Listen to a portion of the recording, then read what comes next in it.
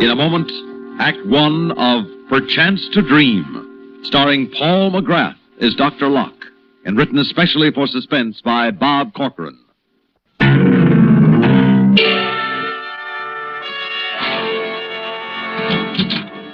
Well, Mrs. Foster, this meeting is certainly under more pleasant circumstances than our first. Yes. I'll never forget the day you called me, Dr. Locke. Please sit down. Thank you. But now you're giving my husband back to me fully recovered, and I do want to thank you for all you've done. Yes. Dr. Locke, is anything wrong? Isn't Paul all right? Well, Mrs. Foster, this is a general hospital, and as far as the abrasions, broken arm, skull fracture are concerned, we were able to effect a complete recovery. But, What is it? What's wrong? Now, when you visited your husband here, did he ever mention Ernest Masterson? No. He's the man whose wife... Was killed by your husband's car. Well, should Paul talk about it? I mean, isn't it better forgotten? Well, some things can never be forgotten, and even worse, some things are remembered wrongly. Wrongly? Yes, this was an unfortunate accident. A sudden blowout. The car whipped onto the sidewalk, and Masterson was badly injured, and his wife was killed. Now, you know it was an accident. I know it's an accident. We remember it that way. The police, the coroner's jury agreed that no one was to blame. Even Masterson has taken that attitude, remembers it this way. But you're afraid that Paul doesn't? I'm pretty sure he doesn't. You see, since the accident was nearby, both your husband and Masterson were brought to this hospital.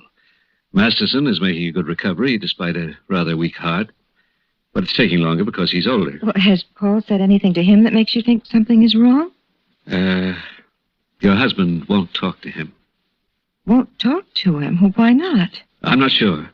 It seems that your husband blames himself for the death of Masterson's wife out of all proportion to the truth. He's often depressed, Miss Foster. He doesn't talk. Often nervous, irritable. I've tried to talk to him. And Masterson's been to his room repeatedly, trying to show him there's no grudge, that he shouldn't go on accusing and blaming himself. But we haven't been able to do a thing. Guilt is a burden not easily thrown down, and it can become unbearable. Well, can't we do something? I suggested a psychiatrist might come in and talk with him. He was very clear in his refusal. Doctor, just what do you think? Well, I think, Mrs. Foster, that he's acted as his own judge and jury, and no one else was allowed at the trial, and I'm afraid the verdict was guilty. Are you sure of this verdict? That's not very scientific, I know, but I do know that something is wrong.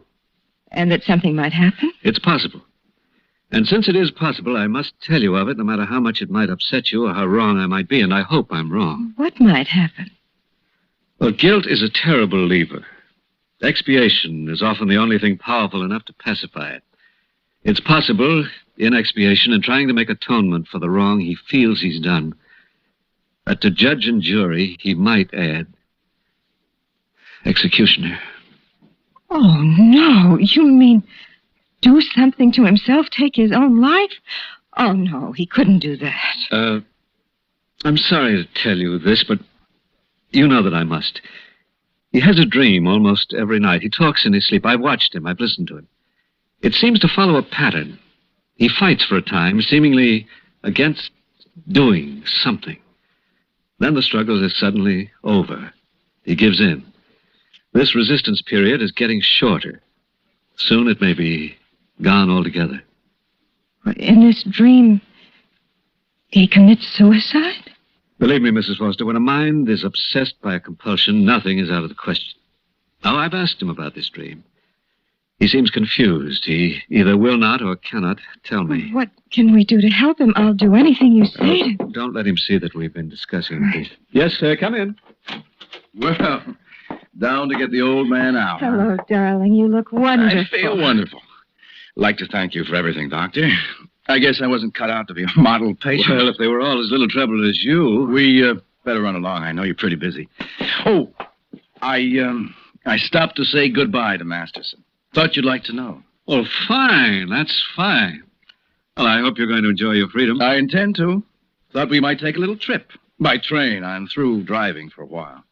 Would you like that, darling? Yes, that would be wonderful. I was thinking we might take a run up to Providence tomorrow morning. Providence? We don't know anybody in Well, that's a Providence. good reason for going. We'll meet somebody. Hope to see you again, Doctor. Unofficially. No one wants to see the doctor when he's well. Goodbye, Doctor. Bye-bye. But he's not well, Miss Clemens. I'll swear it. He seems fine. Seems, yes, but there's something Too bad he couldn't have taken it all like Mr. Masterson. He lost his wife, and yet he seems completely without bitterness. I don't think I could be that forgiving. Well, Foster's guilt won't let him be forgiving either, to himself. If only we knew more, Miss Clemens, we could anticipate and block any attempt he might make. Break the pattern of his dream.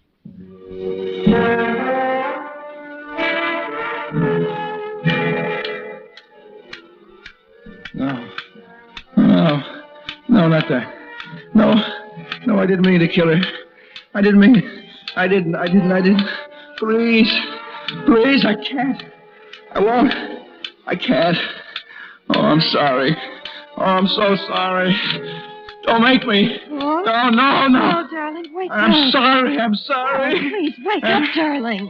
Paul, can't you hear me? Darling, you're dreaming. What? Paul, are you all right? Oh, Mary. Darling, what's the matter? What were you dreaming about? I can't remember. There's shadows. I'm all confused. I don't know. All right. It's all right now, darling. It doesn't matter. Come on now. You go back to sleep. Huh? We've got a long train ride tomorrow. Mary, I don't think you should come with me to Providence. Why not? Darling, why not? I don't know. But you'd better let me go alone. No, Yes, let me. Paul Foster, you're not leaving me behind. I want to meet somebody in Providence, too. But, Mary... No. Now, my mind is small, but it is firm. I'm going with you. All right, Mary. Good night, darling. Good night. Good night.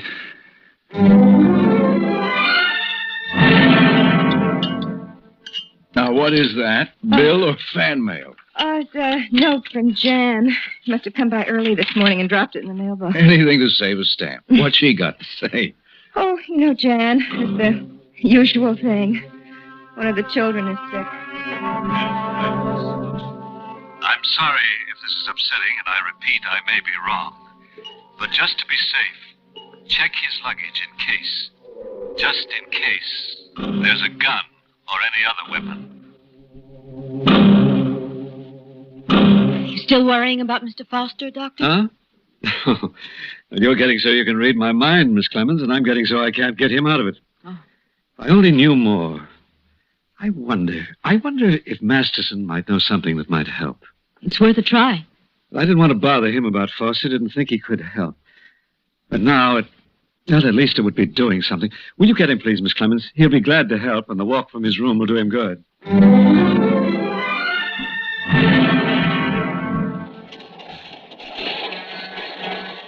I wish we had something to read. Oh, sure. That's the way it always is. Rush for the train and forget the essentials. I think I'll take a walk. Oh, all right, darling. But you be good and you be careful your first day out of the hospital. It's a promise. Check his luggage in case. Just in case.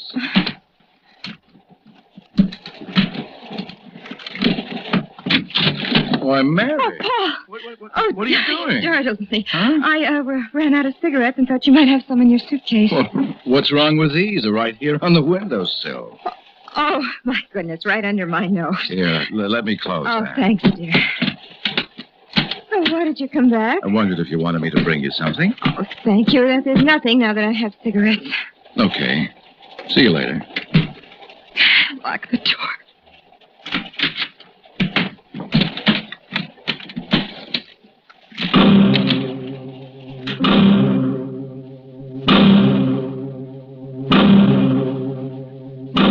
Well, I'm sorry to bother you, Mr. Masterson. Oh, no bother at all. Glad to have somebody to talk to. I like to walk, but a chair still feels good. Yes. I guess the old ticker gets a little overworked. Miss Clemens said you wanted to talk to me about Foster? That's right. I guess maybe then this note Foster left me yesterday might make some sense to you. Oh? I got it here someplace. Good. He came to say goodbye. Real nice of him. I was sleeping, so he left me a note. Here it is. I don't rightly understand what he means. Miss Clemens said you think he might do something to himself on account of what he done to me and Ellen. Is that right, Doc? Yes, but this note. Have I been right about the danger and wrong about... Soon you can really forgive me. I will even the score. What does that mean, even the score? Maybe he means like it says in the Bible. A tooth for a tooth. Killing himself won't do that. Won't do no good at all. Won't bring Ellen back. She is the dearest thing I had in the whole world. And to even the score, Foster would have to lose the dearest thing His wife? Maybe subconsciously he's got some fantastic idea, because of the guilt he feels, that he must make you and himself equal in the way that he made you unequal. Good Lord. Maybe it's not suicide we're faced with, but murder.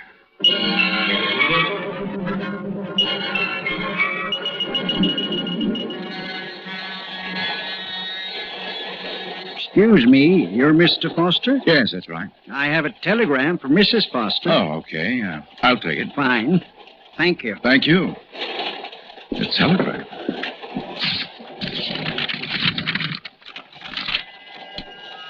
You may be in great danger. Call me at once. Dr. J. Locke, Grant Hospital. Dr. Locke.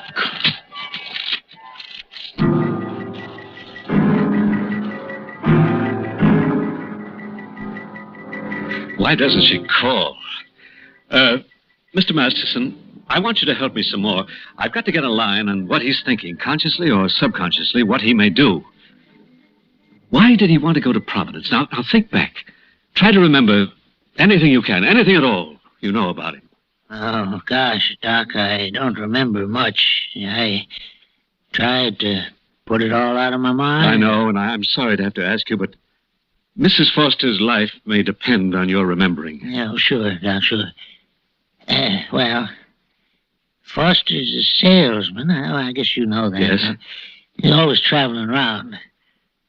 I heard that the night before the accident, he stopped over in a town called... I can't remember. The night before the accident. The last night that you and he were even. The last night both your wives were alive. Yeah, I guess it was. He drove right down from there, and then... I always thought a man walked on the outside to protect the woman. My doing that didn't keep Ellen from being killed. Please try to remember the name of the town, the last town he stayed at. Now try. I'm sorry, Doc. I just don't seem to... Wait a minute. Abby. Abby something. Yeah. I remember. Abington. That was it, Abington. You know where it is? No, it's up along the coast somewhere, but I ain't sure. I wonder if it could be on the run between here and Providence.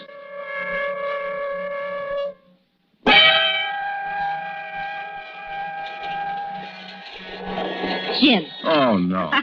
That's nothing. What have you got? Too much. There. Oh, beautiful. 20, 30, 40, 67, 9. 69. Hey, I'm going to keep score. Give me your pencil, huh? Yeah. I've got a feeling this is going to be my lucky day. Oh, it's inside pocket of my jacket. There, behind you. I'll Mary. make them redo the old saying to lucky at cards and love. Now, can I use this timetable for a scorecard? Sure. Huh? Something wrong? We are going to Providence, aren't we? That's the plan. Why? Oh, nothing. I just wondered why there was this heavy line drawn around Abington.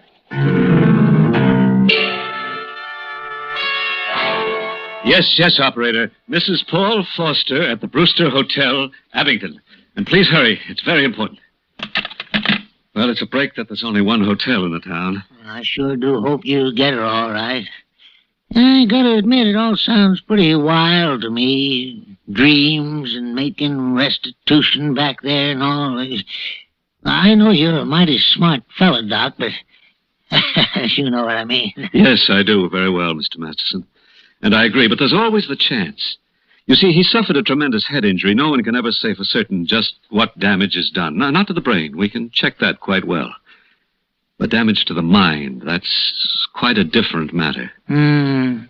People can do crazy things, all right. If we can just get her away from him until we're sure. Dr. Locke. Yes? Oh, well, can't Watkins handle it? Oh, all right. I'll be right there. Mr. Masterson, will you stay at this phone? I'll be right back.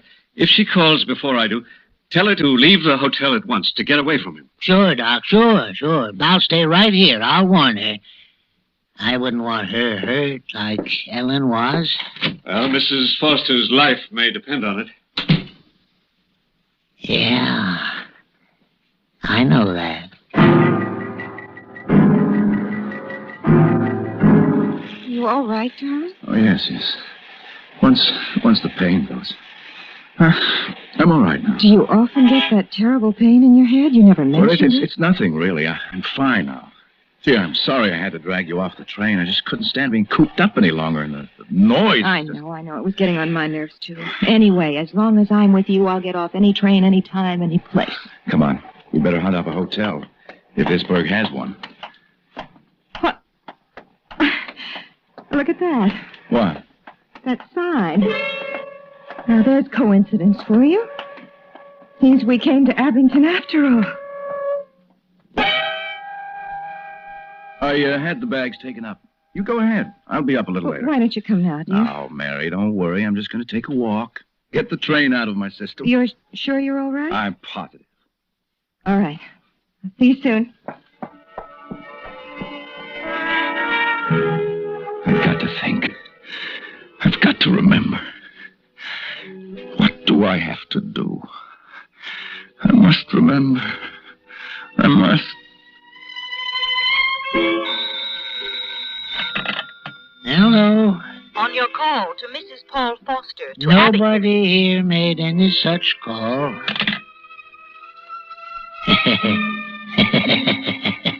You hear that, Ellen? You hear? Nobody warned you, did they? I don't feel so good. My chest is tight. The heart's beating awful fast. There's too much excitement. Hello? Is this Dr. Locke's office? Yes? Ready with your call to Mrs. Paul Foster at Abington. Go ahead, please. Hello? This is Mrs. Foster. Who's calling? Hello? Is there anybody on the line? The party that made the call. He ain't here. He's gone. Well, who made the call? Nobody knew we were here. I don't know. Don't know nothing about it. Guess it was all just a mistake. Yeah, just a mistake. A mistake. Like Ellen getting killed. Did she call? Did you talk to her? Mr. Masterson? Huh?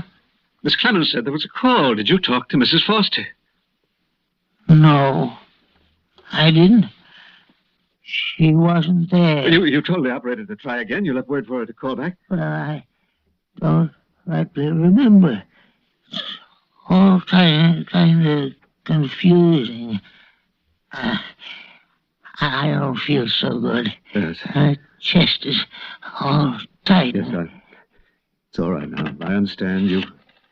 Just take it easy. Long Operator, distance? will you, on that call to Mrs. Foster at Abington, will you please try again? Very well, sir. I'll ring it again and call you. And please hurry. Oh, if only we're in time. Doc, you believe what it says in the Bible? Vengeance is mine, saith the Lord. Yes, I do. If only we were sure that Foster does. Well, you've been a big help, Mr. Masterson. It's the least I could do. No sense in depriving him of his wife just because he deprived me of mine. I didn't mean to kill Mrs. Masterson. It was an accident. Everybody said it was an accident.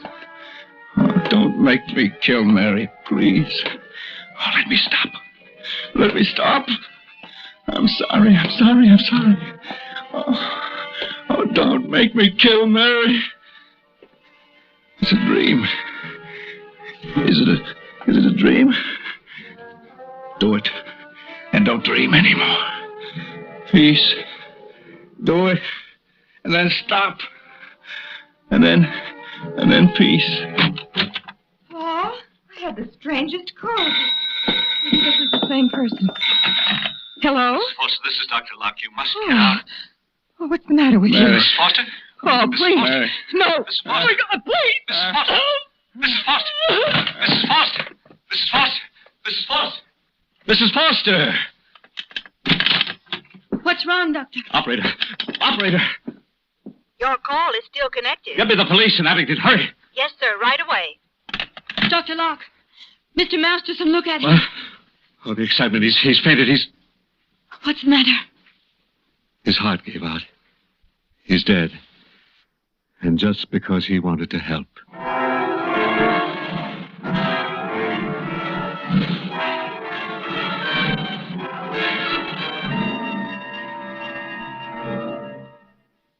And now, a tale well calculated to keep you in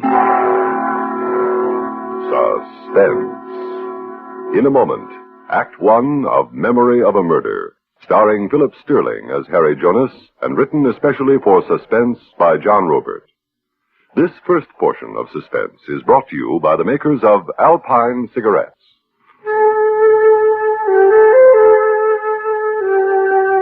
What's it like to smoke an Alpine? Well, it's like many fresh little things that please you. It's like the stirring of leaves when a breeze comes up. Like a weather vane turning in a summer sky. The way the air feels in the morning when you open the door to get the paper. That's what it's like to smoke an Alpine.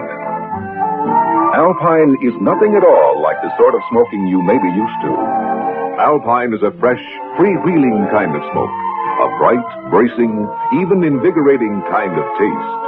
If this sounds good to you, try Alpine filter cigarettes. There's something more to smoking with an Alpine cigarette.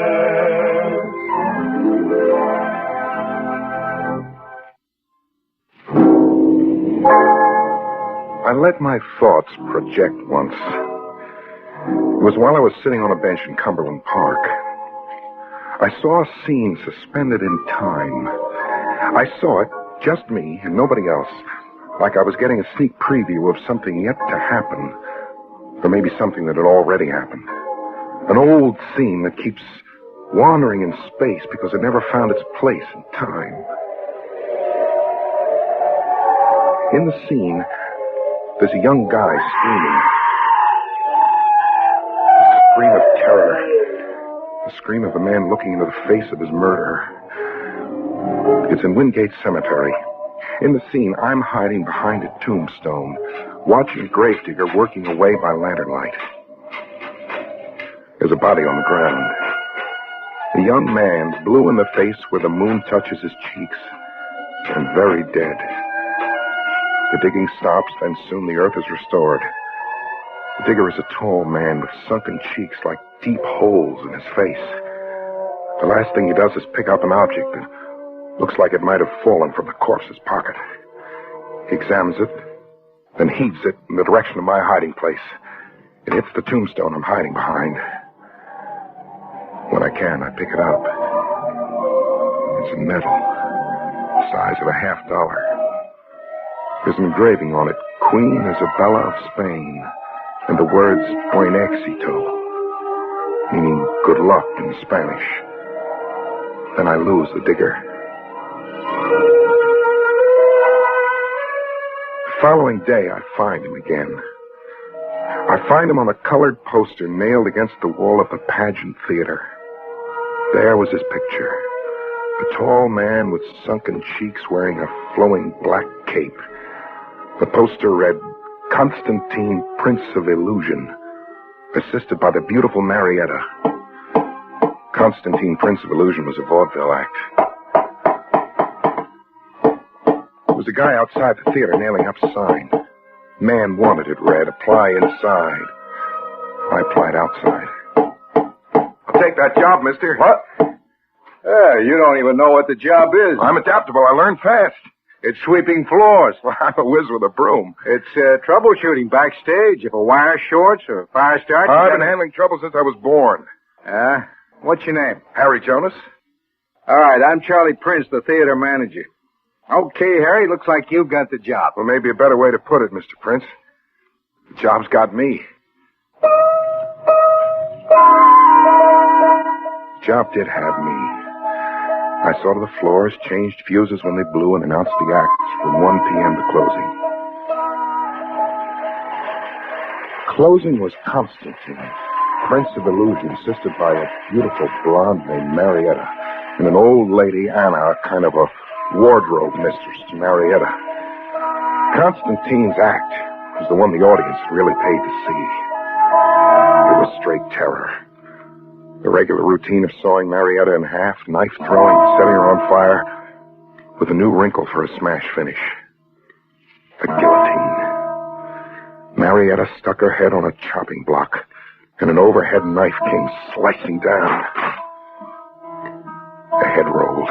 It makes you sick? What? What'd you say? I say Constantine's act with the guillotine makes you sick. It was old Anna. The woman who got Marietta in and out of her costumes. Yeah, it looks so real. It gave me the shivers. Even knowing it's phony, I know. Always you are afraid for Marietta. Like Nino always was afraid for her. Who's Nino? Nino stood here in the wings like you, sick for Marietta. I asked you, who's Nino? You have his job now. And you have his medal. What? I have his what? Nino's medal. With the face of Queen Isabella. What? I saw it in your hand today. A lucky medal for most. But for Nino, very unlucky. It is one of a kind. Take care not to lose it. Anna, wait!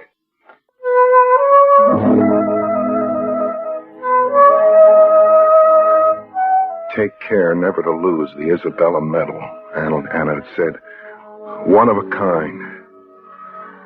Well, there was a lot I didn't know. When I got him alone, I asked Charlie Prince, the theater manager, a few questions. Hey, what happened to my predecessor here, Nino, the guy whose job I've got now? He skidooed. What do you mean, he skidooed? Quit. He got an advance on his pay, then beat it without notice. Just disappeared. Why would he do that? Constantine. Nino and Marietta were sweet on each other, and Constantine was pretty jealous. As a tip for you on how to hold your job here. And stay away from Marietta, huh? You get the idea, Harry. You get the idea. But I didn't stay away from Marietta. Even if I had wanted to, I couldn't. I joined Marietta in her dressing room an hour before the theater opened. Got something I have to show you, Marietta. The lady on it is Queen Isabella. Nino's medal. That's right. Nino's medal. Where'd you get it? I found it. Been lying about where to everybody, but I'll tell you. I found it in Wingate Cemetery. And Nino? He's dead. Constantine killed him. I knew Constantine would kill him. I only saw Constantine bury him. Why would Constantine kill Nino? Because he was insanely jealous of Nino. Jealous enough to commit murder? You don't know Constantine. Are you involved somewhere? Yes. Yes, and Constantine will see to it that I'm blamed for the murder of Nino, along with with everything else. What is everything else? Robbery. Constantine's not just a paid performer. He's also a master thief. And Nino was his accomplice? Yeah. And you? And me too. You're asking me to protect Constantine? No. Just to protect me. My reason for protecting you? It's in your eyes. Huh. You're sure of your men, aren't you?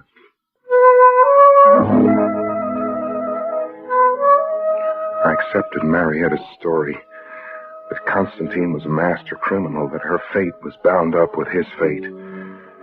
I worked at my job and I announced the act. And Marietta on the chopping block still gave me the shivers. One night, she seemed to hesitate before putting her head on the block as if she was afraid. See how Marietta is afraid. Yeah, Anna, she looked scared stiff. Marietta knows Constantine means to kill her tonight. In front of 1,000 people, he wouldn't dare. It will be an accident. Something goes wrong and Marietta is killed. Constantine is very clever. And I've got to stop him. It is too late to stop him. See, the knife comes down. No, wait, stop! Marietta! As always, a head rolled. If it was phony, it was a perfect illusion. If it was phony. For the first time, there was blood. Blood as real as if Marietta had been beheaded.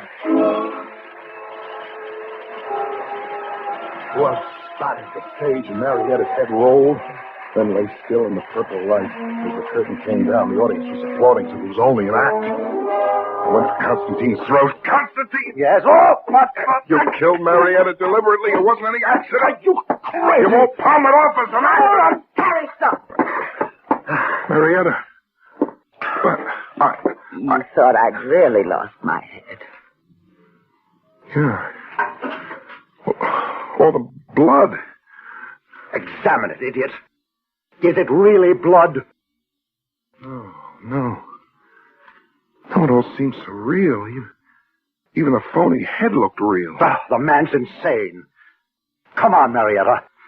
I won't forget that you tried to strangle me, Harry Jonas.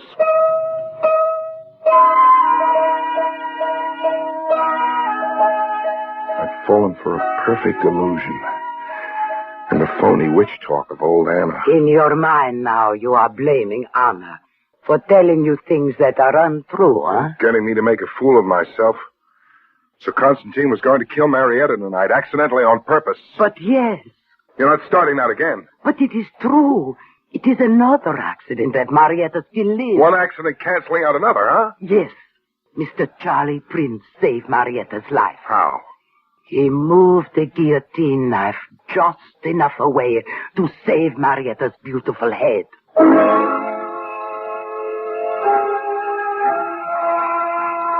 I checked Anna's story with Charlie Prince. Yes, I inspected the guillotine knife and ordered it moved 8 to 10 degrees. How come you inspected it? Routine. I do a theater-wide safety check all the time. But how come you inspected the guillotine knife? One of Constantine's own professional props. Marietta asked me to. She said the act had her nervous, and could I adjust the position of the knife even if it meant the illusion would lose something. Marietta didn't want to lose her head for love of the act. Oh, Harry, what in the devil are you driving at? Look, Harry, if there's something you think you know... I don't only think. I know Constantine is a murderer. What? I know he murdered the guy whose job I've got, Nino. Oh! Well, what's so funny? You! I just got a wire from Nino. He's in Mexico City having the time of his life. He even wired me the advance money he'd skipped off with. Here, read it for yourself. It's a phony. Constantine murdered Nino and buried him in Wingate Cemetery. Oh, Harry, go soak your head somewhere. I like a joke as well as that Look at guy, but... It belonged to Nino. And Isabella medal, one of a kind. One of a kind, huh? Have a look. I got a mint of them. There was an act here 2 years ago, a gal who billed herself as Isabella, queen of the dance. We handed these medals out to the cash customers as a stunt. I went to the Wingate Cemetery for another look. It was a stormy night. I found the same tombstone I'd hidden behind before. I found the spot I'd seen Constantine digging at, but no grave. The spot was flat and even, and a patch of grass and flowers were sprouting on it. The ground had never been touched. I got back to the pageant theater an hour before showtime and went looking for Marietta. She was at a dressing table, white-faced and strained and beautiful. Marietta? Yes, Harry? The story I told you about Nino, about Constantine burying Nino in Wingate Cemetery and me there watching? Yes, Harry. Well, right now there isn't any grave or Nino in Wingate Cemetery. I just came from there. I can't explain it. Can you? Just that Constantine's clever? He's a master of illusion. Grandmaster at the rate he's going. Another thing. Charlie Prince says Nino is in Mexico, alive and kicking. Another of Constantine's tricks? I guess that just about covers every missing explanation, huh? Did Constantine plan on killing you last night? I want to know, Marietta. Yes. And tonight again, Constantine plans to kill me. But he's fixed the guillotine knife back? No. This time he'll try to take my life in the dagger throwing act. And you're waiting for it to happen? Yes. Period, huh? You're scheduled to die and you got your shroud all laid out. I can't do anything about it, Harry. I'm powerless to resist Constantine.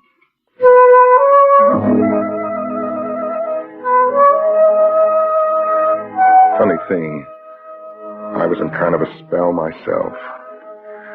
Marietta was scheduled to die, and all I could do was stand in the wings and watch Constantine throw his daggers.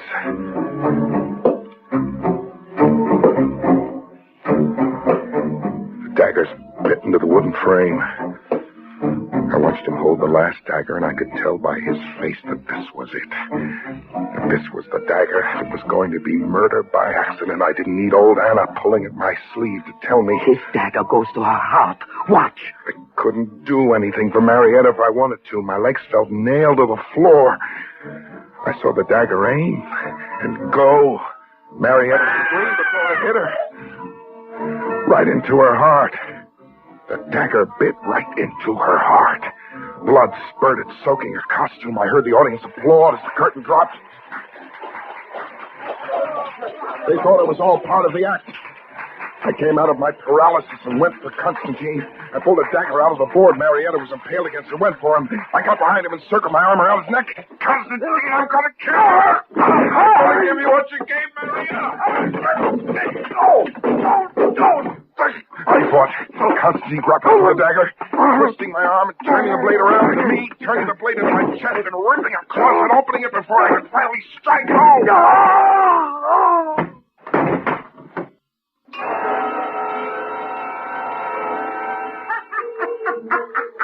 And then I heard her laugh at me. Marietta?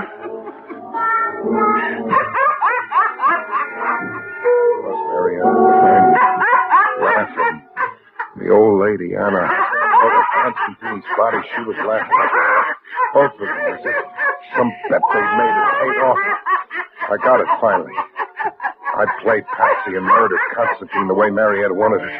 I'd been set up to do it, and I'd done it. Marietta read my eyes and confirmed it. Yeah, Harry. Yeah, you freed me from Constantine. The way Constantine freed you from Nino.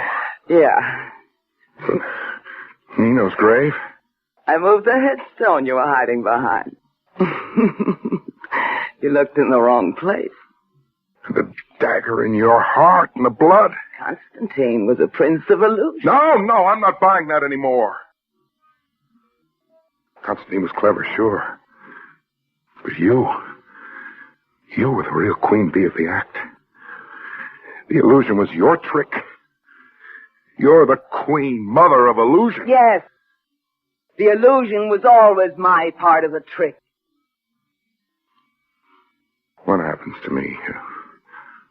Or don't you care? I care a little. Just a very little. Sure. Run. Run? Escape quickly. It's better to be a fugitive murderer than a captured one. Run, Harry. Run!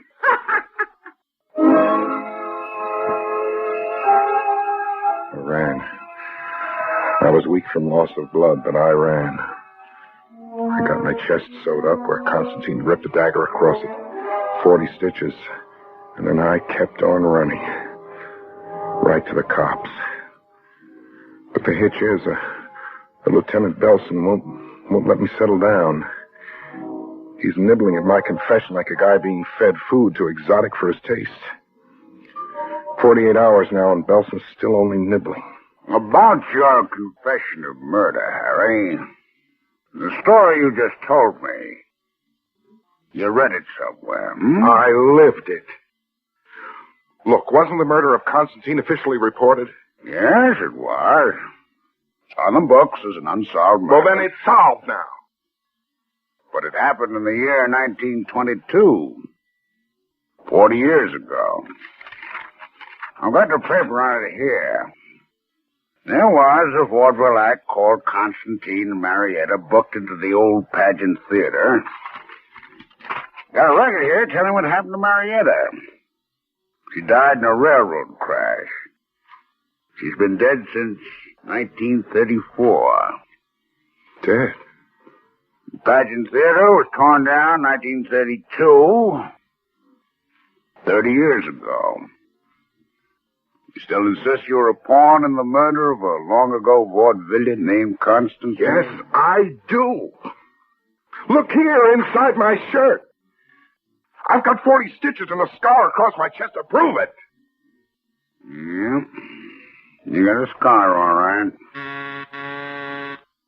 There's a survivor coming in. See if you recognize him.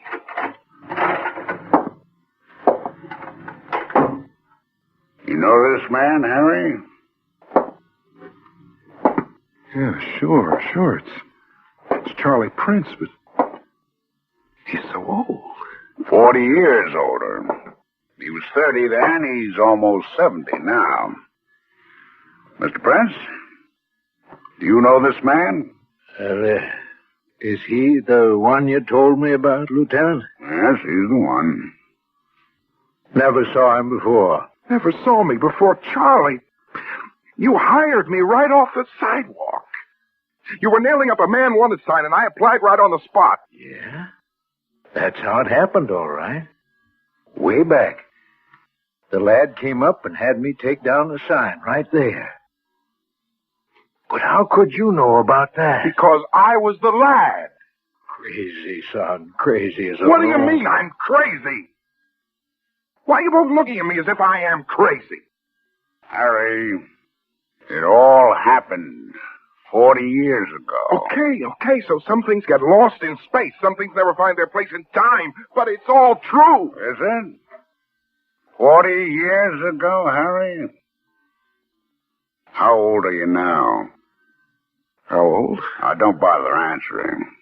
You're closer to your 25th birthday than you are to your 30th. Well, I don't even give him that much, Lieutenant. I say he's not a minute more than 21. Face up to it, Harry. You read the story somewhere and made it your own. Lieutenant, are you sure? Are you really sure it happened like that? Am I sure? Harry, of course I'm sure. Aren't you?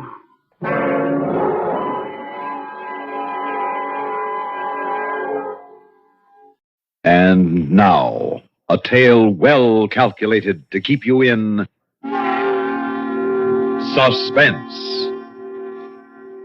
In a moment, Act One of You Died Last Night, starring Bob Reddick and Santos Ortega, and written especially for Suspense by Robert Arthur.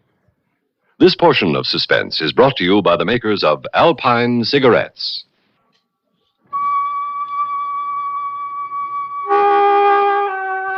My name, Joe Prescott. Occupation, garage mechanic, age 34, unmarried, nobody ever heard of before. But I have a question for you. What happened to you last night? Now, don't answer, because whatever you say, you're wrong. All of you. You see, I know what happened last night, because I saw it happen. You and you and you and all of you. You died last night.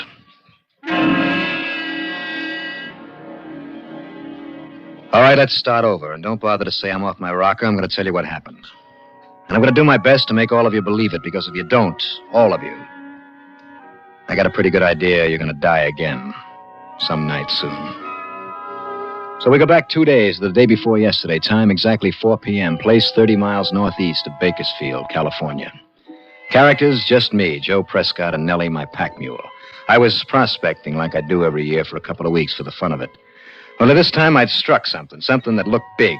Because I didn't have anyone else to talk to, I talked to Nellie. Nellie, old girl, looks like you'll be able to retire. This is as big as I think it is. That's right, laugh. But this time I mean it. I'm going to blow a hole in this ridge and see what's down there. A nice big hole. About 12 sticks of dynamite.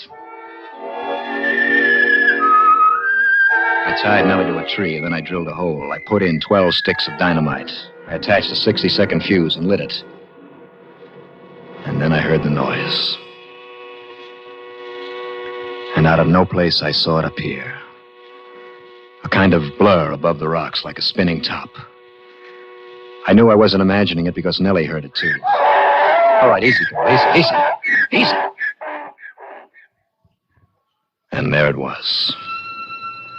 Sitting on the rocks where I just planted the dynamite. A spaceship. An honest-to-gosh flying saucer half as big as a house. I acted automatically, not even thinking, put my foot on the fuse and crushed out the spark. And then I looked at this thing, goggle-eyed. An opening appeared near the ground, and something came out. It looked sort of like a fuzzy orange teddy bear, 5 feet tall. It had 2 eyes raised on long stalks, and those eyes looked at me. And I looked at them. And then this teddy bear spoke to me. Hello, Joe. What do you know? Sure, it sounds funny, but that's what this thing said to me. It's funny because there's a slang line that I use myself, and the teddy bear had just plucked it right out of my mind, along with all the other words that I knew.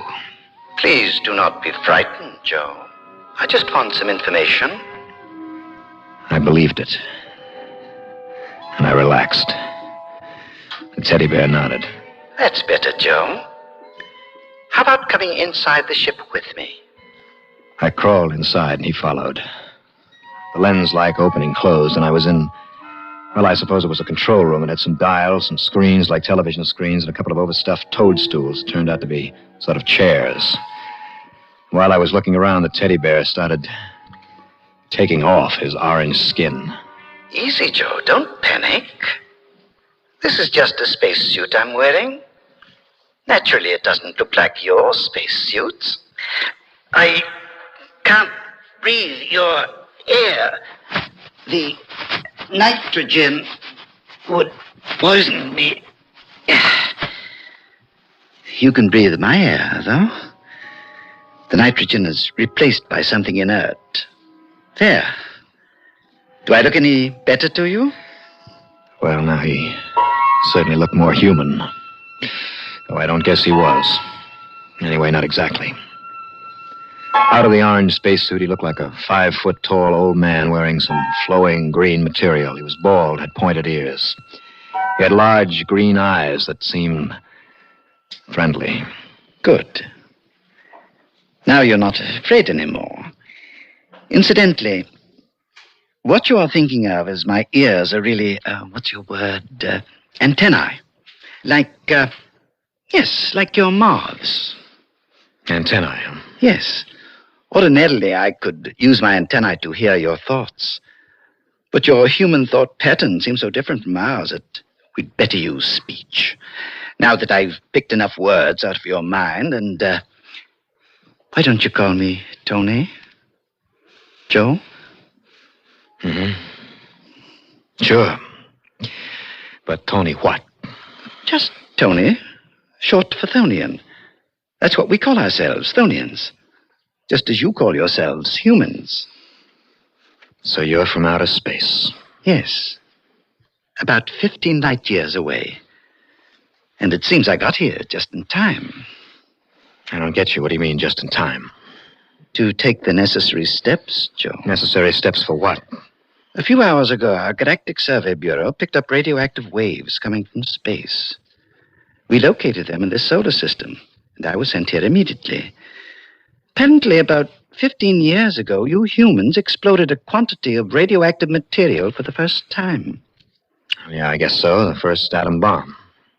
That means you humans have discovered the secret of atomic energy. It won't be long before you're building spaceships and traveling to the stars. I suppose you're right. You see, we Thonians are rather set in our ways. We like peace and quiet. Frankly, we've had a lot of trouble with younger races who discovered atomic energy and came journeying through the universe trying to conquer everything in sight. Yes, I can see how that might happen. They'd rather fight than be friends, huh? Much too often. So now we just prevent trouble before it starts. I'm here to find out what the human race is like. If it doesn't measure up, I may have to take drastic action.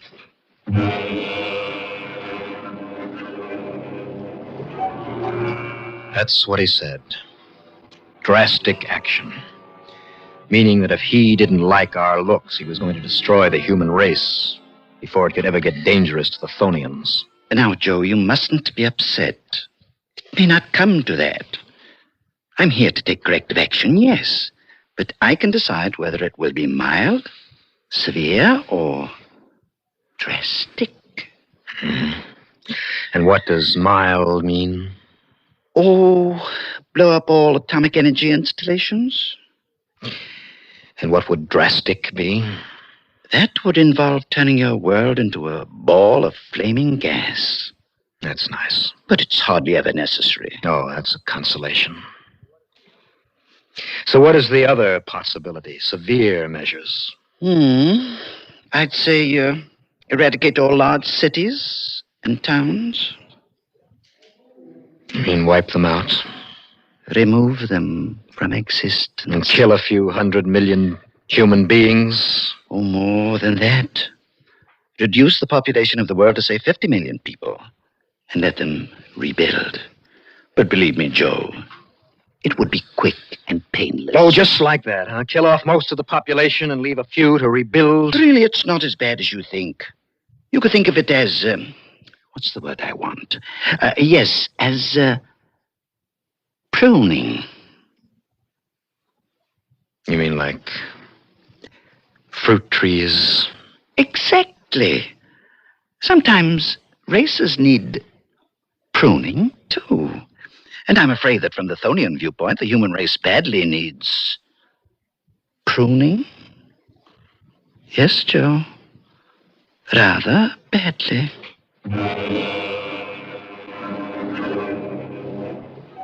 There you have it.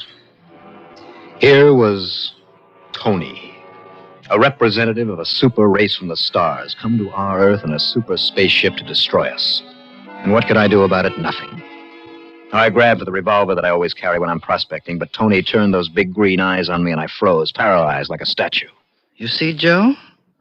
You're helpless. Please accept the inevitable. It'll be better that way. Okay, Tony. What choice do I have? Well, what now? When do the festivities start? Festivities? Oh, you are being humorous. You mean when do I begin corrective measures? That's right. I suppose you have ray guns, bombs, stuff like that to do your dirty work? Joe, if only you wouldn't use words like dirty work. If you could just think of it as a necessary and helpful pruning. Yes, well, I can't. Let's keep it on a high plane. Suppose I say preventive measures. Well, it does sound better, I must admit. Well, to answer your questions, I do have a store of bombs. Very small, but very efficient. I don't carry any armaments as such. My ship is very light and delicate. It's built for speed, not for fighting. But then, we Thonians haven't had to fight anyone for the last 1,000,000 years. Killed off the opposition before it got started, huh? I guess you could put it that way. Later, the other races we've dealt with have grown up to be mature and peaceable. So there are no wars, interplanetary or otherwise. I get the picture. I don't say I like it, but I get it. Splendid. I'm favorably impressed by your quickness, Joe. Perhaps the human race is better than I think. But now let's start out on our tour of inspection. Inspection? Of your Earth. I have to make it before I decide what preventive measures to take. Mild, severe, or drastic?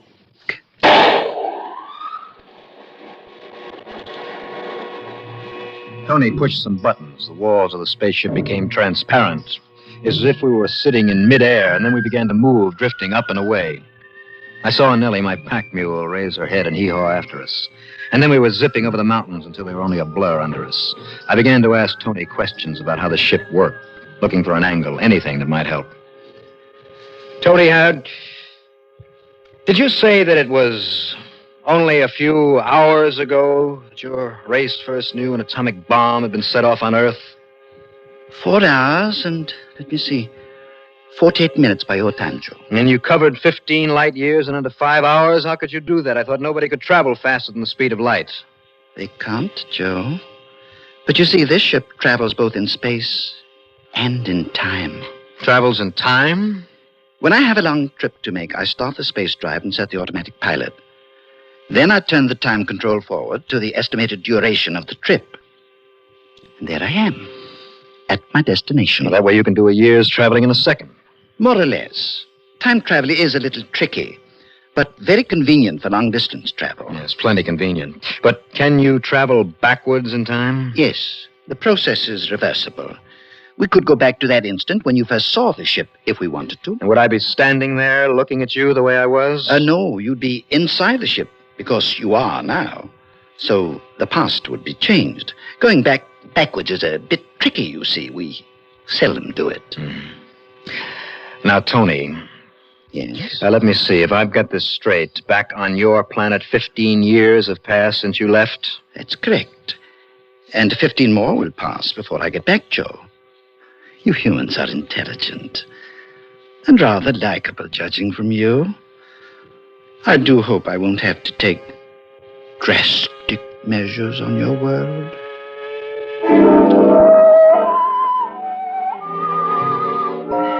Well, I learned something, but not much. We sped along, and there were the lights, a city underneath us, Los Angeles. Tony slowed down to study it. That's one of the cities I suppose you're going to have to blow up, isn't it, Tony? Oh, I do hope I won't have to, Joe. Perhaps it can be avoided. What is that over there? That's, it looks like an amusement park. An amusement park?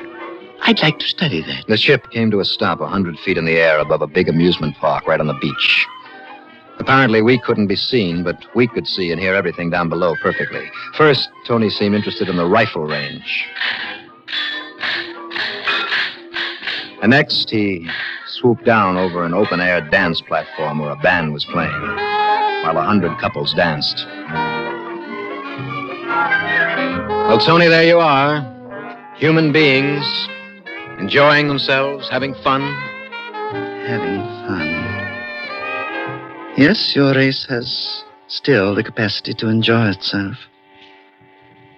We Thonians are very serious, I'm afraid. You still think we're so bad, we humans? Joe, I never said you were bad. But you may be dangerous. It's my job to find out. Now let us see some more of your world. He pushed a button, and the saucer leaped eastward across the continent. Beneath us, the mountains, the plains, the farmlands, forests, the lakes, and cities. Tony kept pushing buttons, and I asked him what he was doing. Why, Joe, I'm making a record. Sort of, what's your word? Yes, movie. A record of life on your world for our scientists to study. I thought you said it was up to you to make the decision whether or not, you were going to take action. Oh, it is. This record is in case I do take action. Then, 1,000 years from now, our scientists can study these records and see if the new world you build after I finish pruning, shall we say, is better than the old one.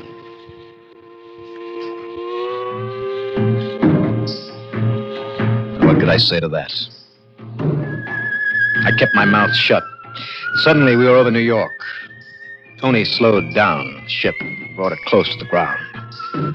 For a minute, we hovered there directly over Times Square, unseen. Directly under us was the usual snarl of traffic, of people coming and going, the big electric signs flashing, the heart of the world's greatest city beating. For a couple of seconds, we just sat and listened.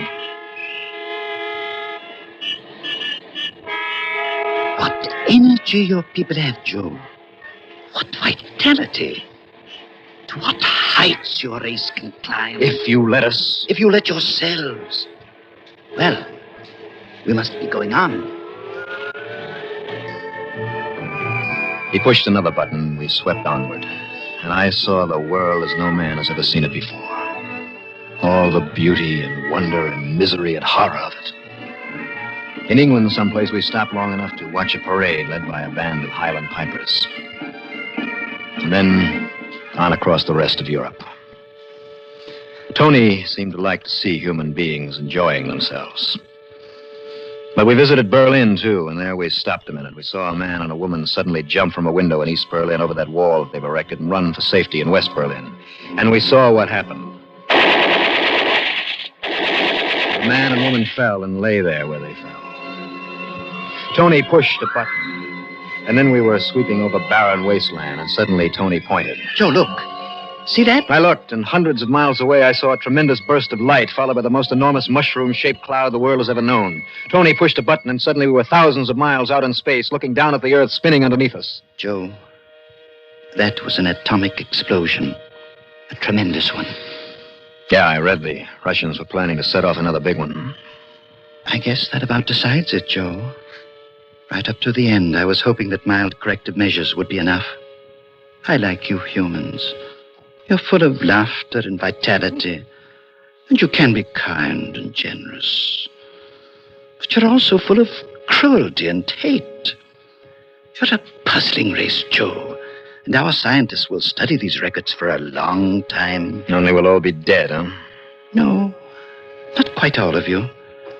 I leave a few of you to rebuild, and hope they'll do a better job next time.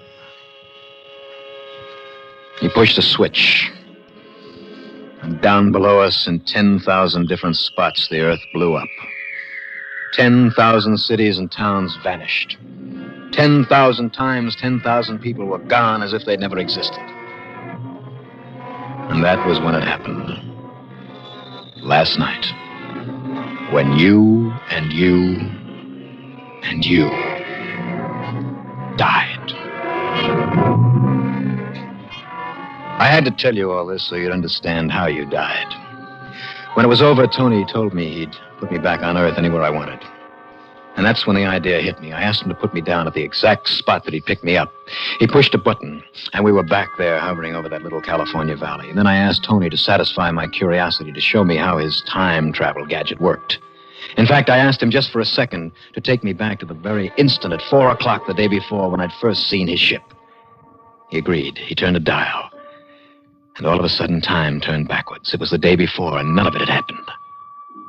You were all alive. The world was just as it had been. Everything was the same. Except one thing. The first time I had been outside the ship, and now I was inside. Everything else was exactly the same, including that 12 sticks of dynamite with the fuse sputtering. And now the dynamite was going to go off because I wasn't outside to stamp out the fuse. And as we hovered there, it did.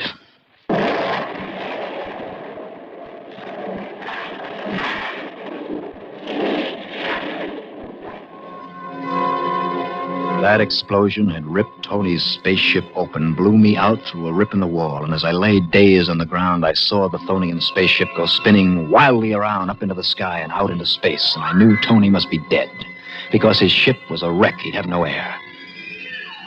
So I'd fix things. The world was okay. We were all still alive. I'd tricked Tony.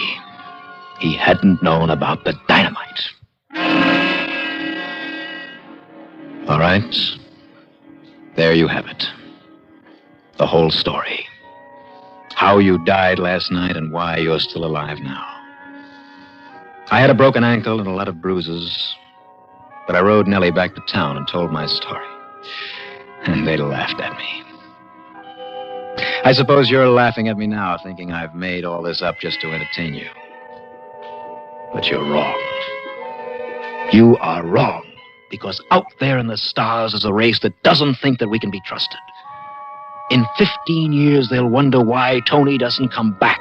They'll send someone else to find out. Just 15 years. Before then, we have got to prove they can trust us after all. We've got to act like human beings. We've got to live up to the best that's in us, not the worst. And we've only got 15 years.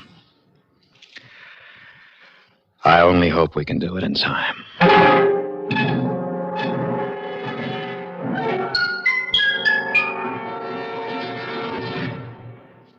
And now, a tale well calculated to keep you in suspense. In a moment, Act One of Let There Be Light, starring Ivor Francis, and written especially for Suspense by Erwin Lewis.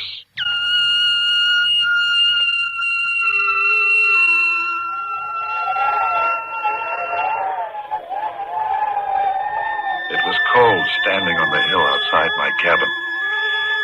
The first sharp touch of winter was in the air, chilling my fingers, and making my nostrils cling together. In a little while, the snow would fall, silent, ghost-like, covering the surrounding hills, the winding path to my cabin. Soon another winter would be my only companion. The heavy snowdrifts would make it impossible for Helen to come until spring. What's that? A car? It can't be Helen. She always comes on horseback. Wait. It stopped at the foot of the hill. Well, I don't think it would be anybody I know. Well, whoever it is coming up. I'll go inside. If they knock, I won't answer. Maybe they'll think nobody's here and go away. But why? Why would anybody be coming up here? What could they want?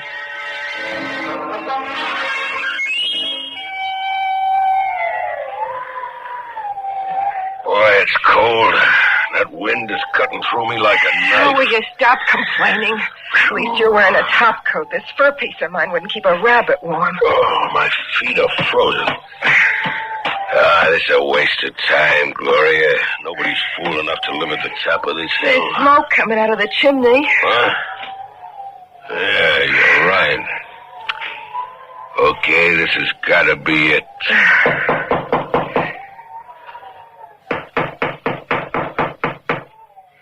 Take a look through that window. See anybody? Yeah, there's somebody inside, all right. Good. Open up. We know you're inside. Come in. The door's unlocked.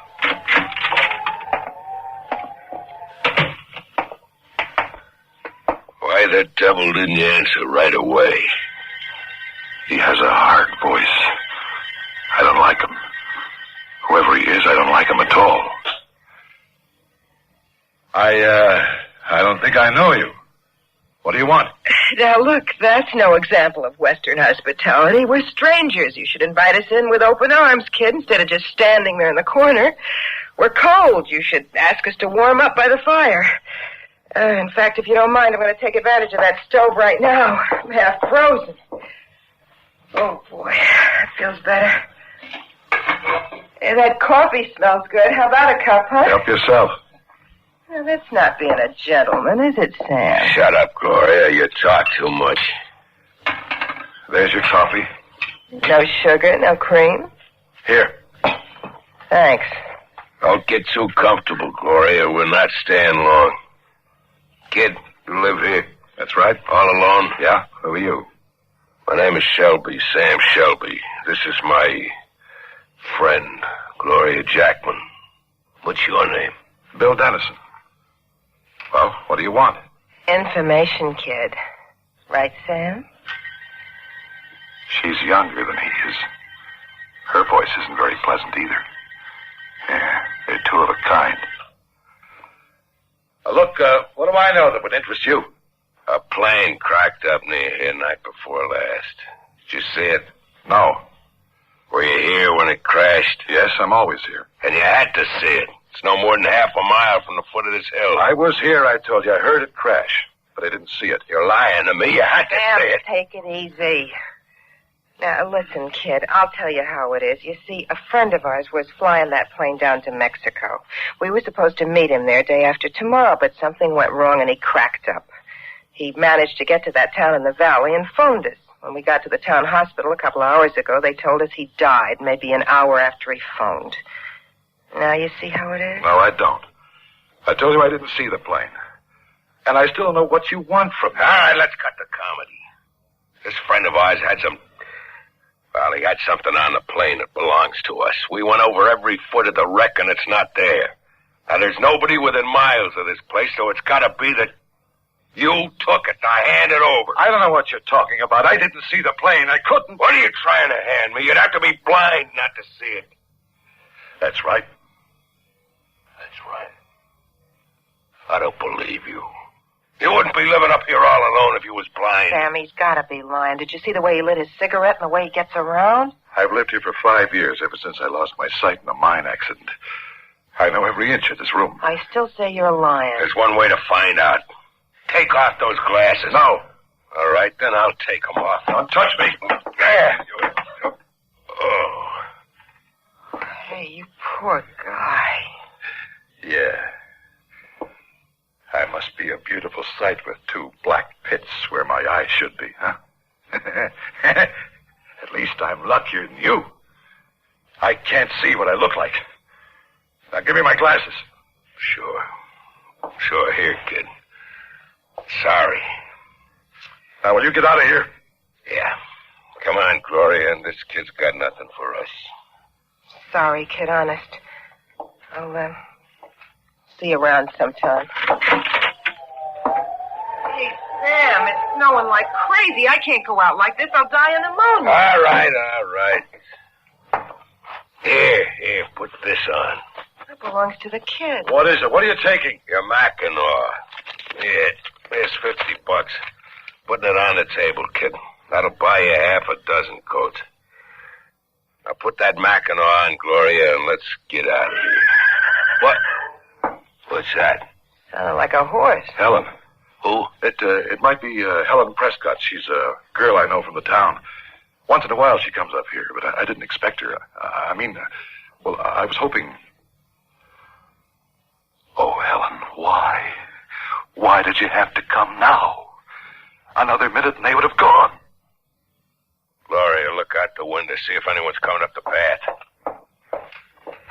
Well? Hard to see. It's getting kind of dark. Wait a minute.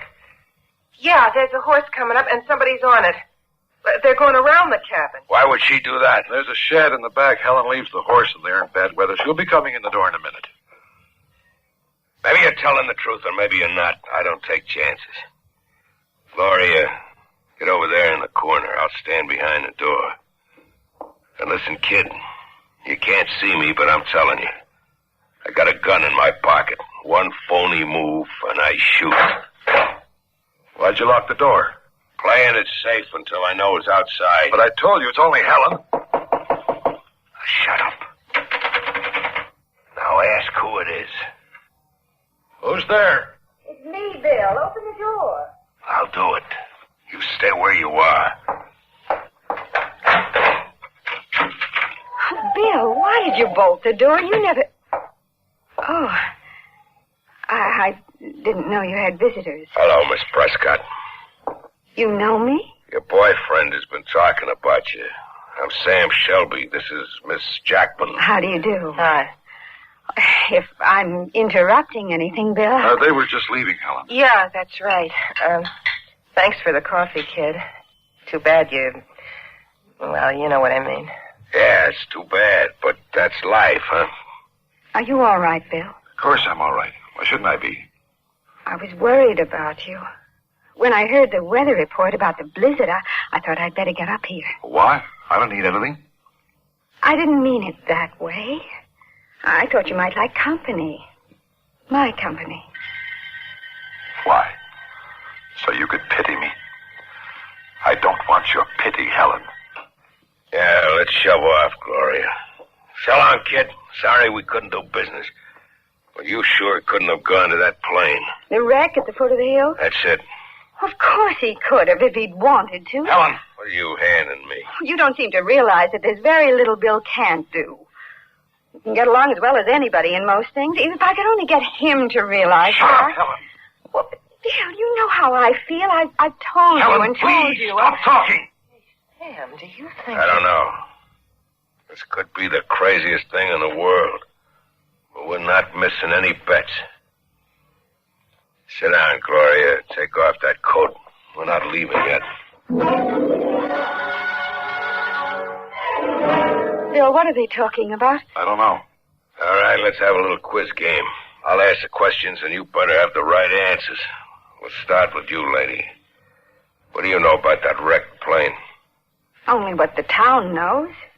It evidently crashed night before last. The pilot crawled to town this morning. Oh, how he ever made it, injured as he was a miracle. He told the hospital he was the only one in the plane. With the storm threatening, there seemed no point in sending out a party for an empty plane. They decided to wait until later. What else do you know? Well, the pilot phoned New York from the hospital. He told the doctors he was calling some friends. Then he died. I thought you two were going. Look, I know this kind of weather. The blizzard will get worse. You take my Mackinac and go before it's too late. Just a couple more questions, kid. Told you before, I couldn't see that plane. Yeah, that's right. But you didn't have to see it. You could have scrambled down that path like a mountain goat and poked around that plane. Your fingers could have been your eyes. And you could have found something without seeing it. Like you do here. But why would I do that? What do you want? I told you. Information. Your boyfriend here isn't as helpless as he looks. He gets around. Of course he does. Helen, shut up. Bill! Hey, it's getting dark. Is there a light in here? The oil lamp's on the table. Helen, you know where the matches are. Oh, now I can see. I didn't realize how dark it was.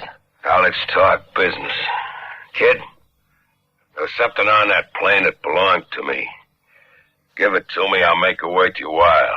I don't want to get rough with you. Go away. Take the Mackinac. Get out of here. You little punk, you're stalling. Sam, wait a minute. Now, Billy, boy, if you found anything on that plane, why don't you give it to us? You'll be saving yourself a lot of trouble, believe me. Leave me alone. Okay, kid, you had your chance. Now I'm going to pound the truth out of you. Keep your hands off him. Sam, you don't have to hit the kid, do you? What do you want me to do, burp him? He went to the plane. I'm positive he did. Huh? Did you? All right. I went to the plane. Yeah, I knew it. I heard the crash the other night, like I said. I didn't know what it was first, but I went down the hill. Naturally, it took me a long time. By the time I got there, the pilot was gone. At least I didn't find anybody. But you did find something. No. I just made sure nobody was in the plane. Then I came back here. There wasn't anything else I could do. You're lying. You gotta be lying. There was $100,000 in uncut diamonds on that plane when it crashed. Diamonds? Yeah. They weren't among Pete's effects, and they weren't in the plane. Now, you admitted you went down to the wreck. So you found the diamonds, and I want them. Now I remember. I read about it. You stole the diamonds. That's right, baby. So what? They were part of a shipment from Belgium. Before they got to the diamond cutters, we got them nice and clean. We had it all figured out.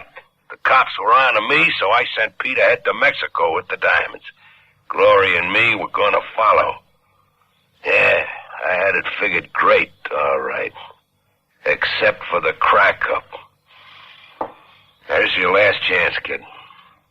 I count to 3, and then I start taking you apart. 1. He doesn't have the diamonds, can't you see? He's telling the truth.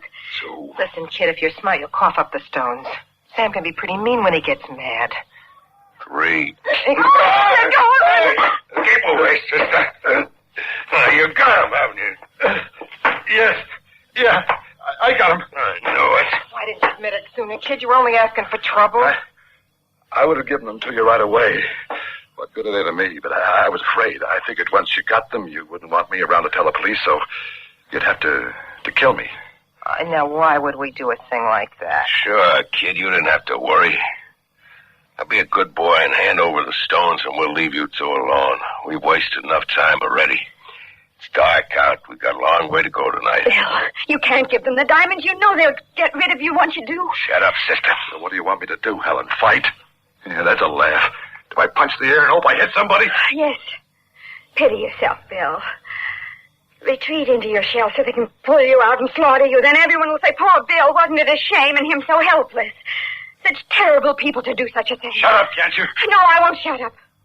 You're not going to give them the diamonds, Bill. I don't want them. No, but you want your life. And I want you to be able to live with yourself again. That's enough now. I don't know what you're up to, sister, but we had enough talk. Bill, listen to me. The kitchen knife is at your right hand on the table. What? And you know every inch of this room. Remember that. Hey, what's going on here?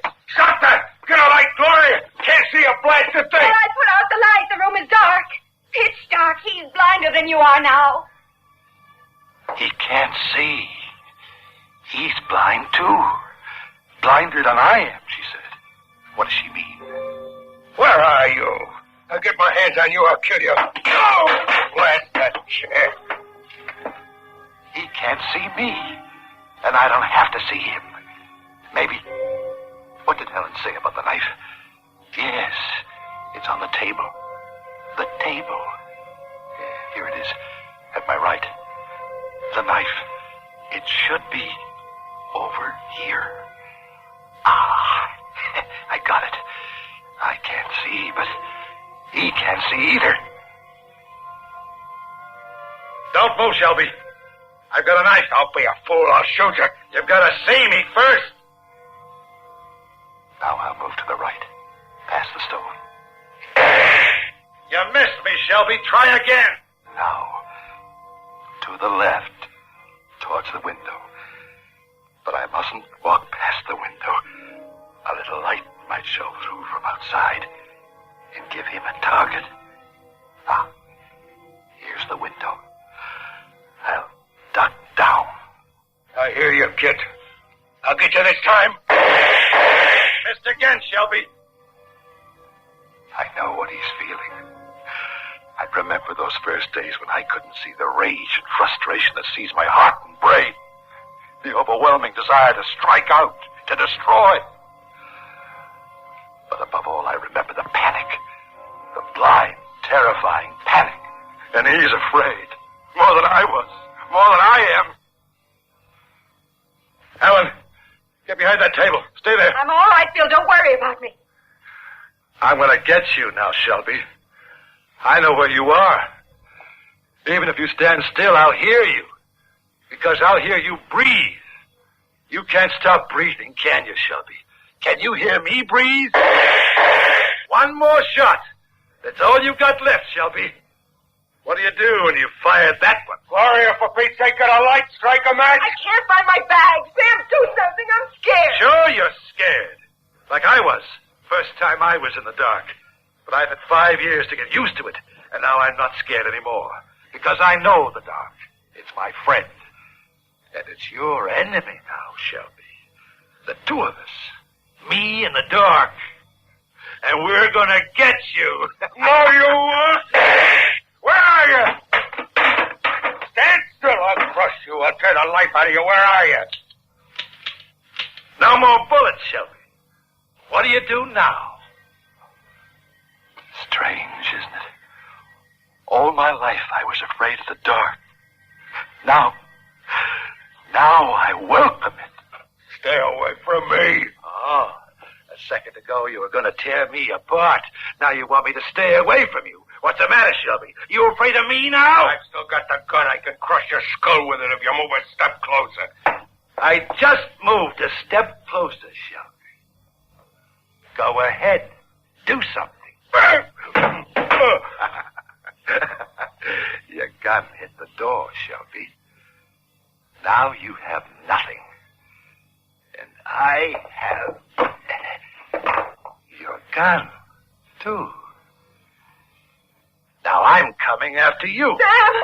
Sam, I'm scared! Get away from me! I'm 2 steps from the door. He's near the middle of the room. The table is to my right. There's a chair on the other side of the door. 3 paces in front of me is a bench. 1, 2, 3. Now, move left. That's it. He should be directly in front of me. I'm almost within reach of you, Shelby. Better not say anything or I'll know which way you're facing. I'll kill you. I'll kill you. Ah, now I know. Facing me. So I swing 2 paces left and come around and... Shelby! My knife is an inch from your spine. Don't move or you're a dead man. Don't touch me. I won't move. I promise. His head should be about here. I bring the pistol up, butt end of him. Got him, Helen. Lamps on the table, Helen. Light it. All right, Bill. Oh, Bill. Bill, I was so afraid you wouldn't realize you weren't helpless. Almost, Helen. Sam, how is he? I'll be all right. Better tie him up, Helen. You'll find some rope in the chest near the cabinet. How could it happen? He can see, you can't. He had a gun and you didn't.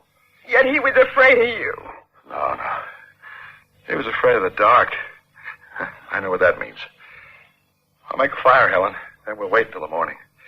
If the storm is over, they'll come looking for that plane. They'll come up here. And we can hand these 2 over. Bill, Yes. maybe now you'll come back to town. Maybe now you'll understand it wasn't pity made me come here. Yes. I think I do. By the way, Bill, do you really have the diamonds? Yes. And that's the funny part of it. He could have taken them all the time. And he didn't know it. What do you mean? They're in the pocket of my Mackinaw.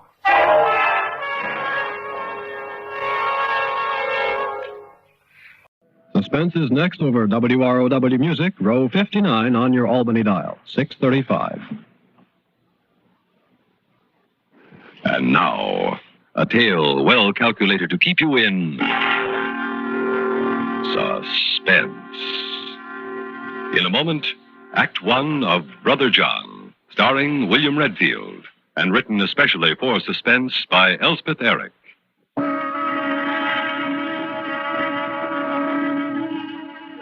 It was so simple, it was ridiculous. I was lying there in the Veterans Hospital with a brain embolism. Stroke, they call it, for short.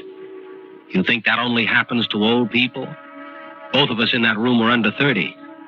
You see, you get a stroke on the left side of your brain. It paralyzes the right side of your body. And it makes you so you can't talk. I mean, you got all the words in your head and you understand what everybody says, but you can't talk. So I just laid there and listened to Brother John talking to the Army doctor. He's your brother? Yes, 20 years younger. I've taken care of him since he was a kid. Well, we'll hope for spontaneous recovery. What's that? The damage to the brain clears up by itself. Speech returns and the paralysis disappears. Well, what do I do now? Well, can you remember what books he read as a child? Little poems or songs. Hey Diddle Diddle, Humpty Dumpty. Often these things come back first. Charlie was born in France. Our parents both died there when Charlie was 10. By that time, I was in okay shape financially, and they sent him back to me. But he only spoke French. I remember he used to sing that Frere Jacques thing. Yes, singing often helps. The rhythm carries them along. I hardly know any French. Well, now, you do your best. This may all clear up sooner than you think. The man on the other side of the screen has the same trouble. He seems to be coming along. Well, thank you, Doctor. Anything else you want to know, ask for me at the desk. Thanks.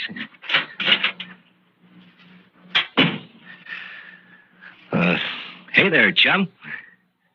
You look fine. Now listen. I'm going to tell you what we're going to do. You know the apartment I have over the garage at the Tremaines? Well, you're going to come there. It's big enough. Wait till you see it. It's great. Yeah. What's the matter? You think they'll mind? They won't mind. They're very nice people. And of course, they're really not in any position to mind anything. Are they, huh? No. But when I took that prison rap for Jerry Tremaine, he promised he'd look after me for the rest of my life. And somebody asks you, what does your brother do? You can say, he's butler for the Gerald Tremaines. It's not much, I grant you that, but it's better than saying he's a bum, right? Yeah, he's doing very well, incidentally, old Jerry. All strictly on the up and up ever since that one little mistake that I did time for. But I'm a nice fella. I've stuck to our original agreement, $200 a week for life. And of course, I get my board and room. So most of it, I've got put away for you. And if you ever need a little extra, well, truth is, Mrs. Tremaine is what you might say crazy about me. I could always put the bite on her for a little extra if you needed it. Listen, I brought you some champagne. Want me to open it now, huh? Oh, okay, later. With your buddy here, huh? Doctor says you both got this cerebral thing. Okay if I introduce myself? My name's McGee. Yeah, I'm Charlie's brother, John. I brought some champagne. You and Charlie can have it together, okay? You both look great, you know. Just great. Well, good luck. Enjoy the champagne. Hey, looks like a nice fella. You want to say something, Charlie? Go ahead, try, huh? Go ahead. Frère Jacques, dormez-vous, dormez-vous.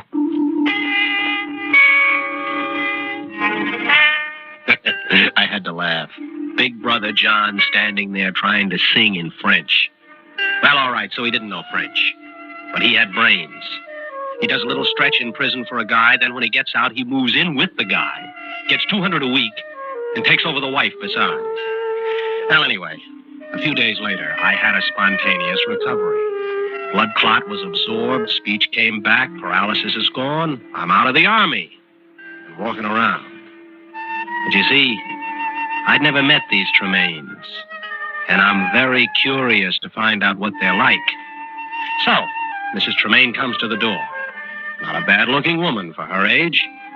She lets me in and introduces me to her husband. This is my husband, Mr. Tremaine. Gerald, this is John's brother, Charlie. Charlie? Good Lord. Sit down, Charlie. Well, I should have called John, I guess, but I wanted to surprise him. Gerald, you tell him. I just can't. Charlie, we were just going to call you at the hospital. Huh? Yeah, the truth is, well, your brother has been shot, Charlie, killed. John? John was shot? It just happened about an hour ago. What? Who'd want to do a thing like that? We don't know who did it. The police don't know. Gerald, you ought to let them know that Charlie's here. All right, I will. I'll be right with you. Oh, he was such a wonderful brother to me. I know. He talked a lot about you. I mean, he did everything for me. You were planning to stay here with him, weren't you? He said so. Yeah, till I get a job or something. Now I don't know what to do. Well, why don't you just stay on here anyway for the time being? Oh, I don't know if I could. John's apartment's over the garage, you know. Why don't you just move in?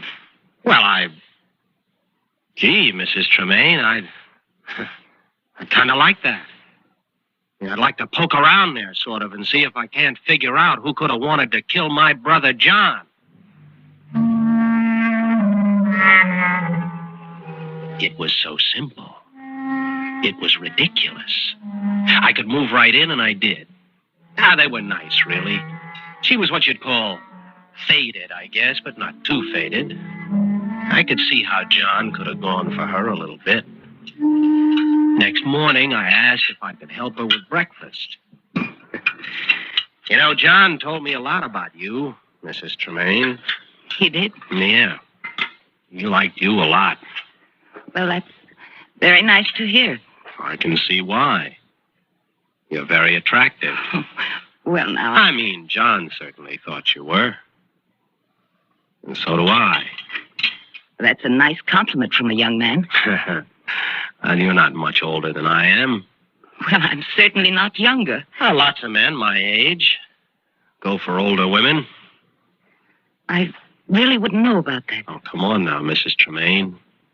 You must have had lots of guys going for you. Really, Charlie, I don't think this is the way for us to talk.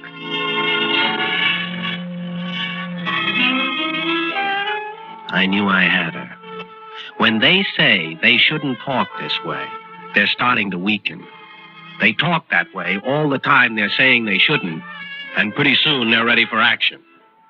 Anyway, I could see she was getting uncomfortable, and that was exactly what I wanted. Her husband came downstairs right then, and I took him some coffee in the living room. John was with us a long time, you know, Charlie. Yeah, I know. A terrible shock. Awful. You talked to the police? Mm-hmm. Last night, they don't seem to know much. Well, they need time, I guess. Sure. Look, Charlie, you stay on here just as long as you like. No, Mr. Tremaine. I'll be moving on pretty soon, I guess. I mean, John said he had some money saved up for me. Oh? Yeah, quite a lot. Good. I don't know how he did it. Almost $40,000. That much, huh? Yeah. Well, he must have made good investments. No, he just had savings. Yeah. In 4 different banks. Oh, is that so? Yeah. Every week he made a deposit. See? A big one. You don't say. Ever since the first week, he came to work for you. Well, now, what do you know about that? So, I had him, too, and I knew it. Now, both of them were uncomfortable. But they were nice people, really. I could almost have gotten to like them. Yeah. Anyway, I helped Mrs. Tremaine put the breakfast on the table. They even asked me to eat with them, but I said no, I was going out. Only I didn't go out. I stayed in the kitchen because I wanted to hear what they had to say to each other. Connie, how long is he going to stay? Charlie? Yeah, Charlie. I don't know. Nice fellow. Very nice. Not like John, though. No, not really. Mm-mm. Doesn't even look like him. He's a lot younger, of course. Yes. I'll miss John. We'll get somebody else. Not like John, though. No, not like John. I was sorry I wasn't like John. I really was. I'd have liked to stay on with these people for a while. I was even a pretty good butler, if you can imagine that. I helped Mrs. Tremaine get lunch. I'm terribly awkward in the kitchen, I'm afraid. Oh, well, let me do that. John always did everything. Uh-huh. He was a good man. Yes, he was. Yeah, you know, I'm sorry I didn't get to see more of him. Well, we used to ask him to have you here for a visit, but he never would. I know. I wonder why he wouldn't. I wonder if it was a woman. Oh, no, it wasn't a woman. I'd have known if the... Oh? You would? Well, I mean, if that was why he wouldn't have you here, I'd have known if he was seeing some woman here. No, I meant if it was some woman who killed him.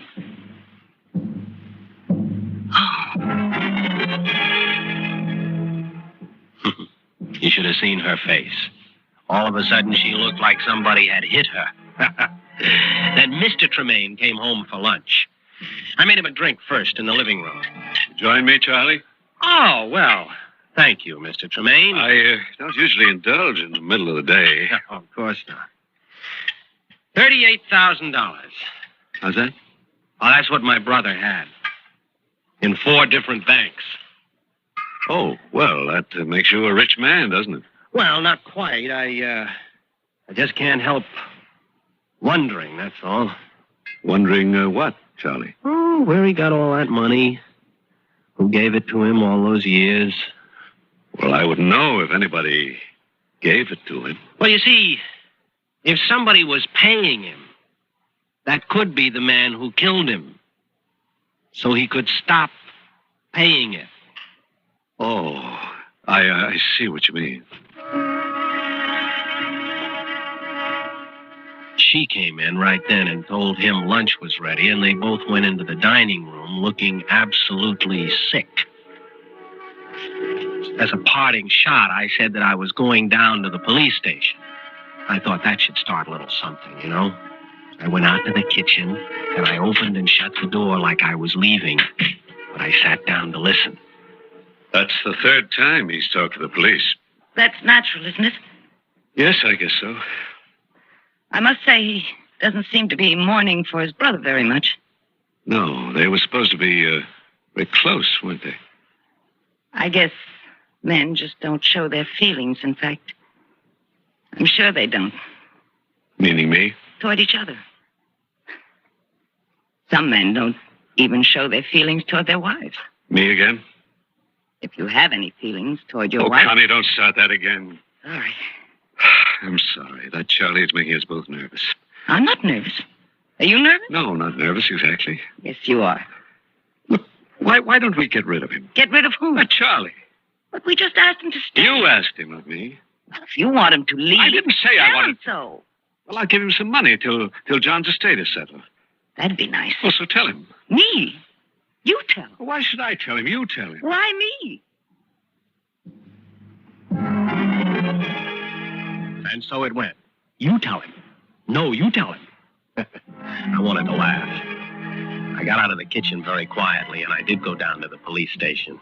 They didn't know anything. They hadn't found the gun, and they couldn't figure out who'd had a motive.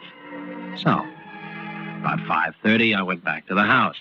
Mrs. Tremaine was setting the table for dinner. Did you see the police, Charlie? Yeah, I was there all afternoon. Really? All afternoon? Mm-hmm. They wanted me to tell them everything I knew about John. Really? Yeah. I didn't know a lot. He never said too much about himself. No, he was sort of a quiet man. A few things, I told him. Oh, like what? Well, like I gathered he was very happy here. I mean, you took good care of him. I gathered that. Well, we tried. He was really happy here. Yeah, he really was happy. He used to say he never wanted to leave here. Did he? Yeah. I guess he had about everything he wanted. Right here in this house. Everything? I mean, jobs like that are sure hard to find. That have everything. I suppose they are. Her hand started to shake, and pretty soon she gave up trying to set the table and went out to the living room to join Mr. Tremaine. I told her that I was going to go up and wash up for dinner, but instead I went out in the hall. She closed the door to the living room, and standing on the other side, I could hear everything that went on. Gerald, I must tell you something. What, dear? Gerald, we've got to get rid of that man. I told you that at lunch. He knows something. What do you mean, something? Gerald, I never meant to tell you this. It isn't anything much, really, only now it might make the police think I killed John. You? Oh, I'm so ashamed of myself. Carrying on with a servant. Poor little lonely housewife, taking up with the first man who was nice. Connie, what are you talking about? That's the way I thought of myself, Gerald. It was all self-pity, all of it. I was alone all day, and John was here. Connie, That's the way it was. You and John? Yes. Well, it's hard to believe. Oh, Gerald, I'm not trying to excuse myself. I'm not. It's just that now John's dead, and that awful Charlie thinks some woman killed him, and I think he thinks I'm the woman. No, he doesn't. He's been hinting around. He thinks some man did it. Some man who was paying John a lot of money, extortion money. Who? Me. You? Yes. He doesn't come right out and say it, but he knows someone who's been paying the money, and I think he suspects me. And he's right. What do you mean? I paid John for 15 years, ever since he got out of jail. We were both guilty, but he took the rap. Guilty of what? Embezzlement. Embezzlement? Yes. We took $70,000 from the firm before we got caught. As I said, I went free and John went up the river. I paid him $200 a week, 52 weeks a year. He'd saved up almost $40,000 when he was killed. But you didn't kill him. Is that a question? I know you didn't do it. You know I didn't. Of course. Do you think I did? No, of course not. You don't think maybe he got tired of me, or I got jealous or hysterical or something and shot him? No, of course I don't. I did get jealous sometimes and hysterical. But you didn't kill him. No, I didn't. Neither did I. I know. Well, that wasn't the way I thought it would go, frankly. In the first place, I never thought they'd spill everything to each other. And in the second place, I thought if they did spill everything, they'd each jump at the chance to pin it on the other. They must have loved each other or something. Oh, something like that. Anyway, I decided to walk in and settle the whole thing right then and there. Mr. Tremaine. Yes, Charlie. Mr. Tremaine, the fact is, I need $50,000 from you right now. What is this, Charlie? Well, it's extortion money, Mr. Tremaine. You know what that is. It's just a word, like embezzlement. Oh, I see. Gerald, he knows. He actually... That's right. I actually know, Mrs. Tremaine. I didn't know exactly before that it was embezzlement, you see. But Brother John told me he'd done time for your husband, and that was why he had this cushy job. I didn't know why he bothered to work at all. I know I wouldn't have. No, I guess you wouldn't have. Well, now, wait a minute. Well, I take that back. I know a reason why he worked here. Don't you, Mrs. Tremaine? Yeah. You were fooling around a little, weren't you? Huh? With Brother John? Now, look, my wife and I have no secret, so this is not a shock to either one of us. But have you told the police? It might be a shock to them. Have you? Well, now, of course you haven't. My wife didn't kill your brother, neither did I. Maybe yes, maybe no. How do we know you didn't kill him? Why would I kill my own brother? For the money in the 4 savings banks? I was going to get that anyway. Brother John told me so in the hospital. He even said he could put the touch on your wife for a little extra if I needed it. You can't prove that. Well, I think I could if I had to. There's a guy up at the hospital. He had the bed next to mine. He was there when John came to see me. He knows all about this? Well, he might. Neither one of us could talk at the time. Maybe he can't even now. I don't know. But he was still there when I got out. What's his name? Now, why would I tell you that? I can find out. Well, what's the difference, Mr. Tremaine? Suppose he says the whole story is true, that he heard John tell it to me. It'll all come out anyway, newspapers and everything. And then what will the police think about you? So come on. I mean, let's be sensible. You raise the $50,000 and I'll clear out. How am I supposed to raise $50,000? Well, out of your house, your car. You must have insurance. You two stay there. I'll answer that phone. What do you think, Constance? Don't give it to him. Well, it's just money. Don't give it to him. You sure? It's wrong. What I did was wrong. Let's not keep on doing what's wrong. Well, it's a wrong number or something. It sounded like a singing telegram. Singing telegram? I couldn't make it out. Well, how about it? Charlie, we don't think we can give you $50,000. We don't think we can afford it. Can you afford being smeared all over the newspapers? We can't afford to go on living this way, lying to each other. One of you may not go on living at all. Let me answer it this time. Leave the phone off the hook. Charlie, neither one of us killed John. I'll tell that to the police. I'm going to. I've talked to my wife, and she agrees. Gerald, come here. You too, Charlie. Now, look, I don't think you've thought this over. Oh, yes, we have. We don't want to think about it anymore. Gerald, listen. Huh? What is it? Listen. I'll hold the phone up. Listen, Charlie. Frère Jacques, dormez-vous, dormez-vous. Frère Jacques, dormez-vous, dormez-vous. Well, that's the story. It was the real Charlie on the phone, the guy in the other bed. See, he hadn't had a spontaneous recovery like mine. But he'd gotten back enough to get to a phone in the hospital, dial the number, and then sing this French song into the phone. Brother John, are you sleeping, are you sleeping? That's what it says. It's just my lousy luck I never learned French, or I'd have known it was the real Charlie the first time he called. Oh, I guess you want the gun I killed John with, huh? Oh, here. Yeah, I've had it in my pocket the whole time. Oh, and thanks for offering me a lawyer. But frankly, I don't think any lawyer in the world could get me off. Do you? Well, do you? And now, a tale well calculated to keep you in suspense. In a moment, Act One of The Curse of Kamoshek, starring Ian Martin as Turnbull, and written especially for Suspense by Jonathan Bundy.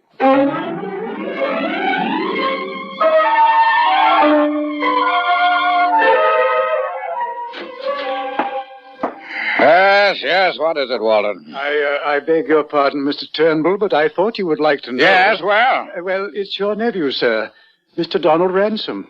Oh, Lord. Yes, his car has just come into the driveway. It has, huh? Yes, sir. Now, what the devil does that impractical young wastrel want this time? I'm sure I don't know, Mr. Turnbull. Well, I think I do. Yes, sir. I think he wants some more extra money from his inheritance to squander on that nonsensical research and experimentation he's been doing over at the university, on those ridiculous journeys to heaven knows where in search of heaven knows what. Yes, sir. Money, money, money. Well, he won't have it. No, sir. Not as long as I have any legal right to the management of it. And then, after all, we do have to look out for ourselves, don't we? Of course we do.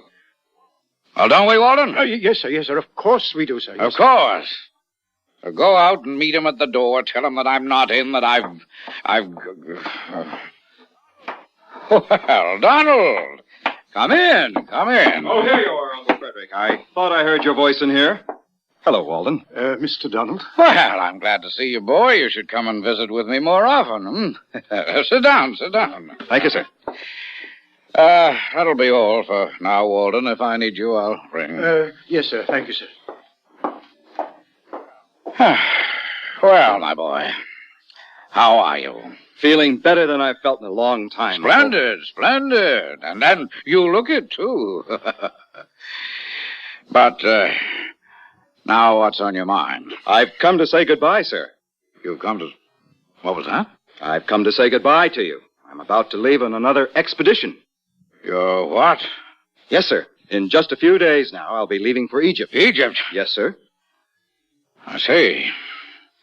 Do you mind telling me why you think you ought to embark on another of these silly, expensive expeditions? Uncle, I've spent months now in reading and research at the museum, at the university, working with Horace Bracton. And who is Horace Bracton? Oh, he's the son of Mr. J. Harrison Bracton, the curator at the museum.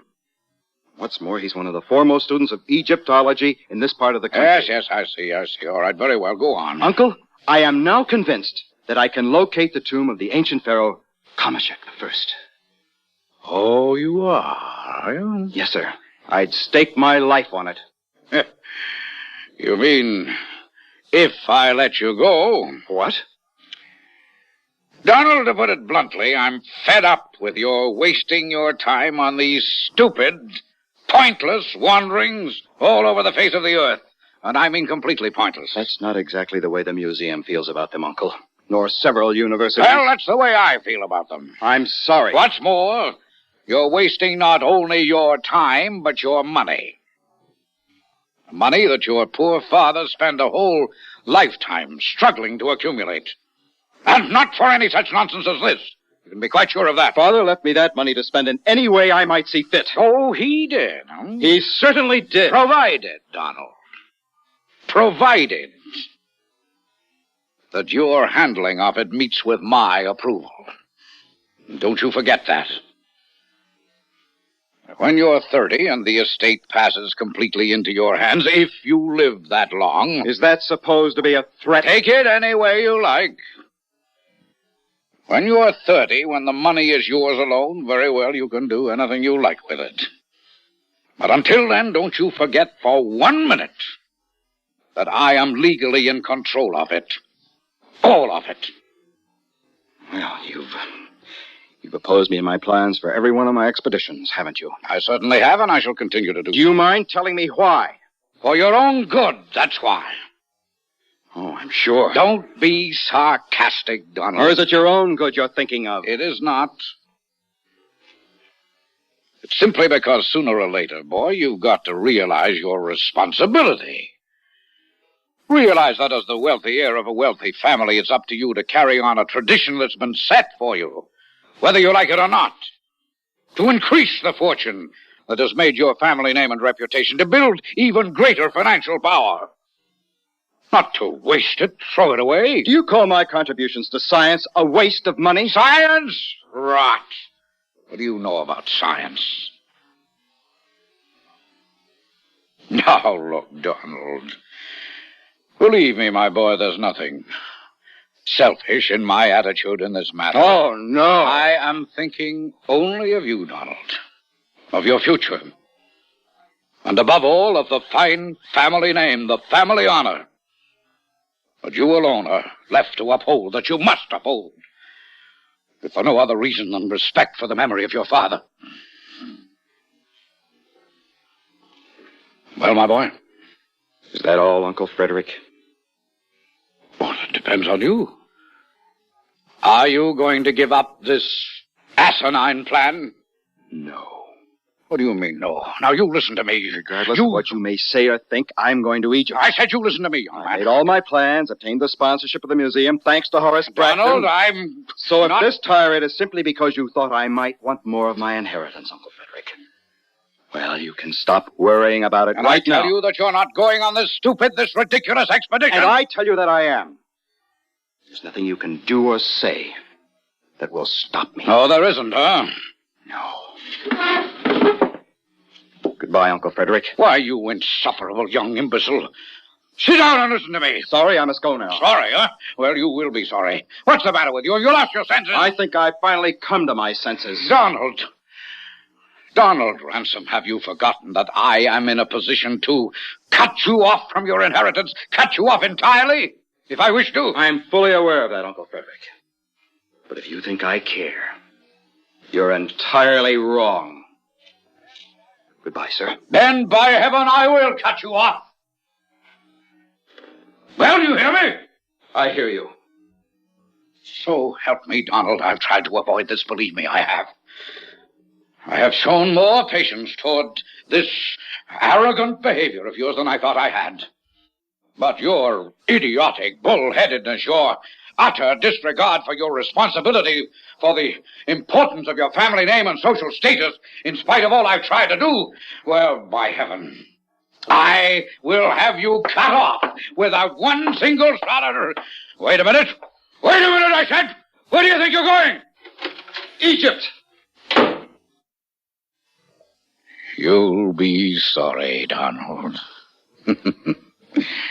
You don't know how sorry you'll be.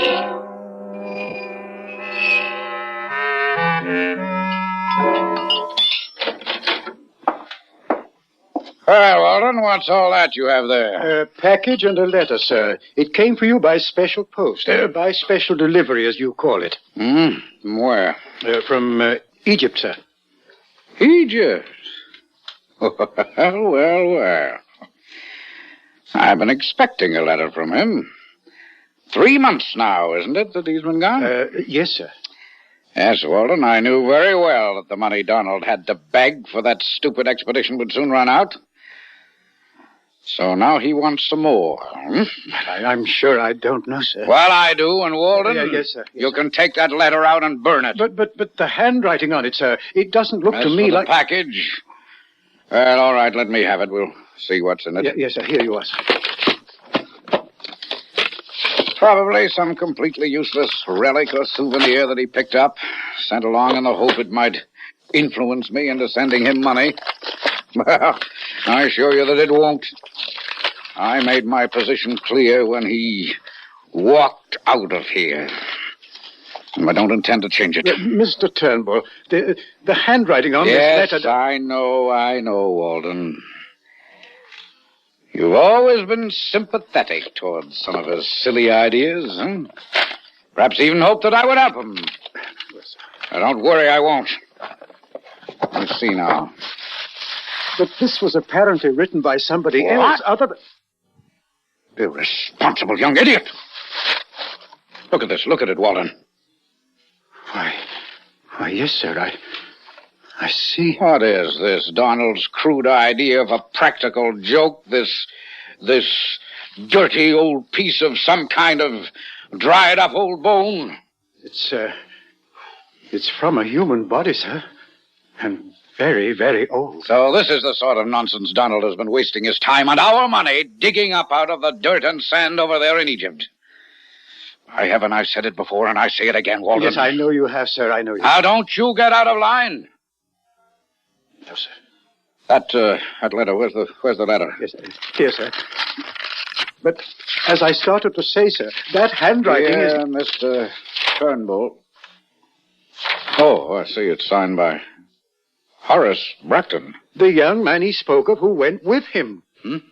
Oh, yes, I remember. No. Walden. Listen to this. Yes, sir.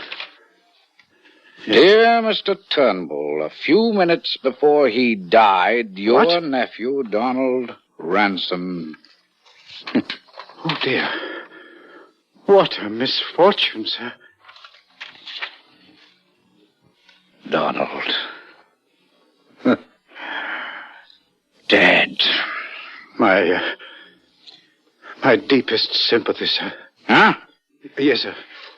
You can keep your sympathy to yourself, Walden. I beg your pardon, sir. Just forget it and go answer the door. Well, sir, but... yes, sir. I knew it.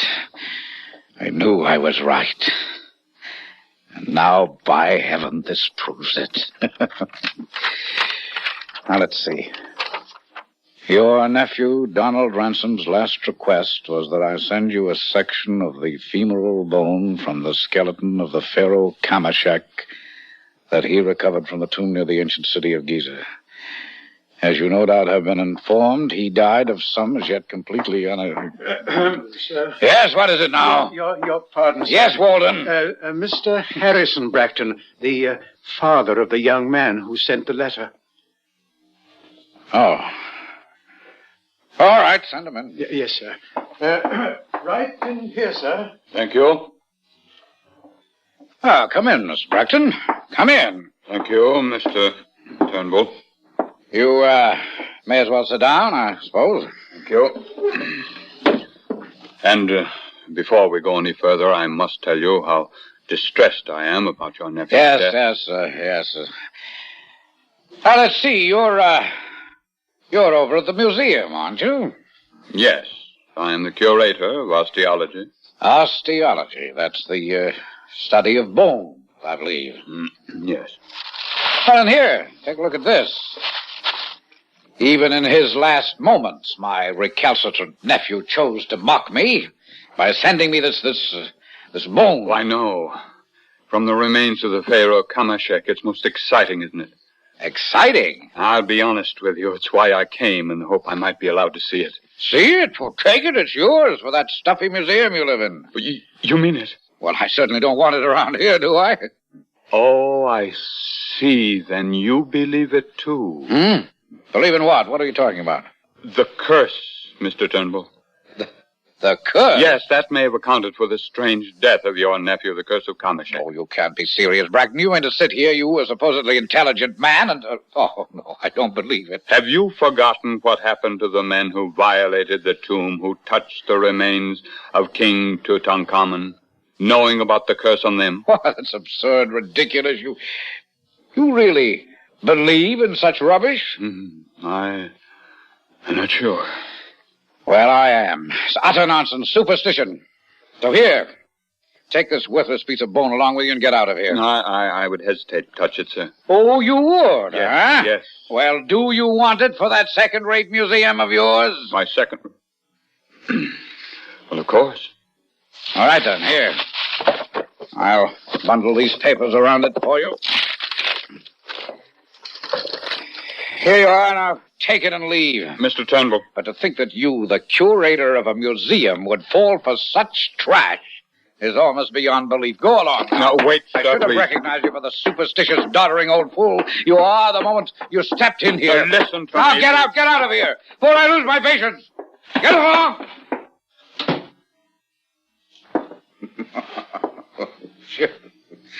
Curse of Kamoshek, huh? I'd like to see it try to act on me. Ridiculous.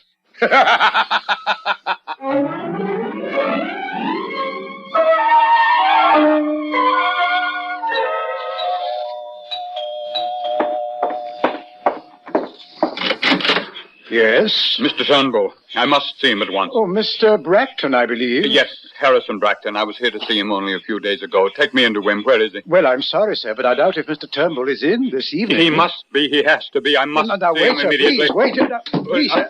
Get out of sir. the way. I'll find him I tell myself. you, he isn't into anyone this evening. Please wait, sir. Please. What's going on around here? What's all this? Oh, you again? Yes, it's I, Mr. Turnbull. I must talk to you. Yes, so it would seem. Well? I'm terribly sorry, sir. I That's all tried right, to it's stop all him. right, Walden. Thank you, sir. Well, what do you want this time, Mr. Bracton? Here. Take it. Take back this accursed thing. What? I told you when you insisted I'd take it along with me. I told you there was a curse on it. The curse of Kamoshek. Now it's proved itself. Oh, Bracton, have you been to see a psychiatrist lately? Oh, please, don't jest about this, Mr. Turnbull. I told you I didn't want to actually touch this terrible thing, nor have I, nor will I. And now, after what I've seen it do to those who have touched it, I don't even want it near me. Oh, well, that sounds very intriguing, Bracton. Go on. But when I got it home, I placed it under a glass bell in one of the cabinets in my study. Very carefully, Mr. Turnbull, not actually touching it, now, just using a pair of forceps. Oh, nonsense. That night, sir, it somehow forced its way out of the cabinet. The glass was broken into 1,000 pieces, yet no one was around who could possibly have touched it. Oh, no, The ridiculous. next morning, the housemaid, knowing nothing about the curse on it, picked it up in her fingers and placed it on a table. Well? Late that night, frantically running away from what she described as a living mummy, she fell headlong down the stairs leading from her room on the third Oh, floor. now, Bracton, She this is nonsense. still in the hospital, Mr. Turnbull. And all because of this poor little bone. Bye. Listen to me. You must listen to me. Oh, I am listening. The doctor who attended her... Oh, why I did it, I shall never know. Well, did what? I let him take the bone with him to study it. In 2 days, Turnbull, that man, one of the finest in his profession, had to be committed to an institution as a raving maniac, babbling wildly about a phantom that pursued him, a phantom he described as looking like a mummy. Oh, now, wait a minute, Bracton. I've heard enough of this. Do you mean to tell me that a man of your so-called intelligence, that you can possibly take a thing like this seriously? That you can really believe a chunk of bone could have caused these things you've told me about?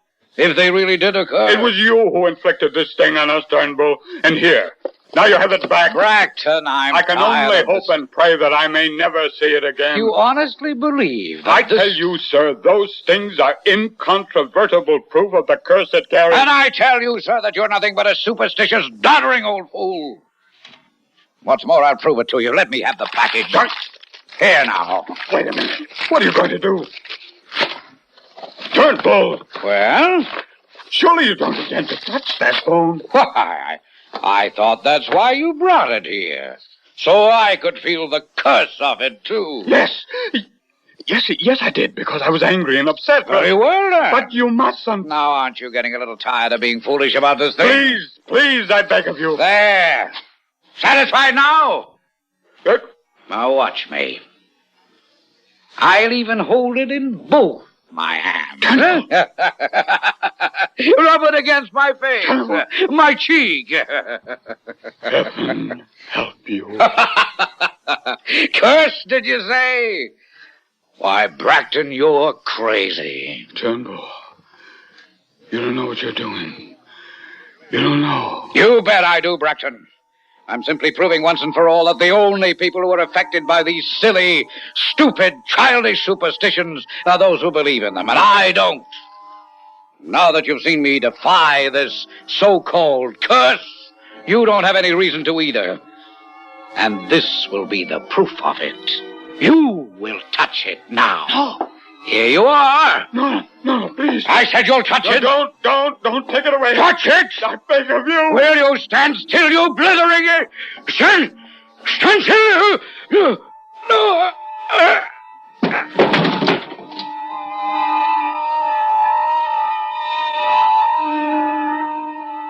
Quite frankly, Mr. Bracton, I don't understand it. I don't understand this at all. You don't understand what, Doctor? I had Turnbull in my office for a complete examination not more than 10 days ago. At that time, and I'm sure of it, we overlooked nothing. His physical condition was perfect. But now, well, there's only one way I can report this. Yes, Doctor. Death due to natural causes. Natural causes? Yes. No. No? Now, what do you mean by that, Mr. Bracton? Nothing, I suppose. Nothing at all.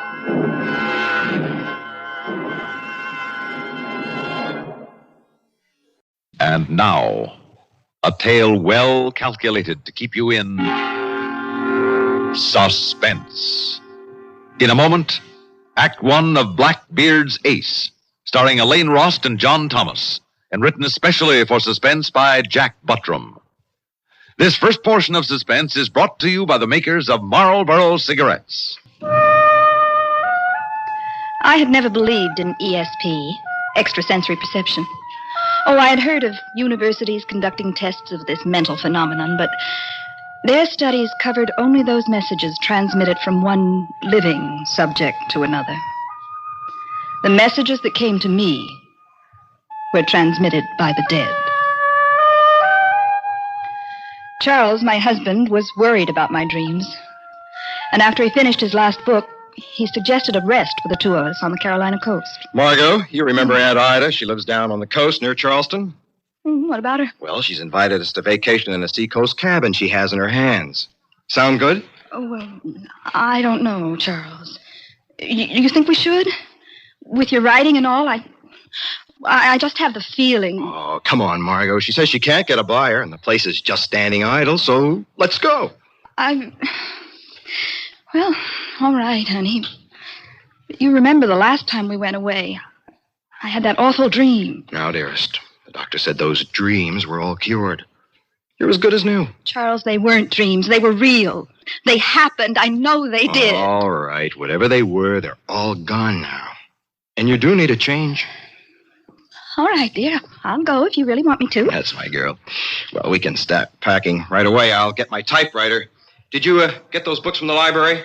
Yes, I put them on your desk. Oh, yes, I see them. What about these? The Lore of Piracy and Rascals of the Spanish Main. Where'd you get these? I don't really know, Charles. I just saw them on the shelf, and picked them up. They just seemed interesting. I just sort of felt I wanted to read them. Uh-huh. Well, they might come in handy at that. That section of the coast is full of pirate stories. We'll probably need a handbook to know one pirate from another. I won't need a book. No, Charles. I'll know them. I'm sure I'll know them. Now, how'd you folks happen to buy this place? Well, we're not buying it, Jed. You see, my aunt acquired this place. What do they call it? Teach's Cove? Yes, Teach's Cove. Well, she bought it along with some other property about a year ago. That'd be right after old Hurd died. Old Hurd? Yeah, Hurd Simpson. His fella used to own the cove. Right queer old gent. He lived out here all alone. Yeah, I reckon his land went up for taxes right after the accident. He died in an accident? Well, the official report said accident. Most folks around here got their own ideas. Like what? Well, I saw it myself, and I don't think it was no accident. I usually brought out Hurd's weekly groceries, and when I come out one Saturday morning, he warn't nowhere about. And I sat and waited a spell, but after a while, I got suspecting, so I gets to looking around, and I finds this little trickle coming out from under the door. Looked like somebody dropped a jar of preserves, but it was blood. Oh, no. Well, I busted in the door and found old Hurd dead as a hammer. Terrible cut. Oh. That's right, ma'am. Wasn't no sight for a lady. The sheriff, he come out and marked it down as an accident because the doors and windows were locked from the inside. But how a fella could cut himself from the shoulder clear down to here by falling on something, especially when we couldn't find nothing that big for him to fall on. Oh, Charles. There now, honey, there now. Oh. I'm afraid your little gory tale has frightened my wife. Oh, no, there's no need to be frightened now, ma'am. That was most a year ago. At least it was about this same time last year, time of the full moon and the highest tide. Pirate's moon. Margot. Yeah, that's right, ma'am. Pirate's moon. I reckon they called it that because of the high tide. They could slip over sandbars and get farther up the inlets to bury their treasure or whatever. Margot, how did you know about a pirate's moon? I don't know, Charles. Read it in one of those books, I guess. Yeah, there's the cove, right up our ahead. It's a nice-looking place. The way you were talking, I expected to see a tumble-down shack. No, old Hurd, he was a pretty good fella keeping the place up. Yeah. Well, here we are. Certainly is deserted country. We didn't see a single soul on the way out here. Well, I guess I better help you get set up, huh? I'll unlock the door if you can start bringing in the bags. Yes, hurry. Get in before dark. I don't know why, but I just knew we must be inside the cabin with the door locked before dark. There was something that would not be quiet, something inside my brain that was trying to speak to me. I had to shut it out of my mind. Well, that ought to do it. Hope you folks are comfortable. Thank you, Jed, for all your help. That's all right, ma'am. Here, I'll pay you and see you off. Goodbye, ma'am. Goodbye, Jed. Thanks again.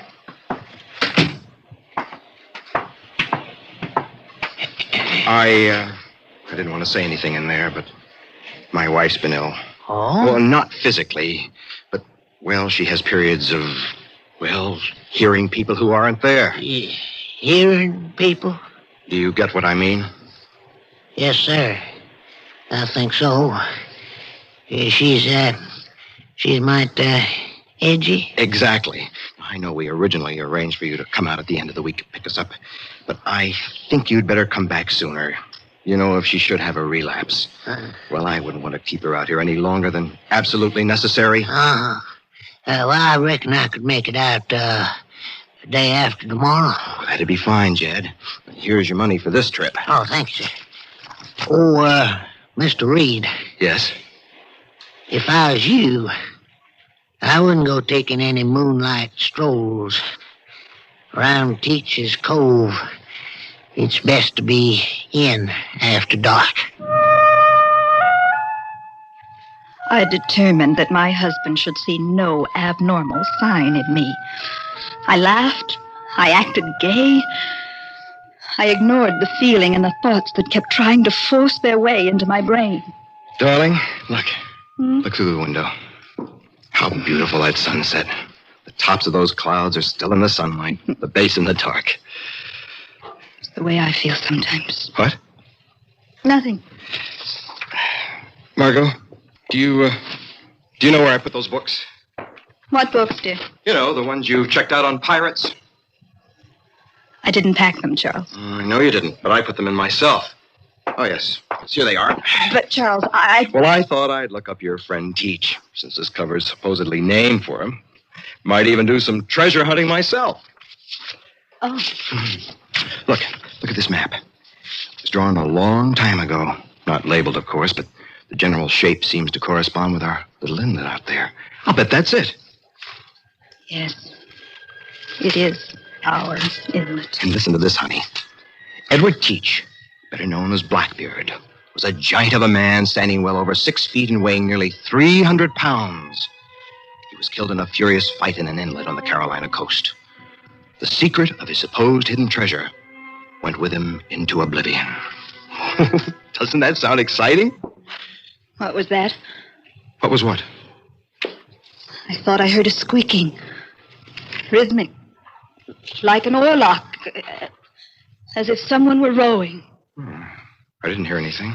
But I'll look. Can't see anything now.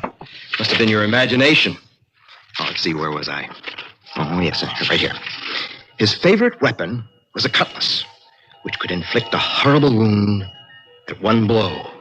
There are probably many shallow graves along the coast that attest to Blackbeard's double insurance when concealing treasure. It's interesting, don't you think, dear? I think it's horrible. Can't you just see it? The treasure's buried. The men start to fill up the gap. But before they can, the giant cutlass flashes twice in the moonlight.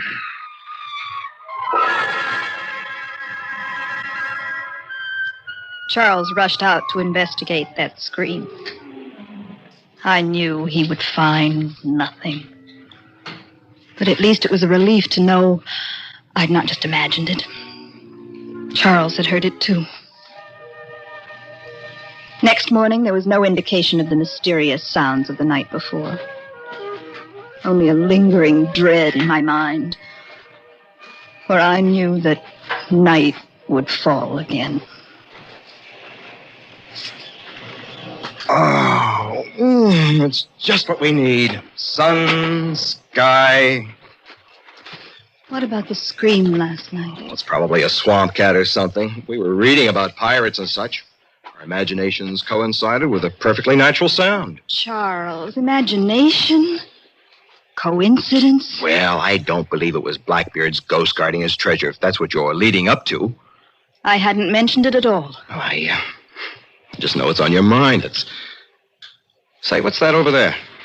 What? That piece of iron sticking up out of the sand. Looks like part of a small boat's anchor. It's pretty ancient. Let's dig it out.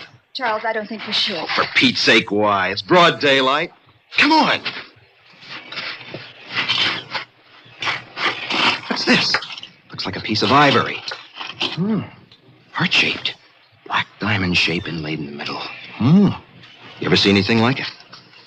No, Charles. I wonder if it's valuable. It's a funny little thing.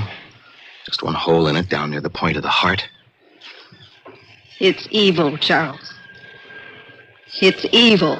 Throw it away. Oh, Margot, don't get excited over a little bit of ivory. It might be valuable, that's all. Evil, Charles. It's evil. Evil. Evil. A planchette. A planchette. What? It's an ivory planchette. Used to communicate with the dead. Take it easy, honey. The small hole is for the insertion of a writing instrument. There are 2 small casters attached to it. You place it on a piece of paper, let the hands rest lightly on top, and it writes messages. Evil messages. Evil. Evil. Here, darling.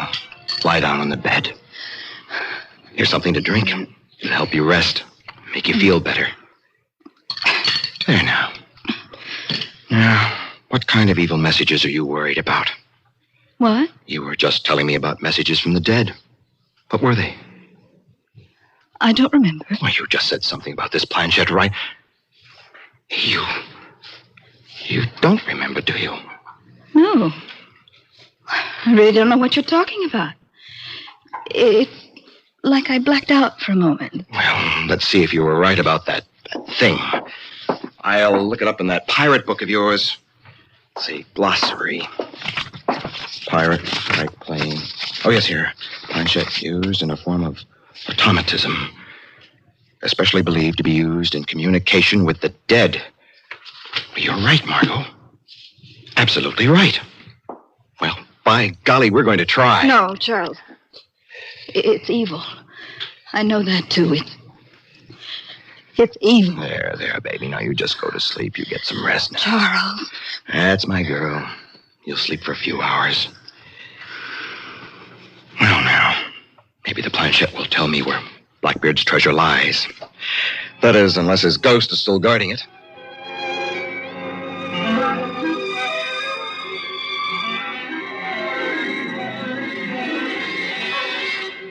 Charles? Charles, where are you? Right here, darling. Charles, the planchette, did you... No dice, baby. Old Blackbeard just won't tell me where his treasure is. I fixed up the little plaything there, put a pencil in, sat for over an hour with my hands resting on it, waiting for it to write on the paper. Still blank. I'm glad. I guess the way those things really work is your muscles finally get tired and you write out the messages that are already in your brain. Maybe so, Charles. But how do the messages get in your brain in the first place? Don't ask me. Ask old Blackbeard. You hungry? No, not very. You've been sleeping all afternoon. It's already dark. Is the moon up yet? It should be full tonight. Why, I hadn't noticed. Why? You said it wasn't quite full last night. Tonight must be the pirate's moon, with the highest tide. Good night for reclaiming buried treasure. Yes, I guess so. I guess I will fix a little something. You had dinner yet? Just a snack. Let's see. Where did I put that? Where did this come from? A cutlass. Did Charles put this here to scare me? Does he want to drive me out of my mind? I won't make a scene. I'll just ignore it like it wasn't even there. I won't even mention it. Charles? Did you hear it? What, dear? That sound again. Like the rowing we heard last night. Just before the scream. No, Margot. You're really letting this thing get too big a hold on you. You didn't hear it? I didn't hear a thing. I won't then either. I won't imagine I heard anything. He's trying again. Trying to make me think thoughts that don't belong to me. Telling me I'm hearing things. Oh, Charles. Charles. Well, I think I'll turn in early tonight. Oh, boy. City boys like me get tired pretty quick in the outdoors. Yes, it's a good idea, Charles. You need some rest. Yes.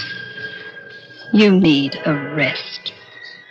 After tramping around this afternoon while I was asleep, finding that cutlass, putting it in here to make me think I'm going crazy.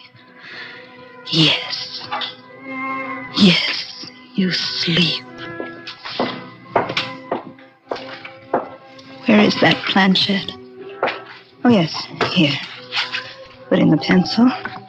Now, on the paper. Right. Write. Write out the message that is in my brain. Reveal it to me. Write. Write. There, it's moving. It's writing. K-I-L. Kill? Kill whom? Why? C-H-A-R-L. No. No, why should I kill Charles? He's my husband. He takes care of me. He keeps me... Wait a minute. Does Charles think I'm crazy? Y-E-S. What was that? Oh. Did you hear something, Charles? Yes, I thought I did. Something like we heard last night. Don't you think it's your imagination, Charles? There, you must have heard it that time, Margot. Didn't you? Really, Charles, you've been awfully jumpy lately. Margot, what's the matter with you? Nothing, Charles. Absolutely nothing. I've just been using the planchette. You have. Here, let me see this paper. Is this what the planchette wrote? Yes. It says, kill Charles. Yes. Margot, what does this mean? Are you crazy? I don't know, Charles. Is that what you want me to be? Did you put this in the kitchen so I would think Blackbeard had been here? Margot, what are you doing with that thing? Put it down. You could hurt yourself.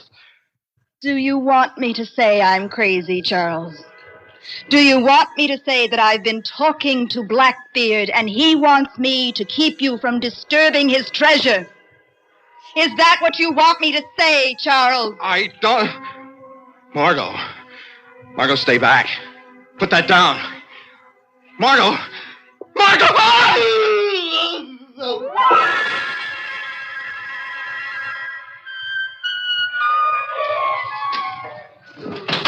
Hello, the house.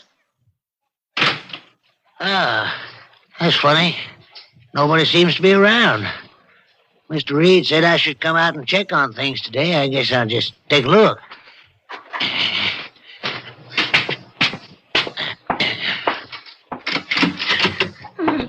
Oh, Lord, look at that. Now, there, Miss Reed. There now. I'm here to help you. No use to cry no more right now. Jen, it's horrible. Yes, ma'am. It sure is.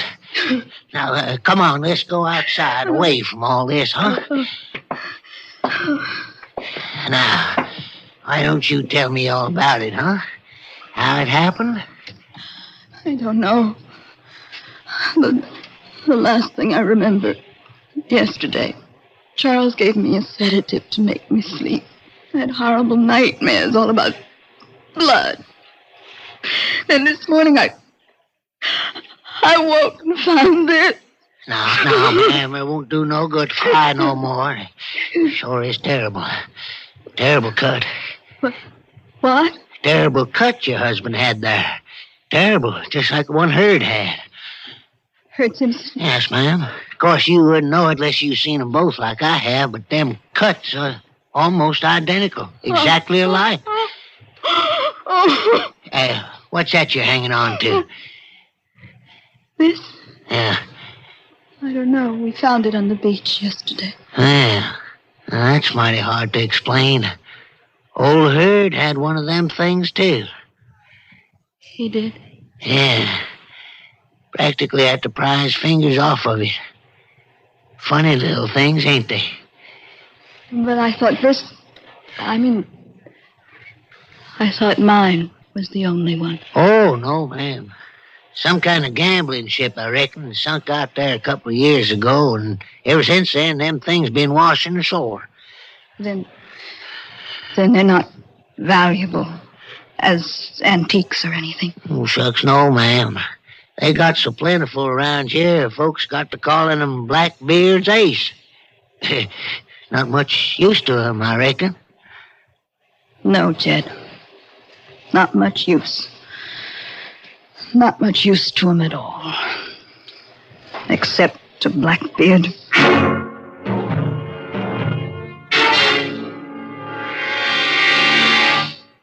And now, a tale well calculated to keep you in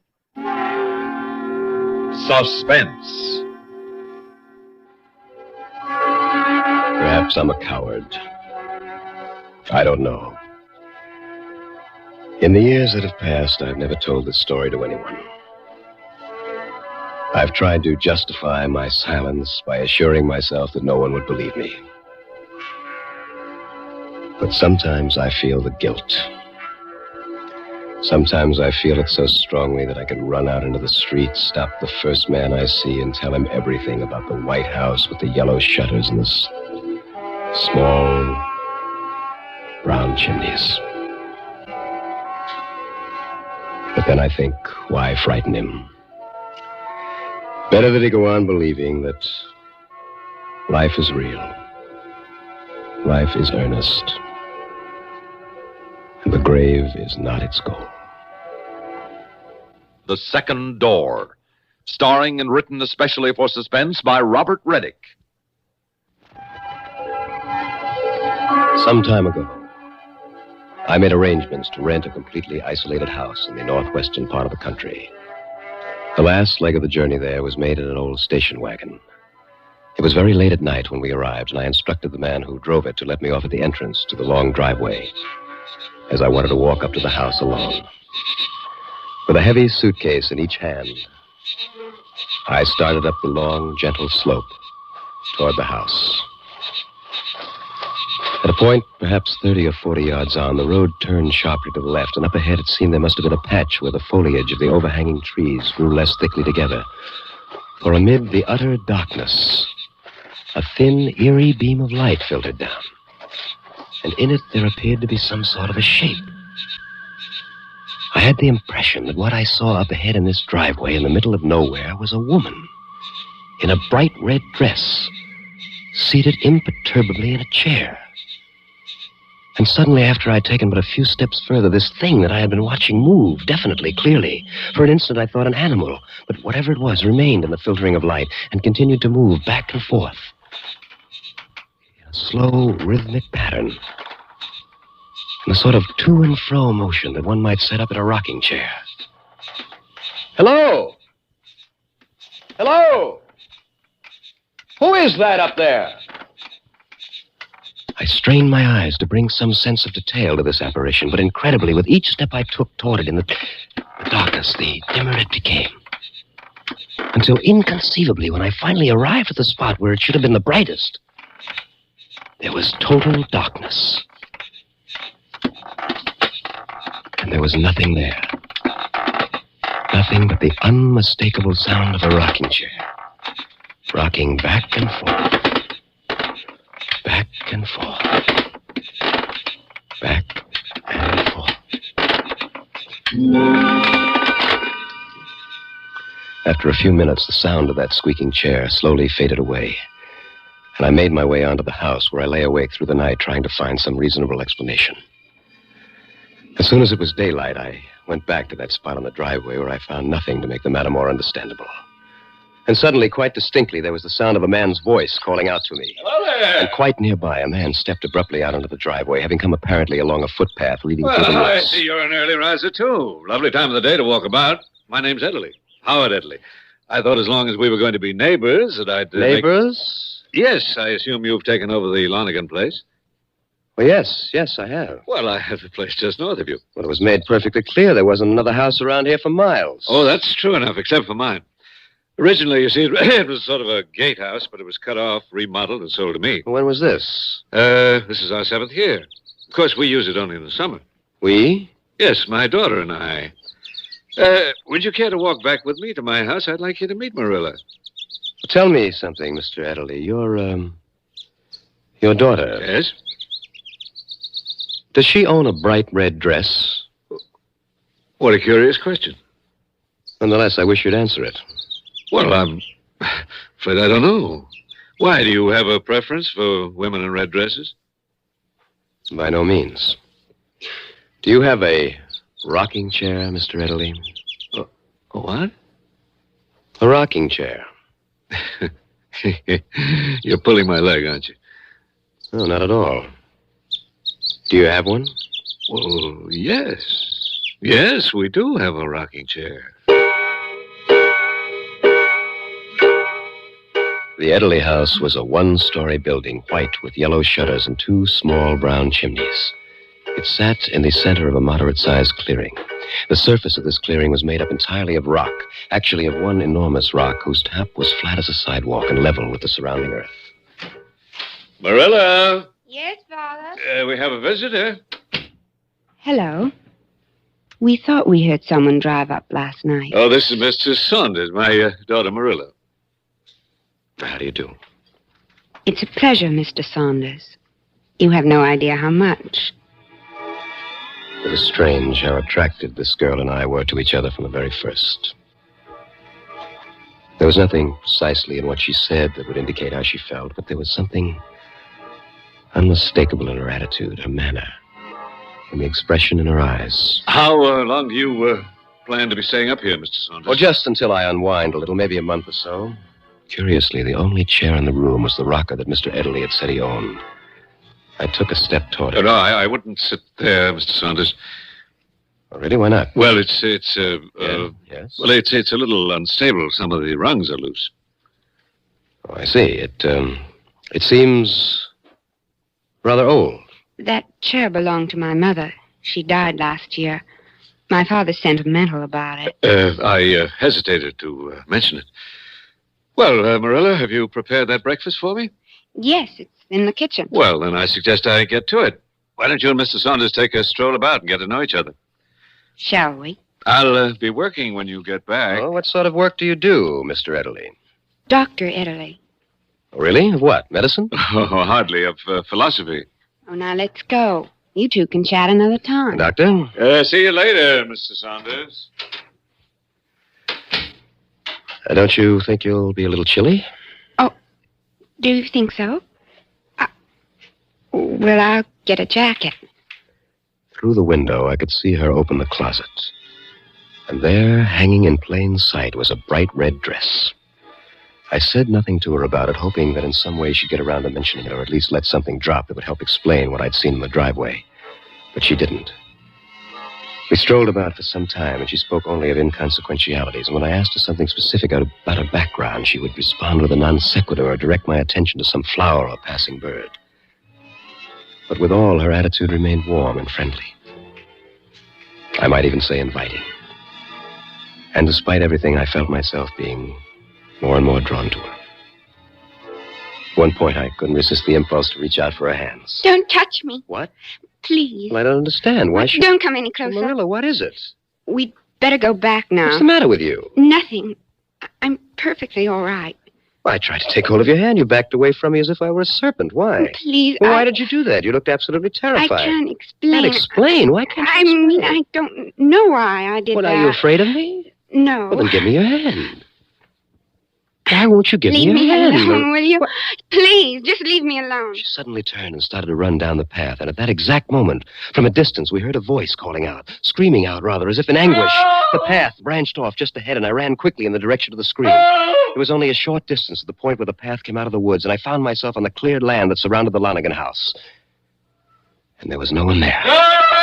Like the previous night when I'd heard the sound of the rocking chair coming out of nowhere, there was now only this agonizing scream for help. Again and again.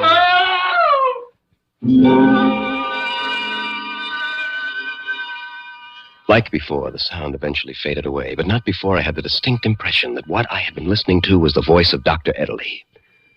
I started back toward his house, but this time circuitously. To make certain that I wasn't seen, I approached from the rear of the house. And keeping low, I scurried up to a partly open window. Marilla and Dr. Italy were inside. It was your suggestion that I walk with him in the woods. If you How could I know that you were going to behave like an infatuated adolescent? Of course he was going to touch you. Batting your eyes, talking in whispers. What kind of behavior is that? I did no Of course such you did. thing. It was outright flirtation. And then running. Imagine that, running. What else could I have You done? could have used your wits. That screaming you did for help. It was the only possible way to distract him.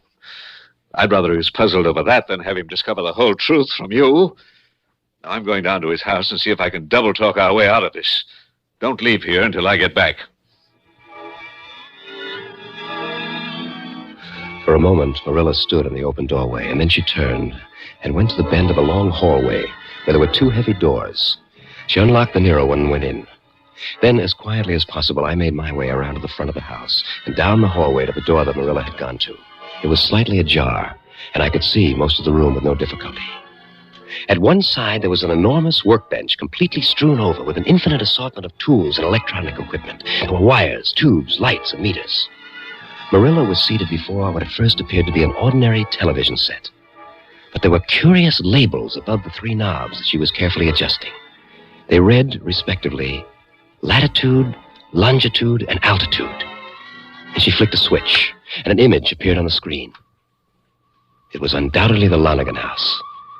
And it was a remarkably acceptable illusion, not only because the image was sharp and the coloring perfect, but because, astonishingly, the house was reproduced in its full 3 dimensions. The object had roundness, depth, perspective. Except for the reduction in size, every detail seemed as credible, as palpable as the original. It seemed as if you could reach in and pick the very flowers near the lawn. I stood for a time watching this, fascinated by it, until Dr. Ederle came into view, crossing the lawn, approaching the porch. Mr. Saunders! Mr. Saunders, are you at home? His voice was entirely free of the usual amplification sound of electronic speakers. It was as clear as the miniature image of him that walked up to the door and knocked. And getting no answer, he went back toward the woods. At this point, Marilla must have heard me move slightly, for she suddenly turned, and in one motion she clicked off the set and came to her feet. That device, did he invent that? You mustn't stay here. He's coming right back. Well, there doesn't even seem to be an electronic speaker in that thing. Are there cameras, microphones, or does he merely twist those knobs? Oh, if he finds out that you've seen Well, it... why is he keeping this a secret? It's not perfected. Is that true? Yes. Marilla, listen to me. You seem to be frightened by something that's going on around here. I know that I am, and I want to know what it is. Now, I also want to help you. There isn't much I can do if you won't tell me the truth. Now, what's in that other locked room? What? In the room next to this. My father works in there. Well, I'm sure he does, but at what? What does he work at in there? I can't tell you that. Why not? Because it's really his affair. But you do know what it is. Yes. You're going to unlock that door, Marilla. And you are going to unlock it now. Oh, please. Well, go on, Marilla. Why don't you oblige the gentleman? When a man is as curious about something as all that, I don't think he should be kept in frustration. Marilla, give me the key. Father, what are you Give it doing? to me. Now, Mr. Saunders, if you'll just step this way. We walked to the second door where Dr. Ederle inserted the key in the lock and opened it. I looked into a very small room, the floor, walls, and ceiling of which were made entirely of frosted glass. And there was nothing else. It was empty.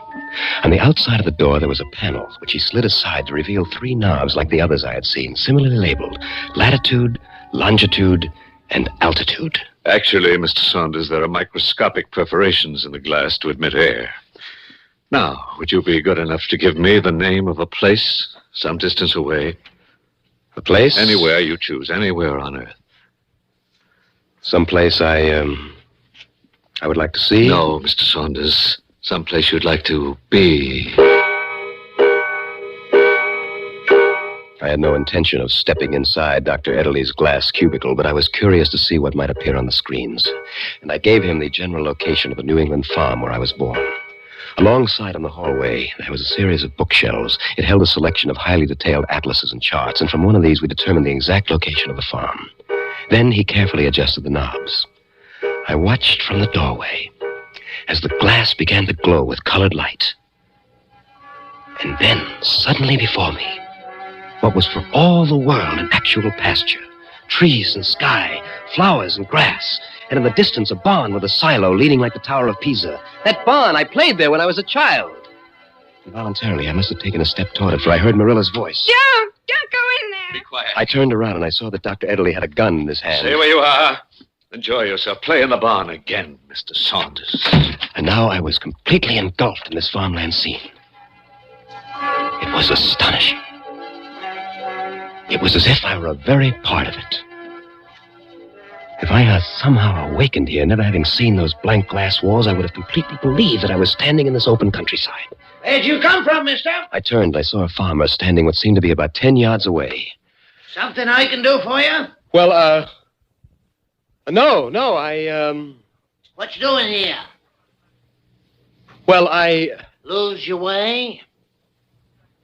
Well, not exactly. You see, Well, go on. Well, I was born here. My family used to own this place. I just thought I'd look... Take a look around. Yes. What's your name? Gordon Saunders. My father was... Dan Saunders. I heard of him. He had the place 30 years ago. That's right. Want to see the house? Well, I... Then come on. He turned his back and walked away. Bring that rake along, will you? It was lying on the ground near my feet. I bent down. But my hand didn't close about the handle of the rake as it would have ordinarily, but rather passed right through it as if it weren't there. Nothing but sounds and images projected across the continent. You coming? No. I'd rather be by myself. I'll just take a little walk around, if you don't mind. Suit yourself. We'll be up at the house if you change your mind. Well, thank you very much. And he turned and walked further away. He went on. Then suddenly there was the sound of a key, and the door opened back into Dr. Ederly's hallway. Somehow, in an effort to save me, Marilla must have managed to get the key and the gun away from her father, had quickly opened the door of the cubicle and thrown the gun down the length of a long hallway. As I came out, she was grappling with him to keep him from reaching it. Before I'd taken 2 steps toward them, he'd broken loose and was running for the gun. It was obvious that he'd reach it before either of us, and in a moment, we'd both be helpless. I had a revolver in my suitcase at the Lonigan place, and I knew that our only chance was for me to get it. I ran out of the house and into the woods.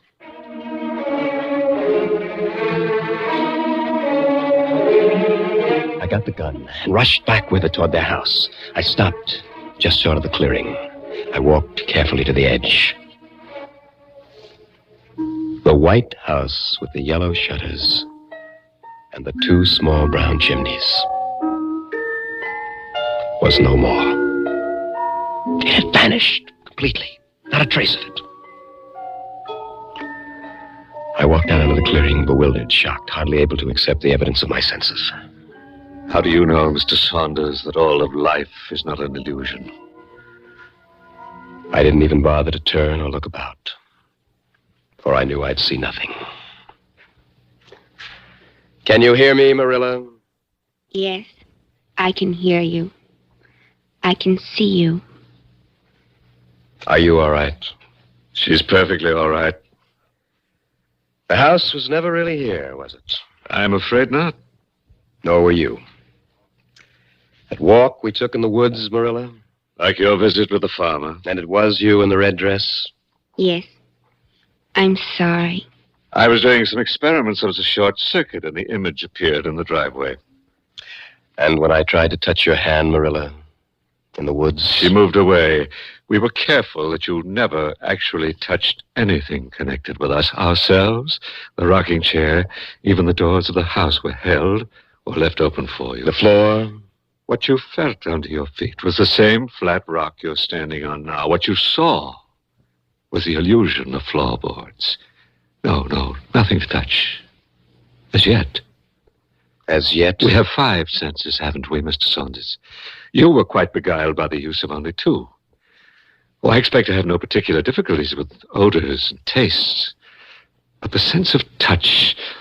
You'd be interested to know that I've begun my experiments with the sense of touch, Mr. Saunders, and with very encouraging results. I'd considered conducting another experiment now, with you as the subject. With you, and with a bullet from my gun. Oh. But Marilla has pleaded your case. She's convinced me that you're too sensible to tell anyone about all this, that no one would believe you. I don't imagine they would. She's also promised never to try to get in touch with you. And, of course, I have a way of keeping an eye on you, don't I? That house actually does exist somewhere, doesn't it? Yes, but you won't try to find it, will you, Mr. Saunders? And, of course, your name isn't Ederly. I should think not. You know, I've thought of an interesting experiment we might conduct in the place of the one with the bullet. Marilla, I thought that since you've become so fond of our friend that you might want to say your last goodbye with the proper finality, that you might want to say it with a kiss. For a moment or two, there was silence. And then I heard Marilla's voice, very close, almost in a whisper. I've never heard your first name. Would you tell it to me now? It's Gordon. Goodbye, Gordon. And then I felt Marilla's lips on mine, gently. A tender pressure that lingered on my lips for a moment, and then was gone. And now, Mr. Saunders, now that I have given you your life, would you tell me in return if you felt Marilla's kiss? Yes, I did. Clearly, unmistakably. It was in every sense the kiss of a lovely woman. Except... Yes, except what? That it was cold, Doctor. Cold as death.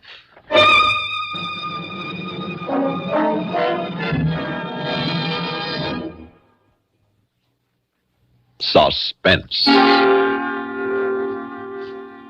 You've been listening to The Second Door, starring and written especially for Suspense by Robert Reddick.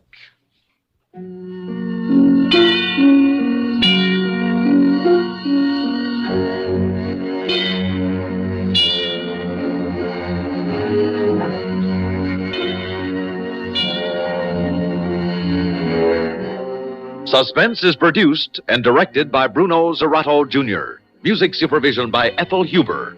Sound patterns by Walter Otto. Heard in tonight's story were Barbara Cassar as Marilla, Paul McGrath as Dr. Ederle, and Bob Dryden as the farmer. This is Stuart Metz speaking. Listen again next week when we return with Hide and Seek, written by Bob Corcoran, another tale well calculated to keep you in suspense. And now, a tale well calculated to keep you in suspense.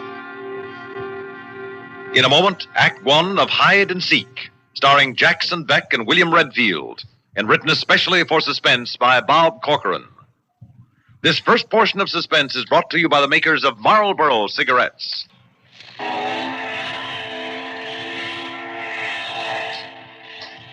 The lost soul cry of a lake steamer fell into the sleeping Chicago street like a wet feather, sending out ripples of fear that washed against a dandy man who would soon die.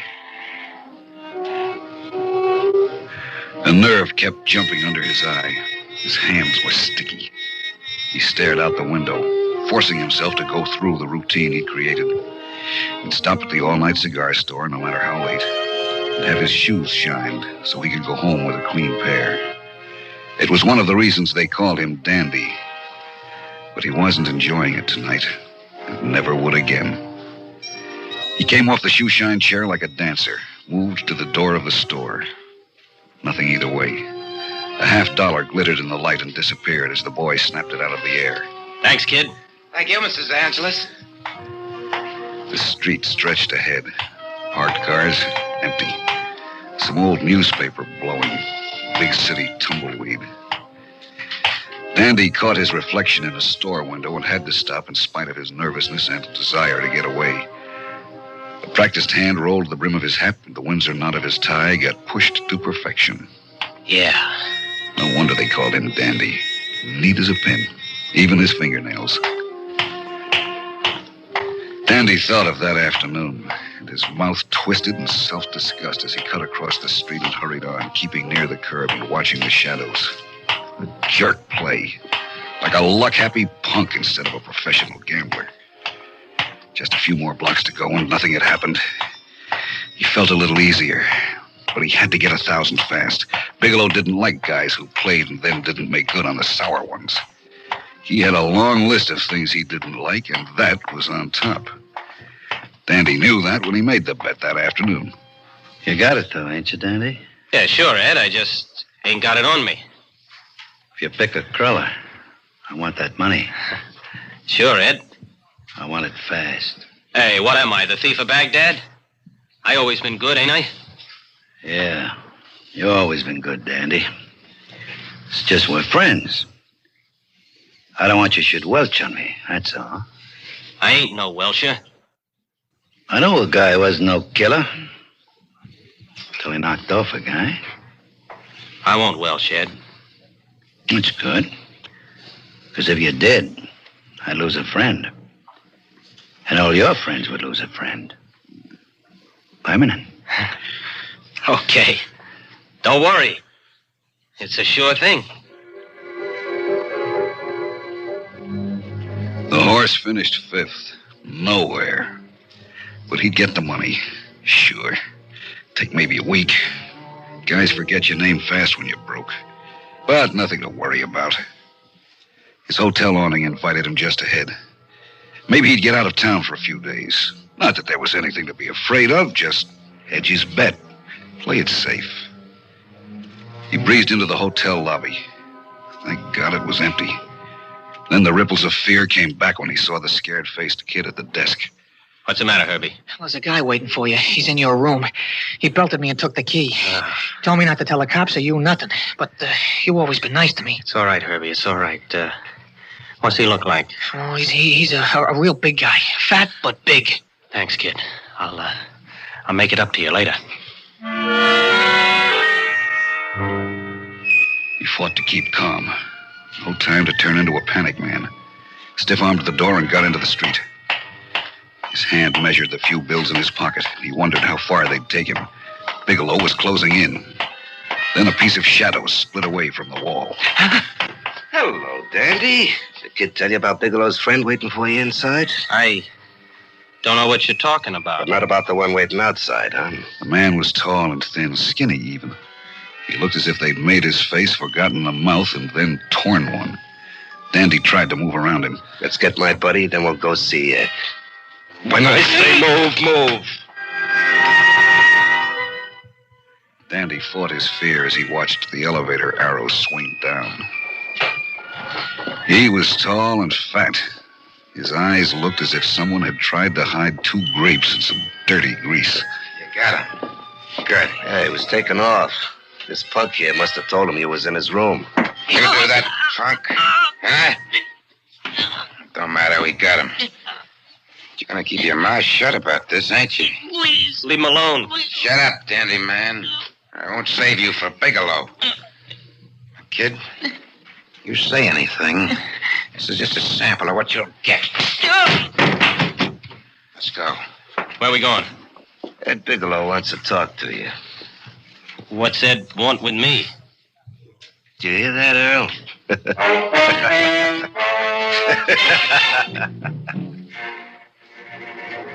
A conical tin shade hung over the desk. Everything had a coating of dirt, as if Bigelow had had the place sprayed with it.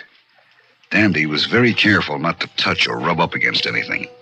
Nice to see you, Dandy. It's always nice to see you. Always so sharp. The dandy man. Suit must have cost you plenty. Me, I'm just a slob. No $200 suits for me. A ready-made from Joe the tailor in Madison. Just a slob. But I pay my debts. Where's my money, Danny? Well, you see, Ed, No conversation. I can get that any time with the boys here. But I want to tell you... You got the 1,000? Yes or no? Oh, now listen, Ed. Answer like he says. We don't like to be rough, Dandy. We're friends. What's the answer? No, I ain't got it. I can get it for you, Ed. I ain't no Welsher. I mean, ask anyone in town. You told me you had it. I figured wrong. How come you figured wrong? I didn't know how far I'd gone. I laid out a lot of bets. The whole roll, huh? Kiss in the dark. You too can be a winner. Anybody can play. And you did it on my market, Danny. Oh, not all of it. 1,000 of it. I don't like to be played for no chump. I don't like you should be gambling with my money. Just, give me a week. 7 days. 6. 5 even. Tomorrow I'll have it. Chicago's hard in reputations, Dandy. One guy does it to me, and maybe some others think I'm losing my grip. It'd be bad if word got around somebody played me for a patsy. Ain't that right, fellas? Yeah, like you say. I shouldn't have spread the bet so thin. Should have kept out a little. Enough to pay off Ed Bigelow. I'll get it, I tell you. Point is, you should have had it. Like you said. Oh, Ed, what's 1,000 to you? You got... Ain't no use, Dandy. Like they say down at the courthouse, you gotta be made an example of. You wouldn't kill me. I don't want to be hard. I'll tell you what. I'll leave it up to the boys. Plant them. Take the bloom off the dandy man. Get him out of here.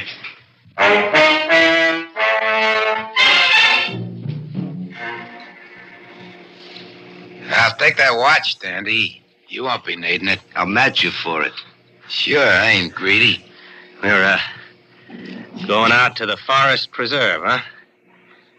A nice drive into the country. Oh, it's peaceful out there. You'll get a nice rest. You're caught. A joker.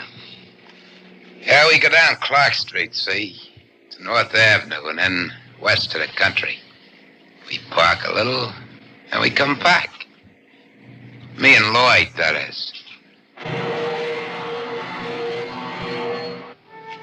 Out North Avenue, right through the old neighborhood. His mind raced ahead. Forgotten details of dirt and squalor struggled forward from the shadows where he'd pushed them. The streets, the alleys. Then it hit him. The police station on Blackhawk. If he could get out of the car, run to the station. He'd have to make the break when the car was moving, time it just right. There was only one street that cut into North Avenue that'd do him any good, Sedgwick. Then halfway down the block, into the alley, and through the vacant lot at the end. The car couldn't follow. Then a half block more to the police station, and he'd be safe. And then suddenly he saw the battered old black-on-yellow sign as the car entered the intersection. Sedgwick. Dandy hit the door, then the street, bent over, running, sprawling into a tin newsstand. Then he was on his feet, running. The car wrenched around like a giant crab and then leaped down the street. They didn't shoot. Dandy's hand hooked a no parking sign, and he swung into the alley without slowing. And he knew something was wrong. He looked up and saw. There was a building at the end of the alley where the vacant lot had been. He whirled around. The warehouse stretched back to the street on one side. The other had store backs. Solid, no fences. The backbone of the elevated track cut over the end of the alley. A dirty bulb burned on the warehouse fire escape that crawled up the side of the building like a steel vine. Dead, just out of reach. He pivoted and ran back to the back of the alley. Softly, softly. Hide and seek. Now, he'd played it here before. It was a restaurant that blocked the alley. As he moved in among the garbage cans, his nose wrinkled. Two shadows moved along the warehouse wall, bottling him up. There were 4 garbage cans, then a space, then some more. The shadow was deepest right behind them. Dandy knelt down, then slid out flat. His soft, manicured hands quivered from what he felt under them. He tried to hold his breath. Let's get him. He might be any place in there. Well, you could stay here and I could look. He's too fast. I don't want to shoot at a distance. Bigelow's paying us to be sure. I want to put the gun right in the middle of that suit and burn it. Go for him now, there'd be too much noise. Well, maybe an elevator comes along and covers the noise. Still a chance. Dandy ain't worth it. Yeah, that's right. Hey, there was a drugstore back where he jumped out. Call Frank. Tell him to bring another guy. And I'll be quiet and sure. We can go on out to the country like Bigelow wants it. Okay. Hey, wait a minute. You want to come out now? It'll be easier. If we gotta go to a lot of trouble, it's gonna make us mad. The skinny man took a drag on his cigarette. Dandy could see it wink and then glow bright red. A long finger flipped it in a gentle arc over the cans into the deep shadows. It hissed and went out as it hit the muck. We'll use them on you, Dandy. We'll cook you a little at a time. You lousy. Stall. Pray for a break. Why don't you play it smart, Dandy? Take off. If he tries to go past me, the shots won't make no difference. I'll pick you up in the corner heading north. Okay. Then get some cigarettes. We want to have plenty. And Dandy remembered. He'd get out after all. The 100-to-1 shot suddenly turned into a boat race. He remembered when he was a kid. The cops would come along on their way to the station. Sure, that wouldn't be changed. It was routine. Cops never change routine. They get fat on it. When the cops came, he'd holler. They'd get the two who'd been pushing him around. Go ahead. Wait. Fat man. I'll be right over. I got the cigarettes and matches. Lots of matches. Still playing hard to get. He's gonna wish he hadn't. Dandy grinned as he thought of the cops, and then suddenly realized how much his back ached from holding his head out of the slop and tin cans. He thought of his suit and his shirt and his hand-painted silk tie, and what his friends would say if they could see Dandy DeAngelis laid out in this sewer. The smell flooded in on him, and he gritted his teeth. He didn't want to lie in that, too.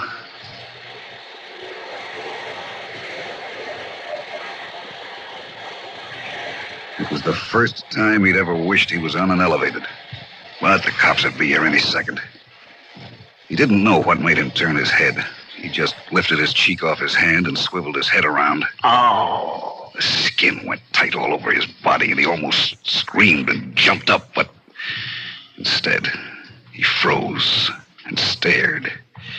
Just 2 feet away, its head just emerging into the light, was an enormous rat.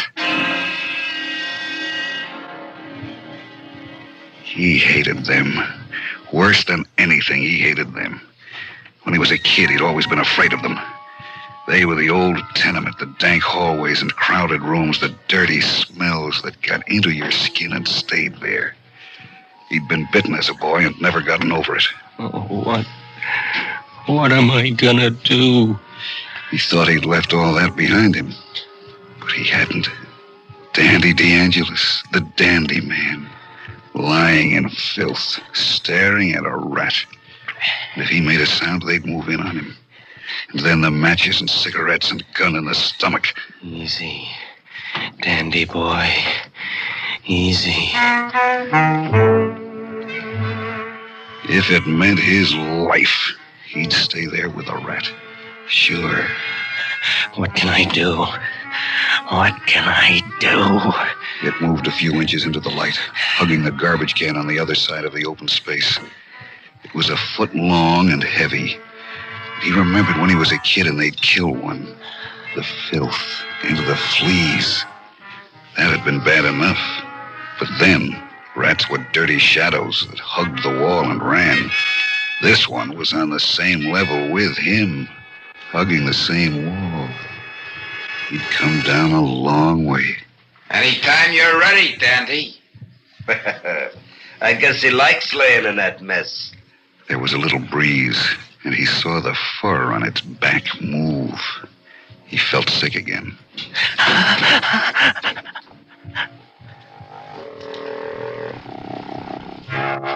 It hunched itself around. Dandy started back in spite of himself, in spite of the men waiting for him to make a sound. It didn't run at his slight motion. Dandy held his breath. He was so close to it, he could even see the rings on its tail. It moved again, and this time faced right at him. The beady eyes seemed to stare right into his own. The thin-skinned ears stood upright and straight, and Dandy could see the fleas crawling. It lifted its head, and Dandy saw the teeth that never stopped growing but get worn down and sharpened all the time.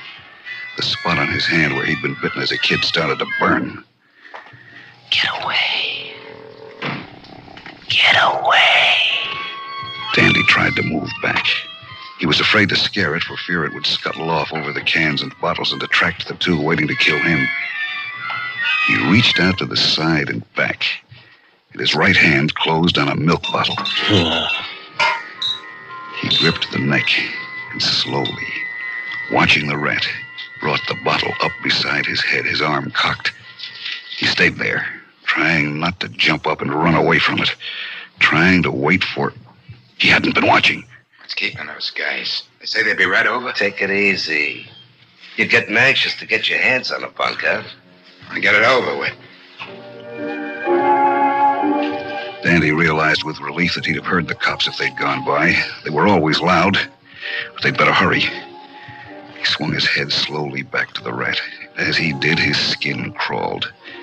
If there was one rat, there were always more. He looked to the side, dreading what he would see.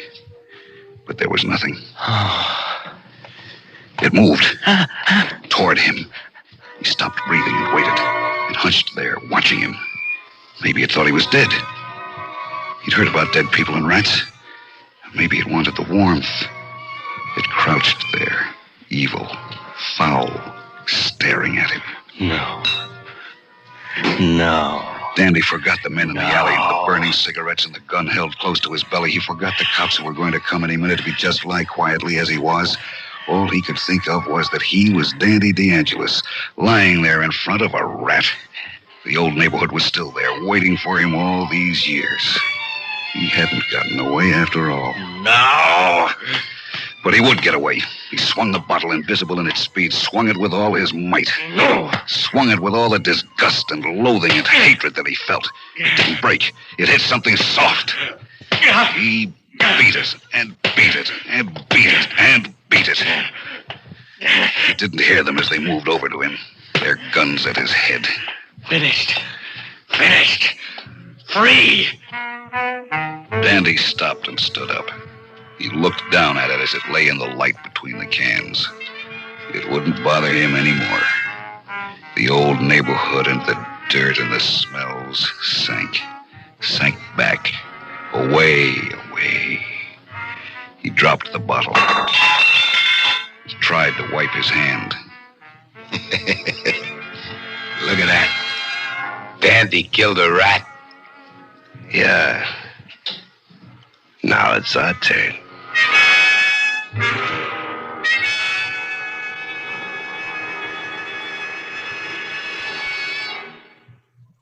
And now, a tale well calculated to keep you in suspense. In a moment, Act One of Dagger of the Mind, starring Claire Neeson and Leon Janney, and written especially for Suspense by John Robert. This first portion of Suspense is brought to you by the makers of Marlboro cigarettes.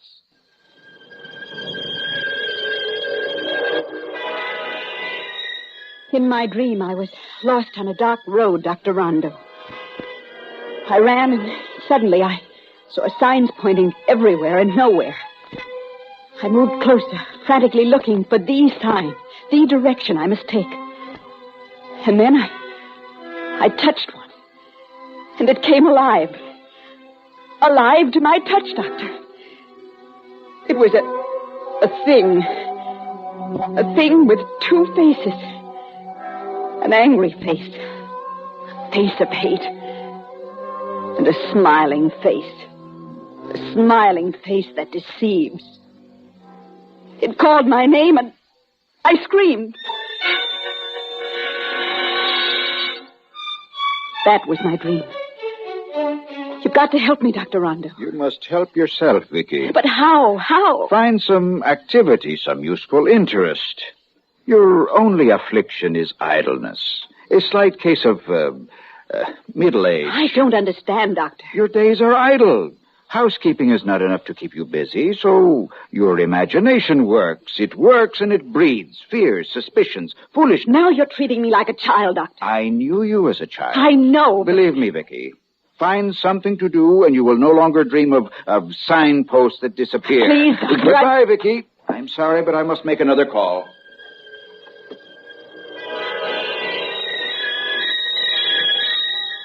Evasions and lies. Lies, as if I were a child. But I understood my dream. The thing with two faces was Walter. My husband. Walter mocking me. Two-faced Walter. Hating me behind his hypocritical smile. I had proof of Walter's shameful pretense the following morning. Going somewhere, Walter? Yes, to the office. On Saturday? The new sales campaign has us all on the jump. We have theater tickets, but tonight I'll have dinner ready early. Theater tickets? Oh, I'd forgotten. Can I beg off, Vicky? You have other plans for tonight, too? Oh, just to talk shop with some of the staff. Why don't you make it a twosome with Helen? I made it a twosome with Helen the last time, and the time before, Walter. Now, let's not have another quarrel. We live together, but we live apart, Walter. I'm married, and I'm alone. Why, Walter? Oh, come now. It's not as bad as It all is as bad as that. Why, Walter? Well, you're magnifying things now. Stop being foolish. Call Helen so that extra theater ticket doesn't go to waste. At breakfast the following Monday morning, I got a clue to where Walter was really spending his time. And with whom? I'm bringing a dinner guest home with me tonight, Vicky. Oh? Who? A business associate. Her name is Martha Coles. Oh, and Vicky, I want dinner tonight to be an event. She's that important to you? Well, she could be. Martha's quite influential in the firm. You know, the right word from Martha to the proper parties, that kind of thing. So really outdo yourself, A business associate. How transparent. The shameless liar, the cheat. He was bringing her home with him to flaunt her, to humiliate me.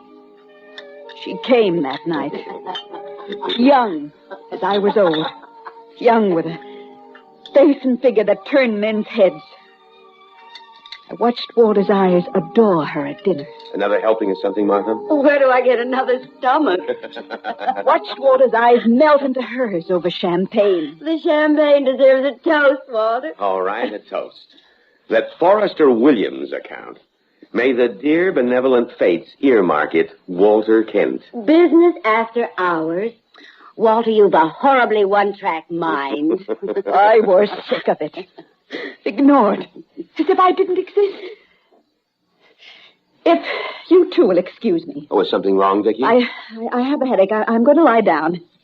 Good night, Miss Coles. Well, good night, Vicky. I do hope I'll you'll be fine. But thank you for your concern. And please stay as late as you like.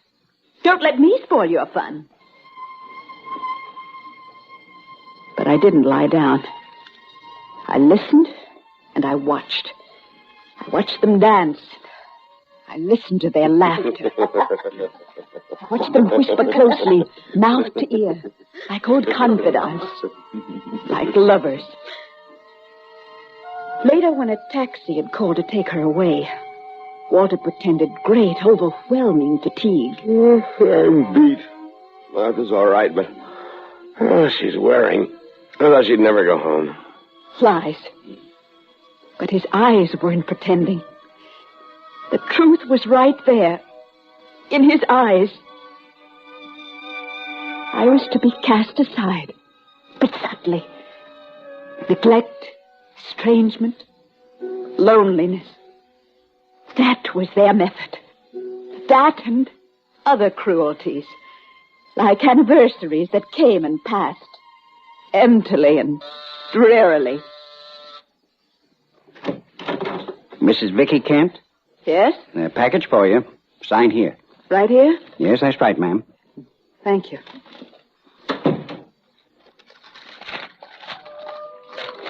It was a gift from Walter. A monogrammed cigarette case. An anniversary gift from Walter. Our 20th anniversary. Ordered and delivered without warmth of feeling. Delivered him personally by an office boy. And then, one day, not long after, the subtleties dropped. A newspaper left purposely on the bedroom bureau for me to read. Left open to a personal column where an item must catch my eyes. Sailing tonight for Paris on the ocean liner Champlain. Lovely lady executive Martha Coles. Well, Martha Coles was going abroad. But not alone, as I soon discovered. Hello? Vicky? Yes, Walter? Look, something important just came up. I have to go abroad for several weeks. When, Walter? Right away, tonight on the Champlain. You had no idea you were sailing until now, Walter? Not the slightest. Bronson was supposed to go, but... But what, Walter? Well, he had a sudden appendicitis attack. So? So I have to go in his place.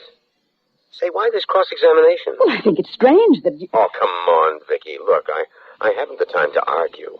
Shall I come to see you off? Well, you're due at that bridge party tonight, aren't you, at Helen's? You'd rather I went to Helen's? Well, sailings are a bore. I won't get to the Champlain until the very last minute, but make your own choice. Bye now. Goodbye, Walter. Lies. Tissue of lies.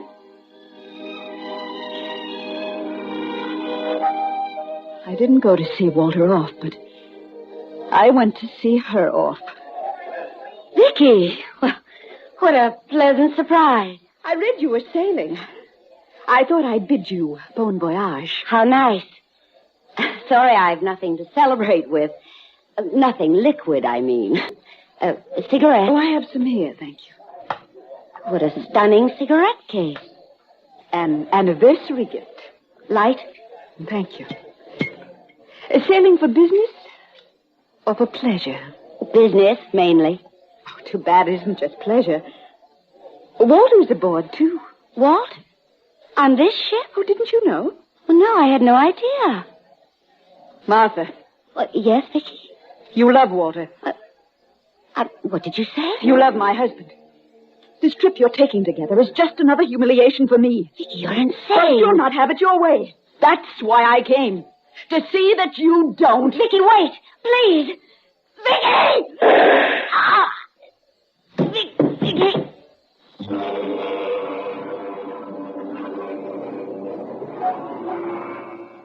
She lay at my feet. The bullet had been lost in the noises and the raw farewells. I went home, feeling freer than I had felt for so long. The weight in my heart wasn't hard to bear now. I'd murdered Martha Coles. But it wasn't murder. It was justice. Martha Coles was dead now. Sacred things could remain sacred. I'd killed, but I had no guilt. No guilt at all. Vicky? What? Vicky, are you still awake? Walter. Hello. Surprise. Yes, of course. The Champlain? Sailed its merry way without me. Well, how come? Bronson evidently was just imagining his appendicitis attack. Lucky for me. Lucky, Walter? Of course. Oh, I want to tell you, do you remember Martha Coles? Yes, of course. Well, an awful thing happened on the Champlain tonight. Martha was sailing on it, and, well, the steward discovered her in her stateroom, murdered. Martha was murdered? Shot to death. But why? Who? Well, that's the police puzzle. Why and who? My guess is that old Turner is going to find himself wallowing in suspects. Turner? Chief of homicide. He'll soon discover that the deceased had a host of admirers quite ready to kill her. The late Martha was a bit of a modern Dewberry. Oh, you seem so casual, Walter, about Martha Coles. You were close. Huh? In business, I mean. Close? Frankly, Vicky, and with all respect to the dead, she was an important woman, yes, but a frightful bore. A liar. The artful, hypocritical liar.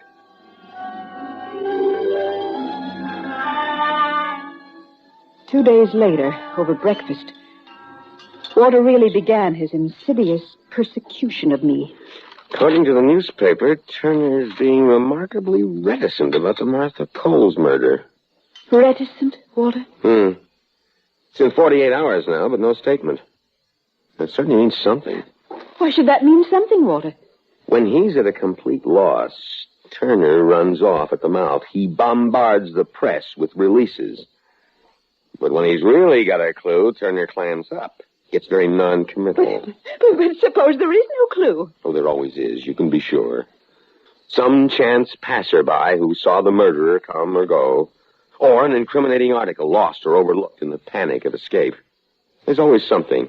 The trick is to find it. Did Walter suspect me? His incessant talk about Turner, dinning in my ears, catching at my throat. Was it deliberate? Was it... There's always a clue. Could there be a clue? A chance passerby who knew me? No, I'd worn a veil. Something lost or overlooked. But what? Not my hat or gloves or handbag. I must remember this. I'd stood just inside the cabin door just to accuse, just to destroy, just to smoke a cigarette. And then just to smoke. A cigarette case.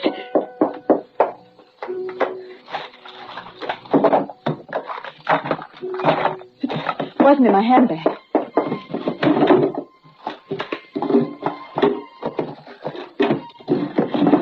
Or in my bureau. Or anywhere. Not anywhere. Turner had it. I'd left my cigarette case in Martha's cabin, and Turner, the chief of homicide, had it. And Walter knew everything. About the cigarette case. Turner, me.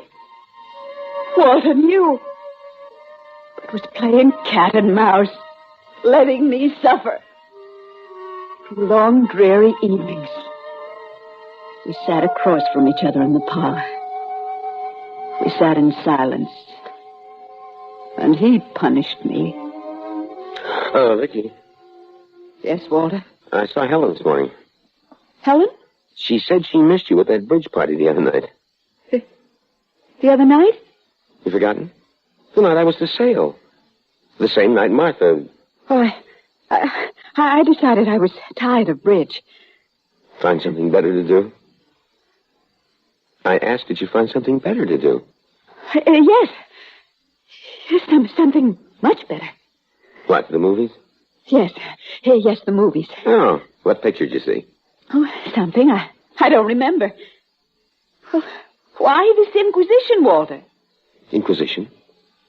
Vicky, are you feeling all right?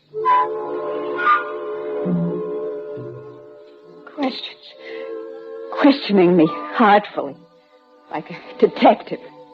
Questions punishing me, night and day. At night in the parlor and in the morning at breakfast. More coffee, please, Vicky. Aren't you breakfasting? No. That's every morning for a week now. No breakfast. Aren't you overdoing the dieting? I'm slender. My measurements haven't changed in 20 years. I haven't added 1 ounce. But you see me as obese. What? Hey, hold on a minute. I'm wrinkled. Crow's feet here, around the eyes. But I can't help that. You're really in the dumps. I had no idea. Well, by the way, it isn't crow's feet, definitely not. They're smile wrinkles, and very attractive. You were all smiles once. What's happened to that girl? Where'd she go? She died of neglect. Without the warmth of love, she withered away. Without the warmth? Oh, I get it. That crack was aimed at me. The unfeeling husband, the insensitive, self-glutting brute. How you try to make that characterization fit. You've really got me built to villain's side. Stop it. I can't stand any more of your pretense. What, I can't stand any more of it. If you can possibly calm down so we can talk, get things straight.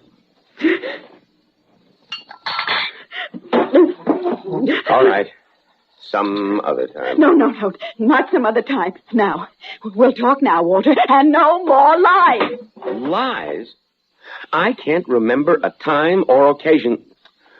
Why in the name of Hannah would I ever want to lie to you? I warned you. No more lies, Walter. Vicky, put that gun away. You were in love with Martha Coles. I what? You were in love with Martha Coles. Vicky, that's crazy. Now put that gun You down. loved her. You'll never forget her. Now confess. You're insane, Stark. Confess, Insane. Walter. I can't stand being lied to anymore. Confess to an insane idea. I'd have to... I can't stand being lied to anymore. Vicky, you're... Vicky, I...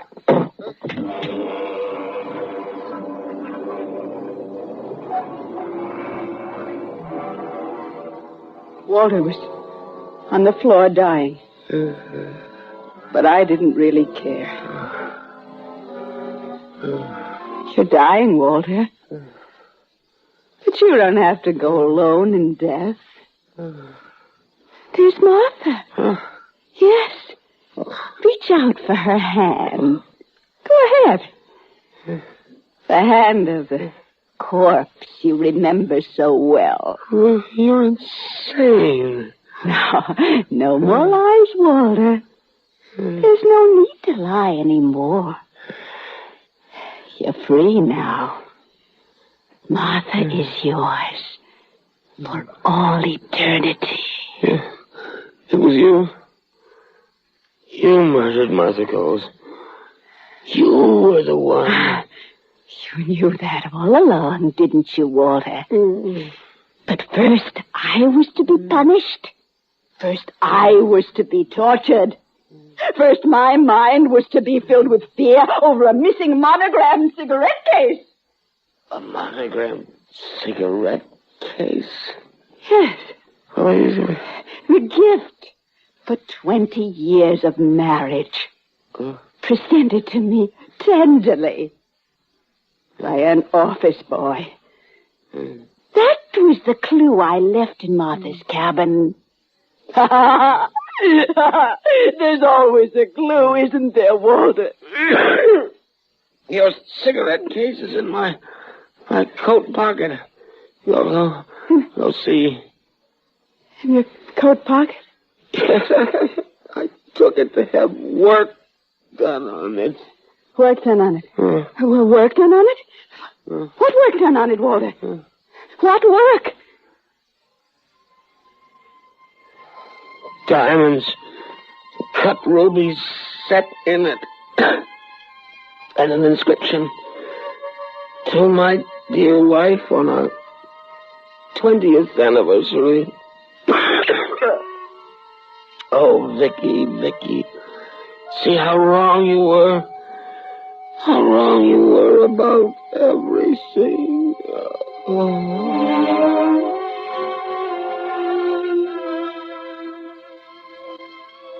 I watched him die. And his eyes grew round as he stared at me. His eyes stared at me. Open and deaf. Wide in reproach. But I believed them. A dying man doesn't lie. But I believed him. Too late. But for the first time, I believed him.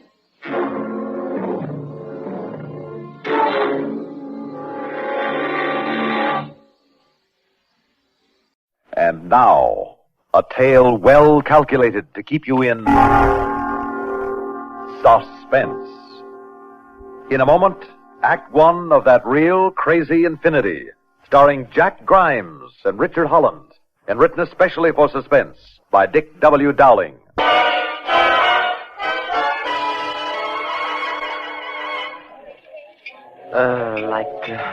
What do we do now, man? Oh, I don't know. Gotta dig up some loot somewhere. They still got our horns. Yeah, but do we blow them or hock them? We're gonna find a hock shop in this town. Oh, man, this is a real drag. Yeah. All I want now is to get back to New York. What we need is one fast gig that pays enough bread for traveling expenses. Why don't we check with that tomato behind the counter and see what the scoop is around here? Crazy. Hey, baby. Yeah, what'll it be, gents? 2 more coffees, please, huh? You got 'em. Hey, honey, what's the best way to pick up a fast buck in town here? Make a fast grab. Yeah, this kid is not a Lenny Bruce. Oh, just a touch of humor, boys. Say, what kind of work can you do? Well, we're musicians. We like to earn bus fare back to New York. Well, ain't much call for musicians around here, except maybe for church socials now and then. Wow. Any other kind of work? Well, there's strawberry picking over at Tanner's farm. Yeah, no, thanks. By the way, when is the next bus to New York, huh? Oh, never. Leastwise, not from here. You gotta go clear over to Centerville, about 60 miles. Any chance of getting a lift with somebody? Ain't likely this time of night. Well, maybe in the... Pardon me, Jenny. I couldn't help overhearing these gents in their predicament. Maybe I can help. This here's Charlie Olden. Runs the radio shop in town here. Got TV, too. Oh, that must be a gas. Yeah, pleased to meet you, Charlie. I'm Bud. This is Lou. Likewise. Hi. Now, as I see it, you gents could use a couple of dollars and a place to sleep, right? Right. Well, I can supply you with both, if you'll do me a little favor in return. Listen, Clyde, what's the little favor? Some electronic equipment just came in from New York on special order, and I got to deliver it to a place just out of town. Now, if you boys... Doggone it, Charlie. I knew you was leading up to that, and I won't let you do it. Pay him no mind here, Jeff. No, you just mind your dishes, I Jenny. will not. You got no right tricking these here strangers. I ain't tricking them. I'm willing to pay. You mean you'll pay us to deliver this electronic equipment? Yes. $10 between you, and I'll drive you halfway. Why halfway? Aha. Now you're asking, stranger. Go on, tell him why, Charlie. I dare you. Oh, hush up, Jenny. You're worse than my mother-in-law. All right, what's the gimmick? No gimmick at all, gents. Voices from the grave. What are you talking about, baby? Voices from the grave. If you do like Charlie says, you'll walk in the land of the dead. You know, this broad is starting to bug me. Look, let's have a straight story here, huh? All right, then don't listen to Jenny none. She's like everybody around here. She's scared of nothing at all. Seems like you're the one scared to live the stuff yourself. Oh, I ain't no such thing. It's just that well, I just want to get home early tonight for a change. Where do we deliver this equipment to? Just outside of town.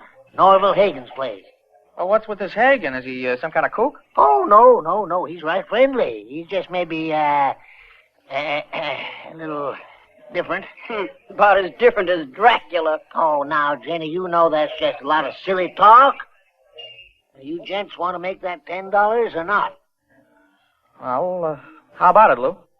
Well, we need some bread, man, but, I don't dig the Dracula bit. Look, Lou, suppose this guy Hagen is a flip. There's going to be 3 of us and only 1 of him, right?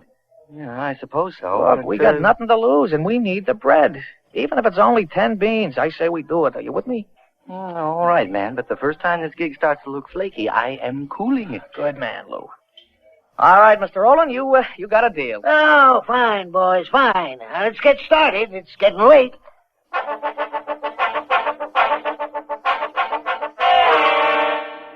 Sure is an out-of-the-way place. Yeah, old Norville likes his privacy. He likes bumpy roads, too. Oh, Norville don't care. He never comes into town. He just sends down for food and electronic supplies about once a month. Here we are. Here we are? Where? All I see is the side of a cliff. There's a wooden stairway with a handrail. Leads all the way up. Now, let's get the box out of the car. Kind of dark here, isn't it? Uh-huh. Now, grab the other end of this box, Lou, and walk straight ahead. You'll come to a stairway. Man, what's in here, rock? Here's the stairway. Now, set it down. All right, now what? You fellas start up the stairs. I gotta get something from the car. Okay, grab that end, Lou, huh? But how far up do we have to go, man? We'll see. Hey, what's he doing? The money's in your coat pocket. So long, gents, and good luck. Hey, wait a minute! Hey, Nick, it happened again, man. We were blowing a chorus with no lead. Oh, we'll never find our way back down there. Well, there's only one place to go. Grab the box, Lou, and let's start climbing.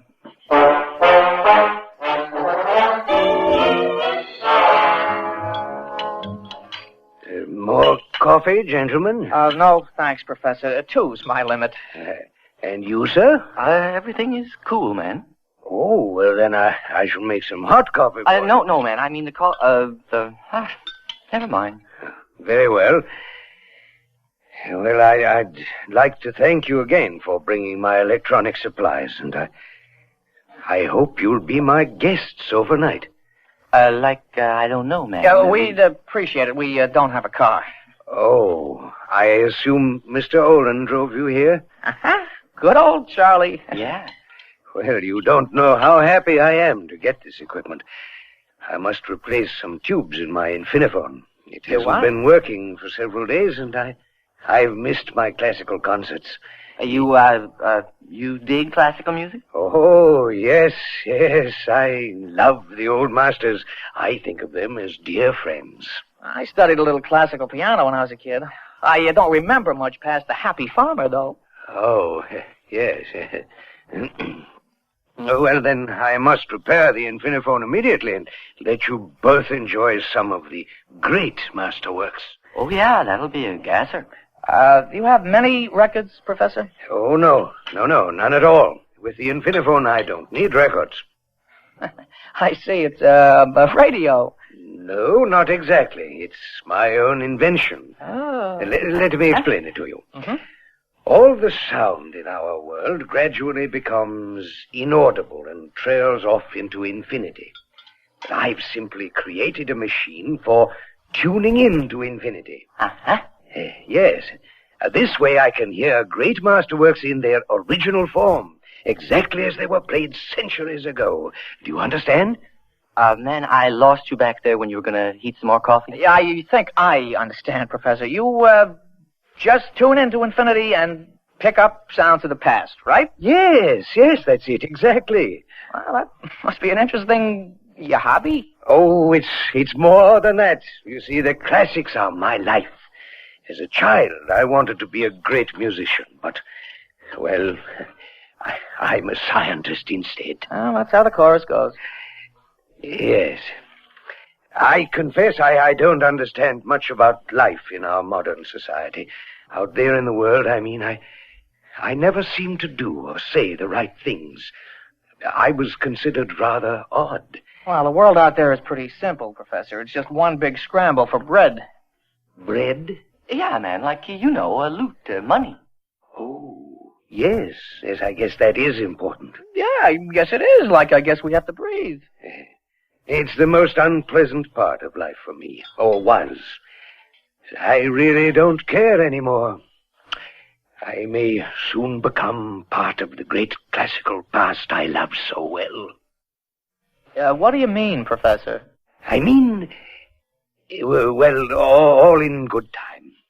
And now, would you like to see and hear the Infiniphone? Oh, sure, Professor. Good. Well, follow me, gentlemen. We're not going with him, are we? That guy is flipped. He's flaky. Let's go along with the gag. Maybe we can hype him out of something that's worth selling. Yeah, but what do we want to hype a poor old guy like that for? We're broke is why. Besides, if we play our Are you coming, gentlemen? Yes, sir. Yes, sir. We wouldn't miss this for the world.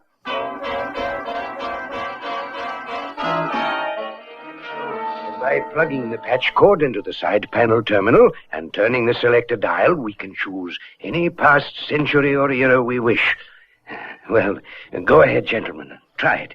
Oh, that's okay, man. I'm a believer. He said try it. Now go ahead and try it. Okay. I've set it for about 46 BC.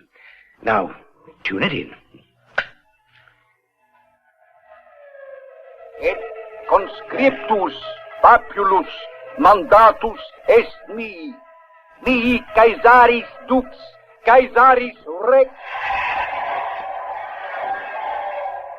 What was that, man? I'm afraid it's Julius Caesar again. He's always making speeches. You mean that was the actual voice of Julius Caesar? Oh, yes. I recognize him immediately. Oh, yeah, all right. I'll bite. What's the gimmick? But there is no gimmick. That's how the Infiniphone works. Well, it's really not so amazing, gentlemen. Why, my new invention, the Infinite Transitor, can actually... well, that can wait. Perhaps if I tune in a later period on the Infiniphone. Hey, man, this cat sounds familiar. Dear. I should get something worthwhile. Don't. That's Berrigan. I know that sound anywhere. Yeah, that's funny. But I never heard this record before. Oh, that's no record. That's Berrigan himself. Oh, what a crazy chorus. He's blowing his heart out. Prop, can we record this? Why, yes, but I don't see why you... We gotta record it. Well, it's simple enough. Press that button on the side of the panel. Yeah, that's it. Yes. It starts a tape recorder in the next room. I'll make sure the machine starts. Dad, what are you doing this for? Don't you get it? This'll be the greatest discovery in the history of jazz. We'll be able to name our price with any record company in the country. And we'll never run out of materials. Lou, we're rich. Yeah, but what about the professor? He'll never know the difference. Yeah, but what if he digs what we're doing? We'll blow the whole bit, man. Then we'll cut him in. The tape machine is working perfectly. Crazy. Now, I hope you gentlemen will excuse me. I must get back to work on my Infinite Transit. Yeah, sure. You go right ahead, Professor. Lou, stop worrying. This is it. From here on in, we swing, man. No more crummy club dates, no lousy one-nighters. We're rich, man. We're rich.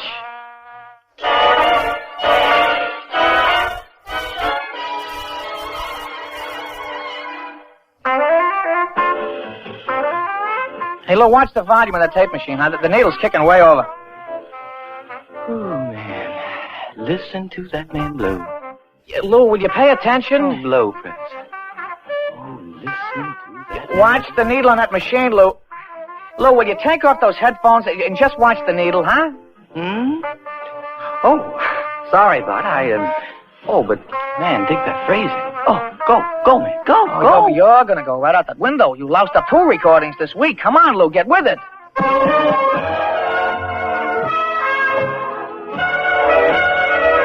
Well, gentlemen, another pleasant dinner, eh? Mm-hmm. And now we pour the tea. Lou? Oh, thank you. And Bud? Swell, thanks. And myself. Peachy. Now, my pipe. You know, gentlemen, it's been some time since I really enjoyed my pipe this way. I must say it's been pleasant having you with me these past few weeks. Oh, we're glad we came. I'd almost forgotten what it was like to have people around. You know, my neighbors aren't very neighborly. Perhaps that's just as well. They'd probably think me strange. In any case, I won't be around much longer. You don't mean you're leaving here, Professor? Yes, I do, Bud. Yeah, well, what about the Infiniphone? I don't know. I'll have no need for it, but I'm not sure I should leave it behind. It might do more harm than good. No, I haven't decided yet. But, Professor, think of the pleasure you can give the world. Well, if it can give the world as much pleasure as it seems to have given you and Lou, I might be inclined to leave it here. Lou especially seems entranced by the music he's been listening to and recording. Hey, Lou? Yeah, Lou, you listening? Oh, yes, sure. You seem to have found something you like. Something I like. Man, I'm stoned. I never heard such wailing in my life. Bunny and the bird, Prez and the rest. I would give up the best gig in the world just to sit in with those cats. For kicks. No bread, man. Just kicks. Yeah, and that, Professor, is why I'm the one who has to worry about the bread. My boy Lou here is just living for kicks. You're not a dreamer, Bud, and Lou is. Well, dreamers aren't doers. And doers are the cats who get things done. Yes, of course. But every now and then, one of us dreamers gets things done, too. Well, if you'll excuse me, gentlemen, I'll get back to my work inside. Uh-huh. You hear what he said? Yeah, he's leaving. Yeah, well, you know what happens if he does. We're out of business, especially if he takes the Infiniphone with him. And we better get a lot of taping done, and soon. Yeah. You know what? There's something way out about the way he talks about leaving. What do you mean? I don't know. It's like he's happy. Like the way Prez used to look when he was blowing a great chorus, you know? Yeah. Well, tomorrow I'm blowing a great chorus right out of here, and you're going to stay and make tapes all day. Where are you going? I'm going in and see Max Wesson at Flip Records. And I'm taking a small sample of our music with me. To what for? Well, I'm going to offer him exclusive rights to a recently discovered collection of recordings by the late and legendary figures of jazz. A collection that's out of this world.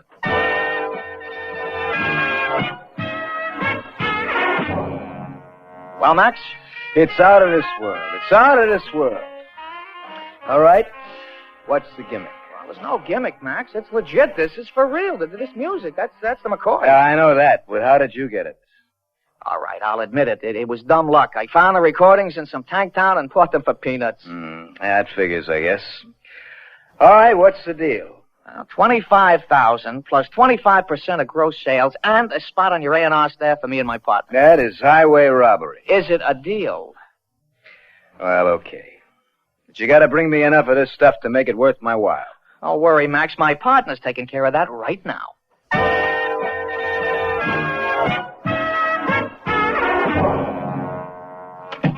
Lou, we're in. It's all set. Okay, Lou, put down your axe for a minute, would you? I want to talk. Yeah, Lou, do you hear me? What's wrong with you?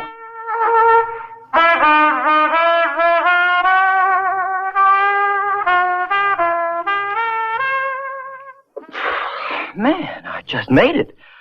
I almost goofed, but I just made it. Just made what? What are you talking about? Well, you know, I almost started looking forward to recording that stuff and selling it. What do you mean almost? It's all set. We're rich, and we got steady jobs besides. Without me, man, without me. What, are you nuts? What's wrong? I was listening to some jazz on the Infiniphone. This cat he's blowing his heart out, see? And I figured, well, there's no kicks in selling somebody else's jazz. I want something of my own. You'll have something of your own, a big fat bank account. Oh, anybody can have that. But not everybody can blow a chorus with Prez or Bunny. Hey, Lou, baby, what are you, juiced up or something? Hey, Clyde, where's the tape you made today, huh? I'm not sure I made one. You what? I started the tape, and then I heard those cats swinging, and I picked up my horn and joined in. I guess the tape is still running. Oh, no. You gotta be kidding. Pardon me, gentlemen. I have come to say goodbye. Goodbye? Yes, Lou. Everything is ready now. Where are you going, Professor? To become part of the great classical past I love so well. I don't dig you, sir. I've completed my Infinitransitor. In a few minutes, I shall be transported back into the past. Are you kidding? I think not, Bud. I hope not. I'm counting on it, so... Oh, boy. Well, gentlemen, goodbye. And thank you once again for your kindness. I shall never forget you. Professor Hagen. Yes, Lou. Just how far back do you expect to go? Lou, are you nuts? Well, as far back as I wish, I suppose. Why? Well, what I mean is, could you drop me off in the 30s? Has everybody flipped around here? Well, we could certainly try, Lou. Crazy. Wait till I pack my act. Lou, this is ridiculous. Maybe, man, but I gotta find out. Oh. Bud, this is so long. I'm gonna kind of miss you. We've been pals a long time, and you've always been on the level with me, and, so long. Yeah, sure, Lou. Well, I'll see you in 10 minutes when you come back, huh? Goodbye, Bud, and good luck. Yeah, sure. Yeah, later, man, later. Bud, I hope you find something you really dig, and when you do, man, play it cool. So long, pal. Boy, doesn't this beat everything? The two of them are flipped. I don't know who's nuttier, the professor or Lou. Oh, man, I hope he got something on that tape. Yeah, give him a few minutes out there and then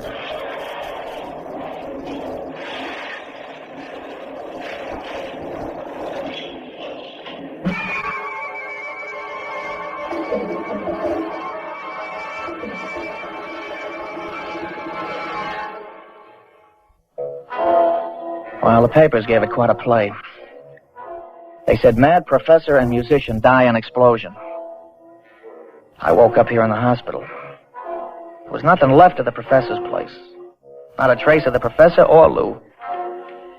It's a funny thing, though. Lou did make that tape before he left. He taped his own solos. And here's the gas. All the jazz critics claim it's the greatest stuff they ever heard. Yeah, I'm going to make a bundle of loot on Lou's recordings. Somehow I just don't care. It doesn't seem important. All I can think about is poor old Lou. Well, I hope he's having a ball out there in that real crazy infinity.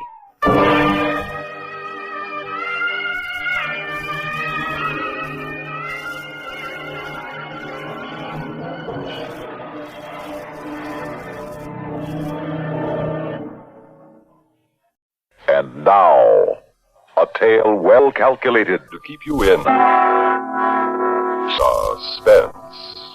Tonight, a well-honed accounting of a lethal impersonation.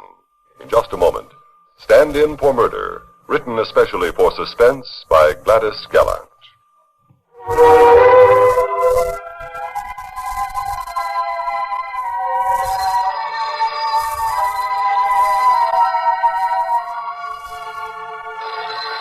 Answer it. Kay, answer it. Jim, I can't. I'm afraid. My voice, it isn't her voice. Will you answer it? Please, Kay, you've got to prove that Laura Morgan is still alive.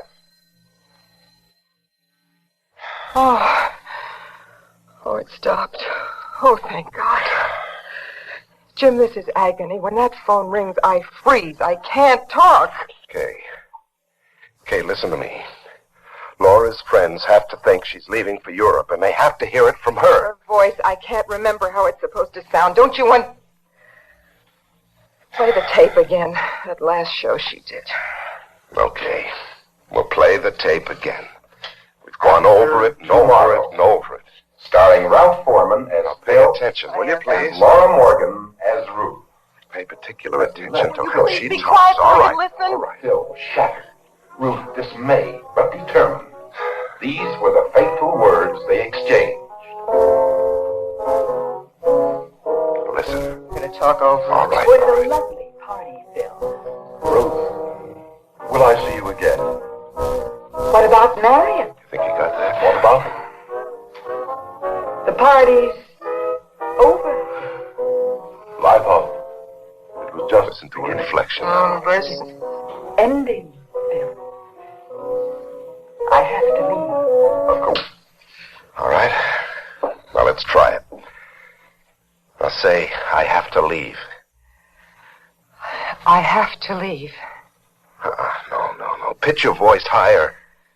I have to. Jim, it's no use. I can't do it. Okay, you've got to. It's our only chance. Do you understand? Our only chance.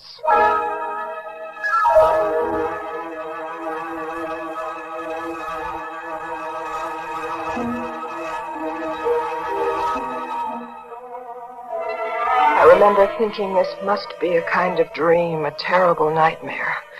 And when I awoke, everything would be just as it was before Jim asked me for a divorce.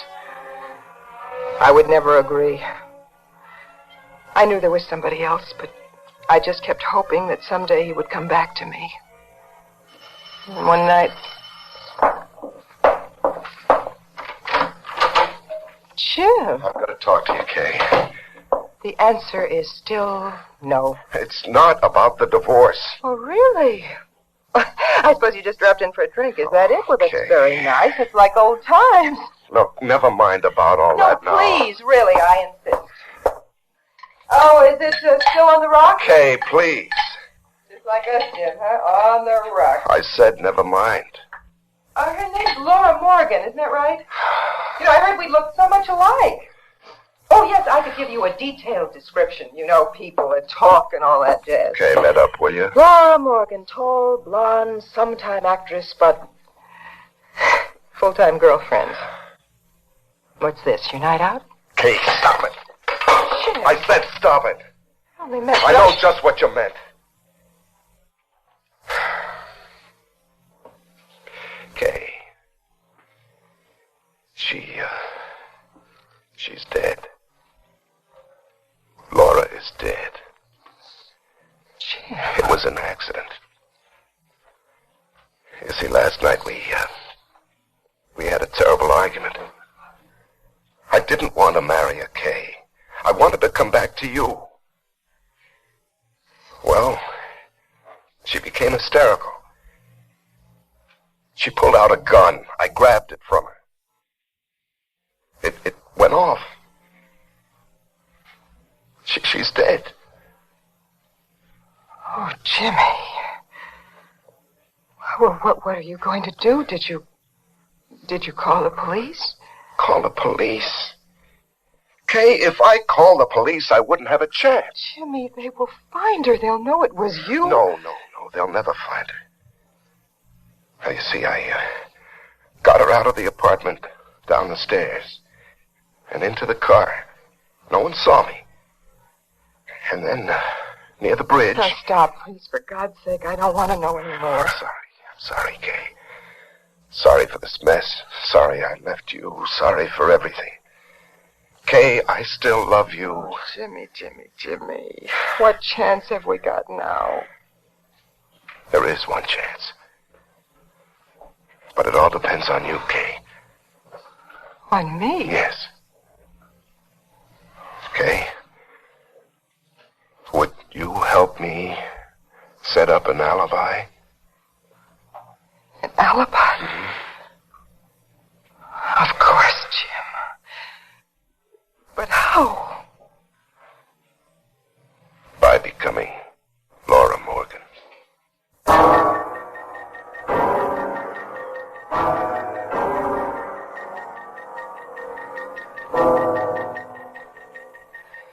12 hours later, in a two-room apartment on a quiet street in the West 60s, I became Laura Morgan. As Jim planned it, it would be for only a few days, just long enough to establish her existence. But those few days were a lifetime of terror. There was the constant ringing of the phone right from the start. And the trouble I had imitating her voice. Acting wasn't my line at all. Tomorrow. And Jim Starring playing Ralph that Foreman, tape recorder so I could hear Laura's voice again and again. Okay, you're just not getting it. Now, please, pay attention, huh? Right. All right, now we've got to get it right. Will you be quiet? All right, just listen. Were the fateful words they exchanged.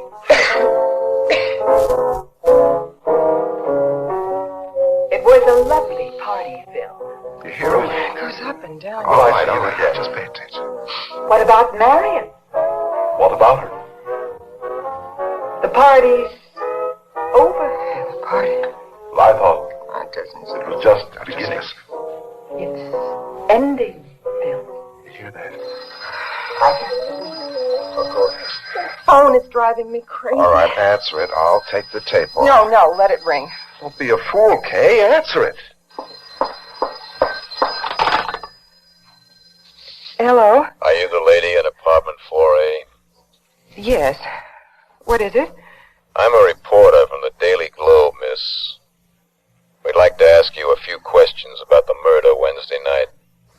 My God, Jim. Who was it? What they want? A reporter from the Globe. He wanted to ask me about the murder Wednesday night.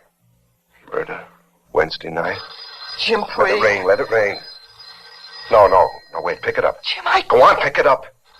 Now say you're Laura Morgan and let him do the talking. Hello? This is the reporter from the Globe again. Are you the lady I was just talking to? Yes, this is Laura Morgan. We were disconnected. Now, about that murder, Miss Morgan. We understand you saw the killer's face as he passed you in the lobby. Well, I didn't see anything. Who was killed? Well, if you don't know, miss, then I guess you didn't see anything. Sorry to bother you. We were just checking all the tenants.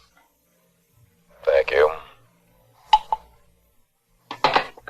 Oh. Somebody was killed, but he doesn't know about Laura Morgan.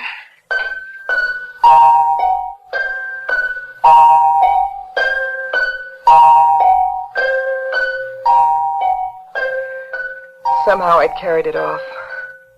Somehow I went on to establish the fact that Laura Morgan was still alive. The next day. This is the Jiffy Cleaning Service, Miss Morgan. Yes, what can I do for you? About that powder blue wool suit you sent back to us. Our very best men worked on it to get that spot out that you complained about, Miss Morgan. Oh, the spot. Yes, did you get it out? Miss Morgan, if you go out of your way to look for it, there's still the faintest remains. Frankly, any more solvents and you'd wind up with a hole instead of a stain. But if you don't know it's there, it isn't. You know what I mean? It's the best we can do. I'm sure it'll be good enough, Miss... You mean it'll be okay? The other day you nearly took my head off that it didn't come out right. Even when I explained there's just some things that you just Yes, don't... well, just send it right back today, please. Oh, yeah, sure. Right away, within the hour.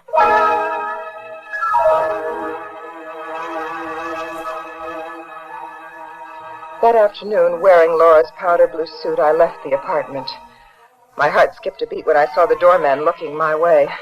I hurried past him, my face turned away. Afternoon, Miss Morgan. A lovely day it is. That's nice.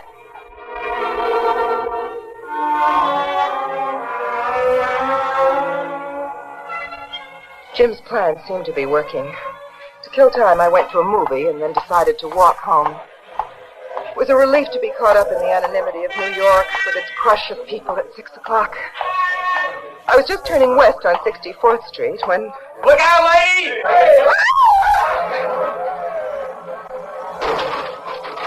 Hey, you all right, lady? What happened? What was it? Block of concrete, a cornice or something. Fell right from the top of that brownstone Missed there. you by an inch. You better call a policeman. No, please, I'm fine, really. You ought to file a complaint, lady. You could have been killed. No, I have to hurry. I'm very late. I have an appointment. Hey, lady! Well, you never can figure a dame. Yeah, she's almost killed, and she has to hurry because she's late for her hair appointment.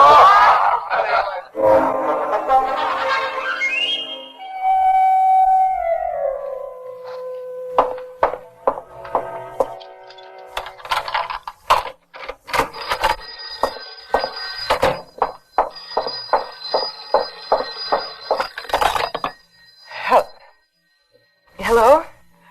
Laura Morgan? Yes, this is Laura Morgan. Who is it? That concrete block that dropped a few minutes ago.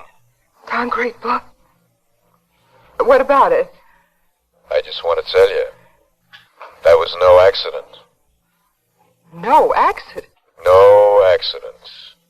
Just a little warning, Miss Morgan. Who is this? What do you want? Who are you? Next time we won't miss.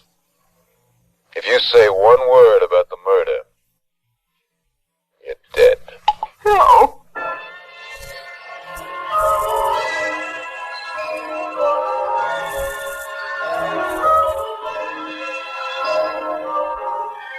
I stood there trembling in the darkness of the room.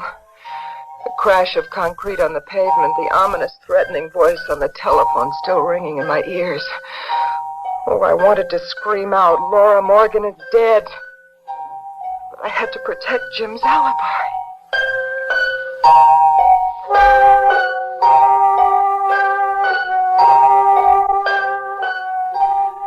I tried not to panic. I asked myself, if I were Laura Morgan, what would I do? I would call the police and tell them someone was threatening to kill me. Why not? Jim would still be safe. He needed a live alibi, not a dead one. I reached for the phone.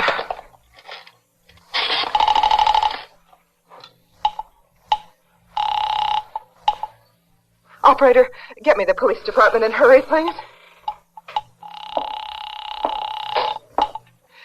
Police department, this is Laura Morgan. I'd like to... Hang up the phone, lady. You hear what I said on the phone, Miss Morgan? One word about the murder, you're dead. Who are you? What do you want? Look, I'm not Laura Morgan. You're making a very big mistake. She's dead. I tell you, she's dead. What are you trying to pull? You're Laura Morgan, all right? You just sold her to the police. Oh, no, let me alone, please. I'm not Laura Morgan. Laura Morgan is dead. I know what she's gonna be. You talk too much. It's out the window for you. It's a case of suicide. Police! What? Which way did they go, Miss Morgan? Bedroom windows are fired. Well, he won't get far. We have a squad car downstairs. He tried to push me out. All right. Take it easy, Miss Morgan. Take it easy. Come on. Take it easy. That's it. All right. Look, I'm from Homicide, Lieutenant Kelly. We've been watching this building all day. What, me? Well, you witnessed a gang killing at Clint Toback Wednesday night. With the racketeer? Yeah, your late neighbor. He was shot right in his lobby. Doorman said you were coming in when it happened. Well, were you? Well, that must have been just before it happened. Now tell me, did you get a good look at the killer's face? Sorry, I really can't remember. There were several people past me in the lobby. No, I really didn't notice. He noticed you, all right. Where did you disappear to Wednesday night? We've been looking for you for 2 days, Miss Morgan. Yes, I know. It seems a lot of people were looking for me. Police, the newspapers. Oh, a killer. Well, I'm getting out of here. Now, it's safer to stay put. Until we apprehend that killer, Miss Morgan. Stay here and take another chance of my life? Oh, no. Don't leave this apartment, Miss Morgan. If you do, you'll wind up as dead as your late hood neighbor, Clint Toback.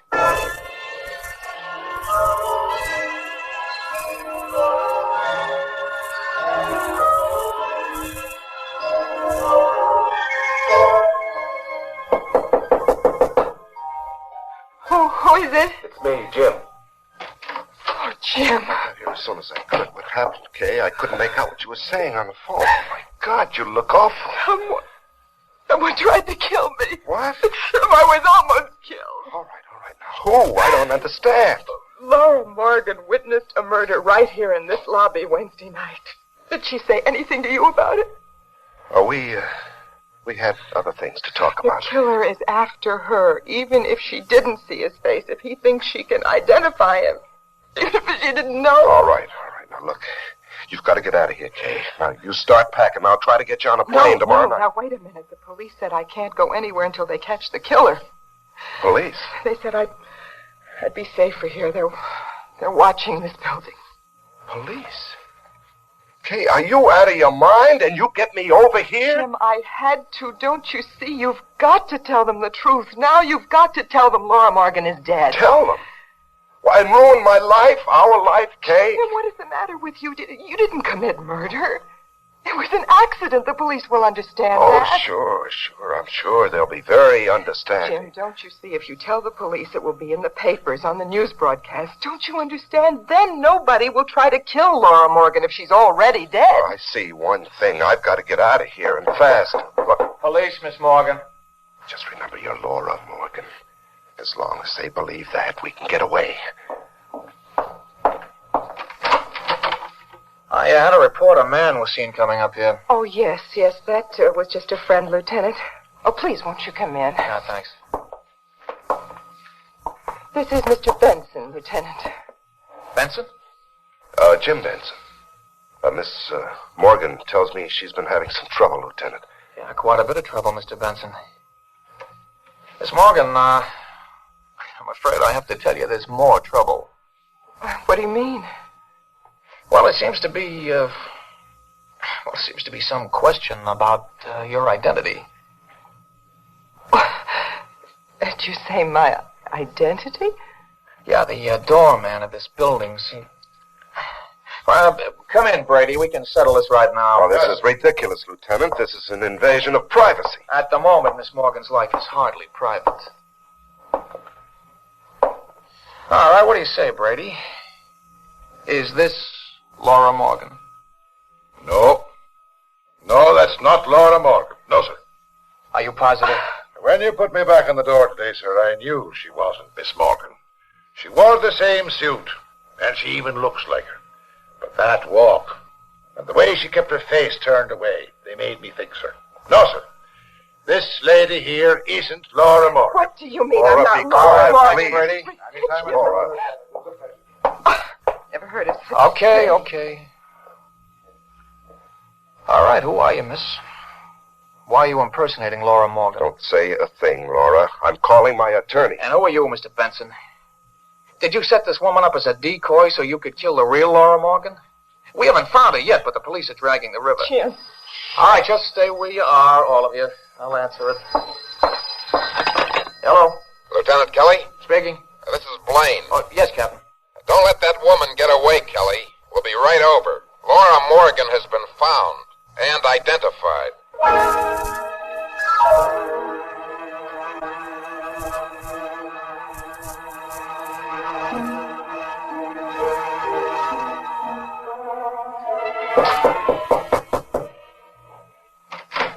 Oh, come on in, Captain. This the woman, Kelly? Well, this is the lady who says she's Laura Morgan, Captain. It's very interesting. And the man?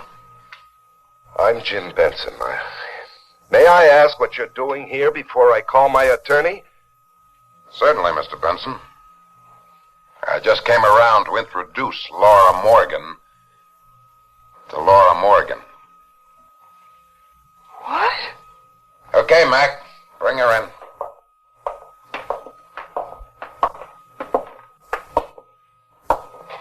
Miss Morgan, meet the real Laura Morgan. I don't understand, Jim. You said she was dead. Laura, are you all right, Laura? Yes, darling.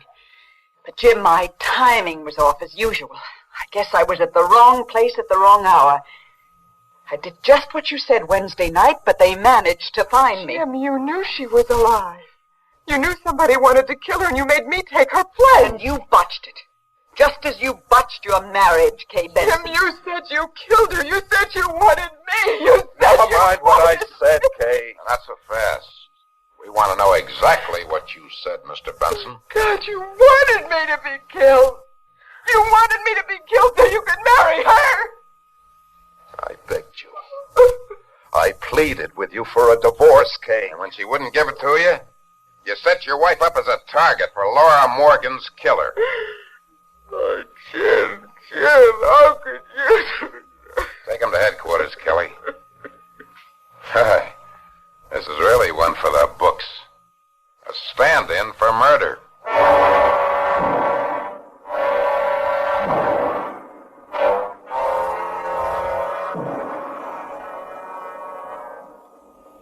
And now, a tale well calculated to keep you in suspense. In a moment, Act One of Formula for Death, written especially for Suspense by Jonathan Bundy.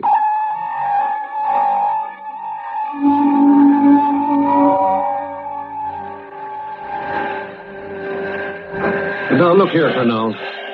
You assured us you'd begin grinding the necessary lenses days ago. Weeks ago, in fact. I know, Colonel Humboldt, I know it. Well, then why haven't you? Because, Colonel, I haven't yet received my formula from Dr. Hoffman. Dr. Hoffman? Until he brings it here, there's, well, simply nothing that I can do. You mean Frederick Bernard Hoffman? Yes. Oh, then heaven help us. Why, oh, why couldn't someone beside that old crackpot have been assigned to develop the formula for this lens system? Don't you know Hoffman, his reputation? Oh, very well. Well, then why pick him of all people? Because, sir, he's the only man we can depend on to do it properly. I don't believe it. As a matter of fact, I've been wondering why you haven't just fed the requirements into one of those electronic brains and let it devise the formula for you. In a matter of seconds. Perhaps, well, days, weeks, months. That was tried, Colonel Humboldt. You know it as well as I do. And, sir, with no success whatsoever. But it has been months now, literally months, since you promised us this optical system. And what has happened? Absolutely nothing. One of the potentially most important factors in celestial observation from a guided satellite must wait on the whims of a doddering old old crackpot. Crackpot? Well, isn't he? You think I haven't heard of his silly hobby, his preoccupation with the supernatural, his ridiculous belief in psychic phenomena, his conviction that he himself is endowed with supernormal powers? Who knows? When you consider some of the miracles of engineering that Hoffman has made possible, well, perhaps he is. Oh, yes? Well, then why doesn't he send you the formula telepathically instead of holding us up this way? Isn't there anything you can do to hurry him up? Nothing whatsoever. So our entire science program waits for him. Just waits. The entire world waits, Colonel.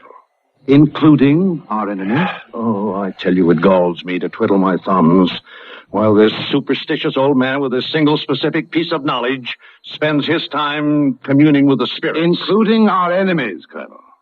What's that? Please don't forget that, sir. Because there isn't a country on Earth that wouldn't do almost anything to have this formula. Or to keep us from having it. If he ever completes it. Oh, of course he will. But in the meantime, sir... Well, then why doesn't he? In the meantime, Colonel, I hope you've done as I asked. You mean the guard about that little place of his up in the country? Yes, sir. Oh, yes. We've had 2 or 3 men on duty up there 24 hours a day, watching him and his apprentice. Apprentice what? Do they work on his formula? No. All they do is putter about in his flower gardens and feed the birds. But as soon as he is ready, and it should be sometime today. Today, you say. No, next month, more likely next year, perhaps 2 years from now. Do you realize how long it took to develop the famous Deloccar lens that first made an efficient bomb sight practical? You know how long it took Hoffman to develop that? Over 3 years. Hoffman provided the formula for that? Yes.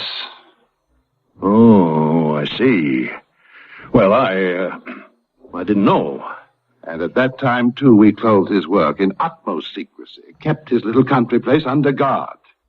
And he worked completely alone on it? The way that he supposedly is working on this? Colonel Humboldt, you may be sure that every waking minute that magnificent mind of his is working. Uh-huh. He is working on it. Well... But what if something were to happen to him, eh? Well, that is the risk we take. I see.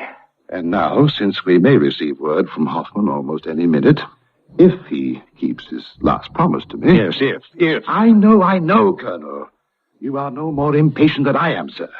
It's only that I understand this man, his odd foibles. In any event, I suggest that we discuss the safeguards that must be taken, the escort that will be necessary to ensure his getting here safely. Yes, by all means.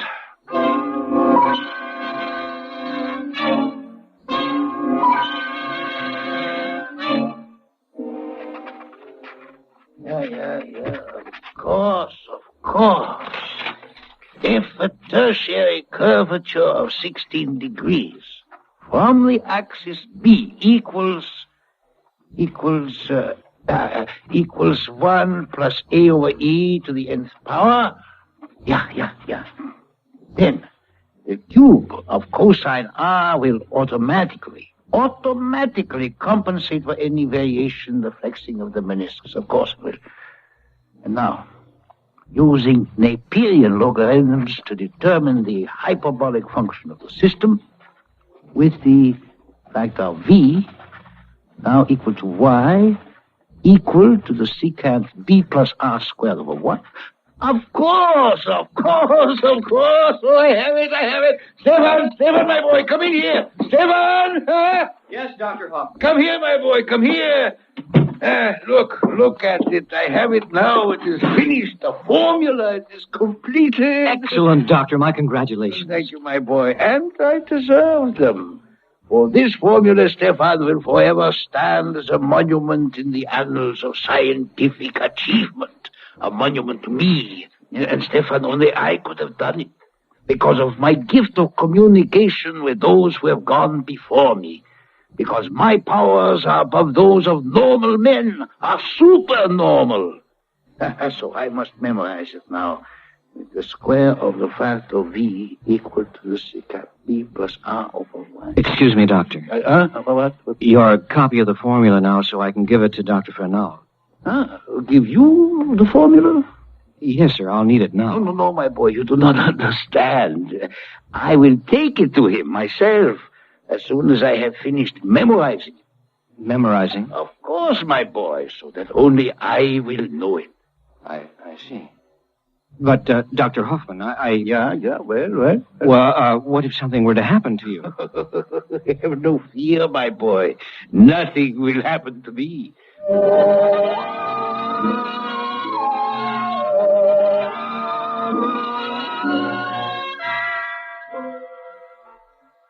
Yeah, and the tertiary curvature of 16 degrees from the axis B equal to 1 plus A over E to the 9th. Oh, yeah. I have it now, Get Mr. Fernald on the phone.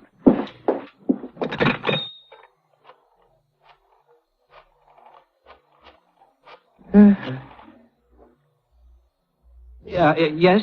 Yes, hello? Dr. Hoffman? Just one moment, please. Doctor. Yes, just there we are. Now the formula is only in my mind. So now, Stefan, I am ready to talk to Mr. Fernald. The phone, please. Yes, sir. Here, Doctor. Doctor. Fernald? Yes, Dr. Hoffman. You're ready now? You finished it? Yeah, it is finished. Today, as I promised you, I shall bring you the formula for the new optical system. Oh, splendid, sir. Now, we're all set up here to begin work on the lenses immediately. Good. Now, you sure you wouldn't prefer to have one of our men drive you in here? Of course not. I'm not a helpless old lady. I shall drive in myself. Very well, sir. Nonetheless, although you may not know it, Colonel Humboldt has arranged an armed escort for you. They're waiting in some cars outside your home right now. But of course I know it. I can see them from the window. Then you realize how anxious we are to give you every protection, sir? Yeah, to protect me or the formula. Oh, well, I know. But you are no more anxious than I am, Fernald. For it is I who have spent so many weeks in working it out. Yes. Well, now I suggest you start immediately. As you leave your driveway, the escort will follow you. I shall leave immediately. Splendid, Doctor, splendid. I'll be waiting for you. Goodbye. Yeah, goodbye. Armed escorts, he says he has provided. I know. I can see them now, Doctor, waiting outside. Do you need them? Of course not. He is an idiot. That will only make suspicion instead of protecting me, Stefan. That will only endanger me. You think you might be in danger? With this great secret I now hold, of course I am, my boy. But danger from whom, Doctor? Oh, does it make any difference? But Stefan, my boy, instead of the guard he has sent, I have a better plan. Yes? Yeah, much better. Only one that shall completely outwit anyone who might try to intercept me on this mission. What is it, Doctor? You will see. Now, first you fetch my cloak with the hood, the big hood on it. And then? Then you tell Mario, the old gardener, that I wish to speak with him. Do you mind telling me why, Doctor? Now, just wait, my boy. Wait and see. Now go get old Mario, and bring him in here. Very well, sir.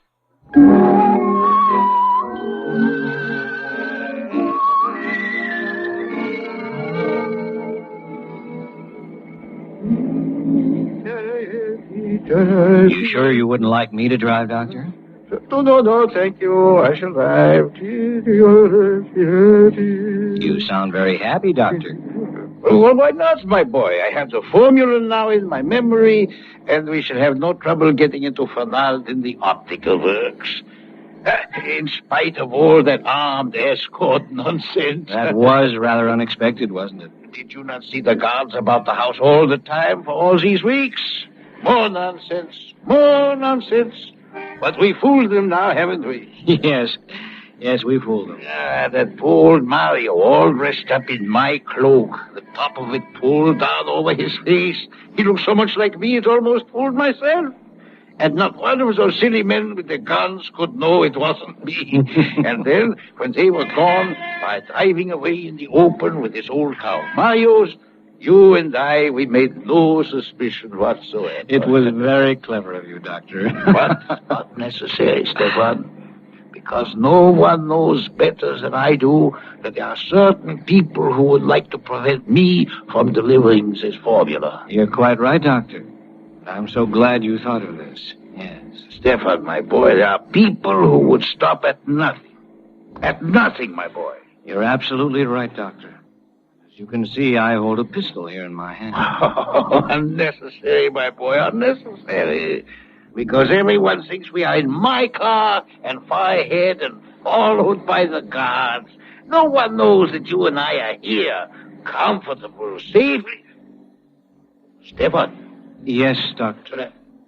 Oh, I see. Your pistol, Stefan, is not for my protection. My loyal apprentice has been one of them. True, Doctor. And in return for your life, you will give me the formula. No, Stefan, of course I won't. You know better. Now put down that gun. I'm sorry, Dr. Hoffman, but there is no choice. Either you tell me the formula, slowly, so I can write it down, or I pull this trigger. I suggest you take the next little turnoff. We can stop there and be undisturbed. The secrets you must have stolen for them. But this is the important one. Doctor, it's you or the formula. Well? No, never. I would die before I give it to you. You'll die if you don't. Better stop and tell it to me, Doctor. No, I will not do it. Then there is only one thing I can do to keep you from delivering it. Only one thing, eh? Slow down now and pull into that neck. Only one thing, eh? Doctor, slow down. Slower, Hoffman. That curve ahead. Look out! We're going off the road!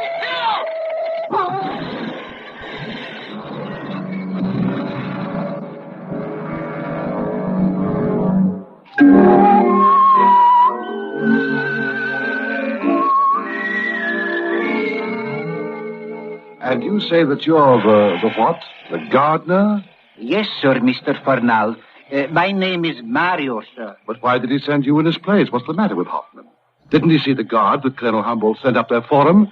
Didn't he think that we'd protect him adequately? Well, I'm sure I do not know, sir. But where is he? Where is Hoffman? He said that he and his apprentice, young Stefan, would follow along in my car, sir. In your car? To avoid any suspicion, Dr. Hoffman said. Oh, fine. He was afraid the two cars full of armed men would only attract attention, would only make it dangerous for him. Oh, he did, eh? But where are they now? Where are they? Maybe if Colonel Humboldt sent out some of his men to look for them... The Colonel's men have been backtracking that highway ever since you got here. Oh, my dear, if anything happens to Hoffman... It was very amusing, though, sir. Did you say amusing? What can be amusing about a situation like this? Well, I mean, when I got here, and even Colonel Humboldt himself thought I was Dr. Hoffman. Amusing, eh? Well, let me tell you something, Mario. Humboldt, any luck? Have your men found Hoffman yet? Oh, no, Fernald, no, I'm afraid not. All we know, and that was from a phone call to a neighbor, is that Mario here has told us the truth about Hoffman leaving there in Mario's car. How long will it take your men to get to his house out there? Well, as a matter of fact, Fernald, they've already been there. Oh, they've already been... Oh, excuse me. Surely. Fernald speaking. Sergeant Granby, Mr. Fernald. Yes, you found him? We found his car. Yes. Completely wrecked, sir. What? He went over a cliff at a curve. Must have gone over at a very high speed, sir. Complete wreck. And the doctor? His body was inside of it. Oh. He must have been killed instantly. I see. Very well, Sergeant. No sign of the assistant, though. The young scientist who worked with him and left with him. Thank you, Sergeant. Well, Fernald? An accident. Hoffman is dead. Yeah. Oh, no. And with him, the formula. But I don't understand about his apprentice, Stefan. He's disappeared. His apprentice? Yes, Stefan was with him. He left there with him. Trying to do? Why isn't he dead? Of course not. You can't go in there. What is that? What is that going on? Don't you understand? I'm Dr. Hoffman. Bernard, what is this? Well, I say you're not Dr. Hoffman. Hoffman? I'm sorry, Mr. Fernald, but this man here insists that he's Stefan! Who? Wait, Stefan, what happened to you? Why do you call me that, Mario? Don't you know me? Your own employer.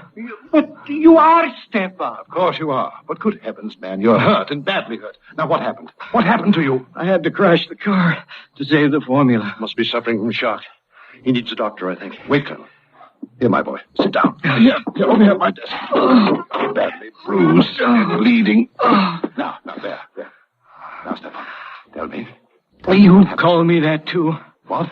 What is the matter with you? Don't you know me? I am Hoffman. There's no time to lose. Yes. Yes, there is no time. I must give you the formula while I can. You? Paper. Pencil quickly while I'm still able. Well, yes, of course, yes. Yeah. But how do you know it, Stefan? I tell you, I am Hoffman speaking to you. Now, quiet, please, while I still have strength to give the formula. The giant R's plus tertiary curvature of 18 degrees from the axis B,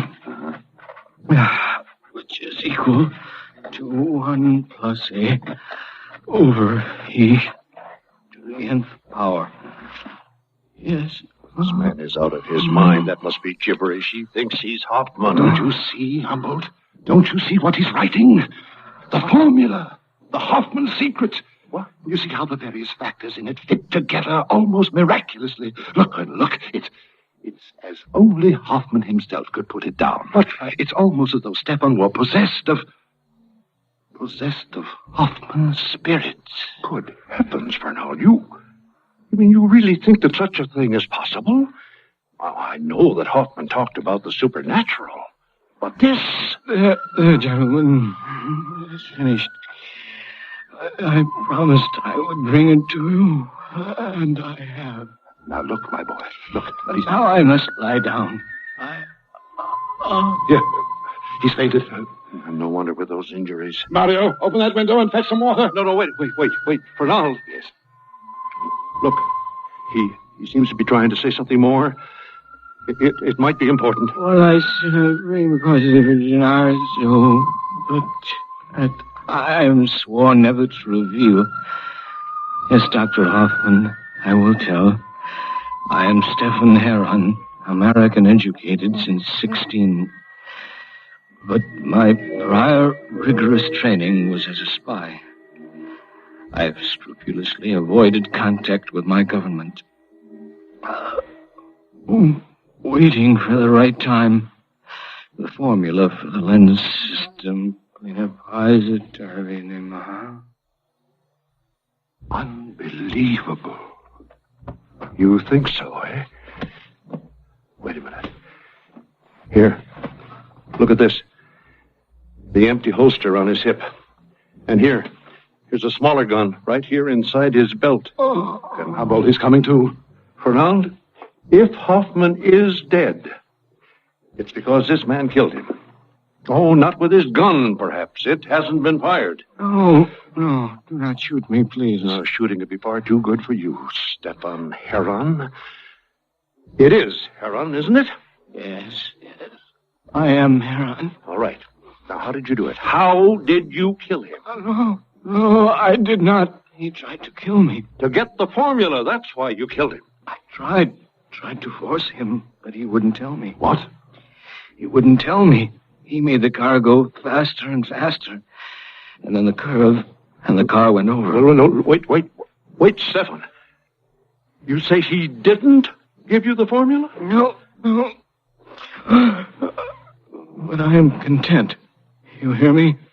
I am content because you and your country, you don't have it either.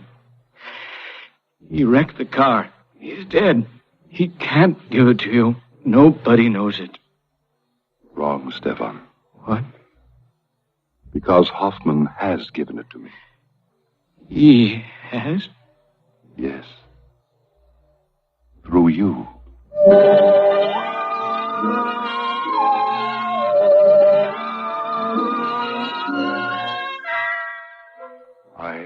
I still can't believe it, Fernand. I know, Colonel. I know exactly how you feel. And that is the reason I talked with the psychic investigator, a man who's an expert about the so-called supernatural. Oh, you did? Well, what did he say?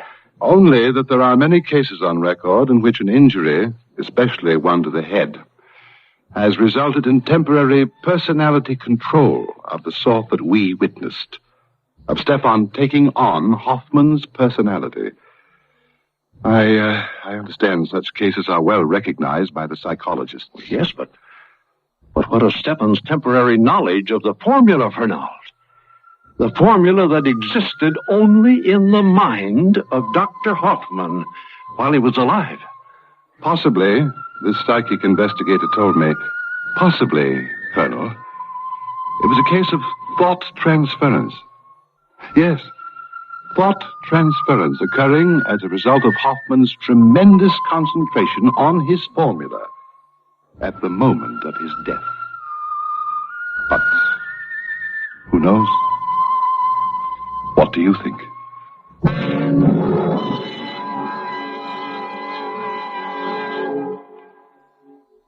And now, a tale well calculated to keep you in suspense. In a moment, Act One of With Murder in Mind, written especially for Suspense by Irwin Lewis, starring Jack Crucian, currently featured in the Broadway hit, I Can Get It For You Wholesale.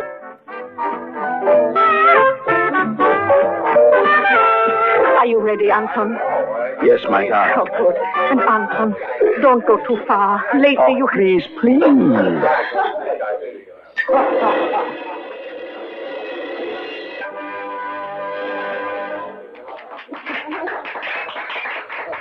Now, this time, ladies and gentlemen, the Hi-Ho Club takes singular pride in presenting Tesla. This renowned expert in the mysteries of mentalism is at all times blindfolded. Tesla, keeper of the keys to dark secrets locked in the innermost recesses of the human mind, will astound and astonish. Yes. Tonight, Helena, I am tempted to amaze them truly. Suppose Anton, no. You promised. Anton, please. It is too dangerous. Promise me. Yeah, I will be careful.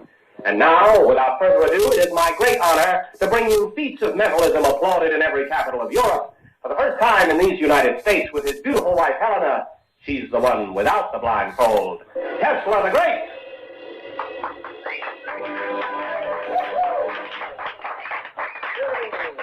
Ladies and gentlemen, as I pass among you, hold up any objects you wish and concentrate on them. Tesla, blindfolded on the stage, will attempt to learn what those objects are. Are you ready, Tesla? I am ready. This gentleman is holding up something that belongs to his wife. Can you tell me what it is, Tesla? It is something she wears, is it not? That is right. And what is it? It is a fur piece. A stole. Mink, I believe. That is right. That's pretty good. And now, a lady over here... Wait, I see more. The gentleman has not yet paid for the stole. How the blazes does he know? That will be enough, Tesla. And now, Tesla will attempt to tell me what object I have in my hand, which this lady has just given me. Tesla, do you know what it is? It is a gold charm. That is right. Now, Tesla, see if you can tell us what is inscribed on the back of this charm, something only this lady and I know. What does it say, Tesla? It says, to Ruth, with all my love. Is that right, madame? Oh, yes. Yes, that's exactly what it says. And now I see a gentleman holding a wallet. Sir. Wait, I have not yet done with the woman. I see more. No, Tesla. But yes. That is not just a charm, a little golden trinket. It means much more to Ruth. And it was given to her by a man who is not her husband. Why, that's a lie. Please, madame, please don't upset yourself. It is only Tesla's sense of humor. I see nothing funny in it. Please forgive him. Now, sir, if you will hand me your wallet. Yes, thank you. How could he know? Will you How could anyone know? And tell me... It happened years ago, and he's dead. It's impossible for anybody to know about the charm except me. And I haven't told him living soul. How could he know? It has the initials RLS. Thank you and good night, ladies and gentlemen.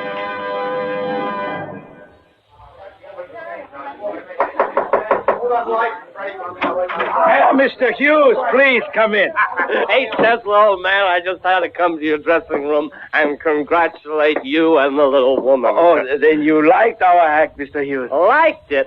Say, that was the greatest opening act my club has ever had. Yes, sir. Thank you. Say, listen, I'm having a little party at my place later just to celebrate, and I want you and Mrs. Tesla as guests of honor. Oh, well, we will be very happy. Thank you, Mr. Hughes. Now, if you will excuse me, I must change. Oh, yeah, sure. Well, I gotta get myself another drink. I gotta get lots of drinks. I got a lot of celebrating to do. Yeah. So long. Bye. Helena, you were very rude to Mr. Hughes. I have never known you to be rude before. I can't worry about Mr. Hughes. It is you I am worried about. I do not understand. I've warned you so many times. You must be careful. Careful. Oh. They must never become suspicious. A wrong word here, too much said there, and tonight you should not have said what you did about that woman. Oh, those foolish little thoughts rumbling around in her foolish little mind. I could not resist the temptation to have some sport over her guilty little secret. Did you see the look in her eyes? Yes, I saw it. Fear. Cold, naked fear. And questioning. I could almost hear her ask herself, how could he know? And someday someone will realize the truth. Well, what of it? It is degrading enough that I must use my gift merely to earn enough money for us to live. At least, permit me the pleasure of disturbing the little minds once in a while. Oh, Anton, this gift of yours, is it really a gift? Or a curse? Oh, Helena, please. Yes, who is it? Lieutenant Clark. May I come in? Lieutenant. Well, it is so nice to see you again. Did you enjoy our act? And how? But after seeing you two perform tonight, well, I just had to tell you how great you both really are. Thank you. Helena, you remember Lieutenant Clark of the police department, don't you? Yes, of course. Nice to meet you again, ma'am. You see, Mr. Tesla, I've made quite a study of mind-reading acts, codes, and systems and things, and, well, frankly, you've got me stumped. I don't know how you do it. Well, it is very simple, Lieutenant. I read minds. Well, I can almost believe it. Lieutenant, I believe you are thinking that I am putting on an act even now off stage. Please, be assured of one thing. It is not an act. I beg your pardon. Anton, if you will excuse me, I have a terrible headache. Oh? Anton, I am going back to the hotel. Well, my car's outside, Mrs. Tesla. I'd be happy to drive you there. That won't be necessary, thank you. We're staying in the hotel across the street. Well, you better take an umbrella. It's raining pretty heavily. I don't mind the rain. Don't be long, Anton. No, I will join you in a few moments, Helena, as soon as I change. Please, be careful. Don't let your gift be a curse, Anton. Good night, Mrs. Tesla. Hope to see you again. Goodbye, Lieutenant. Your wife's a beautiful woman, Mr. Tesla. Yeah. You've been married long? 5 years. 5 years. I am ready to leave now. Would you care to join me for a drink before you return to your hotel? Well, that is an excellent idea, Lieutenant. Thank you. It's my pleasure. Something? You wouldn't consider, No, I guess you wouldn't. No, Lieutenant, you should have known better than to ask. You cannot expect me to reveal my secrets to you.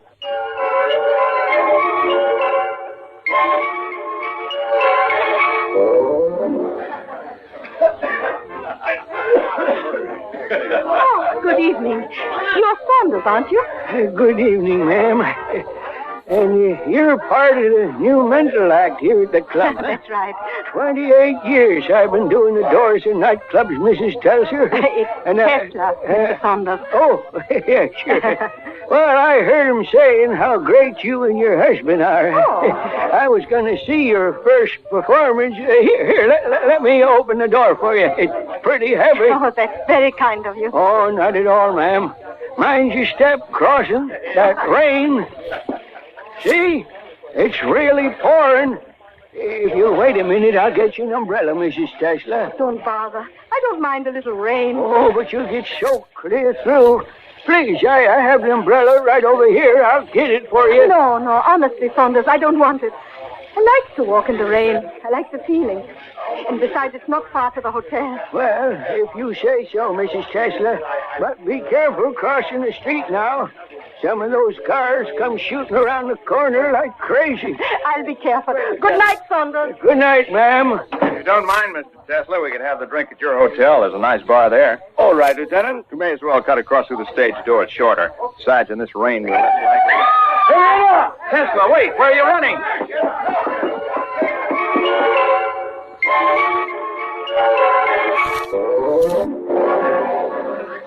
What happened? Oh, it's terrible, Lieutenant, terrible. I opened the stage door for her, and she went out into the rain. I asked her if she wanted my umbrella, but she said, no, thanks. I turned to go back into the club when I heard brakes squealing, and she screamed. I ran across the street, and she was lying on the ground with the rain pouring down.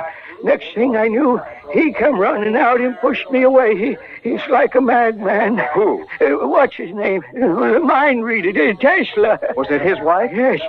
She's such a beautiful thing, Lieutenant Clark, and lying there all crumpled and smashed in the rain. Where's the car that hit her? I just saw the taillights disappearing around the corner. He didn't even stop. You call an ambulance. Saunders, come with me. There you are. He's holding her in his arms. Elena, my darling. Tesla, let me carry her inside. No, go away, Lieutenant. Please, leave us alone. I've sent for an ambulance. Please, let me take her inside. No, it's too late. Wait. Yes, Elena. What is it? He's got an awful peculiar look on his face, as if he's listening to something. It's eerie. Yeah, I understand. I will remember, Helena. I will remember.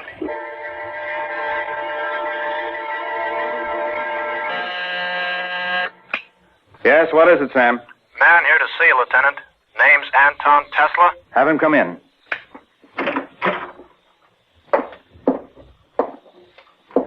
Mr. Tesla, it's good to see you, sir. Please sit down. Thank you, Lieutenant. I was wondering what happened to you. I haven't seen you since, well, it's a week now, isn't it? Is that how long it is? Sometimes it seems like a year. Sometimes only a day. Most of the time it seems as if I am the one who died. Terrible tragedy. I don't know how to tell you how sorry I am. Yes. You look tired. Thank you. I mean, thank you for being diplomatic. I have seen myself in the mirror. I was never a handsome man, but now I would almost frighten myself. Oh, nonsense. Shave and some fresh clothes and you'll be a new man. If there's anything I can do... You can find the man who murdered my wife. Murdered? You're not saying it was deliberate, are you? He left her lying in the street and fled like a murderer. He killed her in cold blood, whether it was deliberate or not. Well, we're doing all we can. But you must realize we have nothing to go on. Oh. No one saw your wife hit by the car. When the stage doorman Saunders came running out, all he could see was the tail lights of the car. It was dark and raining heavily. He couldn't tell what kind of a car it was, or its color or model. Lieutenant, it was a white convertible. How can you possibly know that? You do not believe me? What would you say if I told you I know every thought you have at this very moment? How would you feel if I proved I could delve into your mind and dredge up every good and foul thing you have ever been thinking back to the very beginning of your existence? Mr. Tesla, please. I know you're under a strain. Don't excite yourself. Do not worry, Lieutenant.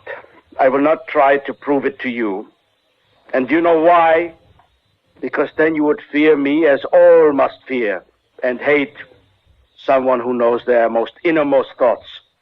Now, I have told you the model and color of the car. How can I act on information? Then the fender. It was damaged, I believe. The right fender. Investigate. And if you will not do anything, then I must. I'm obliged to advise you against acting on your own. No. Mr. Tesla, listen to reason. In the state... Strange man. He really thinks he can read minds.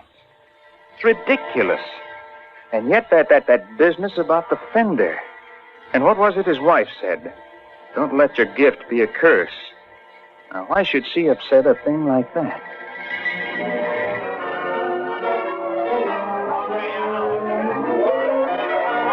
Saunders.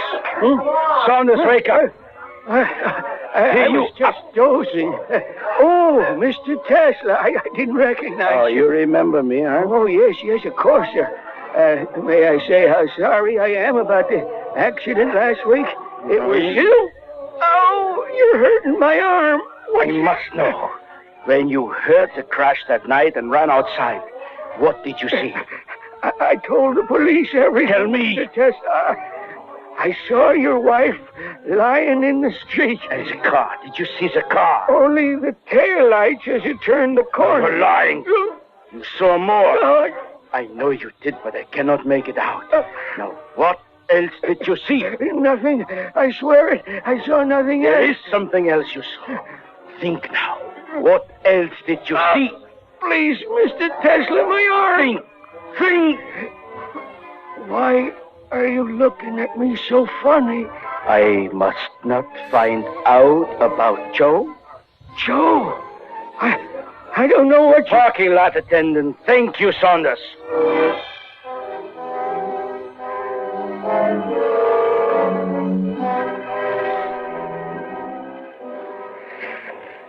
Hey, you. What are you doing around in cars? Come on, get away before I call the cops. Hey, ain't I seen you here before? Yes, my friend, you have. Wait a minute, you're that mind reader, the guy whose wife was killed last week. And you're Joe, the parking lot attendant. Yeah, that's right. Well, what do you want? I'm looking for a white convertible with a dented fender. Because I have been given to understand that such a car was here the night my wife died. Perhaps it is back now with the fender repaired, of course. I don't know what you're talking about. Look, you better get off this lot. You're asking for trouble. You seem to be worried, Joe. Why are you so worried? You're nuts. What do you want? A week ago, a car sped out of this parking lot and whirled around the corner just as my wife was crossing the street. It hit her and killed her. You know whose car that was, and you will tell me. That's a dirty lie. Hey, get away from that car. This is the car. Here, feel the metal on the fender. It is rough. It was a hasty job, and it was not well done. Okay, for the last time, get off this lot. First, you will tell me who owns this car. I'm telling you, mister, you better get off. What's the matter with you? Why are you looking at me that way? I ask you again. Whose car is this? Try and find out. I already have. Thank you.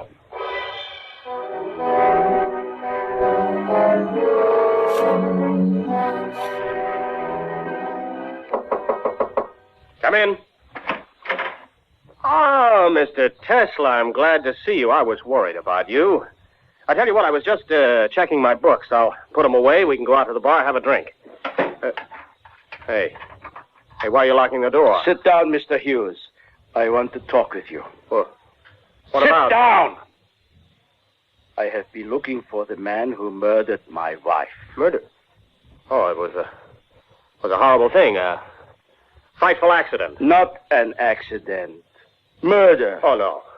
No, it was an accident. Everybody knows It was that. murder. And the weapon was a white convertible. You have a white convertible, don't you? Now, wait a minute. You trying to say that I hit your wife? Hey, now put that gun away. Are you crazy? Perhaps. But tonight justice will be done. You murdered my wife. Oh, no, you don't. Get that.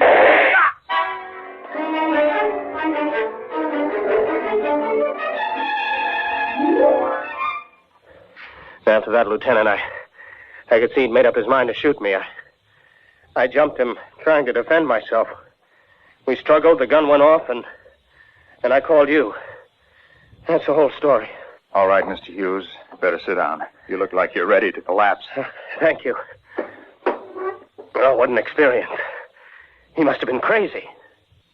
How does it look, Doctor? Not very good, Lieutenant. I'm going to call an ambulance, but I don't think he'll make it to the hospital. Tesla? Can you hear me? Lieutenant Clark. Why did you try to kill Hughes? He murdered my wife. No, he didn't. What are you saying? The driver of the car that hit your wife was taken into custody an hour ago and confessed. We got him through that fender. It took legwork, but we found his repairman and then him. He admitted everything. Took us a week, but it's pretty hard to hide evidence like that. He admits it. He is lying. He was telling the truth. But the white convertible? He was driving a white convertible, too. Although a different model and used car. A different year, too. At the fender, there was fender damage on this car? It was one of those once-in-a-lifetime coincidences, Tesla. As near as we can make out, what probably happened was that Hughes pulled out of the parking lot and turned the corner at the same time that this other fella came from the opposite direction. He hit your wife and went tearing down the road. Hughes, trying to avoid a head-on collision, skidded into that lamppost opposite the club, bounced off and drove away. Both cars had damaged fenders. Tesla, did you hear what I said? Yeah, I heard. But it is impossible. Hughes killed my wife. I know it. I know it. Tesla. Is he dead? Yes. Oh, that poor tortured man. I feel so sorry for him. What I can't understand is why he was so sure you were guilty. There is an explanation, but I refuse to believe it. What's that? I was very drunk the night of the accident. I only had the vaguest recollection of the events. Until you told Tesla just now what had actually happened, I thought I was guilty.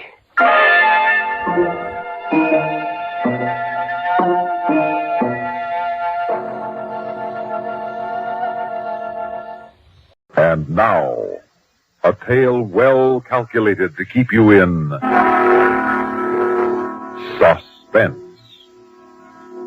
In a moment, Act One of Black Death, written especially for Suspense by Mercer McLeod, and starring Christopher Carey, currently featured in Camelot.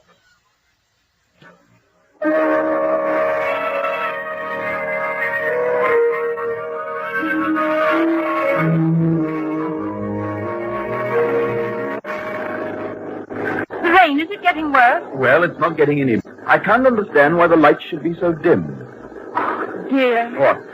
That might be my fault. Why do you say that? When I took the car for petrol last Thursday, remember? You said be sure and have the battery checked? Oh, say no more. Yes, I'm afraid I forgot. Then that's it. If I stall, I don't think we'll get started again. I'm sorry, darling. Oh, what was that? I don't know. I hit something. Can hardly tell whether we're on the road or not. Don't you think we should... Are we stalled? We are. Well, here goes.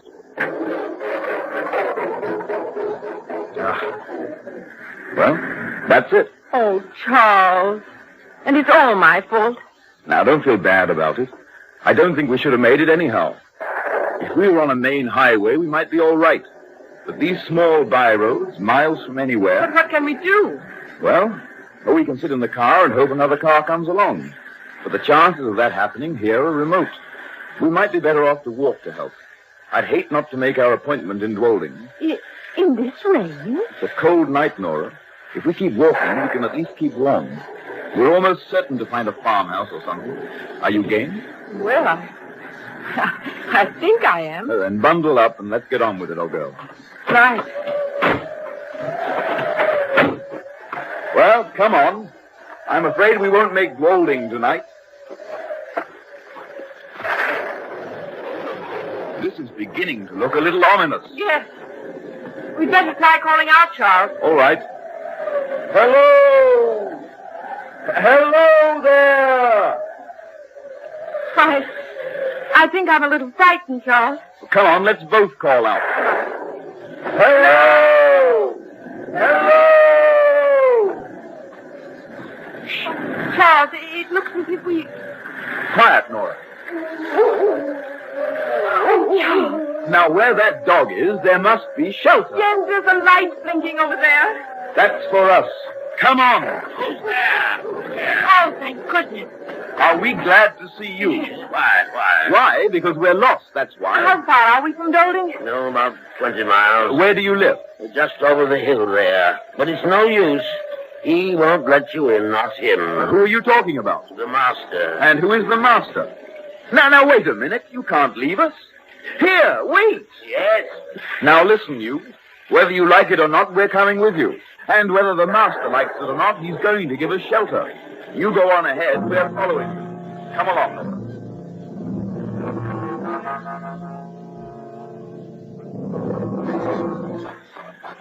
Oh, look, Charles. It's a huge, forbidding house.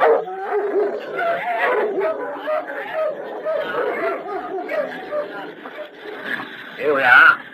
What little good it'll do you. Here, take this for your trouble. Yes. Hold this light while I find the key. All right. We'll be inside soon, Nora. And don't say that I let you in. Now, go straight to that second door past the staircase. Thanks.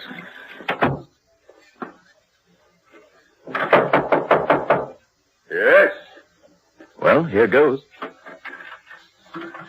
What is the meaning of this? Who let you in? We lost our way on the moors. My home is not an inn. Yes, but surely Just a minute, Charles. If we were drowning and your boat happened by, we'd try to save ourselves by clinging to it. And look at us. We're practically drowned. That's scarcely my concern. And furthermore, my husband is a doctor. And he was scheduled to lecture in... Oh, a doctor, eh? Well, a scientific man, huh? Well, yes. You'll need dry things. There's food on the buffet here, and I'll get hot coffee. Do sit down. Make yourselves comfortable. Do you mind if we hang our coats in front of the fire? A capital idea. Give me your coat, Charles. I'll spread it out. Thanks, Nora. I'm going to take my shoes off, too. Yes, sir. Oh, more coffee, Jacob. Very good, sir. What are you finding so interesting, Doctor? These strange diagrams drawn on the walls and floor. Oh, yes.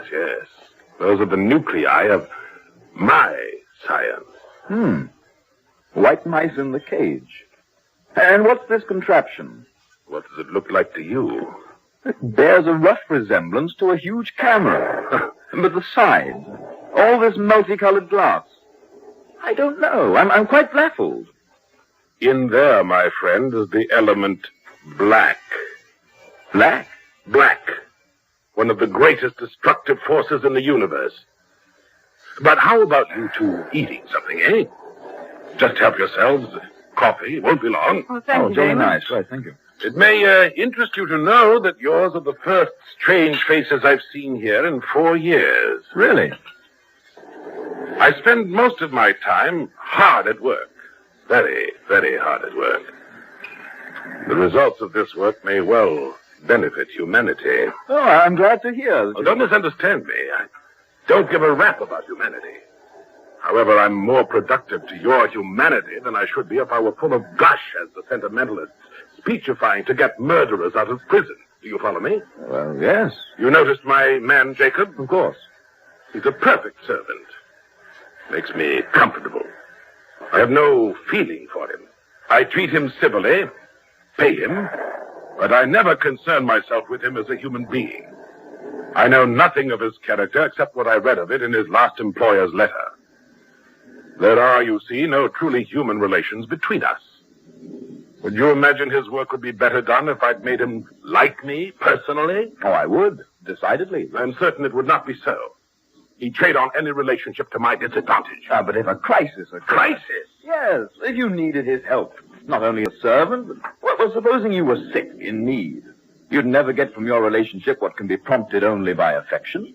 Affection? Ah, affection! How disgusting that sounds. Disgusting. The coffee. Just put it down. Yes, sir. Will that be all, sir? For now, yes. Very good, sir. splendid inhuman efficiency. I think I'd go mad in such an atmosphere. Never mind, Nora. Now, how do you take your coffee? Black, please. Me too. Black, eh? Black. Very good. Who gazes on black stares at death. I beg your pardon. You scientists are quite naive, I find. I fail to see. Let me explain. I find that black is not, as it is commonly defined, an absence of color or light. It is a prime essence, a vital being. And light, on the contrary, is mere activity. Well, this black coffee tastes good. I'm glad we're not out in that black night. There you go again. I don't understand. You think night comprehends black? Night is never so dark that you cannot distinguish grades of darkness. There is no black in the darkness of night. Black is absolute. You mean to say that blackness... Who said anything about blackness? I've been talking about black, not blackness. The one is a positive term, the other a weak, indefinite. Call blackness darkness, and the phraseology will be much nearer. But when you come to black, I say, you're at grips with the positive element of the universe, a force apparent whose work is death. Then one ought to be afraid to go home after dark. If you had the faintest realization of the infinite significance of the words you use, you'd turn as pale as this damask cloth. Here. You see this white mouse? I take it out of its cage, hold it by its tail, and set the black to work. I place it in front of the fatal black ray and...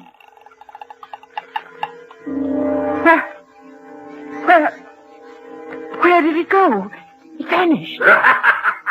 Exactly, it vanished. And you, Doctor, what do you have to say? I believe I saw something like that years ago at the Palace Theater in New York. You stupid man of science! I'll show you. Jacob! Palace Theater in New York. Yes, sir. Jacob, bring in Damon immediately. The dog, sir? That's what I said. The old hound dog, Damon.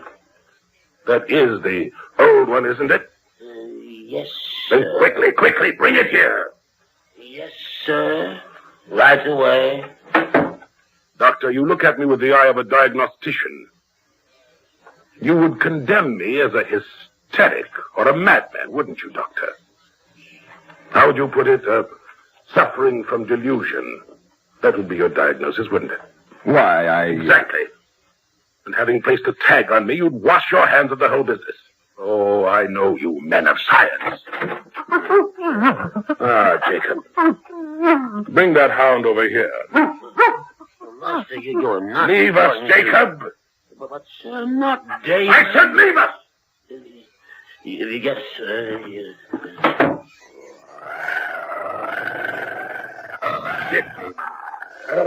Yes, I know, David. You dislike me, don't you? You all do. Sixth sense of the animal. Now, as before, Doctor, we set the black to work. See? The sixth sense of the animal. Jacob, keep those hounds quiet! Let's get out of here, Charles. No, as soon as we can. That's better. Now we can proceed. You see? The larger the subject, the more power we need. Subject? Yes.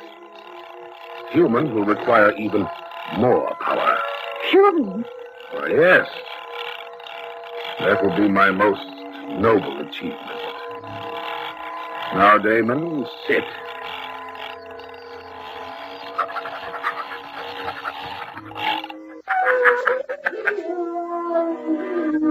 The sixth sense of the animal.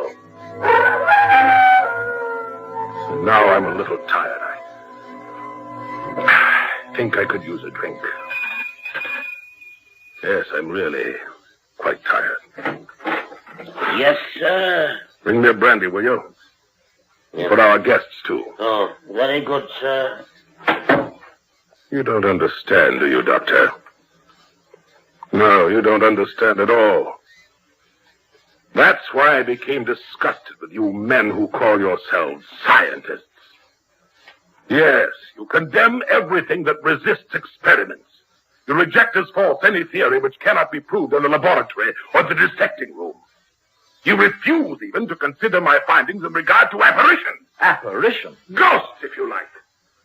For thousands of years, mankind has persisted in believing that apparitions are fact. But mention them to you, scientists. But there's never been conclusive proof!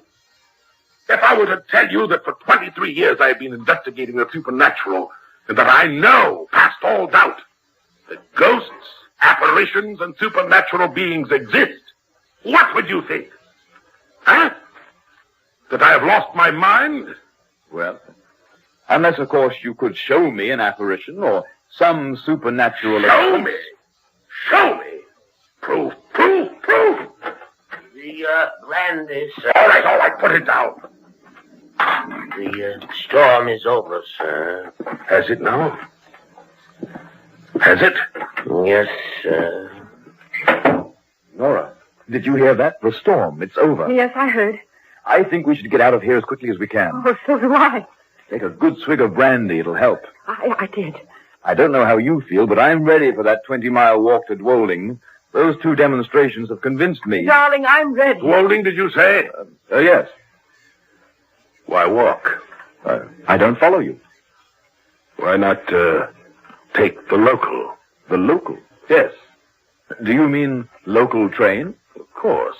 I didn't know there was one. Just one a day. It carries mostly freight. Just one passenger coach. About a mile from here. 11:10. I'll show you the way. Oh, this is splendid, Charles. You'll be able to give your lecture after all. Scientific lecture? Well, sort of, yes. With proof, Doctor? Of course. You know, 17 years ago, I ran away from you scientific fellows and your proof. It seems funny that one should walk in on me tonight. Oh, you and your proof. You think I'm a little mad, don't you, Doctor? Well, I shouldn't say that, sir. I'll get our coat.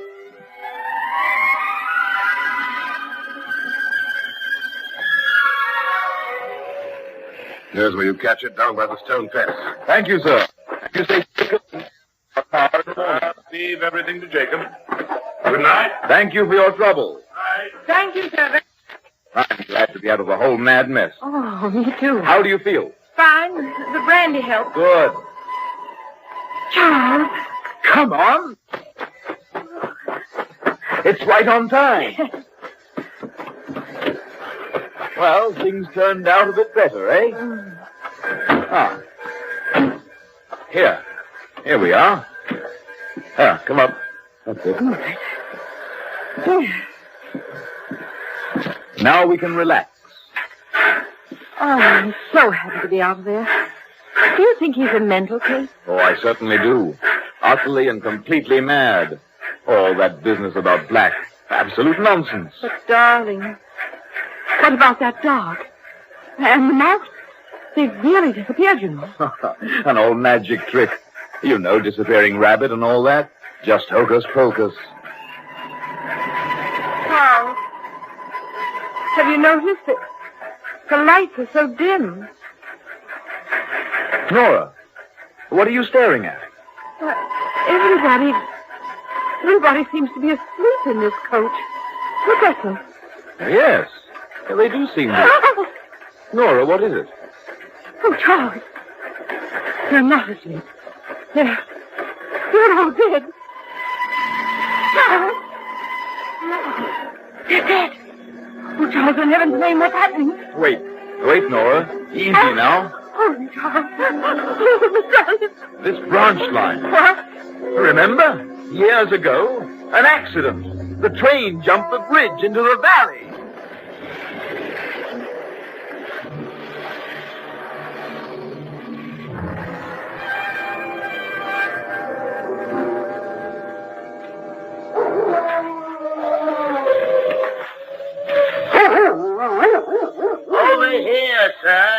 Yes, Jacob? Over here. Now, down. How are they? A little shook up, but both in one piece. Think we can get them to the house? I think so. Can you help the woman?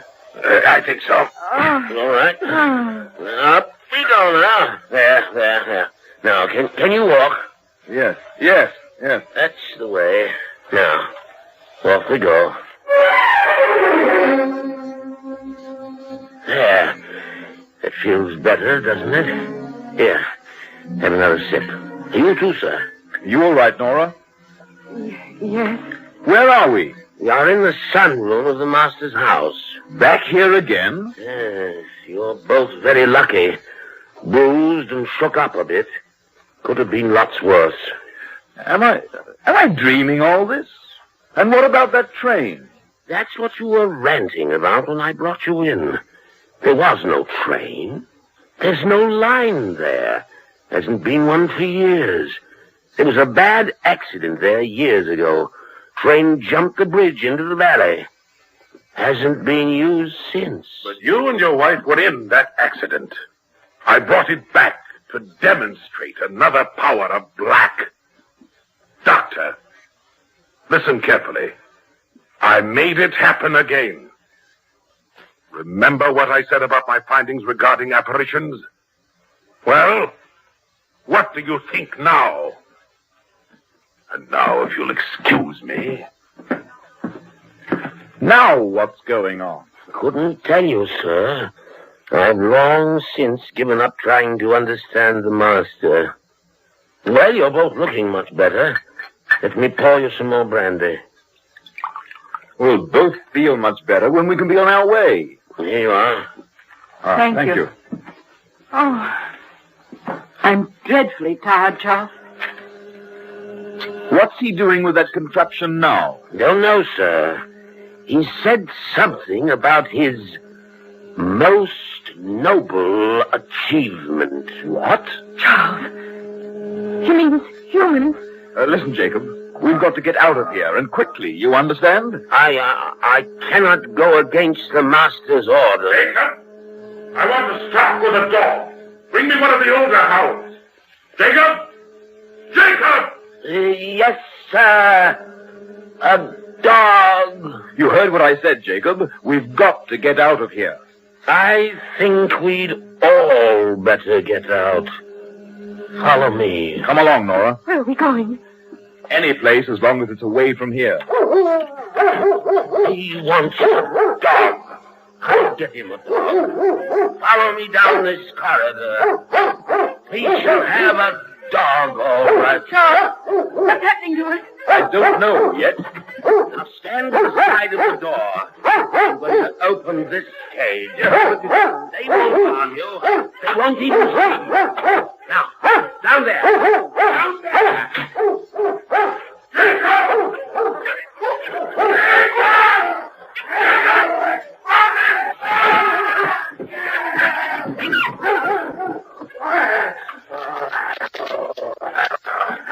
His most noble achievement. Shall we see about getting you both home now?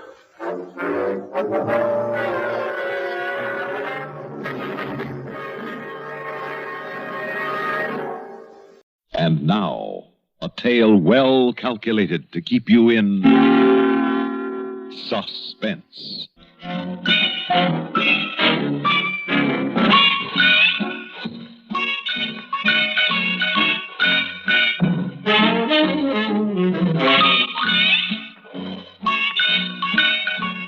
You nearly ready, honey? Darling, it takes time to put on lipstick properly. Oh, I'm sure the natives will love you, Jar. What natives? Where are we, Charlie? You mean to sit there making up that utterly provocative lower lip after we arrive at the biggest motel in the only town on 150 miles of desert highway and not know where we are? Well, I suppose I could find some postcards or envelopes in one of these drawers. Nah, you just stick with the decorating. I'll fill you in from this folder. See, this is the Beat Tentakin. Pete Tadican Motel is located on the outskirts of Red Mountain, Arizona. So that's where we are. That's where we are. Red Mountain, Arizona is 485 miles east of Los Angeles. What's more, the temperature is now 20 degrees. It's expected to drop to 5 below tonight with snow before morning. Well, now, it doesn't say that in the folder. No, the manager told me that when we registered. 5 below? I've never been where it got that cold. You California gals, all you've got going for you there is climate. You never have weather. I'm sorry I failed you so early in our marriage. Better to know the worst right away. But come on, let's eat. I'm ready. Now, how do I look? You look fine to me. But the Indians may think white men go on warpath again. Huh? White squaw wear heap much war paint. Funny man. Got the key? I got it. Let's go.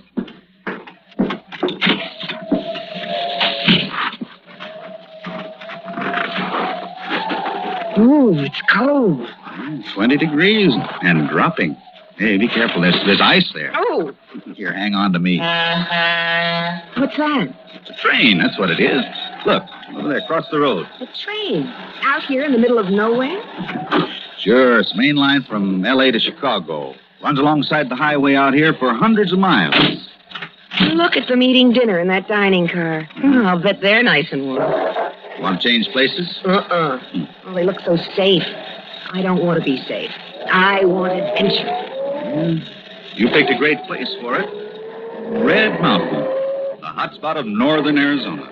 Just look at it.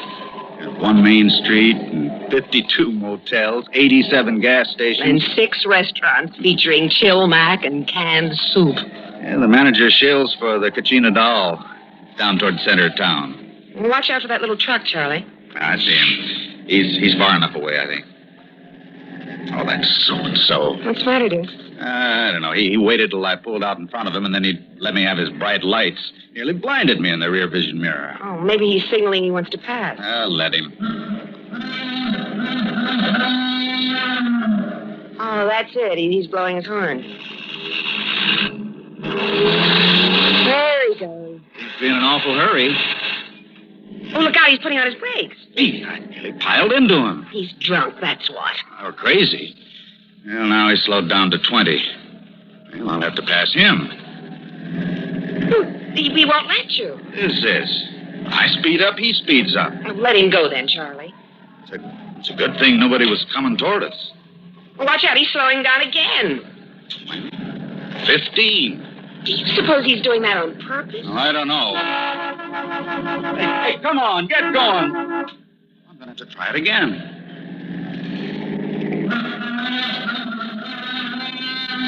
He won't let me by. He is doing it on purpose. Well, there's the restaurant, the Kachina Doll. Where? Over there on the left.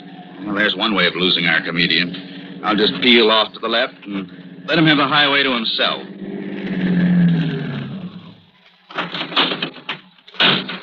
He doesn't seem to want the highway, Charlie. Look up the road. He's turning into that gas station. He's coming back. I'll let him. Come on, let's eat. Charlie, you better lock the car. Why? Him. There's nothing for anybody to take. I'd feel better if you locked it. Oh, all right. Look, he's cruising by, looking us over like he was a cop and we did something. Yeah, maybe he is. It occurred to me when he first swung in front of us. Well, he isn't in uniform. Well, there, the car's all locked. Let's go. Charlie, down the road, he's turning around again. What's the matter with him? Well, whatever it is, it's his problem. Let's eat.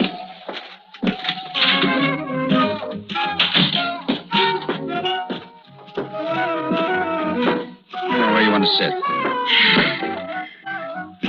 Good evening, and how are you folks tonight? Cold. We're not too late for dinner, are we? Oh, no, we can take care of you. Right this way, please. Well, here's a nice booth for 2. Good. Care for a little drink? Oh. Sit down. Fine. No, I don't think we do. I'm pretty hungry. Let's just have some food, because we're starved. Let's see the menu. Okay, coming right up. Charlie. What? The driver of that pickup truck. He just came in. So? It's a public place. But he's coming over here. Let him. Hey, you. Don't pay any attention to him. Hey, you. Were you speaking to me? Yeah, that blue 61 Chevy outside, that belonged to you? It does. Well, I want to talk to you. What's on your mind? Outside. Charlie, don't go. I said, what's on your mind? Now, look, Bud, I don't like people cutting in front of me. You mean when I drove out of the motel? Yeah, that's what I mean. Well, I'm sorry about that. I didn't realize you were coming on so fast. Yeah, well, I could have killed you. I could have run you down and killed you. Yes, you could. It was stupid of me not to realize the danger I was in. Yeah, well, I don't like people doing things like I that. don't blame you. And believe me, it won't happen again. Yeah, better not. Because the next time, brother, I'll kill you. Yeah, I'm sure you will. Yeah, I'll kill you next time. I'll remember that. Yeah, you do that. I don't like that kind of jazz. And I don't blame you. Yeah, well, I accept your apology, and only you remember the next time. I remember. Next time, you'll kill me. Yeah. And don't you forget it. Believe me, I won't. He was drunk, Charlie. At least. I could smell it all the way across the table. Well, that's why I agreed with him. You were wonderful. I was afraid you'd think I was chicken. No, no. There's no point arguing when they're that far gone. No wonder he drove the way he did. I'm proud of you. You left him with nowhere to go but out. Hey, did he give you any trouble, sir? No, not really. Oh. But he might have. He might have killed us out there on the road. Oh, Leroy don't mean no harm. You know him? Ah, sure. Everybody knows Leroy. He talks rough, but he don't mean no harm. Well, you folks decided? I'm not very hungry now. Oh, but you must eat something, hon. You order for me. Gracious, I'm afraid I've lost my appetite, too. Fried pork chops is nice tonight, with flour gravy. No, I think not. Have you any soup? Oh, yes, ma'am. Vegetable, tomato, green pea. In cans? Well, as a matter of fact, yes. Good. Good. I'd prefer it that way. You do? Yes. Yes, then the cook can't get at it. Huh? We'll have vegetable soup. Well, okay. 2 vegetable soup. And what else? That's all. Yes, ma'am. And listen, don't let Leroy upset you. He's just a big kid, that's all. Oh, who put that on? Another folk song. Charlie. Are you sure you locked the car? Yeah, I'm sure. Maybe you better go look. Why? I don't know. Maybe he's done something. Oh, broken a window, split a tire. I don't know. Well, I was thinking the same thing. Okay, I'll go look. But be careful.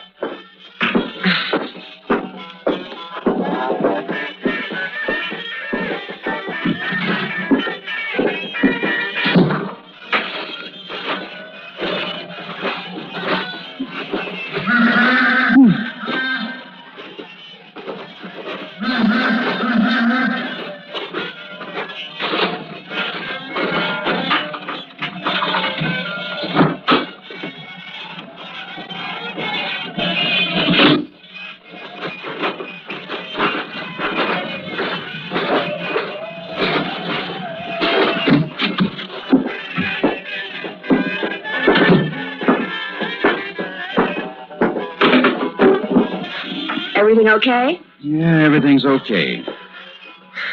I've been thinking, hon. I think we ought to report him to the police. Maybe. We could have been killed, you know. If anybody had been coming the other way, when he wouldn't let us past him, we'd have been killed. I know. If he tried the same thing on somebody else and they were hurt, or worse, I'd never forgive myself. Well, here we are, folks. 2 vegetable soup? There. Say, are you sure you don't want to try the fried pork chops? Quite sure, thank you. Yes. Can you call the police for me? The police? What for? I ask you now, can you call them for me? Now, look, if it's on account of Leroy, well, I wouldn't do that if I was you. Oh, you're not me, are you? No. Well, I'll call him if you say so, but, you know, I'm kind of glad I'm not you. What kind of a crack is that? Leroy. Huh. You don't bother me.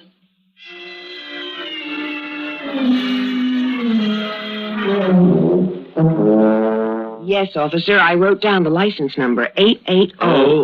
008. Yeah, that's right, officer. It was an International Harvester pickup. Oh, painted red and shining. That's Leroy, all right. That's his horn. No, lady, that ain't Leroy. That's the Orange Empire Express. Goes through here every night at 9:42. Oh. Well, anyway, this Leroy was drunk. More than likely. He's driving in a fog. And you want me to arrest him? Don't you think you should before he causes an accident or hurts or kills somebody? Oh, that ain't likely. Well, how do you know? I know Leroy. Well, look, I know my rights. I hope you know your duty. I want you to swear out a warrant for the arrest of this Leroy. I want you to go out and pick him up and put him in jail till he sobers up. Oh, Leroy's the same, drunk or sober. It makes no difference. Then maybe he should go to another kind of institution. You sure you want to make a formal complaint? What's going on here? Is this Leroy the son of the mayor or the nephew of the governor or something? What kind of a conspiracy is this? Your boy Leroy could have killed me and my wife, and yes, I do want to make a formal complaint. That's what I thought I was doing. Look at it this way. You're just passing through town. Chances are you won't be back this way for months, years, maybe never. But me, I gotta live here with Leroy and all the other Leroys in town. We get quite a few of them. They're just big kids. They don't really mean no harm, but they get restless. There ain't enough to do in this burg, only one movie show. The TV don't come through good. That leaves the bars. So they get their kicks on 66, scaring the pants off of tourists as they pass through. Sounds kind of silly when you put it that way, but that's about the size of it.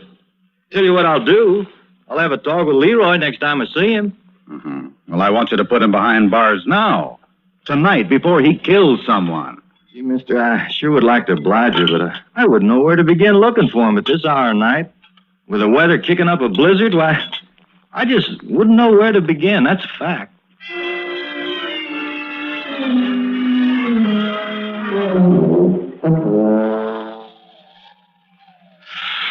I don't mean to invade your privacy, hon, but haven't you already filed the nails on that hand? Huh? Oh, yes. Charlie, I'm so nervous I don't know what I'm doing. And I keep hearing noises outside. Your imagination's playing tricks. I suppose so. But just a minute ago, I thought I heard them again. Oh, Charlie, I know it's silly. But would you please check the car again for me? Oh, come on, Flo. Please. And then I promise I'll get ready for bed. All right. Flo. What is it? Somebody left the air out of the back tire. Leroy.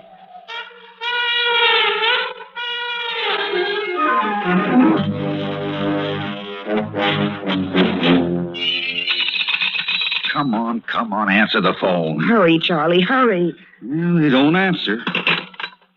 No wonder. What? That's this card here. It says, the motel switchboard is closed after 10 p.m. Oh, but we've got to get air in those tires. We couldn't wait till morning. No, Charlie. I will not stay in this place a minute longer with that crazy man out there beeping his horn at us and I don't know what all. Next thing, he'll murder us in our beds. Well, I can't get anybody to answer the phone. Well, we'll just have to wake up the manager. I'm not going to like it. I couldn't care less.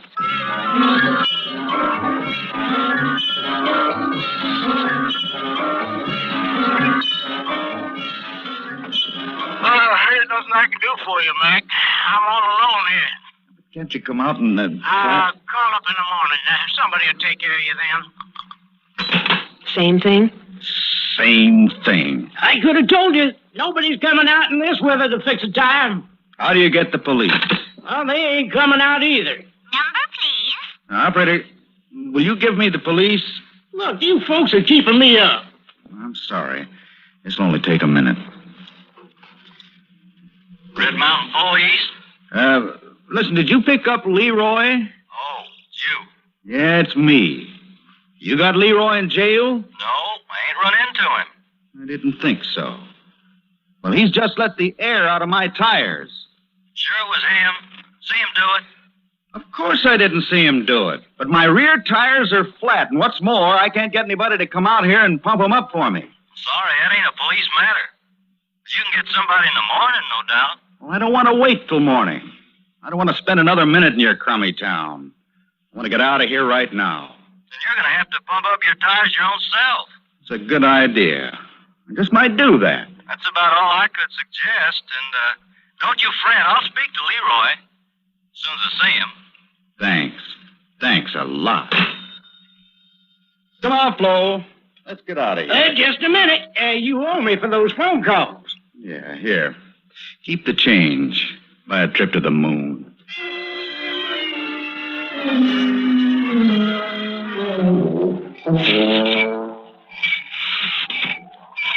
How's it going, honey? The last one's nearly up. Is the car packed? Everything's ready to go. Oh, listen. That's him. That's his horn. Hurry, Charlie. No. Don't let's panic, Flo. What can he do? No, I don't know. I don't know. Oh, what's he done, really? Charlie, just don't try to reason with me. Get that tire pumped up and take me away from here. Oh, please. Please, Charlie, please. Please.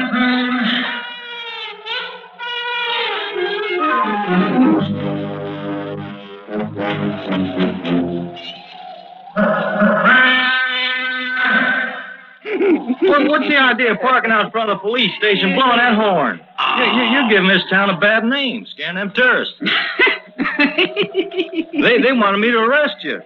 Oh, you wouldn't do that to an old friend. I didn't want to, but then you had to go and let the air out of their tires. You know, I do the darndest thing sometimes. No, you're going home. I'll lock you up for being ornery. You better do that, Pete, because I never make it. You know, I can't see to drive home. All right, climb out then. I'll give you a cell to sleep it off in. Yeah. I said knock off that horn. Oh, but it sounds so pretty. Pete, you know, you're a real pal. Just a real pal. Putting up a pal for the night in the jailhouse.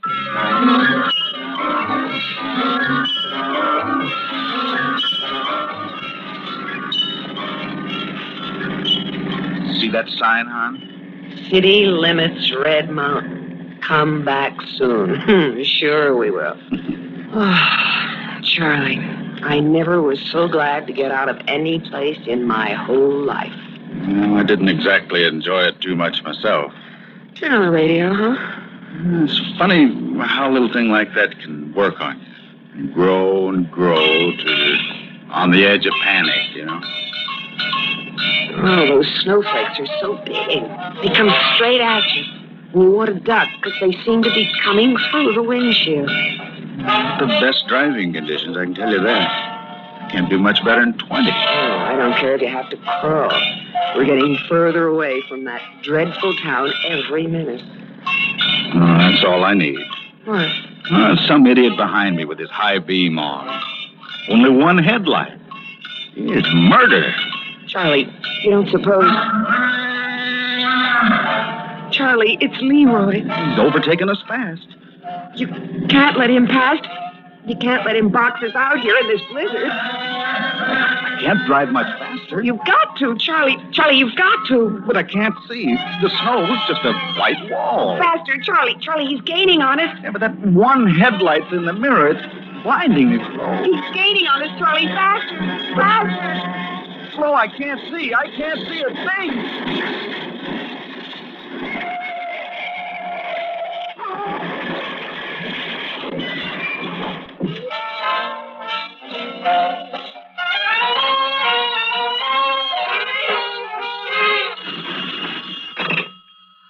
Botanical Motel. This is Pete over at the police station.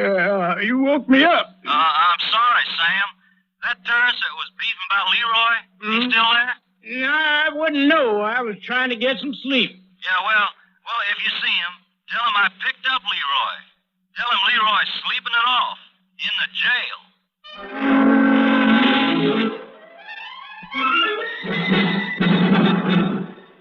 And now, a tale well calculated to keep you in suspense. In a moment, Act One of The Next Murder, starring Joseph Julian and Lawson Zerby, and written especially for Suspense by Joseph Cochran. This first portion of Suspense is brought to you by the makers of Alpine cigarettes. One beef stew. One hamburger steak. Draw one. Mind if I sit down? No. Sit down. At the late edition you're reading? Yeah. Well, that was a terrible thing, that murder over in Springdale. Oh, awful. I just don't understand how anybody could do a thing like that. No, nobody does. Not even the one who did it. Well, there's got to be a reason. Or none. One pork chop with mash. The poor dead girl wasn't pretty. She had no men friends. She was too poor for robbery. Would you like some dessert? Yeah, coconut custard pie, beautiful, and a fresh cup of coffee. And you, sir? No, I'm finished. Thanks. Say, are you a detective? Hardly. How come you're so interested in the murder? Oh, murder's a hobby of mine. Look, we're out of coconut custard. I brought coconut cream. Coconut cream, okay? Yeah, that's fine. Hey, look, I wasn't trying to be fresh just now when I called you beautiful. I don't know your name, so I just called you beautiful. That's all right. It's a lot better than hey, you. Hey, you! Waitress! Oh. Yes, sir. Hey, you're not interested in her, are you? I like to kid him along. But she's not pretty. When they're pretty, everybody gives them the rush. Homely girl appreciates a little attention. Ah, yeah, I see. Well, I'm shoving off. Thanks for letting me share your counter space. Not at all. Night. Night. Hey, gee. Tell your friend thanks for the nice tip. He's not my friend. I don't even know him. He just sat here with me. Say, I know it's short notice, but would you like to go to a movie with me when you're through here? Oh, I couldn't, but thanks. Some other night? I'll think about it. Hey, thanks. Thanks a lot. Good night, beautiful. Night. You think about that movie real hard.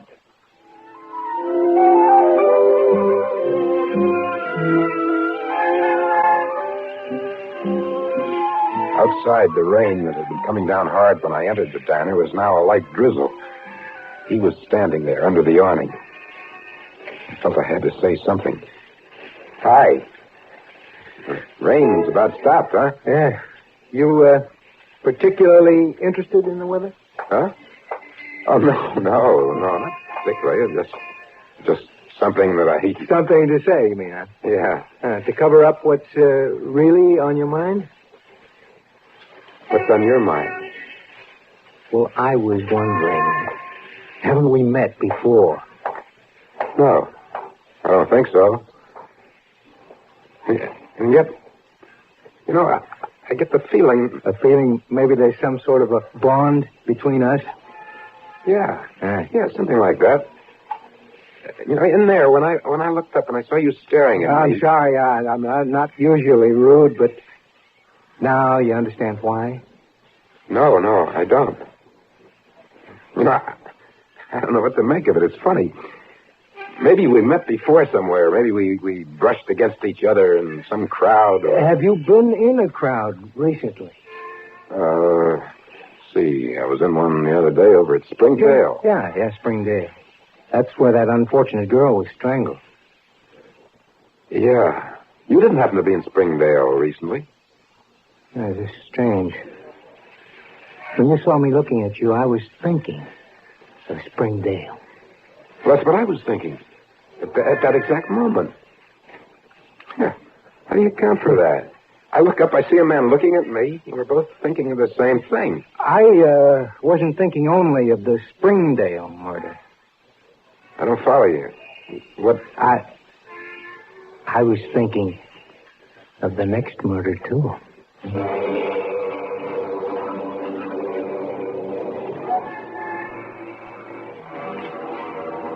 The next murder?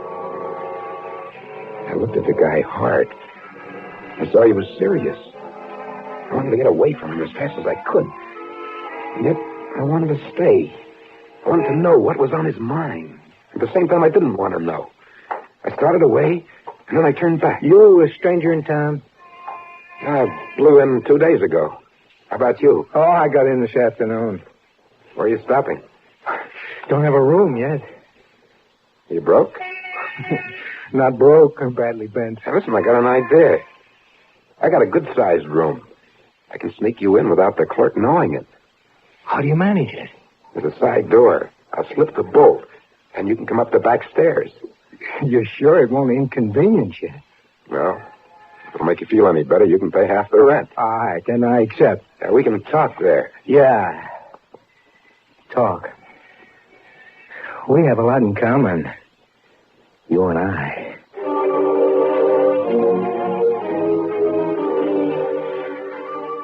I gave him the room number, and I went in first. I unlocked the door, and then went up to my room and waited. He was up in less than 5 minutes. You bolted the side door? Yeah. Good. Now remember to talk low. I don't want the clerk to know you're here. Well, we don't even know each other's name. Cotter. John Cotter. Fred Spahn. Cotter and Spahn. Or Smith and Jones. You're pretty sharp, I see that. Oh, you're not so slow yourself. You know, I still can't get over how we met. It's 1 in 1,000 coincidence. No, Spahn. No coincidence. We were bound to meet. We have similar interests. Like murder. You seem to know a lot about murder. I've read everything I could get my hands on. What interests you about murder? The motive. Why? Why does one person kill another? Why? Money, rage, jealousy. The obvious doesn't interest me. I'm talking about the hidden motive. Half the people who commit murder can't give the motive. You're more interested in the murderer than the victim? Definitely. Look, let's get off this. Look, spiritually, you're dead, and the foul, withering rot of murder has entered your mind, devouring your will to live. Well, look, you take that girl over at Springdale. Let's take the girl in Seattle. Or the one in Boston, similar to the... Seattle? There was one in Seattle? Yeah, it was in the papers. 2 weeks after the Boston murder, there was one in Buffalo. Then a month later, in Pittsburgh. Then the last in Springdale. Meaning what? One murder suggests another, especially when there's so much alike. And you think there's going to be another murder? The killer's still at large, Well, maybe Fred. there was more than one killer. My point, exactly. Oh, you're crazy. The girl at Springdale was strangled with a man's necktie. Will you guys knock off 2 in the wagon and let me go to sleep?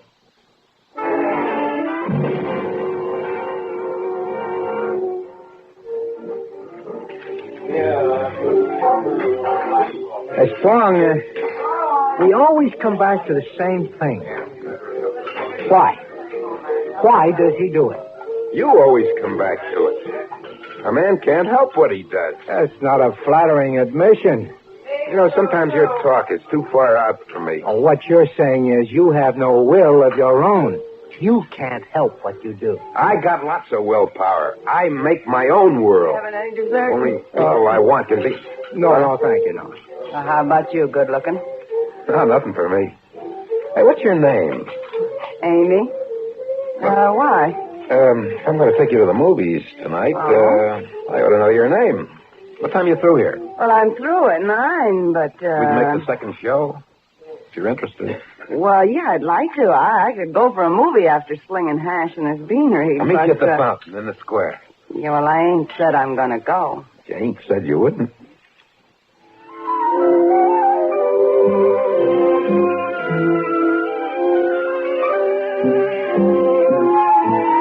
Cotter and I left the diner and went back to the room. It was drizzling again. He was getting on my nerves. I made up my mind to tell him he's got to blow in the morning. We didn't talk much. He took out a tablet and started to write. I sat there thinking of Amy. Every now and then taking a look at my watch. He must have been a mind reader. All of a sudden, he put down his pen and he said to me, Strong, you going to keep your appointment with that waitress? What? With Amy? Why, sure. Why not? What's the matter? Always starts out the same way. You feel sorry for these homely girls. No friends, not too bright, beaten. You feel more sorry for them than for yourself. And it ends up the same way. Oh, you know so much. You ought to write a book. I have. All but the last chapter. That's what you're working on? Yeah. Have been for 10 years. About murder? Every last word. I'd like to read it. Perhaps you can, when it's finished. Well, if it takes you 10 years to write one chapter, I don't Well, the see... last chapter will be finished soon, I think. Right now, I can forecast that out of the 100 cases I have on file, 90 will get at it in the next 5 years, provided, of course, they are not caught before. How are you going to arrest the man you think will commit a crime 5 years from now? My friend, you put your finger on it. On what? Look, a man can't be arrested until he commits a crime. Now, my tables predict a crime, but they are powerless to stop a single homicide. Tell me, Carter, did your charts tell you that there would be a murder in Springdale? Well, to be truthful, no, they didn't. Why not? Because that one, I committed myself. I just sat there and looked at him. He looked sane enough. By that, I mean, if you put his picture alongside half a dozen others somewhere, there was nothing you'd pick him out for. But I definitely was going to blow the joint. The rent was coming due. I'd move out when he was asleep and let him hold the bag. But first I had to meet Amy. I went to the square. She wasn't in sight. I waited. Hey! Oh, I bet you thought I'd stood you up. I got a customer just before closing. Boy, I thought he'd never finish. Well, look, Amy, look, we just met. I'm moving on tomorrow. Instead of the movie, maybe we could walk along that lake in the park and get acquainted, huh? I don't know if I should. I mean, I just come met on. Movies, make-believe. You and me, we're real people. I like someone to talk to. I bet you do, too. Yeah, I sure do. You know, I'm really just dying to talk to someone. You just don't know what it's like sitting in that one little room all by myself. Yeah. Sure, let's walk. I guess you're just like me, huh? Anyway, I think I know you, Amy. I think I understand you. You're leaving town tomorrow, huh? Yeah. That's always the way. Yeah, and maybe you're going someplace yourself, Amy. Only you don't know it yet.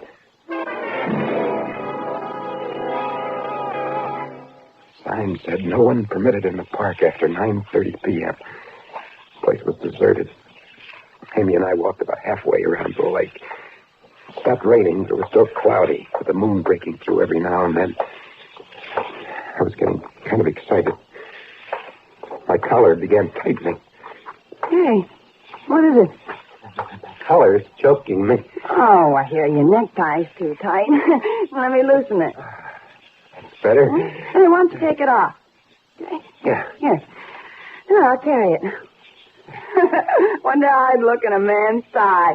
A man's tie around my neck. What's the matter, Andy? I'm tired and cold. I got to get up early in the morning. I'm going. Been reading the papers, haven't you? No, not me. I never read papers. They're filled with terrible things about people being killed. About people getting killed with a necktie?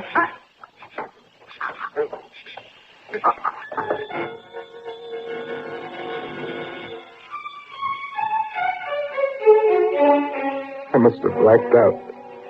When I came out of it, I was stretched out under a tree. I probably ran into it and knocked myself out. I got up. My shirt was open at the collar, and my tie was gone. I started to look for it, but something kept buzzing at the back of my head, telling me to get out of the park. I hurried to the hotel. When I left the hotel, I went down the back stairs, and I left the door unbolted, so I was able to get to my room without the clerk seeing me. Then I had to get into my room without anyone hearing me.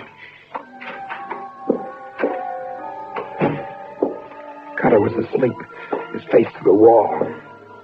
I could hear the guy next door snoring. I gathered my things and I stuffed them into the suitcase. I went to the sink to get my toothbrush and shaving gear. My razor was gone. I looked around and I saw something glint on the floor. I reached down to pick it up. It was my razor, and my fingers got all wet and sticky. I jumped back up and I stumbled over a chair. Blood. Cold and sticky. What's it doing on my razor? Say, what's going on in here? I warned you guys. Where's the light switch? I came to this dump to get some sleep. If you two guys... Hey. What's the matter? What are you doing with that razor? I just came in. I picked it up. There's blood on your hand. Hey, you in the bed. Wake up. Wake up! I want to know what's going on in here. What's the matter with him? I'm telling you, I just came in. Yeah, well, it looks to me as if you were just getting ready to leave. Get out of my way. Charlie! Oh, no, you don't. You stay right where you are. Charlie, come on over here. Charlie, get out here. No, first call the police.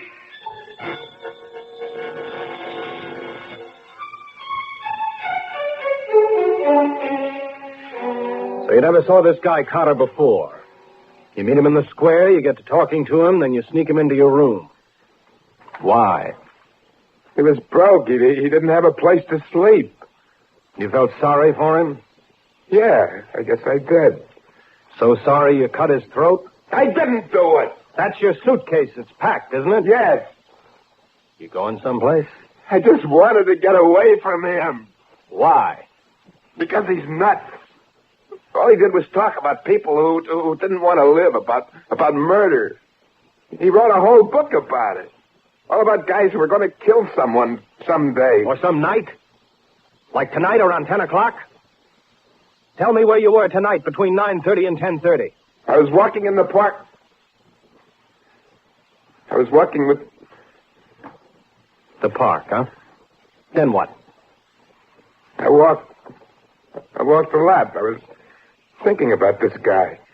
I decided to slip out of the hotel without him knowing it and then leave town, and so I came back to the hotel to pack. Mm-hmm. Anyone see you come in?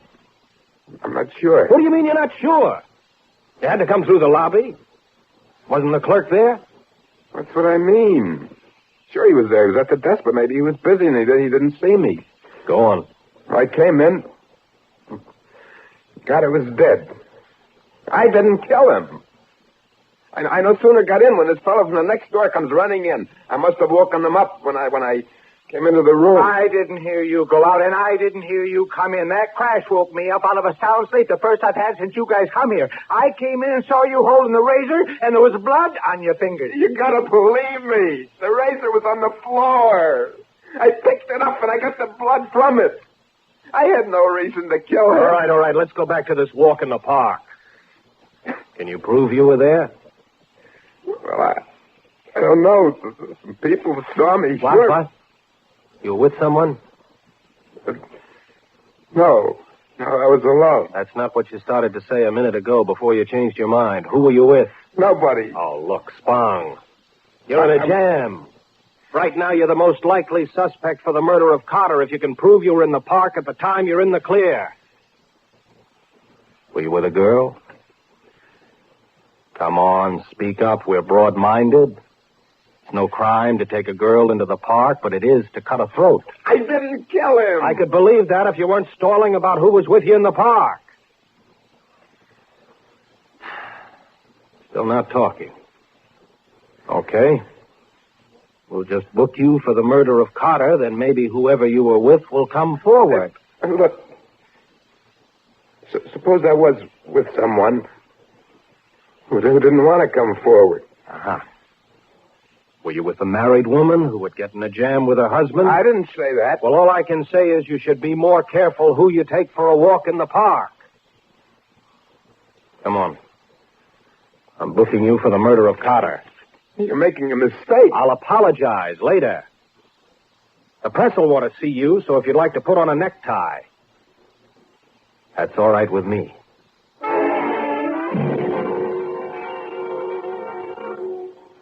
The police were very interested in Carter's book. They took every scrap of paper they could find. They asked me a lot of questions about it. I didn't mind talking about Carter and his crazy ideas. I wanted them to know why I was running away from him. They kept questioning me until 3 a.m. Then they let me sleep. They woke me up again. Spong, I apologize. What for? You didn't kill Carter. That's what I've been trying to tell you. Mm-hmm. We doped it out from that book. He was his own case study 100. He killed that girl at Springdale, and he cut his own throat. He was crazy. Uh-huh. What we're interested in now is case 99. Huh? Come on. We're going for a walk. Huh? Walk? Walk where? In the park. No, I won't go. We want you to retrace every step you took last night. Please don't make me go. All right, Fong. You've told me what I wanted to know. You see, we found Amy. This is, your necktie, isn't it? Yeah. Why did you kill her? I don't know. I don't know. I liked her. I was sorry for her. I didn't plan to kill her. Something I just did. Mm-hmm. Just like Carter wrote it. Case 99 will not be able to give any explanation for his action.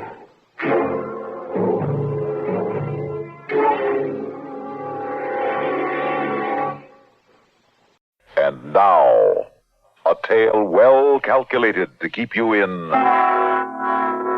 suspense.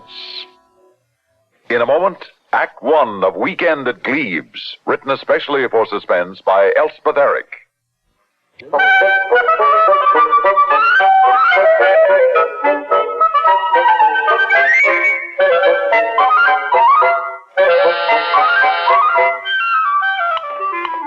Yes? Miss Trowbridge? Young Wallace's mother? You mean to say Lady Pancoast, don't you? Mrs. Trowbridge married Lord Pancoast, you know. Oh, dear me, I hope nothing's wrong there. Well, ask her to come in. Mr. Henshaw, what is going on here? Come in, Lady Pancoast. Mr. Henshaw, what is this Lady Pancoast business? They kept calling me that outside. Well, you did marry Lord Pancoast, didn't you? No, it wasn't you, was it? I've never seen you before, actually, have I? I've never even heard of Lord Pancoast. But Wallace assured us he went home for the wedding. Home? To Gleebes. Wallace's home is in New York City. It always has been and still is. Oh, dear me. What, for heaven's sakes, are Gleebes? Gleebes is one of the historic homes of England in Sussex. Are you really Wallace Trowbridge's mother? Of course I am Wallace Trowbridge's mother. Well, at Denbridge, we'd never actually seen you, you know. 2 months back, Wallace said you'd married Lord Pancoast and moved to Gleebes. And you believed him? I am Mrs. Warren Trowbridge of New York City and the mother of Wallace Trowbridge. I sent my son to this school believing that he'd be looked after, but I find instead... He has been looked after, Mrs. Trowbridge, if that's who you are. Would you care to see some identification? Oh, you must have some records. My signature must be on something. Oh, we have indeed. Bring in all the records on Wallace Trowbridge, will you please? Thank you. Miss Trowbridge, do you happen to have a picture of Wallace? That might help. I'm just not the sort that carries about pictures of her child. Wallace didn't even have a letter from you, Mrs. Trowbridge, until 6 weeks after he arrived here. He's had very little mail of any kind, except from his friend, Billy. Billy who? Why, his pal. His great pal in the States, Billy. I don't know any Billy. You don't know Wallace's closest friend? Well, though Wallace did say you'd been ill. I haven't been ill. Yes. Would you say that again, please? That's not possible. You're sure? Well, look again. Look anyway.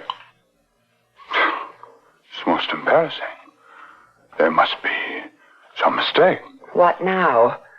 Miss Trowbridge, the truth is, Wallace's records seem to have disappeared.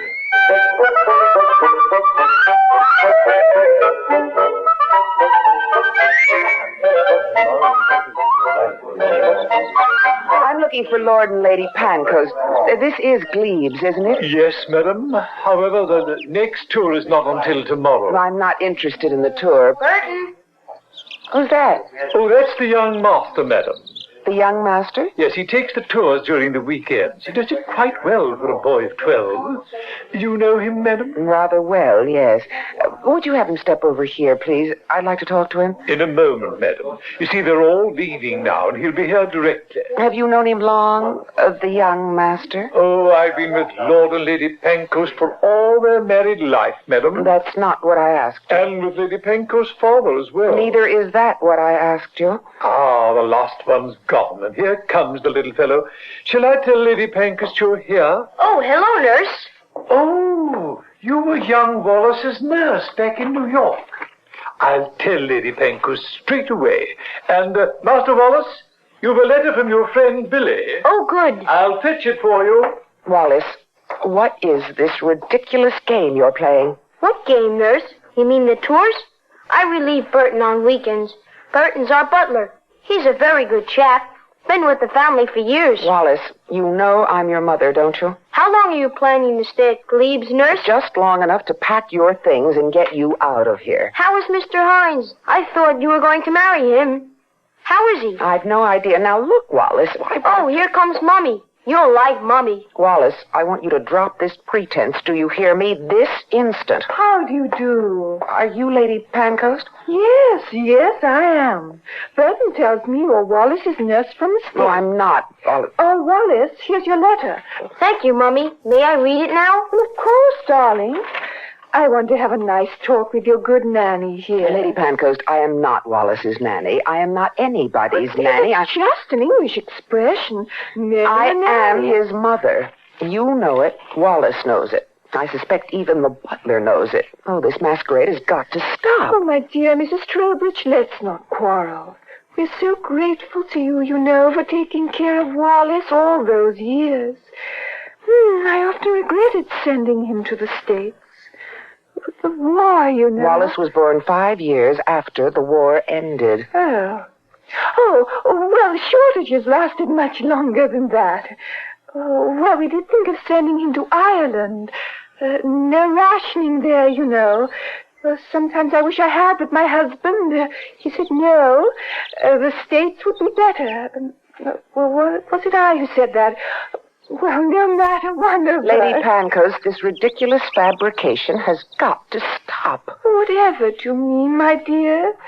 Finished your letter, darling? Almost. You know very well what I mean. He loves to get a letter from his friend Billy in New York. Billy who in New York? Well, I never thought to ask. Don't you know? He has no friend Billy in New York. Oh, but he does.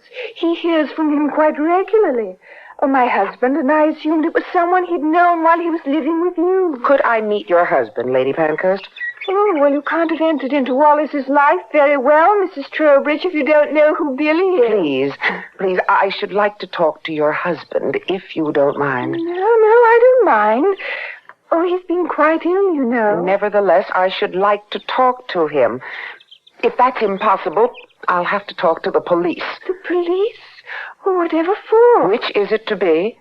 Well, my husband, Lord Pancoast, is an invalid at the moment, Mrs. Trowbridge, confined to his room.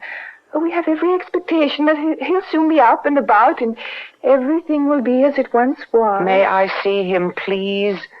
Wallace, run upstairs and ask your father if he feels up to talking to Mrs. Trowbridge. Yes, Mummy.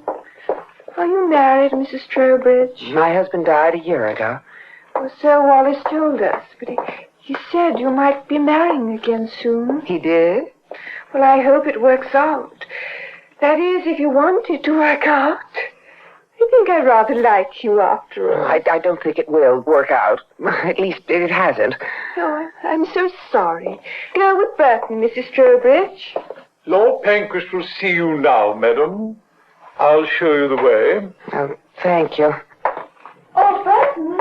Yes, milady? See that a room's made ready for Mrs. Trowbridge, will you? I think she'd like that nice sunny room next to Cook. Next to Cook's? Oh, it's quite a nice room, madam. You don't say. Gleebes is over 400 years old, you know. There's a story that Henry VIII once stayed here for a whole weekend. Really? Perhaps you could have his room, except that we don't know which one it was.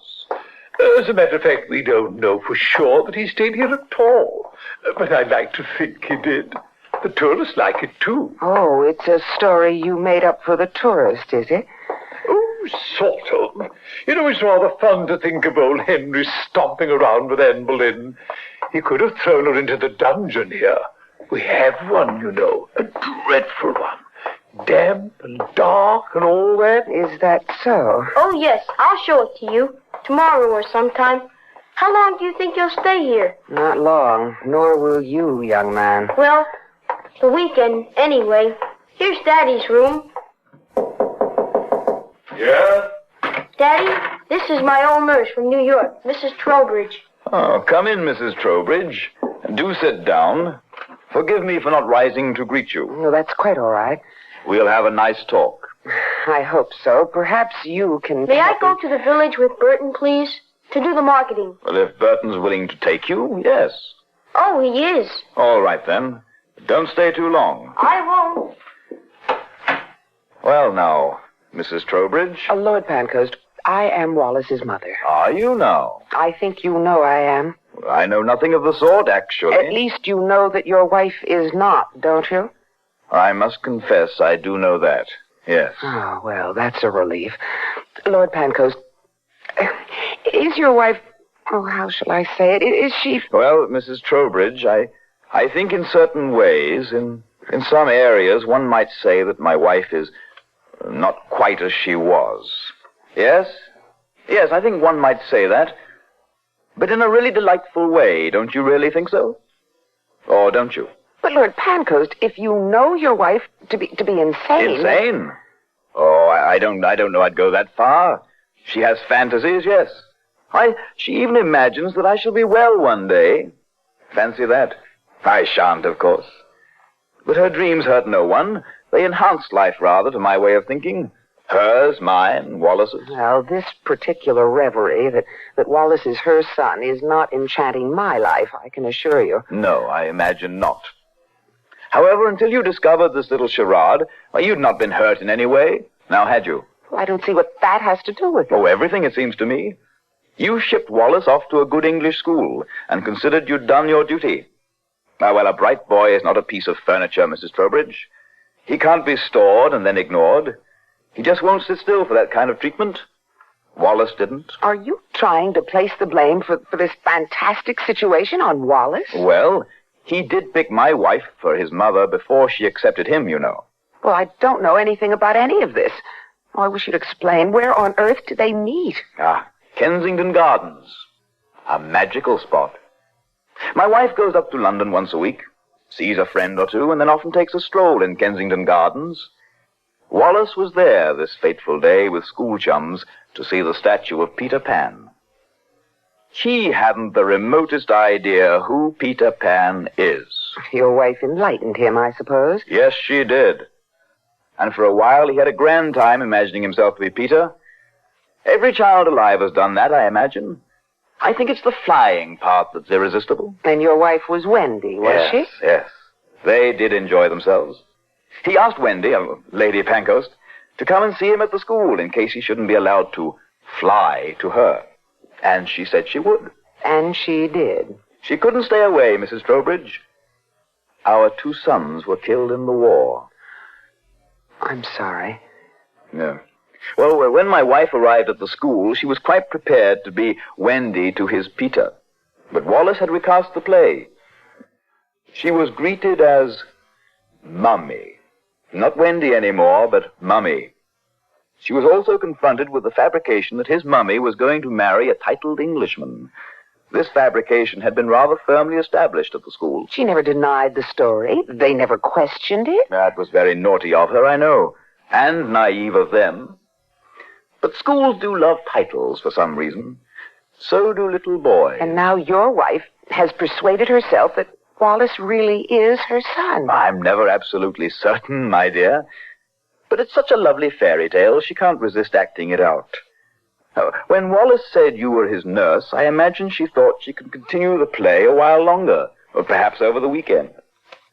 Do be a little patient with her if you can, Mrs. Trowbridge. We all fall into these little traps from time to time. We all twist the truth a bit, don't we? Try to reshape the reality of things just to make the reality a bit more bearable. Only the very, very strong can accept things precisely as they are. Oh, I wouldn't know. I'm not strong. But I know I can't accept this unreality. So if you'll give me a little time, I think I can persuade my wife gently that she has made a miscalculation. Lord Pancoast, give me one good reason why I should wait around while you disabuse your wife of the idea that my son is her son. Give me one solid reason why I shouldn't pick up the phone this very instant and call the police. I don't know that I have any solid reason, Mrs. Trowbridge. It's just that I wish you wouldn't. I can charge you with abduction, you know. Yes, I suppose you could. Well, shall I phone the police? Wait a moment, Mrs. Trowbridge. I do have a solid reason why you shouldn't do that. You see, we have no telephone here at Gleebes. You have no telephone? Well, nobody ever calls us, you see, and we have no need to call anybody. If we really need to, we use the phone in the village. Then I'll go to the village and use the phone. Oh, your wife's fantasy that she's my son's mother, it's intolerable. Well, just as soon as Burton comes back, I'll have him drive you there. Thank you. Meanwhile, let's just sit and talk.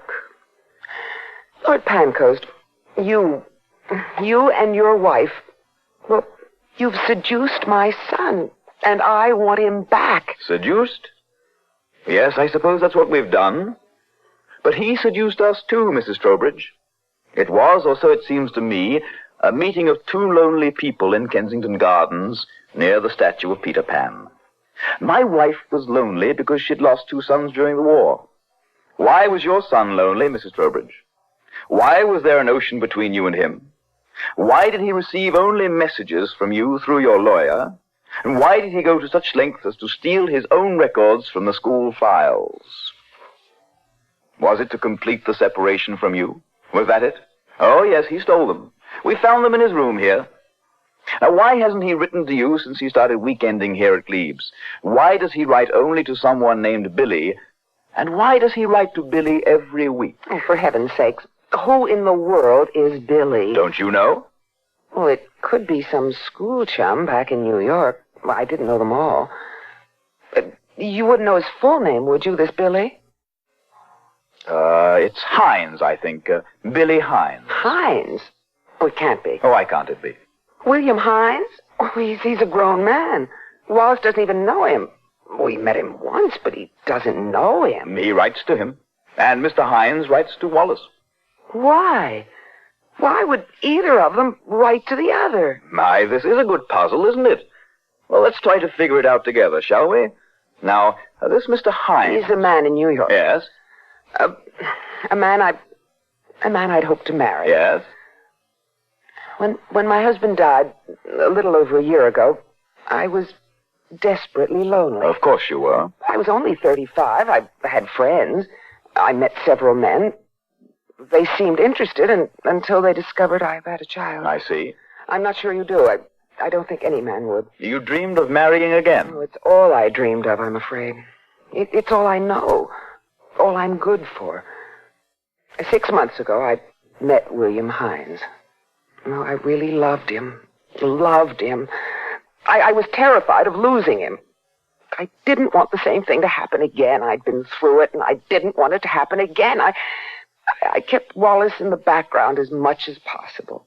Finally, it wasn't altogether possible, so I said that Wallace was my sister's child, my dead sister's child. I see. I haven't a sister, dead or alive. I made it all up. I see. Then I sent Wallace to England, to school. Did you think he could stay here forever? No, but for a while. Until things were settled. Oh, well, they're settled now. He left me anyway. I got what I deserved. No, no. I don't know that's the case. No, there's no use making any excuses for me. I tried to for a while until I realized... You don't object to my trying, do you? No. You wanted so badly to be a young, childless woman, starting out in life, all fresh and eager, to interest this Mr. Hines and marry him. Yes. Because if it were all true, it would help to wipe out the fact that you'd already married a man and lost him. Yes. You could go back in time, as it were, to your girlhood, and somehow become a young woman again. Wasn't that the fantasy? Perhaps. So that instead of being a woman in her 30s with a growing child, you could pretend you were a girl in her 20s, embarking on a career of marriage for the first time. Yes. But the fantasy had to end, didn't it? Yes. I think Wallace was trying to end it for you when he first wrote to Mr. Hines. I think he knew a good deal more about what was going on in your mind than you did. His very first weekend at Gleebes, he asked me to find out where Mr. Hines lived in New York. I did find out, and Wallace wrote to him. But what could he say to him? I don't know. I don't know because he never told me and I never asked. But I could make a pretty shrewd guess if you'd like me to. I would like you to. I think he wrote Mr. Hines that it would be quite all right to go ahead and marry you because he'd found for himself a substitute mother and father. That's what I think he wrote. Oh, I must have been insane. Oh, no. At least not hopelessly so. Come in. Daddy, I'm back. Wallace, my boy. Back from the village? Yes. Marketing all done? No, sir. Oh? Why not? Burton said I should tell you right away. I used all the money he had with him. I made a phone call. That's so. What sort of phone call? To New York. I see. And whom did you call in New York? Billy. Billy, eh? Well, I think that was a very fine thing to do. Was it? And what did Mr. Billy Hines have to say? He was glad I called. Oh? I'm glad. What else? I told him you were here, nurse. You did? He sent his very best. He's taking a plane in about an hour, a jet plane. And he's coming here. He's coming to Gleebes. He'll be here this afternoon. He's coming to see me. I see. Well, to see you too. Really? Actually, he said to give his love. His best love, he said. Coming here? Billy? Wallace, you're positively ingenious. A really excellent solution to our dilemma. Thank you, Daddy. Really, the absolute best I could come up with was, completely unthinkable, of course, was our dungeons. But I like yours far better, Wallace. Indeed, I do. Bless me, I believe you've made your mummy very happy. Both of them.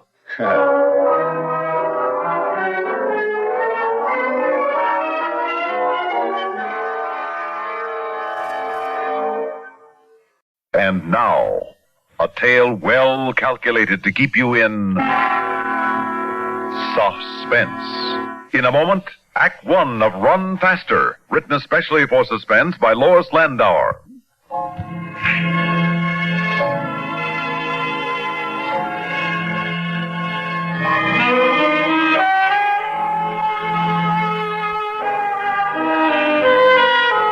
Funny how a guy can have all the ingredients for happiness and still want things that are wrong for him. The whole time I was in the hospital after flying in Korea, I kept telling myself how wonderful it'd be when Chris and I got married. A little white house, and simple, happy life. I got my discharge and we had the house and the simple life. Too simple. The range station where I got a job was on a small emergency landing field. So I was supposed to double on tower work for emergency landings. Only there weren't any. Bill, my relief man, and my brother Dink lived with us. Dink didn't know beans about flying, but he got the same charge I did just being around it. He was over at the field the night the big fog moved in. Chris was fixing the supper I took on the midnight shift. You think 2 sandwiches will be enough? Sure. I better put in a piece of cake. You didn't eat much dinner. No, sandwiches will be enough. Well, I'll just put it in. You can't tell. You might get hungry. The sandwiches are enough. What's the matter, darling? Nothing's the matter. Is it the fog? Well, what's the fog got to do with me? I don't know. You just act so funny every time the weather's like this. No, wait a minute. What's the matter? Hold it. Just a plane, dear. I thought he was in trouble for a minute. Oh, Bill's on duty. He'd take care. Yeah, Bill always gets him. But do I? I sit in that shack night after night, and what happens? Nothing. Is that so important? Important? You think I'm made of sawdust?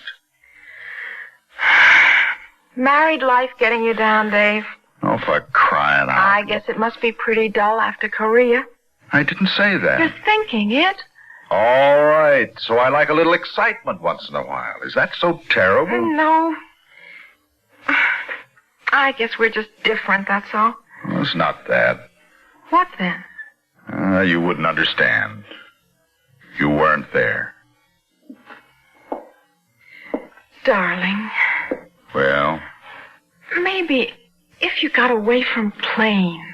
Chris, I don't want to get away from planes. That job is still open in Clinton. No. We could afford to build our own house in town if you took it. What's wrong with this house?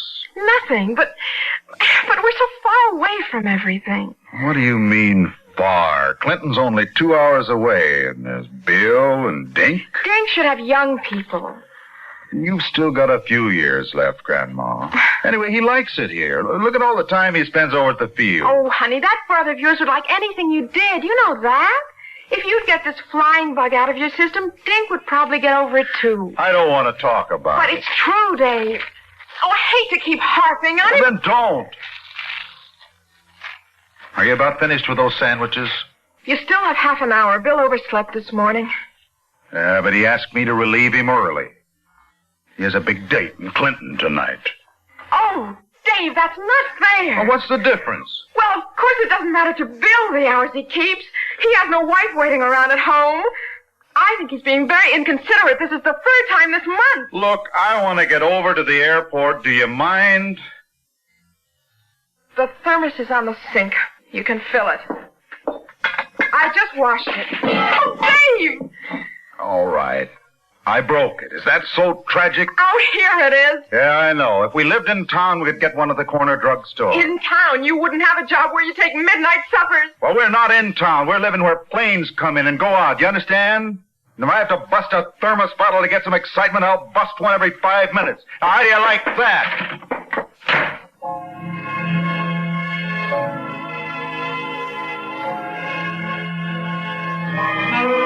The fog was thick. Getting thicker. Before I'd gone a dozen yards, our house was a shapeless blur behind me.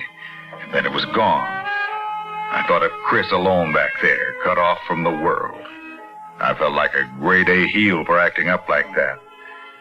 Well, Bill cut out as soon as I got to the shack. Dink's wheelchair was close to the radar panel as usual, but there wasn't a blip in sight as usual. Something wrong? No, it's the same old stuff. Chris, huh? Yeah. Well, of course, she's a woman, Dave. I guess so. Well, it's not so hot for her. Bill sure isn't any company for her when he's not on duty. He's either sleeping or out on a date. And with you sleeping days, it really isn't much of a deal for her out there. Especially with a cripple like me around to slow things up. I'm nuts. I think I'll check Mercury. Midland Radio calling L.A. Mercury Airlines. This is Midland Radio. You there, Hank? This is Mercury Airlines. You're on early, aren't you, Dave? Yeah, Bill's giving the Clinton girls a break. Hey, what's with this thick stuff? It hasn't hit out here yet, but we're expecting it. What's your ceiling? Oh, about 400 feet. It's dropping fast, though. Better watch it. Army fields west of you aren't landing anyone without 00 cards. Yeah? Well, maybe I'll have company. Could be.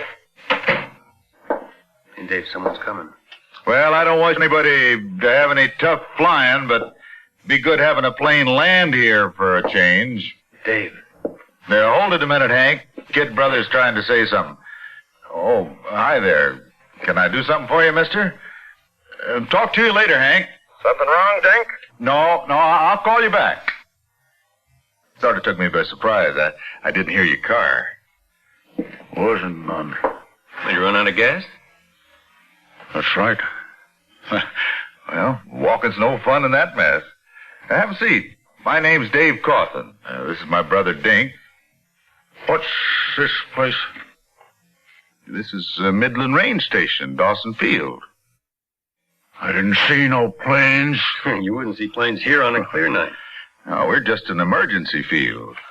Just you two, huh? Oh, real cozy, just me and my... You live here? Here in the station? No, my place is about a mile down the road. You're married? Sure am. Dink here lives with us. Yeah, we sail in that little white house tomorrow a.m. There'll be the neatest stack of flapjacks waiting you ever saw. You got any gas? We sure have. We have a pump in the front yard. At your house, huh? You got enough in your tank to get down the road a mile? Oh, it don't move. Maybe it ain't gas even, but don't move. Uh-huh. Wait a second. Let's see. What are you doing? What's that thing? This is state phone book. I'm looking for a number here. What for? Clinton, Gables, Games, Garage. Here it is. Clinton 25... What you gonna do, huh? Well, calling a tow car for you. No need to walk all that way to the pump and back in this weather if there's something wrong with your car. No. Well, it may not even be as long as I said. They usually have called out. Call nobody, see?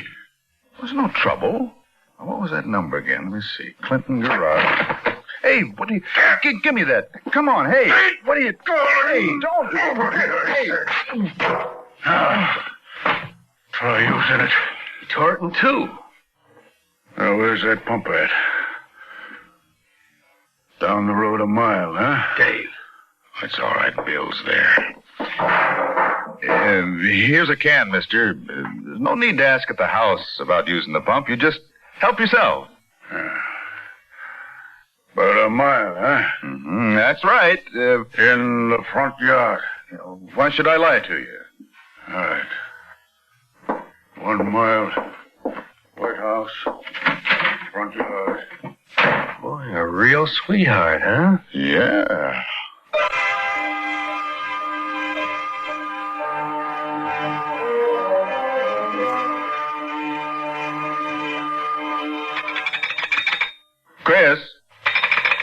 Chris, hello. Hello. Operator? I was talking to my wife, operator. You cut us off. No, sir, I didn't. Well, look, will you ring her again, please? Hurry it up, please. All right, hang up and I'll call you back. Oh. I wouldn't worry, Dave. He was just a screwball. Yeah. Come on, operator, ring. Yeah, wish there was some way I could get home now. Well, if it was a clear night, I'd take a chance covering for you, but I don't know the first thing about radar, Dave. Hello, Chris? Operator, your line at home is out of order. We're working on it now, sir. The trouble is at this end. Oh, that's swell. He's at the house with Chris. Well, how long will it take, operator? I do not know. 5 minutes, an hour, maybe. Hard to say. Oh, yeah. Will you get me Sheriff Grover?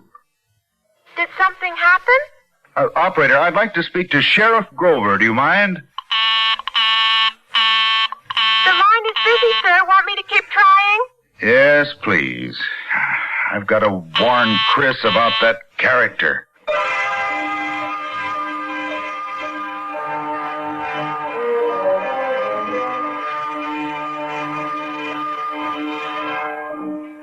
Each time I'd look at my watch, only seconds had passed. It seemed like hours. Something was happening. Hank didn't usually call me. Mercury Airlines calling Midland Radio. You there, Dave? This is Midland Radio. What's up, Hank? I want to know if you've heard from our flight 535 out of L.A. Negative. Why? Are they in trouble? I don't know. They haven't reported in over an hour. 535's not due over here. Think they're off course. Can't say. They didn't report over Downsville or Little Falls. What's his altitude? That's just it. We're not sure. He was cleared out of here at 8,000. But with the weather doing tricks out your way, he may have been trying to contact us for a change in his flight plan. Better stick close, boy. A lot of people in that thing. You reading me, Dave? Oh, I'm not going anyplace. You should have gone to Clinton with Bill. I hear they're having plenty of excitement over there. We heard some mental patient walked out of the big state hospital over there yesterday. Hank, I've got a call that may be your 535 now. I hope you're right, Dave. Midland Radio. I better catch it. Mercury Airline, Flight 535, calling Midland Radio. Come in, Midland. Aircraft calling Midland Radio. Repeat your identification, please. Go ahead. 535, Mercury Airlines. Do you read me, Midland? Go ahead. Midland Radio to Mercury 535. L.A. has been looking for you, buddy. What's your problem? Well, it beats me, Babby. Trying to get through for hours at a descent of 5,000. I need landing clearance quick. Estimate 15 minutes more fuel, and that is all, brother. 535 from Midland. We're reporting present weather of 200 feet overcast, visibility half a mile dropping, altimeter setting 29.83, wind from the northwest at 5. Over. Ouch. Report me in L.A., will you? See you in 15 minutes. Over, pal. Will do. Midland Radio calling L.A. L.A. Mercury Airlines. Hear anything, Dave? Yep, just now, Hank. I'll bring them in here in about 13:30. Good. Now, if you can just pick up that lost mental patient, we'll give you a merit badge. Patient? Oh, yeah. There's no weather for a sick man. What's wrong with him? His hands. Hands? Yeah. He's a strangler.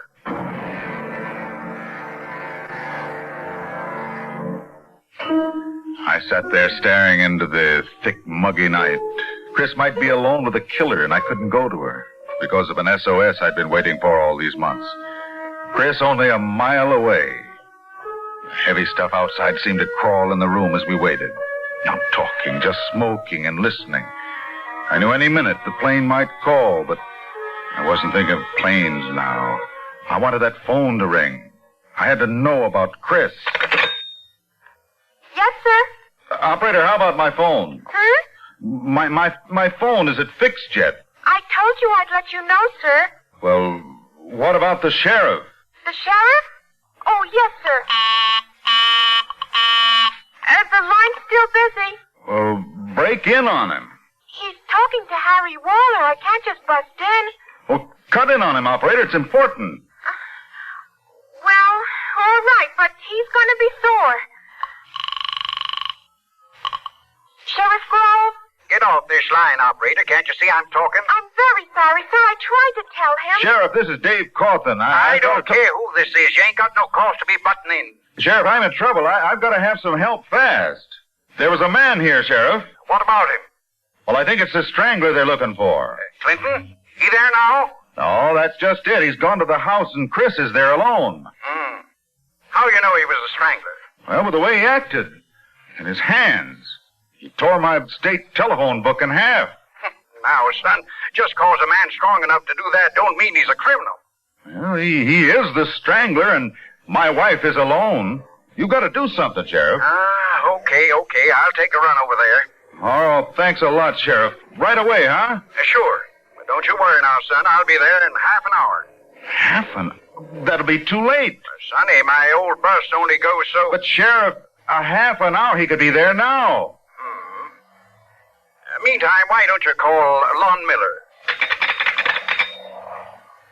Operator, would you get me Lon Miller? But Mr. Miller's on your circuit, sir. What are you talking about? His line is out of order, the same as yours. Mercury 535, calling Midland. Come in, Midland. Midland to 535. Pull up. 535. Execute missed approach immediately. Mercury 535 to Midland. Low frequency radio is out. Unable to locate outer marker. Over. 535. Pull up fast. Pull her up fast.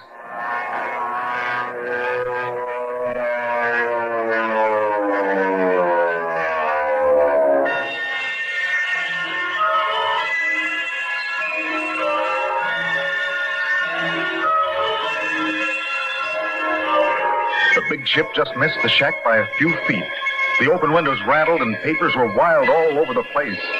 An airliner full of people hovering only a field's length from me. and Chris a mile away. And suddenly, a blip showed up on the radar. He was close. Mercury 535, calling Midland Radio. I'm at 1,500 feet, ready for landing instructions. Fuel almost out, over. Midland to 535. Make a 90-degree turn to your right. Acknowledge. 535 to Midland, 90 degrees to the right. Roger, over. Midland to 535. We have a target at 5 miles southwest of the field. Take a heading of 040 degrees and remain at 1,500 feet. Over. 535 to Midland, holding at 1,500 feet, over. 535, still with you. You'll have to take him by the hand, Daddy. Visibility 0, over. Roger, 535. You're approaching now at 12. Chris. The guy's waiting, Dave. We're into 12, approaching at... calling Midland. Wait. 535, calling The Midland. plane, for Pete's sake, come on. Hold the line a minute, operator. I think you talk to us. 535 to Midland, request position. Where are you? Over. Midland to 535. You're at 2 miles. Over. Is she all right? Is Chris all right? Are you sure? Midland, come in. Midland to 535. You're 1 mile from touchdown. Over. Dink, answer me. Is Chris okay? Come on now, operator, huh? 535. Turn to a heading now to the left of 300 degrees. A left turn, 300 degrees, and descend to 800 feet. Over. 535, descending to 800 feet.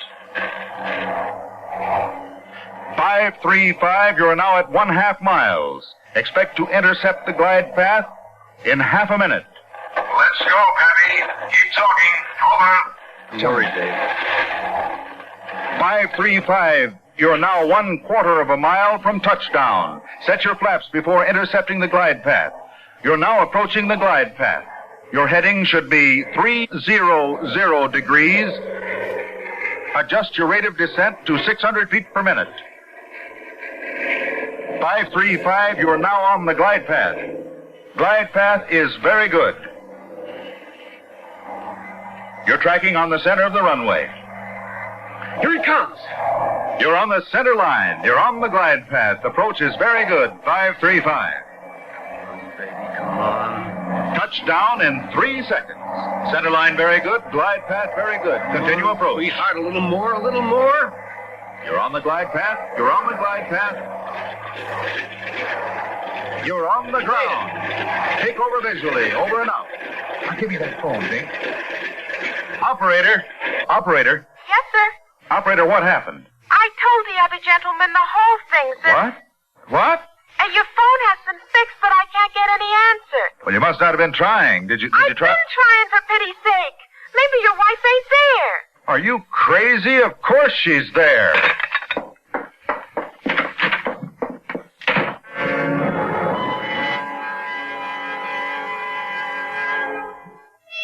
I couldn't see 5 feet in front of me, but I knew I was going to Chris, and I could have done that blindfolded. The blood was pumping in my head, and pictures straight through the fog curtain. Chris with dark bruises on her throat. Chris with her mouth going slack. Chris. There was a light on. I saw it in the dim outline of the house, and then I was on the porch. Right through the door. She was standing with her back to me by the table and moving slowly around the end of it by the strangler. He had Chris's scarf in his hands, and that's all I saw as I rushed at him. What you do, girl? Give me that scarf. Let me go.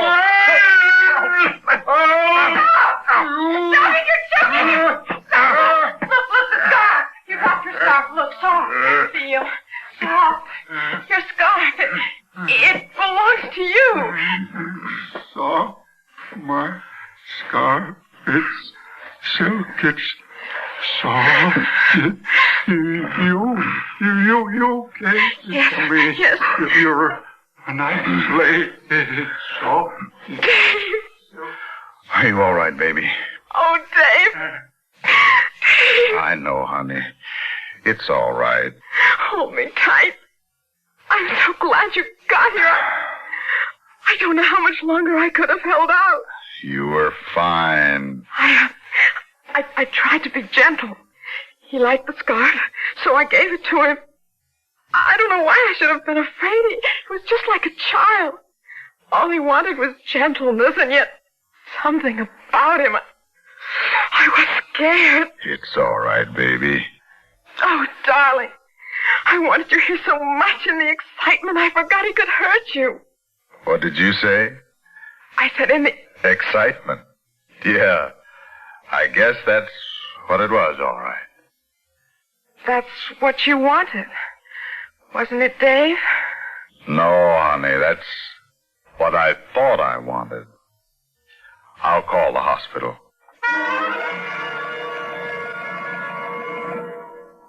And now, a tale well calculated to keep you in suspense.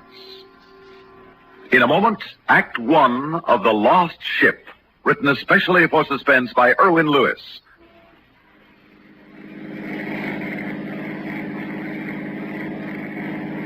It's a sharp curve ahead, Harry. Be careful. Don't worry, I see it. That was a close one. Harry, you hear something? What? Sounds like a siren. Harry, it does sound like a siren, doesn't it? Shut up. Let me listen. Yeah, I think you're right. Maybe it's the police. How could it be? We lost some hours ago. I don't know, but it's getting louder. Can't take any chances. We better get off this main road fast. Yeah, that looks like a cutoff. Oh, but it leads straight across the desert. It isn't much of a road. No time to be choosy. Hang on. Oh.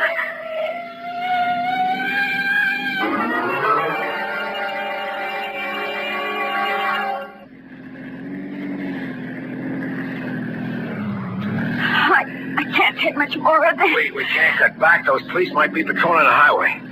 We'll wait until dark. Oh, can't you slow down? I'm getting sick. It's just a little longer, honey. I want to put as much distance between us and the highway as possible. What happened? I don't know. I'll take a look.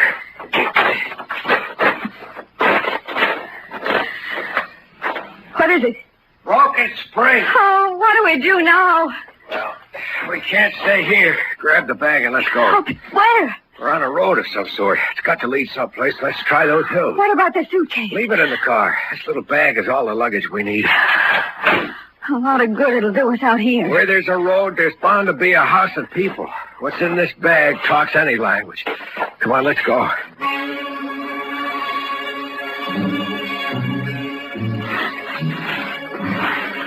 Can't you walk any quicker? Oh, I'm trying, Harry, but these dogs are killing me. Oh, I've got to rest a minute. All right.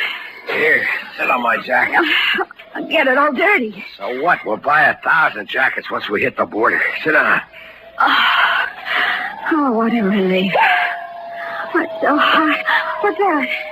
That sounds like a coyote. Don't worry about it. Oh, Harry, I'm scared. Now, don't go hysterical. Well, aren't you frightened? Even a little? Sure I am. Down to my shoes. Oh, we must have been crazy. There's 50,000 arguments in this little bag to prove we're not crazy. We'll spend the rest of our lives running. Once we get to Mexico, we'll stop running. But we're leaving our home, our friends, everything and everybody we know. Is it worth it? What are we giving up? A stinking two-room flat with peeling paint and crawling roaches this big? You won't miss that for a minute. You think I enjoyed standing in that teller's cage, handing out money all day long to little people who had no more right to it than I did? They weren't stealing. But now, don't go moral on me. Listen, I'm past 40. A man gets to that age, he gets tired wanting things and not being able to afford them. Hey, isn't that smoke up there? Where? Over to the right, between those two hills. Sure it is. That's chimney smoke. I'll bet there's a house up there. Come on, Viola.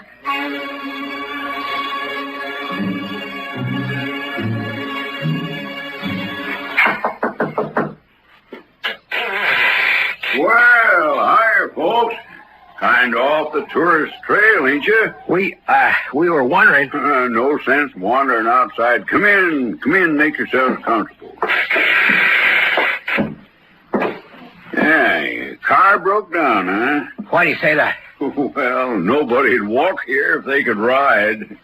Yeah, and take a look at your shoes. Lady, I'll bet your feet are full of blisters. You're so right. Well, take off your shoes and sit down by the fire. I'll poke it up. starting to get nippy now the sun's gone down. Oh, thank you. I was fixing myself some supper. Pork and beans. Be mighty proud if you'll join me. Thank you, Mr. Townley, Pete Townley. I'm Harry Turner, and this is Mrs. Turner. Pleased to meet you. I'll open another can of beans. Ain't much, but it's fillin'. You live here all alone, Mr. Townley? Pete, ma'am, there's no sense being formal. Yep, I live here all by my lonesome. Going on 20 years, I reckon. 20 years? You ever have visitors? Oh, once in a while. Expecting a neighbor of mine. Let's see now, day after tomorrow. Neighbor? Yeah, Sam Higgins. Lives about 40 miles from here. Drops in regular, twice a year. What do you do about supplies, food and things? Well, I got a Jeep in the back. I used it to go to town once a month for supplies. A Jeep? Yeah. Guess you didn't see it coming up here. I'll drive into town first thing in the morning, get Bill Jenkins from the garage to come out and fix up your car. Can't you go right now? By the time I get back, it'd be pitch dark. No, better wait till tomorrow. Well, let's see if the beans is... Oh, say, they sure are. Yeah, I hope you don't mind 10 plates. Yeah, well, let's dig in.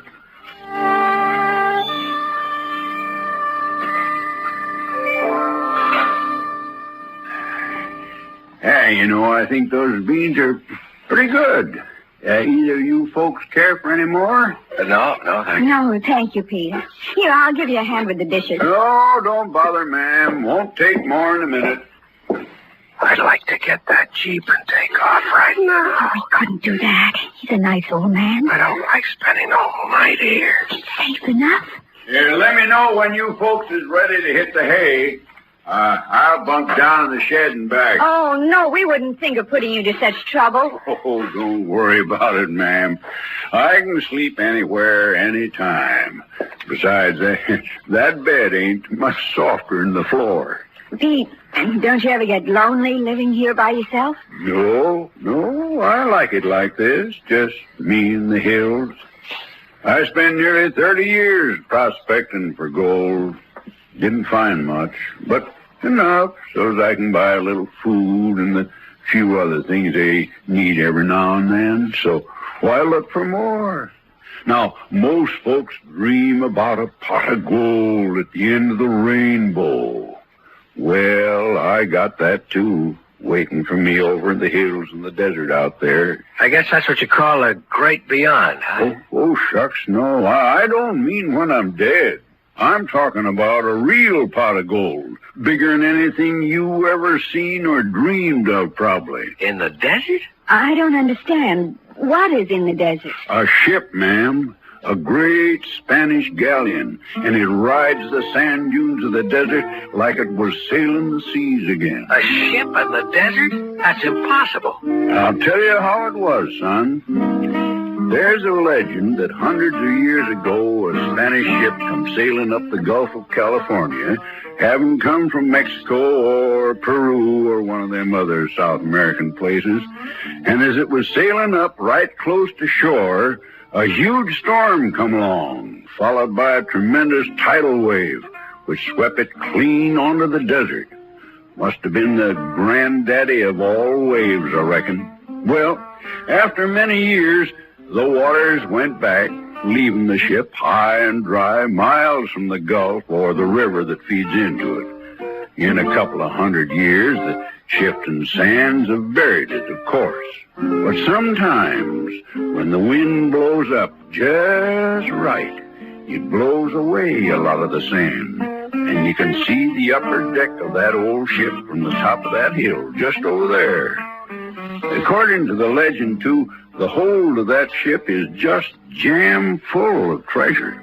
What a lovely story. A pretty fairy tale for children and old men. Harry, that's not a nice thing to say. That's all right, ma'am. Of course, he's right.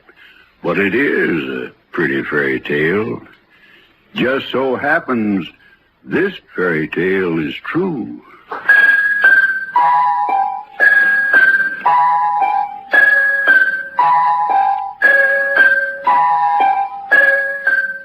Harry, you. What is it, Viola? Come over here. I want to show you something. Now, what are you so excited about? I was straightening out things in the cabin after you left. I found these. Coins? Yes, but what kind? Gold coins. And look at the words on them. On the oro. That sounds Spanish, doesn't it? Look how old they are. I see. There's a date on this one, 1542. What kind of coins are they, Harry? I've seen some like them at an exhibit. They're Spanish doubloons. Where would Pete get them? Don't you remember his story last night? What, the Spanish galleon? Don't be ridiculous. All right, how do you explain them? I can't. No, it's impossible.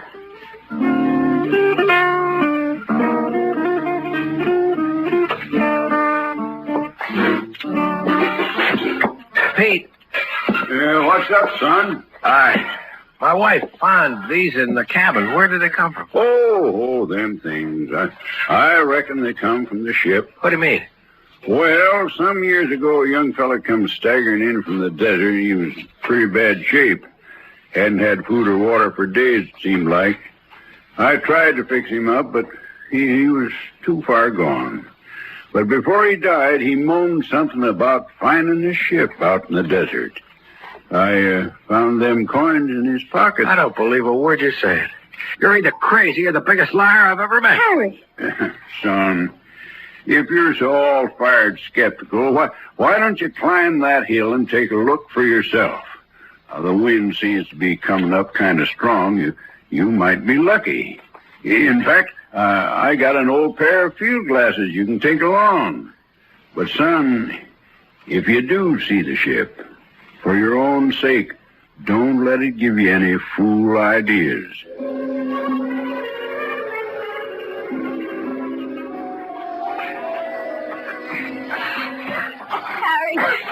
Harry, I can't climb another foot. You're almost to the top. Here, grab my hand. There. Now, just a few more. Pete. Made it. Oh. There.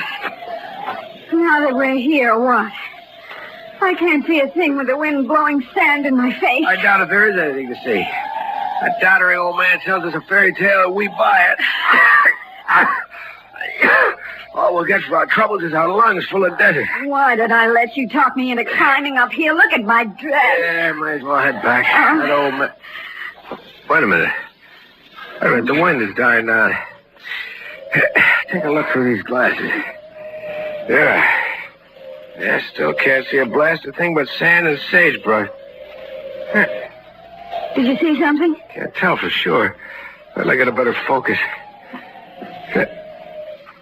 Viola! What is it, Harry? I don't believe it. What, Harry? I see a broken mast and a part of a hull buried in the sand. Viola, the old man was right. There is a ship out there in the desert.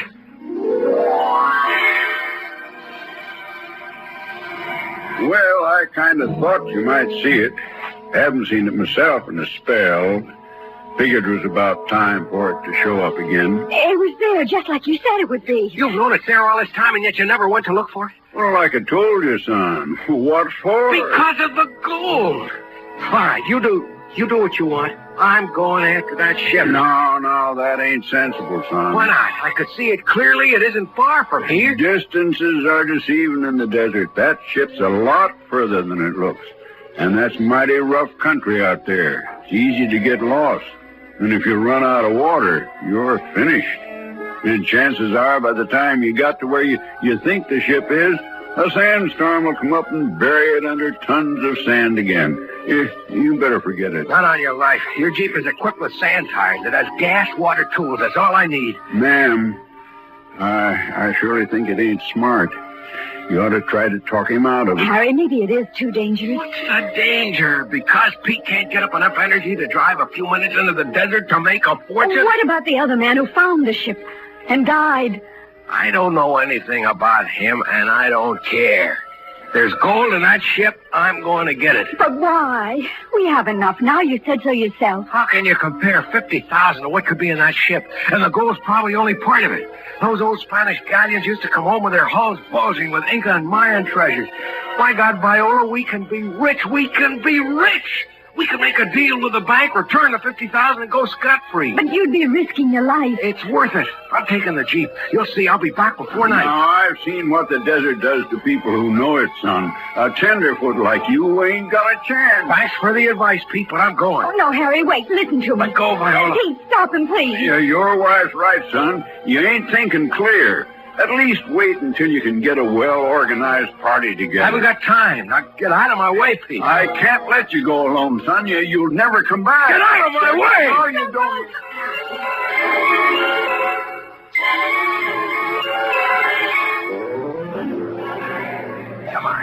Come on, don't get stuck now. It can't be much further.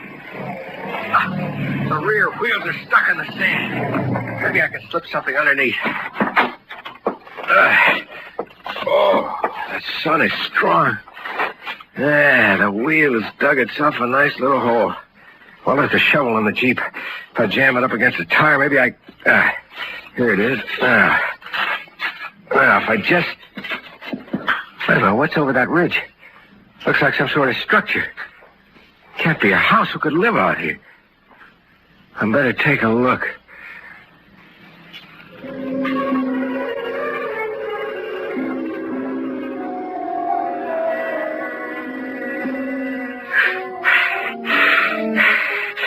Pete was right when he said distances were deceiving. The top of this ridge looked like it was within a few yards of the Jeep, and I seemed to be walking forever. The way the heat waves make the air shimmer, I'm not even sure where I am. I'm getting to the top. Now, let's find out just what I saw. Here comes that wind again. Gotta get the sand out of my eyes. That's better. Now, it's the hull of a ship. Yes, this is what I saw from the hill. Look at her buried in the sand with little more than part of the top deck visible. But it's a ship, all right. Look at the carvings on the rail. I wonder if it's safe to walk on. Yeah, it seems solid enough. Yeah, there's something inscribed in the railing. Santa Carlotta. Santa Carlotta! I found the ship! I found it!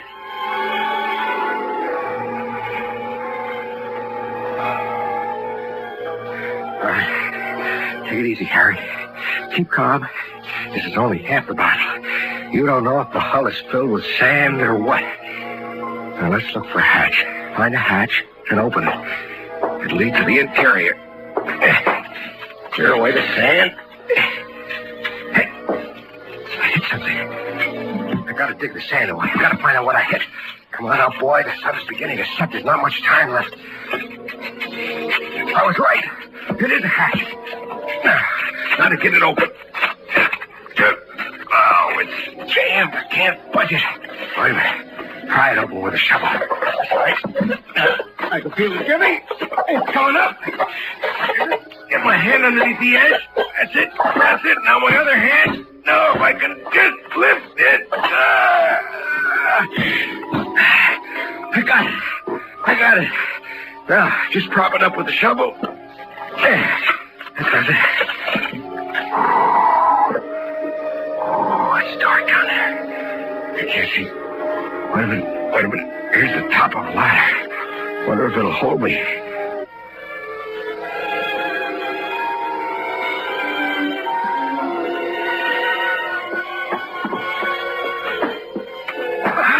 Made it down here.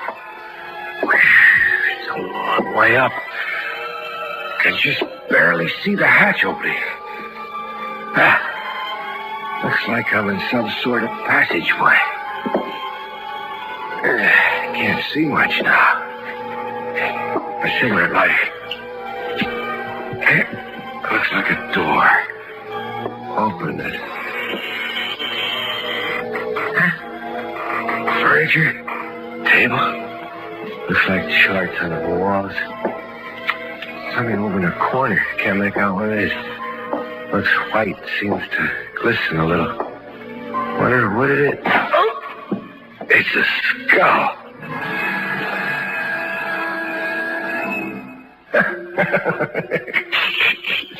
Scared the life out of me. What was your name, Butcher? Was it Yorick? Did you come riding into this ship when she hit the desert 400 years ago? Take it easy. Take it easy, Harry. Don't lose your nerve now, boy. Well, the wind seems to be getting stronger. Maybe I'd better go back and get some help. No, not until I find what I came for. Hey, you, Yorick.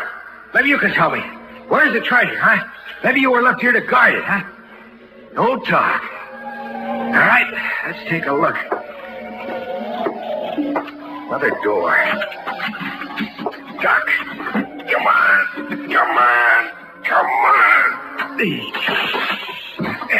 Here we are.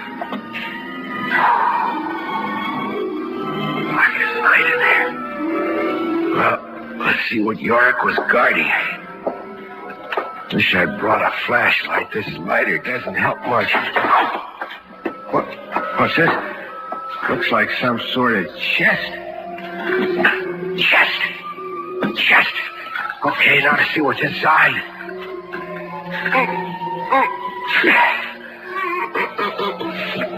Mother of heaven. Can't be real. Gold, jewels, diamonds, a chest full. I found it.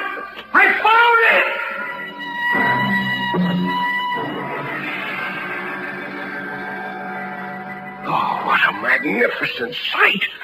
Coins, jewels. Fill my pockets, cram them in. Come on. Wait, there's a burlap bag in the Jeep. I'll get that. Oh, Viola, Pete.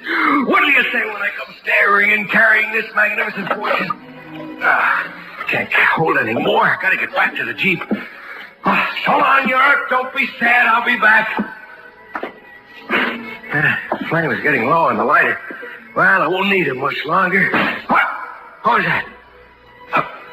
The wind isn't so loud. Where's the ladder to the hatchway? So dark. Oh.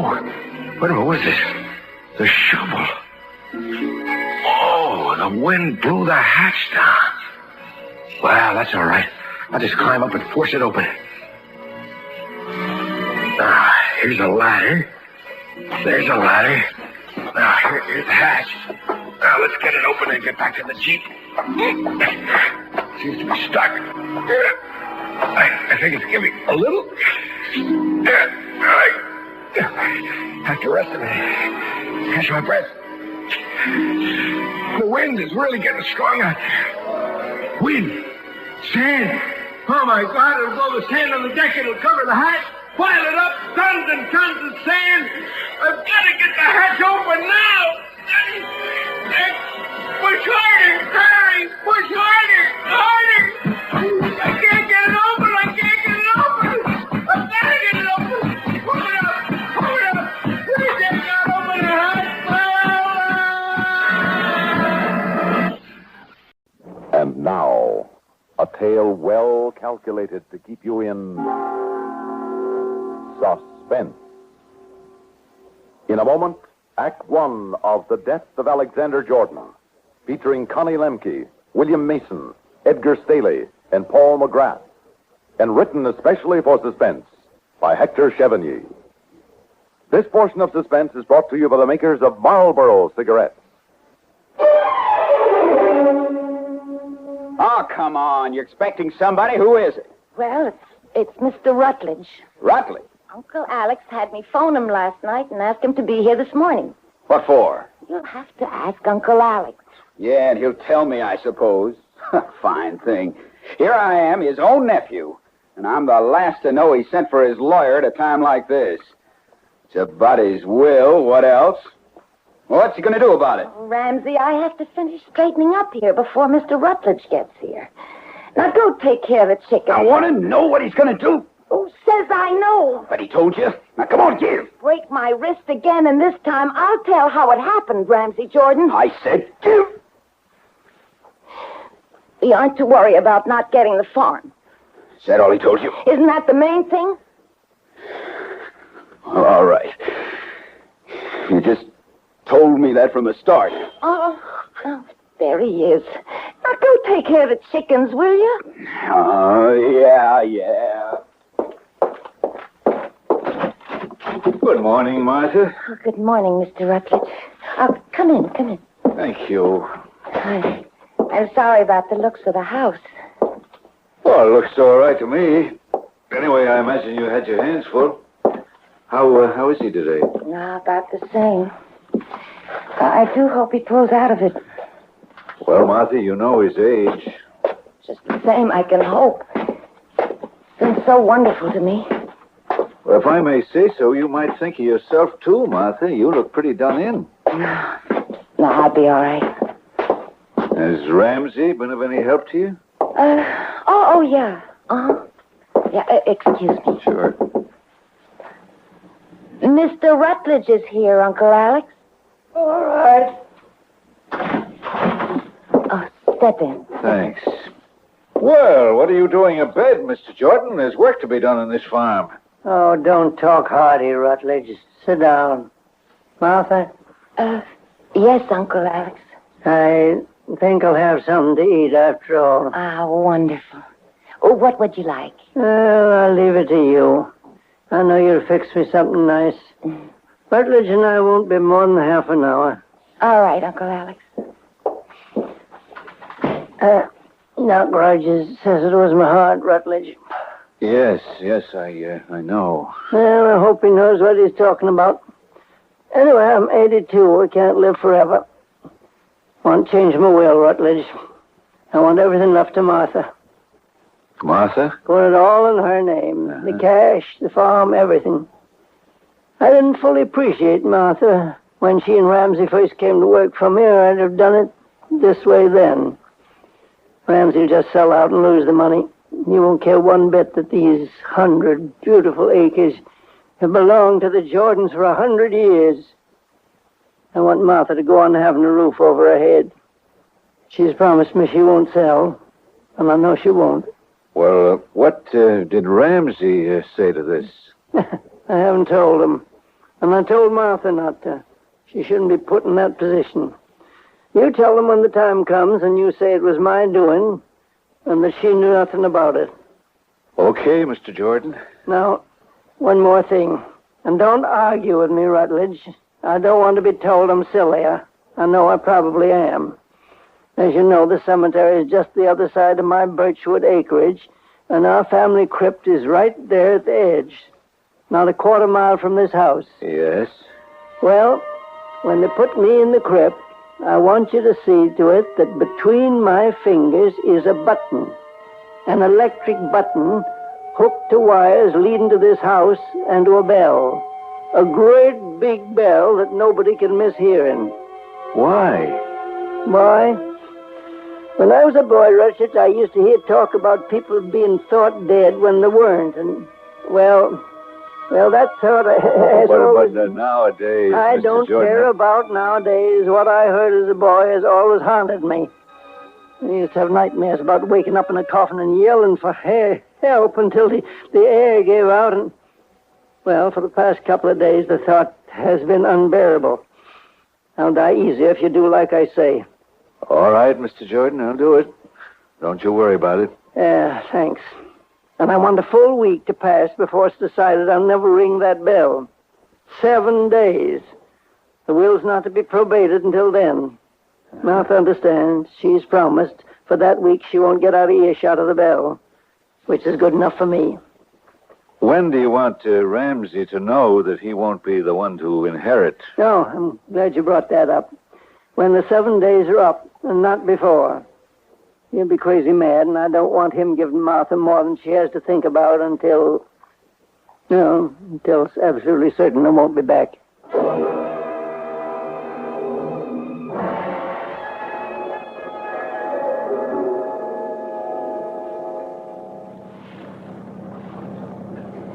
Hey, driver. Driver, you're supposed to be taking us home now. The funeral's over. Step it up.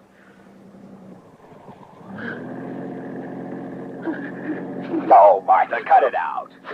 Did you do enough of that in the church and afterwards? For some people, sorry that your uncle had to go, Ramsey. Now, look, Rutledge, I wasn't talking to you. Well, all I said was... I heard what you said, and it's an insult. I was as fond of my uncle as anybody. Why do you suppose I've been working like a dog for him the past 5 years? You think it was just in hopes of inheriting everything? You're mistaken. After working like a dog the way I did, to find out I have to wait a week for the final word. Well, a great lawyer you are to allow my uncle to make a will like that. And that silly business of the bell. Well, that bill isn't going into the house till I say so. Now, you understand? It's probably already in. What?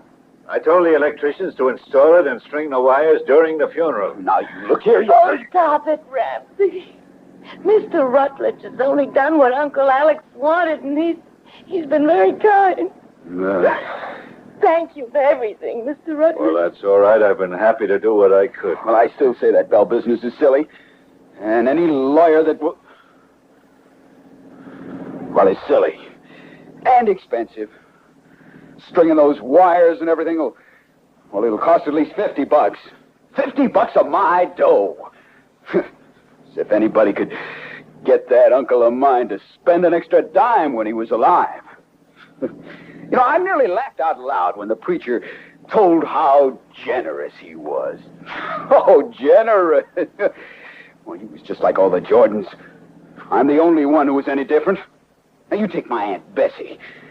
Now, her coffin's on the right when you walk into the family crypt. That's something else. The crypt. Well, I mean, it must cost something to keep it up. You know how much, Rutledge? It was paid in advance years ago, Ramsey. Oh, it was. Well, in that case, and all those coffins on the rack. What a place. It gives me the creeps. You know, I just couldn't wait for that preacher to finish so I could get out of there.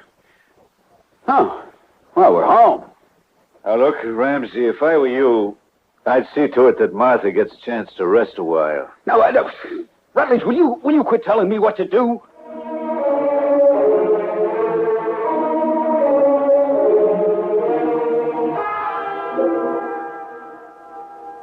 Well, come on, Martha.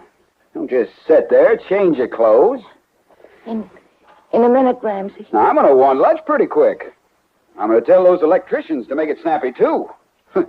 Tramping back and forth, making a big thing out of putting up a few wires.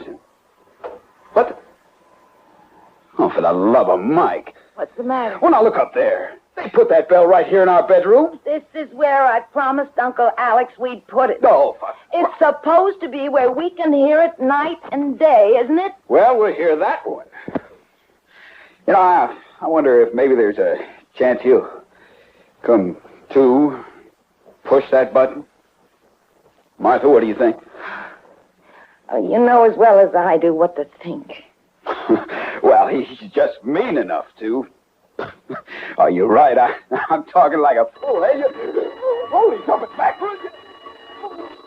Martha, you don't think that... Ramsey, no, it's those electricians testing us something. Uncle Alexander's bell, yeah. Of course, yeah. I'm just jumpy, I guess. Yeah, well, what I'd like to know is how I'm going to get any sleep for the next 7 nights, waiting for that bell to go off.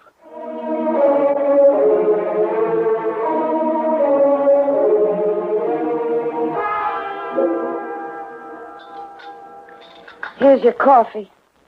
All right, put it down. You know, Ramsey, you might say thank you once in a while. Listen, you don't know what kind of a night I put in. You slept. Why didn't you? Oh, shut up and make me some toast. You will ask for it politely, Ramsey. Oh, what? I said you... Say, what's gotten into you? There'll be no more of this telling me to shut up, that's all. Oh, for the love of Mike. Can't you see that I'm in no shape for an argument?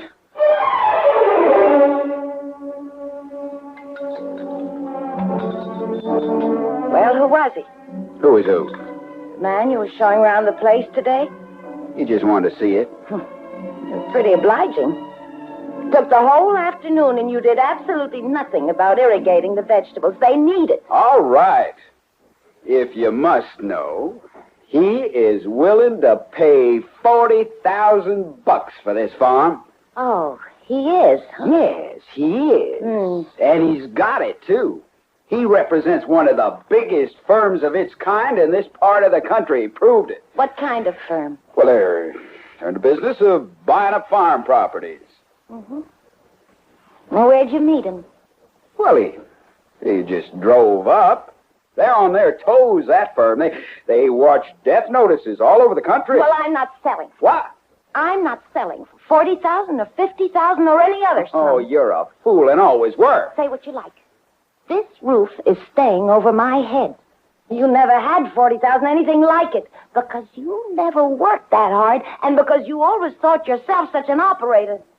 You thought you'd be so smart the time you had as much as $500, and look what happened. Oh, so at last, you admit you have no faith in me. No, I do not. Yes. Not one bit. Yes, and you never had. And that's been the trouble.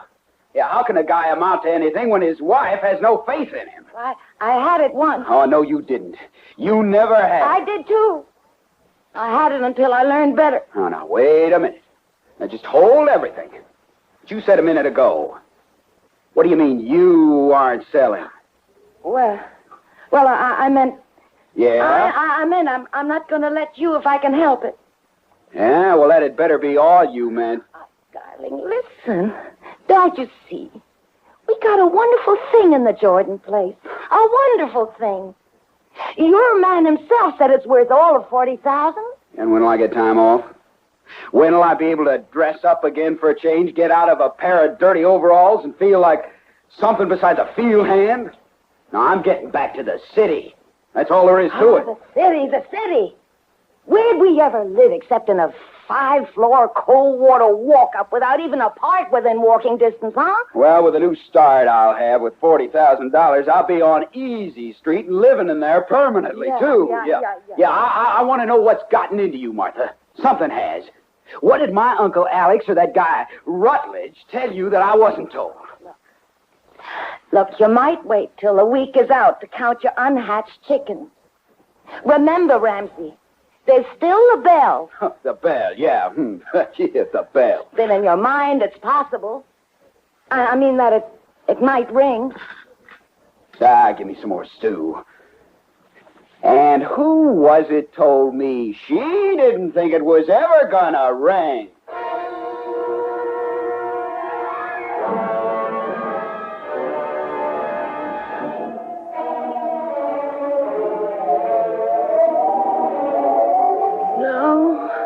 No, I don't trust you. I don't. You lose it all. Martha, would you please That turn over again? Or anything like it. With you talking in your sleep and that wind out there, I can't get any shut-eye at all. Martha! Oh, what is it, Randy? You talk all day. You might lay off at least during the night. Yeah. Well, here's hoping I can doze off again. Ramsey! Yeah. I can't get on this time. I can shut this thing off. What? Oh, never mind. What'd you do? Pull out the wires. What else could I do? Get right down to that crib. What? Never mind. I'll put something on and go. Oh, for the love of Mike, it's the wind. There was a short in the wires. Just the same, I'm going to make sure. Now, look. Who was it said he wouldn't come too? I just want to make sure, Listen, Ramsey. you leave well enough alone. What? You're staying in this house. I'll do no such Oh, is thing. that so? Oh. Told you to leave well enough alone. Martha? Well, her own fault. Made me hit her too hard. Well, maybe it's as well. While she's out, I'll get myself to that crypt. He has come alive. I know what to do about that.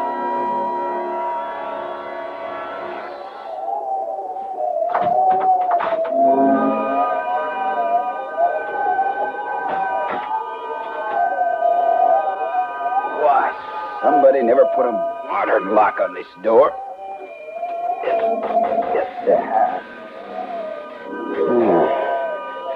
I better leave it open. Oh, rats, now it's a flashlight. I flicked it off myself. Well, I'm glad it's not the battery. Well, here goes.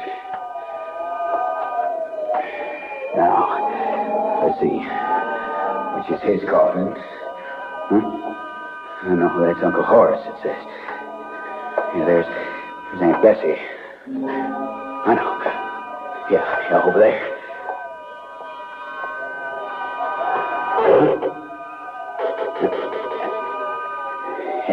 No, sir. Hasn't stirred. Knew he wouldn't have. Oh, the door. Oh, the door. The key. I left the key on the outside. Oh, my God. Oh, my... No, wait a minute. Take it easy. Just don't get rattled. Think. The button. Yeah. The button. Between Uncle Alex's fingers. All I gotta do is open the coffin and the... Oh! No, I broke the wires. And knocked Martha out. Help!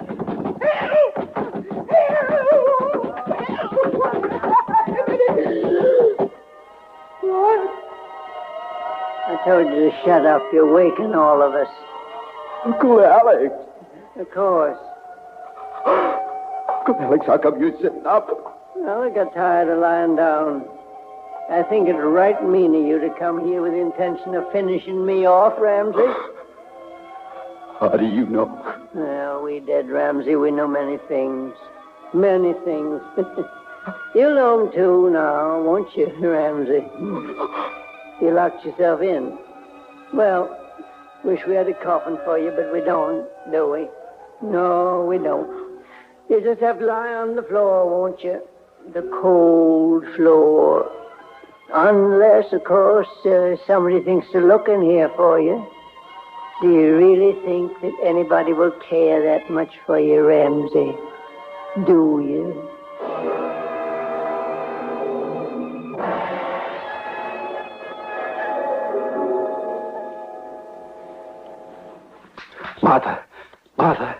Martha, wake up. Martha, it's me. It's me, Paul Rutledge. Martha. Oh, Mr. Rutledge. Yes, all right, Martha. Where am I? You're in the hospital. Hospital? Yeah. Oh, yeah, I remember. Ramsey knocked me down, but that's all I remember. Now, you'll be all right, Martha. Dr. Rogers told me I could say so when you woke up. Oh, the bell, it rang. No, now lie back, Martha. I know all about it. You do? The Thompsons heard it over at their place, and Joe got up. He found you. Oh. And he phoned me. I told him to drive you into town to the hospital, and I drove out to the farm to see what could have happened. It didn't take me long to figure it out. What made it ring? It was the big wind that night, Martha. There's a place on the wires where the insulation had rubbed off. Oh, that's what happened. Uh-huh. Ramsey, Well, you say you figured out what happened. Now, Martha, the only thing for you to think about now is that you're going to be all right. And that the Jordan place will be yours for as long as you want to live there. Where is Ramsey? Why don't you try to get some sleep now, Martha? Oh, Mr. Rutledge, they haven't got him in jail or anything. No, they haven't got him in jail. Are they after him? No. You're not fibbing to me, are you, Mr. Rutledge? No, Martha. Well, I wish you'd tell me what's happening. I can't say I love Ramsey anymore, but I don't want him in trouble over this. All right, Martha. I'll tell you. He's dead. Oh, he's dead. Yes. Dead? Uh-huh. How'd he die? Well, according to the medical examiner, apparently of fright. Fright? Uh-huh. In the crypt? Is that where? Yes, in the crypt. And that's all I'm going to say now. When you're yourself, I'll tell you the rest, Martha. His greed took him there, and he's dead. You're free of him. You're young enough to make your life over. And, well, I'm sure you'll be a lot happier next time. Yes, Mr. Rutledge. Okay. Thanks so much. It's all right. Just one more question. Huh? You looked at Uncle Alex? He was there in his coffin. He hadn't moved, not in the slightest.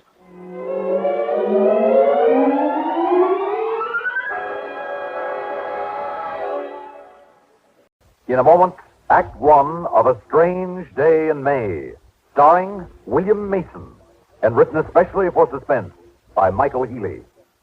This portion of Suspense is brought to you by the makers of Marlboro cigarettes.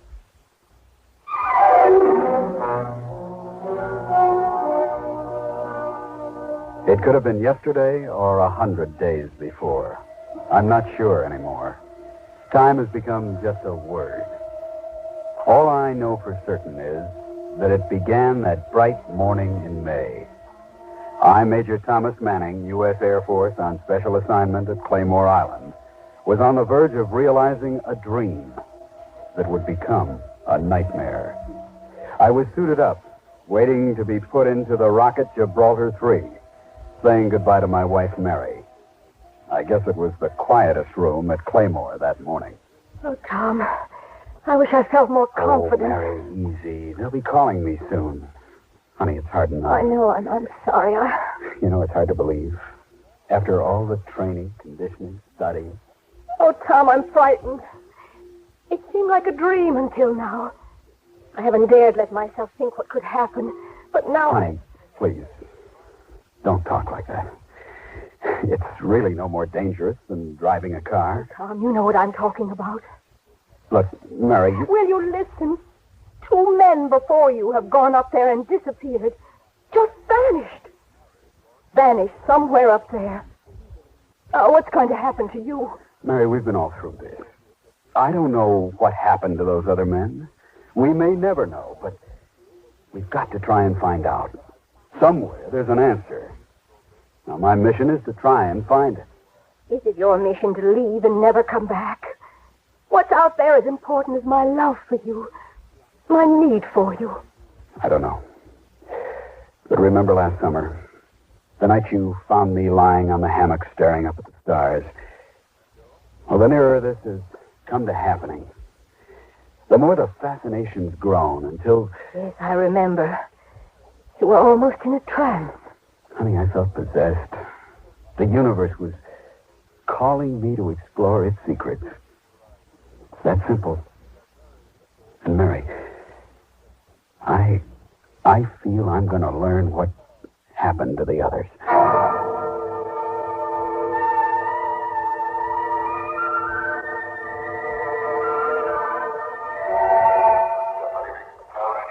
This is Maurice Tarplin speaking to you from the network pool at Claymore Island facility, just off the southern coast of California, where astronaut Major Thomas Manning will blast off within the hour into the frontier aloft we know as space.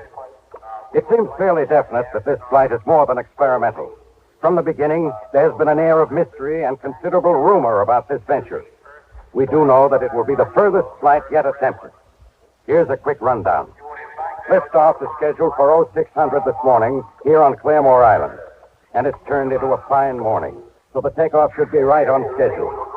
I see Colonel Alvin Marks coming from Central Control. He's the head man in this operation. We've been trying to get his eye all morning. Now, if I can just get his attention now. Colonel Marks. Yes? Colonel Marks, sir. A few questions for our network audience. But you'll have to be brief. Sir, I just wanted to ask you if there's anything in the rumor that this is not just another experimental flight.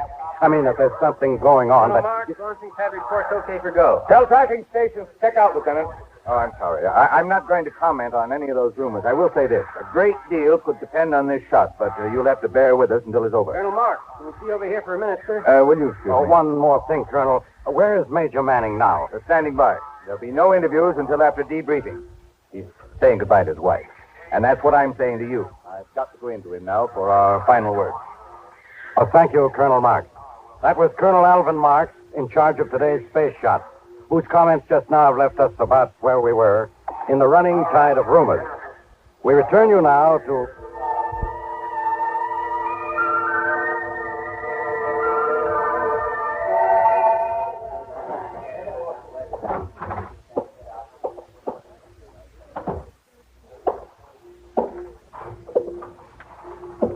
Hello, Colonel Marks. Well, it's almost time. How do you feel, Tom? Fine, sir. And anxious. Good.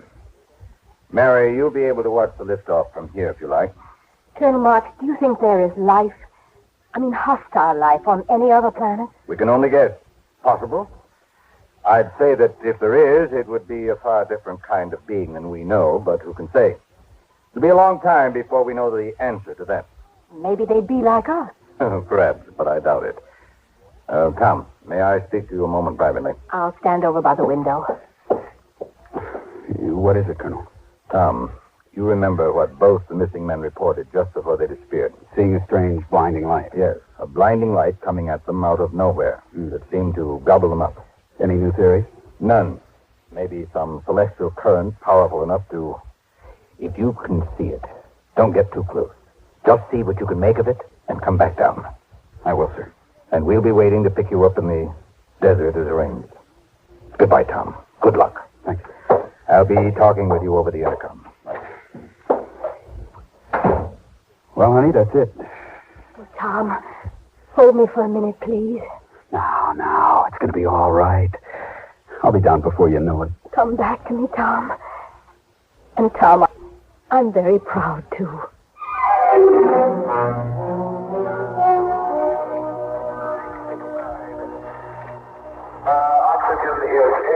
This is Maurice Tarplin at Network Pool, ladies and gentlemen.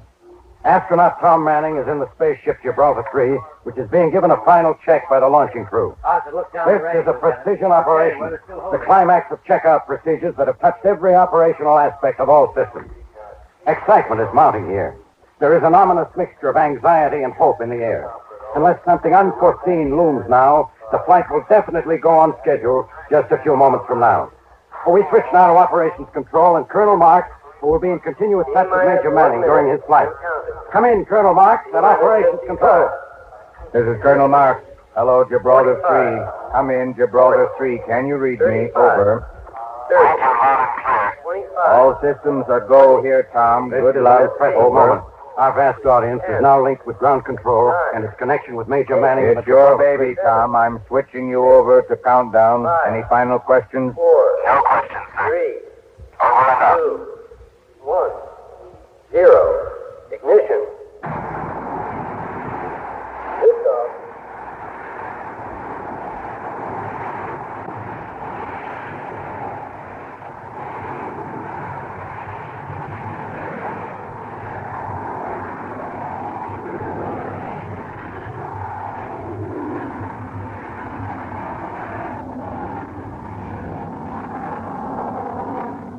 Colonel Marks here, Tom. Liftoff was perfect. You are climbing nicely. How do you feel? Feeling fine. Keys are building. You're programming well. Pressure okay. Oxygen okay. You'll be entering maximum Gs in a very few moments. Roger. She's beginning to vibrate now. Standing well. Altitude 36,000 feet. She's settling down.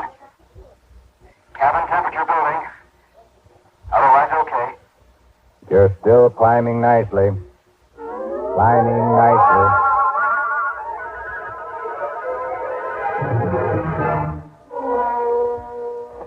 Tom. Manning. It's 2 plus 6 hours, 8 minutes. Do you read me? Over.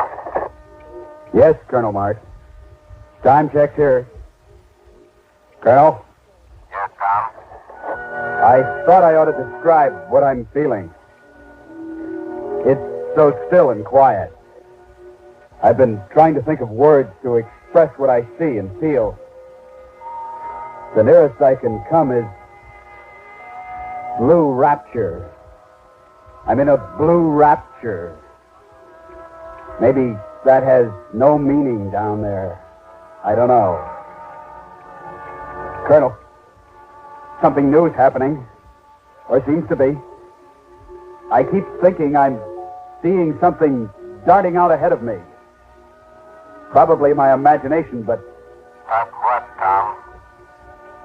Have been spotting something, but I couldn't tell what it was. I can see it. Kind of glowing out there. It seems to be getting closer. Tom, what's wrong? I suddenly feel very strange. Hard to get breath, yet oxygen pressure is fine.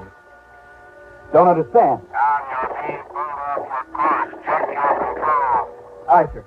I'm trying. But they're fouled somehow. Can't understand it. Keep trying. We can't guide you. You're not responding to ground control. Can't do it, sir. Lost control here, too. Our tracking station reports have been pulled off course 40 degrees. Can you see anything more? No, Wait. I do see something now. It's coming closer.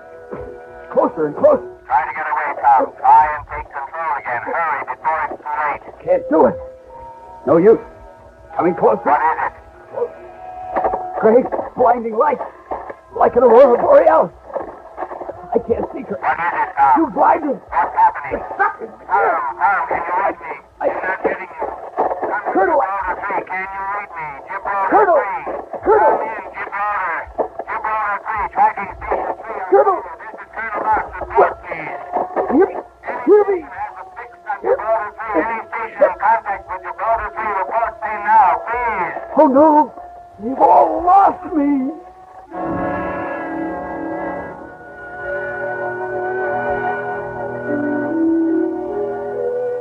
When I realized I'd lost contact with the Earth, I blacked out.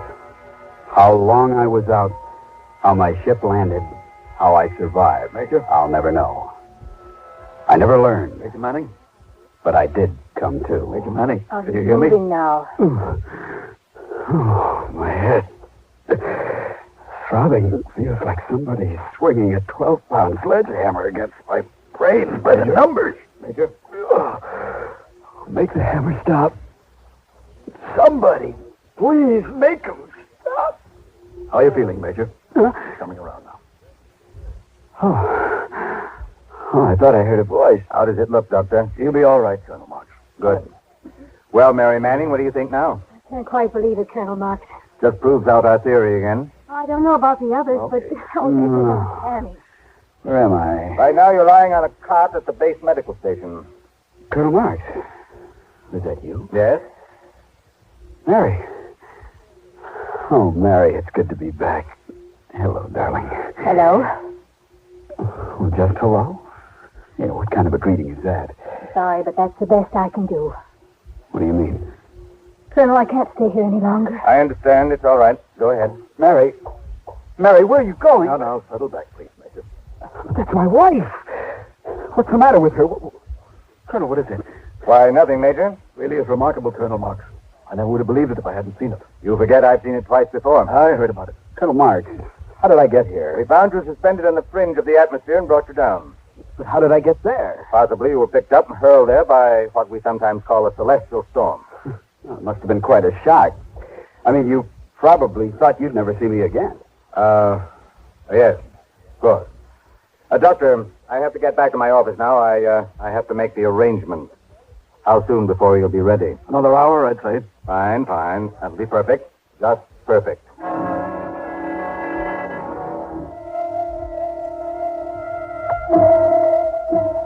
And about an hour later, I was taken somewhere by two men from the rescue crew. I can't remember their names, but I know their faces from all the pre-flight tests. Strange, though. If I didn't know better, I'd say they were more like guards. Something in the grimness of their faces. Here he is, Colonel. Come in, Major. Come in. Anything else, sir? That'll be all. Take a seat, Major. Smoke? Well, you know I don't smoke, sir. Oh, yes, of course. You do have friends that smoke, so don't you? Well, sure. So what? What are you jotting down, sir? You've seen me smoke before, haven't you? Yes, many times. Why? Colonel, How was the trip, Major? Well, everything was fine until I saw it. Until you saw what? The blinding light.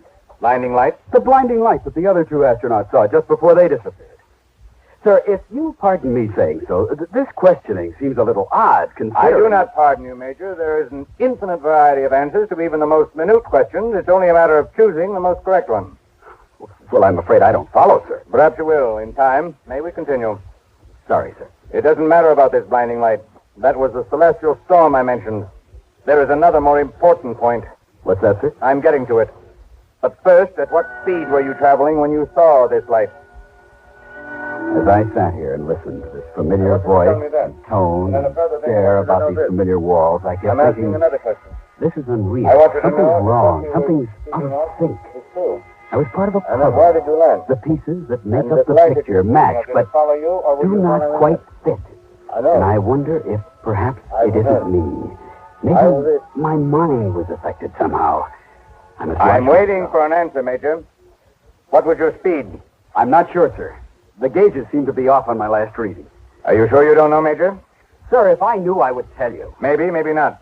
But why shouldn't I, sir? You might have reasons of your own. Now, what reason could I possibly have for withholding information from What you? time did you lift off this morning? What time did I lift off? I'm waiting for your answer. 600 hours. And now to the point, Major. What was your mission? My mission?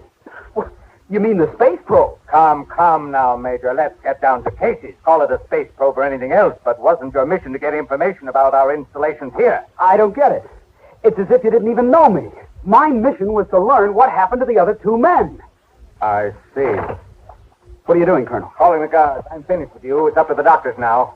The guards? Well, exactly why do I need to be guarded? Colonel, the doctor. Hello, thank you. Colonel, I'll kill you with your own gun. Oh, now, look, Doc. Be sensible. Return that revolver. It won't help you. No, thanks. I know exactly what's going on. You're only making it hard on yourself, son. We'll try and help you if you let us. Colonel, sir, are you all right? Tell him yes. Everything is all right. Return to your post. Yes, sir. He's gone. Now what? I don't know. I've got to think. Mary, I gotta get home and tell her what's happened. Sorry, Colonel, but I'll have to belt you one. Give yourself up. The authorities will get you sooner or later. See you, Colonel.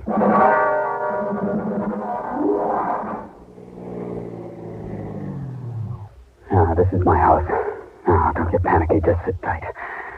Run into the house, get the money out of my wallet. Hold on just a minute.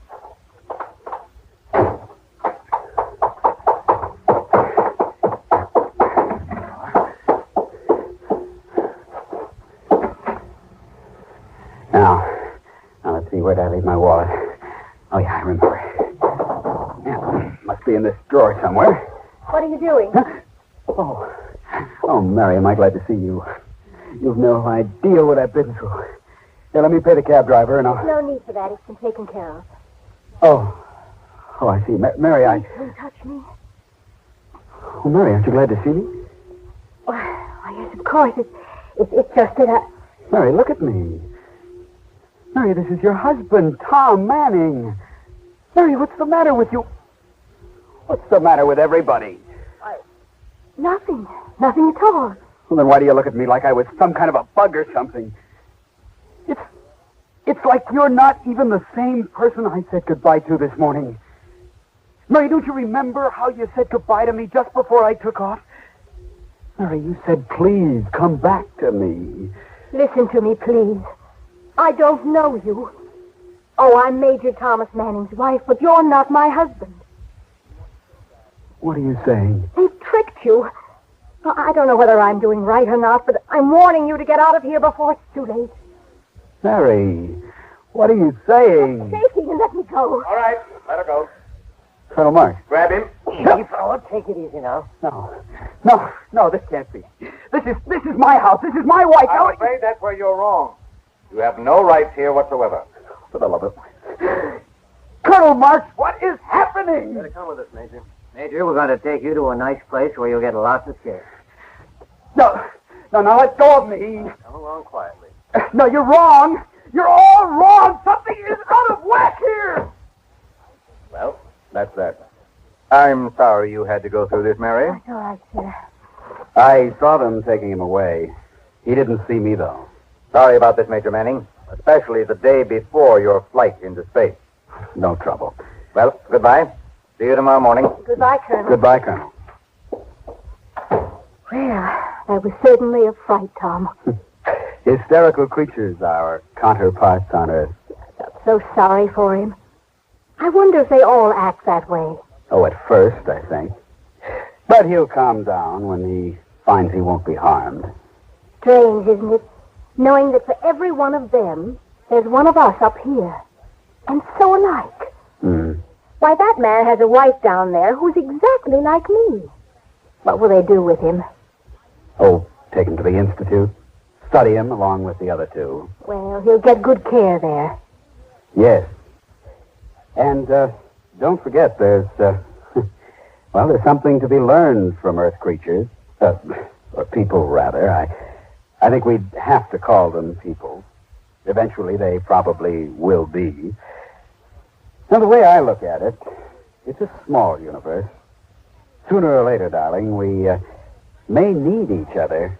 We here and our, somewhat retarded twins on Earth.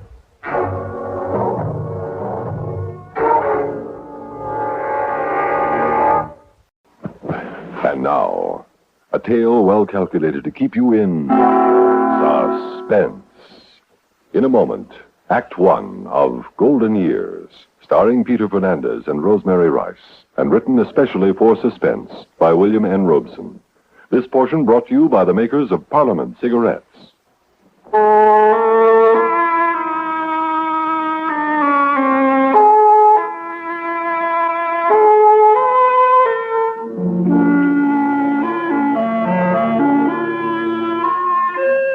I really didn't know Buddy well at all. We just met about a week ago at the malt shop. He was real cute. He thought I was cute, too. At least he said he did. And last night we had this date. Only he wanted to break it, so I went over to babysit for Mrs. Foster. But before that, I guess I'm getting ahead of myself. Anyway, the whole terrible thing must have started yesterday morning over at Buddy's house. I wasn't there, of course, but it must have happened something like this, I guess. Dad, could I ask you something? Sure, son. What's in your mind? I got a date tonight. That's nice. Dad, will you put down that paper and listen to me? Buddy, that's no way to speak to your father. I'm sorry, Mother. Dad. Yes, buddy, I'm listening. You said you had a date tonight, didn't you? Which is scarcely news. So I was wondering... the answer is no. Why don't you wait till I finish? Buddy. Because I know what you're going to say. And the answer is no. You may not have the car tonight. Why not? You know the answer to that, too. All right, so I got a ticket. It was only a 35 and a 30. Which makes it speeding, son. All right, so it was speeding. But, gee, Dad, that was 6 weeks ago. So I grounded you for 2 months. Yeah, but, gee... Well, can't a guy get time off for good behavior? I'm caught up on my homework. I'm helping Mom with the dishes. That's true. And this date I got. How am I going to explain to her that I haven't got a car? Just explain how you hot-rodded through the residential streets of this town when you did have a car. Well, Ken. I don't think you're being very fair. That's a subject on which you are not qualified to pass an opinion, son. But the other kids... And that's a discussion I will not be trapped into, either. What other parents do with other kids is of no concern to me. I didn't get a speeding ticket, son. You did. And just because the traffic court let you off with a warning is no reason why I shouldn't punish you. Yeah, punishment. That's all you can think of. I'll bet if my real father was alive... Buddy. I don't care. You're not my father, and you haven't got a right to punish me Now, you like listen to me, young man. I'm your legal father, and you'll do as I say. Now, I adopted you when I married your mother. In the eyes of the law, I'm every bit as much your father as if my blood ran in your veins. I'm sure glad it doesn't. On that, we see eye to eye, young man, but as long as you remain in this house, you'll do as I say. Now, is that clear? Loud and clear. I will not put up with your insolence. Yeah, I know. Thanks a lot, Father. Thanks for nothing. Oh, Fred. It's a phase he's passing through. 16's an awful age for boys. But he'll grow out of it. You'll see the day when you'll be proud he's your son. I sometimes wonder if I'll live that long.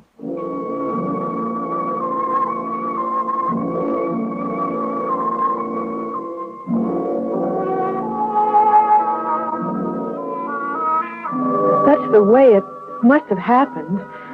Something like that, I guess.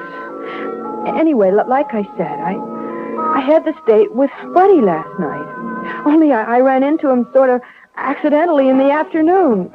You see, I dropped into the malt shop for a Coke. And I played a few records, and then, guess what? Who should walk in but Buddy? Hi, Sue. Oh, hiya, Buddy. What you doing? Nothing. Me too. Funny. What? It's a coincidence, kind of. What is? Oh, this. Me dropping in for a Coke, and you dropping in. Coincidence. Yeah. What's the matter, Buddy? Nothing. You're awful quiet. Look, Sue, I gotta break our date tonight. Well, why, Buddy? My old man won't let me have the car. Oh, well, that's all right. We don't have to go anyplace. Well, it's not all right. Hey, look. I've got an idea. Mrs. Foster wanted me to babysit for her this evening. I could tell her yes. And then you can come over there and, well, we can listen to records or look at TV or something. She won't mind. It's nice of you to be so understanding, Sue, but don't you see, it's the principle of the thing. He's got no right treating me this way, like I was still in junior high school or something. I know, Buddy, but parents are all alike. They just never seem to learn. Oh, he's gonna learn. Tonight. That's the real reason why I'm breaking our date. Huh? What do you mean? I'm gonna kill him. Tonight. You're kidding. No, I'm not, Sue. I mean it. I've got it all figured out. He always falls asleep after supper in front of the TV, waiting for the 9 o'clock news. When the news comes on, he wakes up, like an alarm clock. He looks at the news, and then he goes to bed. Only tonight. Tonight, he'll never see the news. He'll never wake up at all. What's so funny? You are. That imagination of yours, you're too far out. I'm serious, Sue. I'm going to do it tonight.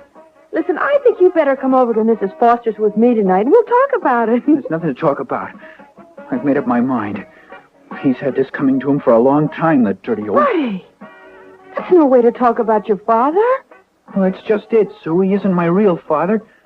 He's my stepfather, and I hate him. I've hated him ever since I was a little boy. But that's no reason to kill him. It's reason enough for me. I've taken enough from him. I'm not going to let him push me around anymore.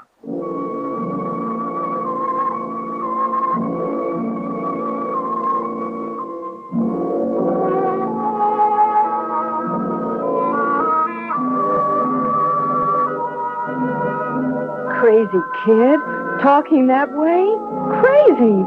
I didn't really take him seriously then. It wasn't until later when... Oh, but I'm getting ahead of myself again. He left saying maybe he'd call me at Mrs. Foster's later. He didn't tell me where he was going when he left the malt shop, but later I found out... Oh, hello there, Buddy. Hello, Mr. Schmidt. You come 1 minute later, won't you be out of luck? I was just closing. I'm glad I made it. Well, what will it be? I need a box of ammo for my .22. So, are you going hunting? Yeah, I'm going hunting. You have a note from your father? For what? You did not know? The last time I sold you bullets, your father raised Cain with me. Said not to sell you any more without his permission. He did? So, you didn't know anything about it? Well, he never said a word to me. Well, I'm sorry, Porty, but you'll have to get his permission first. Yeah, get his permission. Always get his permission. Will there be anything else before I close up? No, I guess not, Mr. Schmidt. You get that note from your father, and I'll be glad to oblige. Sure, Mr. Schmidt. Hey, wait a minute. This'll do the trick. What? This hunting knife. Yeah, more quiet than a bullet. What are you talking about, Porty? Nothing, Mr. Schmidt. I'll take this knife. Put it on my dad's bill, will you please? Yeah, sure. Buddy, I'm sorry about the bullets. No sweat, Mr. Schmidt.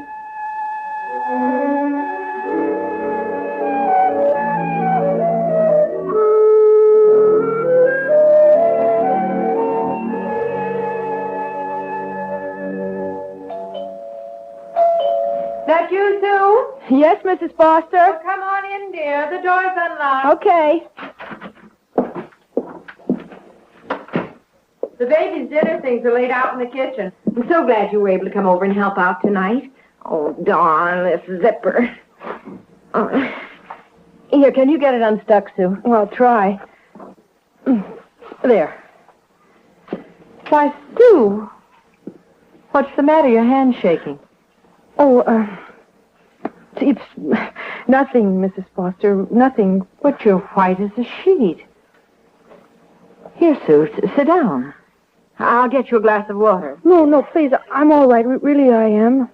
Well, you don't look all right. Now, come on, tell me, dear, what's the matter? What's upsetting you? Mrs. Foster. Yes? Mrs. Foster, do you think a boy would kill his father just because he wouldn't let him borrow the family car? Sue, what are you talking about? Well, you see, Buddy Birdwell, my boyfriend, sort of. You see, he wasn't kidding, but see, I thought he was when he said it, but now I'm not so sure, and I keep thinking back, and he was awful serious. Serious about what, Sue? Tell me. About murdering his father. What? He said he was going to murder his father tonight. For heaven's sake, why? Because he wouldn't let him have the car. Oh, but that's plain crazy. That's what I thought, but now I don't know.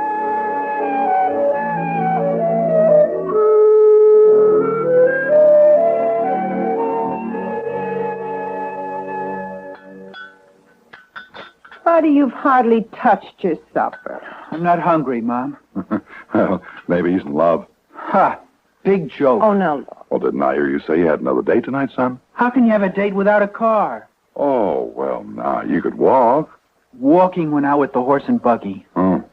Along with courtesy and politeness to your elders? Look, let's just change the subject, Yes, huh? let's do Don't that. you always. What's the big idea of telling Mr. Schmidt not to sell me any ammunition for my Now, 22? Look, son, look, you shoot that gun the same way as you drive the car. You'll end up killing somebody with one or the other unless you stop. How right you are, Daddy-O.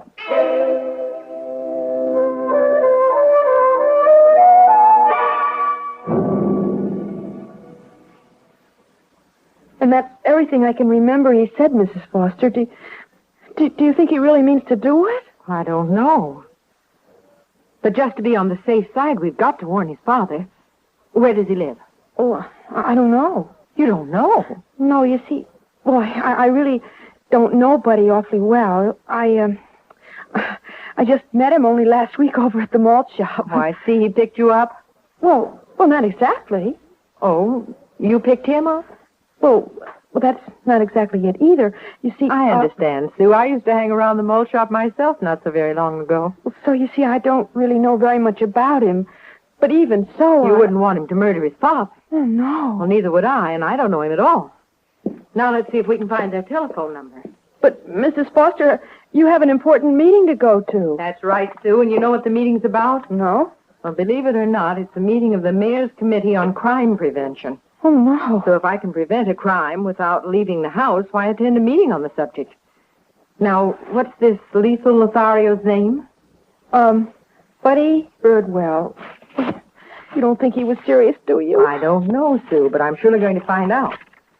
Birdwell? Yes, that's right. A, B, the A, the D, the I. Here we are, Good. Birdwell. Well, tell there aren't very many in the book, so we'll begin with Birdwell Albert.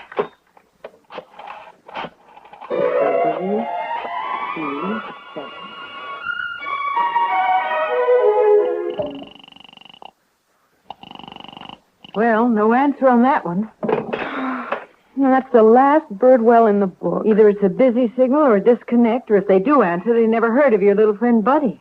Oh, golly, I'm sorry, Mrs. Foster. I guess maybe I was a little hysterical about the whole thing. Oh, why didn't I think of that in the first place? What, Mrs. Foster? The police. Of course, they are the ones to handle this. They'll know what to do. Downtown Police Station. Sergeant Kenny speaking. Oh, Sergeant, this is Mrs. Foster of the Mayor's Committee on Crime Prevention. I want to report a murder. What? A murder. Yes, Mrs. Foster. It hasn't happened yet, but I'm afraid it's going to. Well, who's going to murder who? Well, this boy... Buddy Birdwell. Oh, yes. Buddy Birdwell. He told his girlfriend that he was going to murder his father tonight just before 9 o'clock. And I thought you ought to know so you could stop him. Yes, ma'am. Now, where does he live? That's the trouble. I don't know his address, and I called all the Birdwells in the phone book. Well, now, we'll do what we can, Mrs. Foster, but we hardly ever hear about murders until after they happen.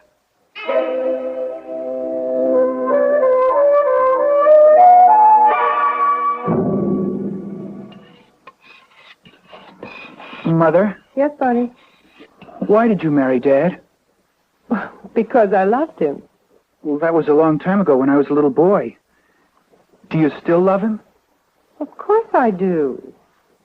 Would you care if anything happened to him? Why are you asking me such questions? I'm growing up, Mother.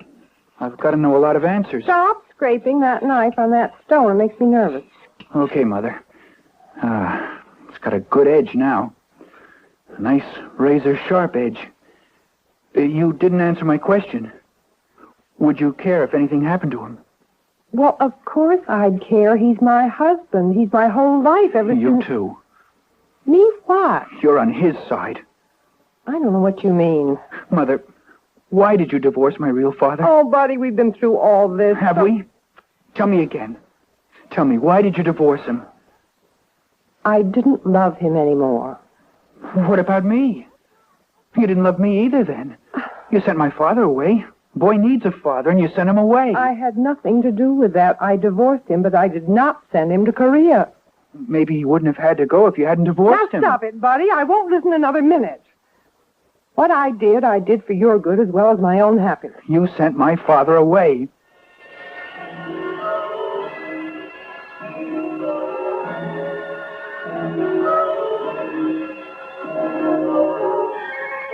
You've got to remember, Sue. We haven't much time left. It's nearly 9 o'clock.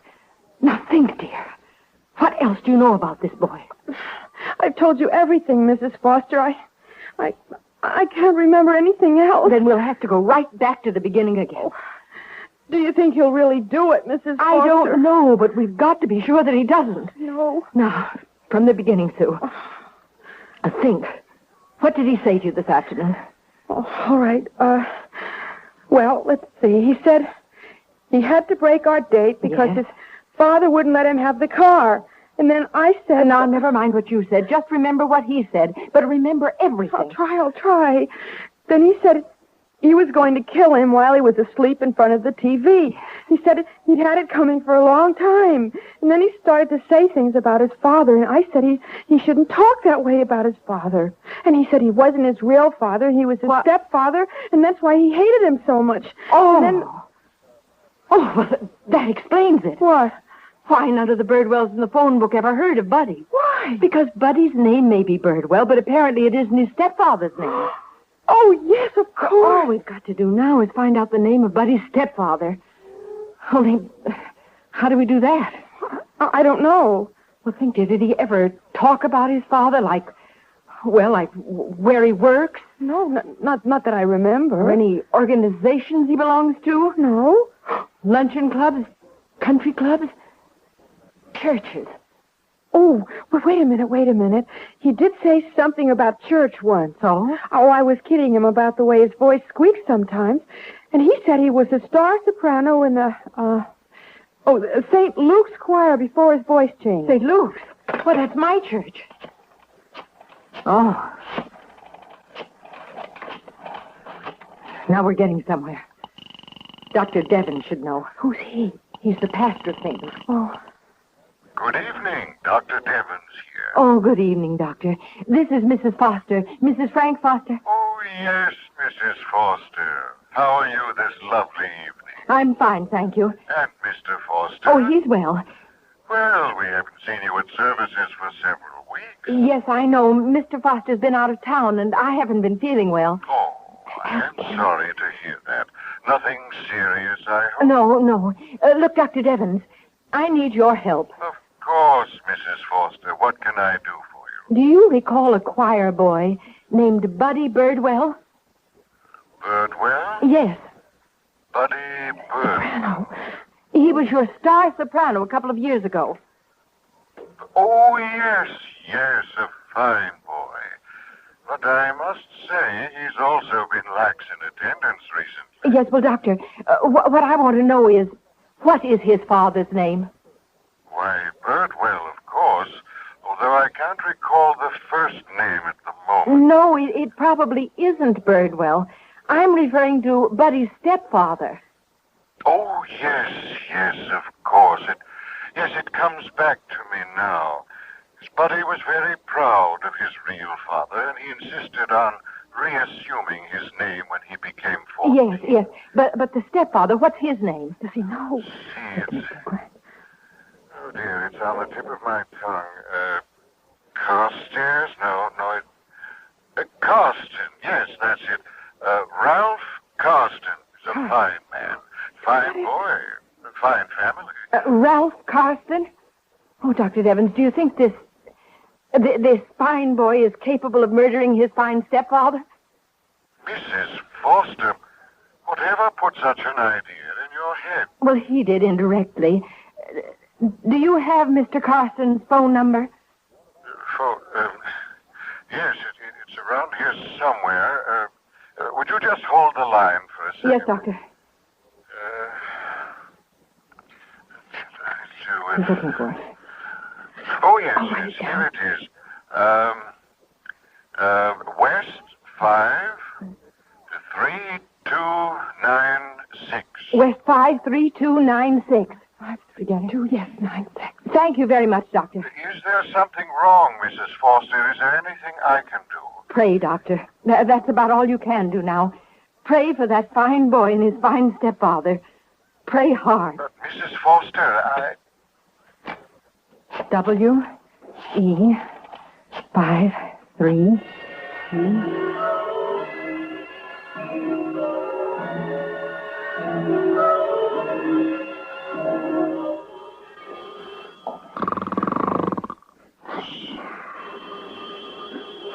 Darn it. The phone's ringing. Oh, why doesn't somebody answer that phone? Buddy. Buddy, why are you standing there with that knife in your hand? Answer the phone. Buddy, don't you hear me? Yes, Dad.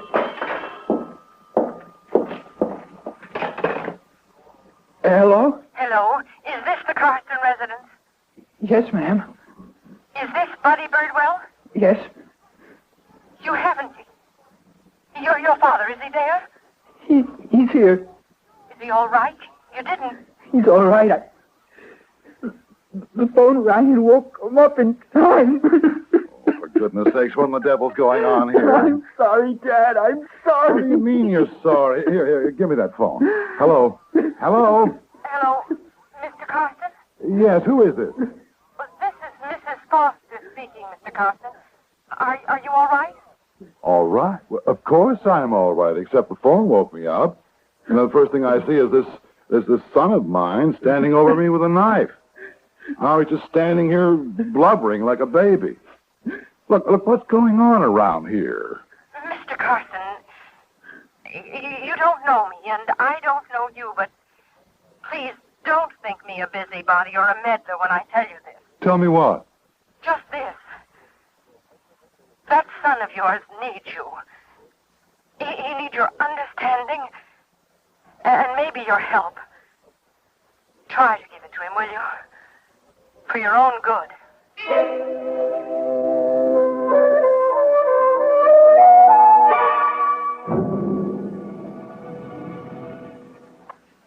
At the crossroads of the Empire State, this is WROW Music, row 59 on your Albany dial.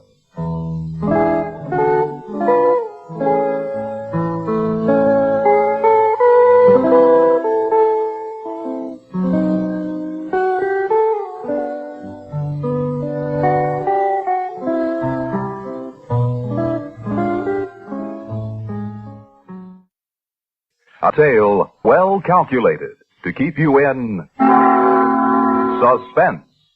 In a moment, Act One of At the Point of a Needle, starring Betty Gard and Walter Kinsella, and written especially for Suspense by Joseph Cochran. The first portion of Suspense is brought to you by Parliament Cigarettes.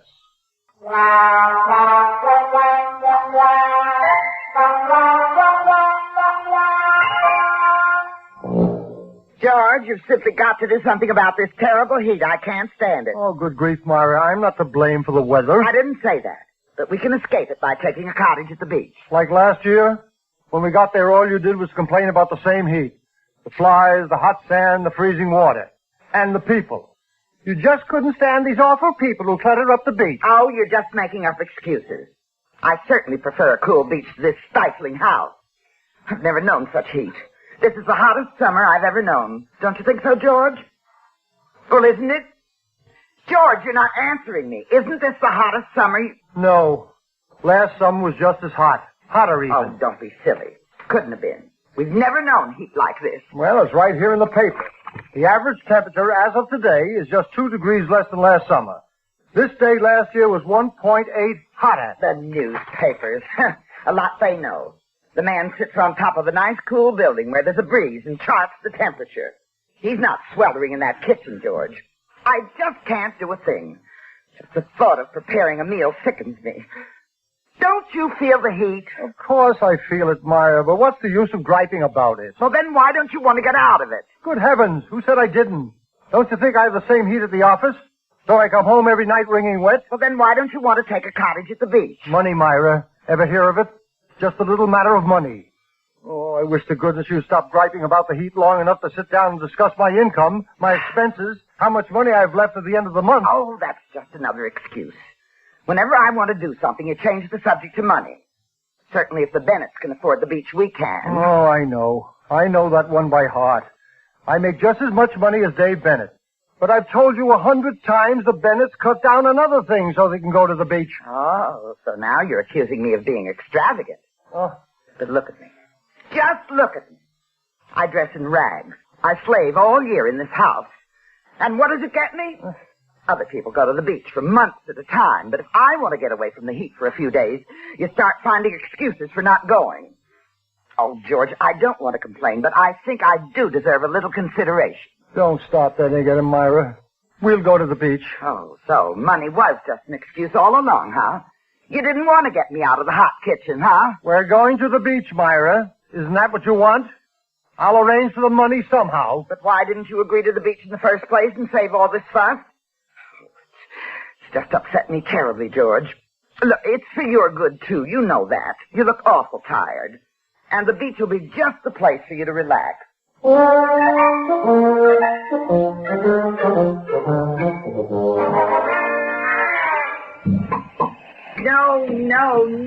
George. A little more to the left. I want that sign right in the middle. Myra, I don't see any point in it, putting up the signs. They say plainly no trespassing, don't they? So what? I'll nail them to the retaining wall. No one's going to climb over the wall or get on your property.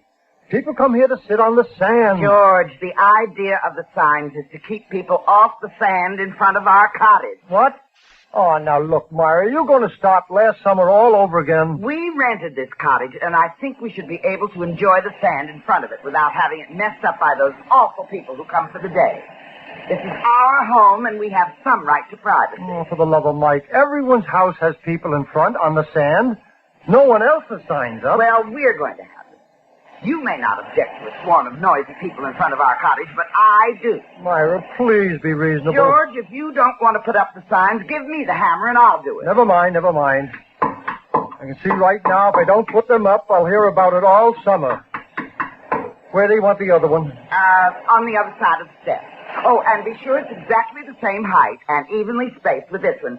And don't try to get sand all over my blanket as you walk by, will you? Yes, Myra. And when you get the sign up, I want you to bring down the umbrella.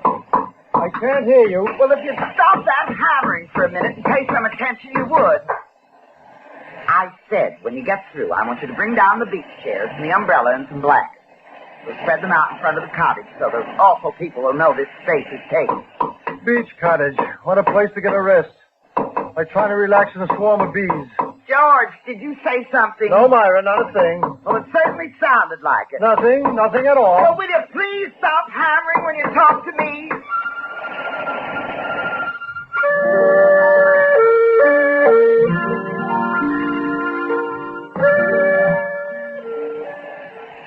Hey, Phil, here's a good spot. Let's spread a blanket. Yeah, this is fine, Esther. Here, hold the thermos and books while I spread the blanket. Okay. Oh, gee, it's good to get here. Oh, look at that ocean. Isn't it wonderful? Oh, sure is. But I am going to lie on the sand and lap up all the sunshine I can. I want to get some tan on my hide. Hey, isn't that little cottage cute? Gee, I wish we'd get one of the white ones. There's plenty of stuff out there on the porch. Chairs and blankets. And a perfect circus under that umbrella.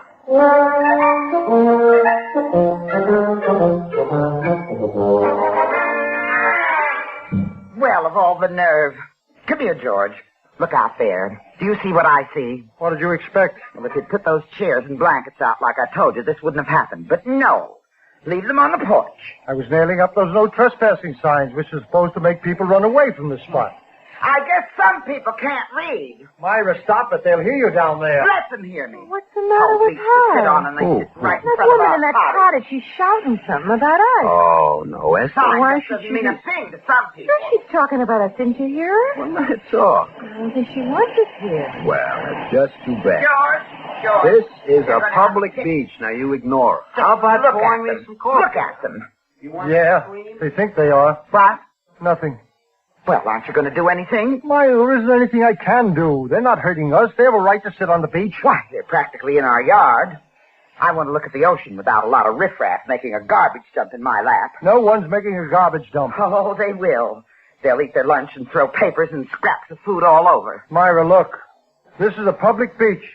We can't run people away just because you don't happen to like seeing them around. Oh, so you're sticking up for them against your own wife, huh? You know, it would be nice if for once, just once, you'd be on my side. I can be on your side, Myra, when you're in the right. But most of the time you're not, or only half right. That's ignorance. Phil, Look at them down there. We're ignorant. Oh, let her rave. We'll have to sit and listen to that. It's a free country. Let her It's talk. not going to be very pleasant if she keeps it up. Boy. Some people act as if they own the whole beach. You pipe down, Esther. You let her scream her head off if she wants. You hear that? She's talking about us. About me. You started it. I'm asking you to stop it. Upstarts. That's all they are. What's the use of paying good money? She is getting kind of nasty. She's some old sourpuss, huh? Come on, let's move. Why should we? We have a right to be here. I know that, but she's going to see to it that we don't enjoy ourselves. Now, life is too short to quibble. It's simpler to move. Oh, all right. But there's houses all along. Suppose everybody tries to drive us away. No, everybody won't be as nasty as she is. Now, they couldn't be. Now, hold this stuff for me, huh? Boy, I sure feel sorry for her husband. Yeah, he looks like a pretty good scout, too. Probably embarrassed about the whole thing. But he is married to her and has to listen, and we don't. They're going. Oh, that does it. Bill, I am not going to let anybody drive us off a public beach. We're staying right here.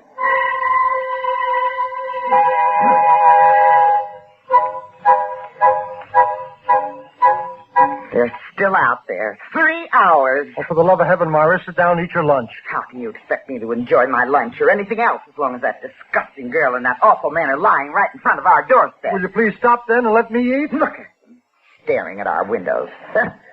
Look at her. She's laughing like a silly fool. Can't we do something? Call the police and have them come... No, Myra, I told you no 40 times. There's no grounds for arrest.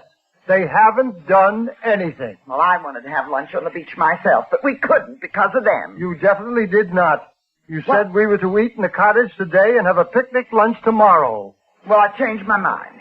It's a perfect day for being outside. Tomorrow it may rain. I give up. I've got it. I'll show them.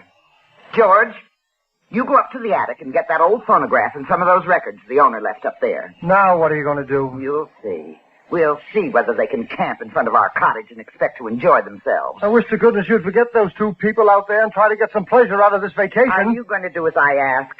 Or do you want me to lug that heavy phonograph down all by myself? All right, Myra. You win. As always. I'll get the phonograph. No, finish your lunch. I didn't mean this minute. After lunch. George, come back and eat your lunch. I'm not hungry anymore. Well, you don't have to make so much noise.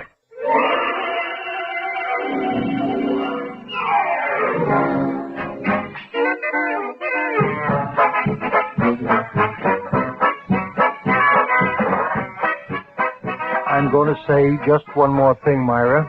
And a lot depends on what you do after I've said it. Yes, George. Every time you play that record, you're making a fool out of me. Oh, don't be silly. Why can't I play it? The free country. That man said so. Come on, honey, let's go. All right, Bill. If she's not getting away with it, we're coming back tomorrow. Maybe I can dig up an old phonograph somewhere. They're leaving. They couldn't take it. See, George, I told you so. We've won, George. We have won? Oh, no, Myra. You have won. You just scratched the heart out of me with that old worn-out needle.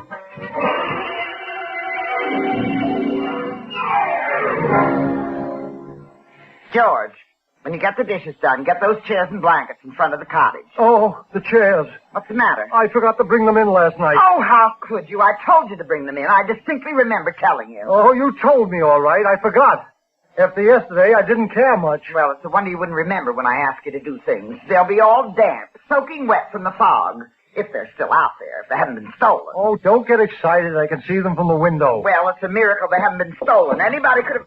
George! Now what? Come here this instant. Look out there. They've come back, that fellow and girl. They're putting their stuff right where they were yesterday. Myra, will you please cut it out? They'll get the same thing they got yesterday, all right. Get that phonograph. Be reasonable. For the love of heaven, be reasonable. Why don't you ask them to be reasonable? Why don't you go down and shout at them to be reasonable? Oh, no, you won't do that.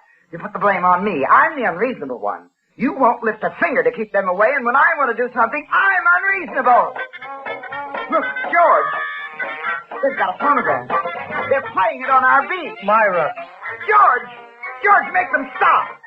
George, stop them. George. Myra, you're making a fool of yourself. Make them stop, I say. Stop them, George.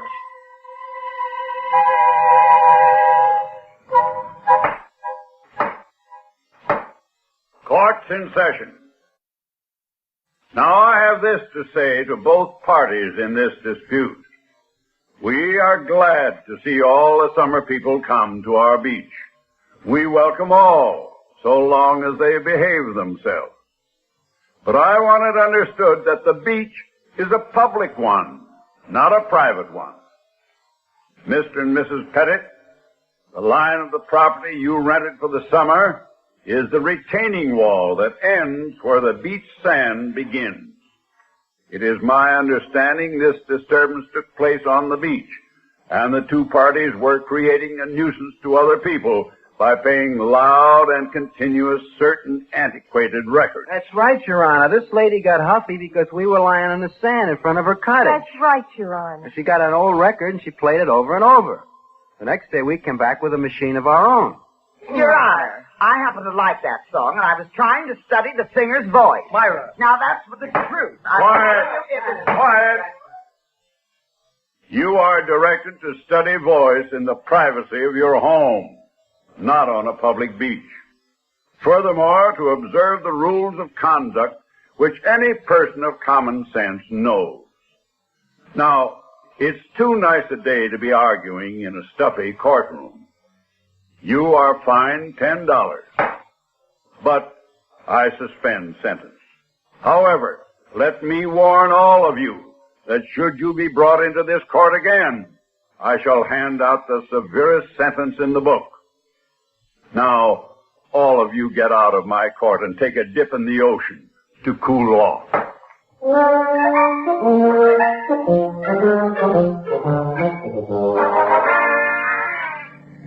Justice. Is that what they call justice? Isn't there such a thing as a right to privacy in this country anymore?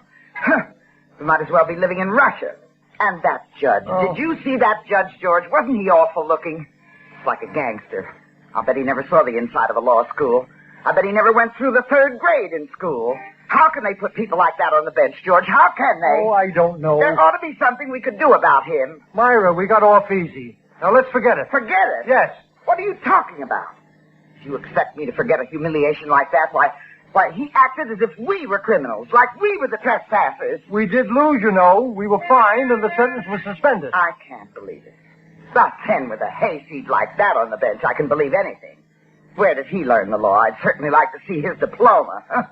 If I knew where he went to college, I'd write them a letter and tell them what kind of lawyers they graduate. His degree was framed and hanging on the wall. He went to Harvard. Don't be silly. He couldn't have. Will you stop telling me not to be silly? Silly means weak-minded. An idiot. Of course it doesn't. Now, look, I don't think you're weak-minded, but I do think you could be more forceful and aggressive. Trouble with you, George, is that you let people run all over you. If you had done what I asked and told those people to move on, this never would have happened. You're driving too fast. How many times have I told you not to drive so fast? At least 1,000 times. Well, don't drive so fast. You know it upsets me. Now, as I was saying, your trouble is that you take whatever people hand out to you. You never raise a fuss or tell people to get out of your way. Oh, no. It's one reason why you don't get anywhere. Please, I'm tired. But I don't want criticism. But I'm not criticizing, George. I'm just telling you for your own good. That judge ought to be disbarred. He's a disgrace to the legal profession. Maybe we ought to write to the Bar Association. I'll bet they'd do something. We came to the beach to enjoy ourselves, not spend our time reforming the judicial system. Well, at least we can appeal the case. Look, couldn't you write that friend of yours in Boston? You know, that big lawyer friend of yours. Tell him what happened to us. Why don't you invite him down here for dinner some night and discuss it with him? Myra, we're not going to act like children.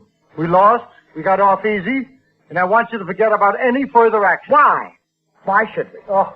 Do we have to be humiliated? Hauled into court like common criminals because of those cheap, slovenly people who are ruining our beach? Why shouldn't we be able to enjoy our nice cottage? I'm not going to sit by and let people push me around. Myra, do whatever you want, but in the name of heaven, stop talking about it and let me have some peace. Don't drive so fast, George. George, why are you driving so fast? I want to see how fast I can go. I want to see how many telephone poles I can break down. What? I want to drive till the engine falls apart like I'm falling apart. You're driving my brains up and down like the pistons. Your words are exploding in my weary mind like the gas in the cylinder. George! And I can't stand much more of it. I can't stand much more of it, Myra. George, you're drunk. Now slow down. Please slow down. George, you're ruining my hair, and I just went to the beauty parlor this morning.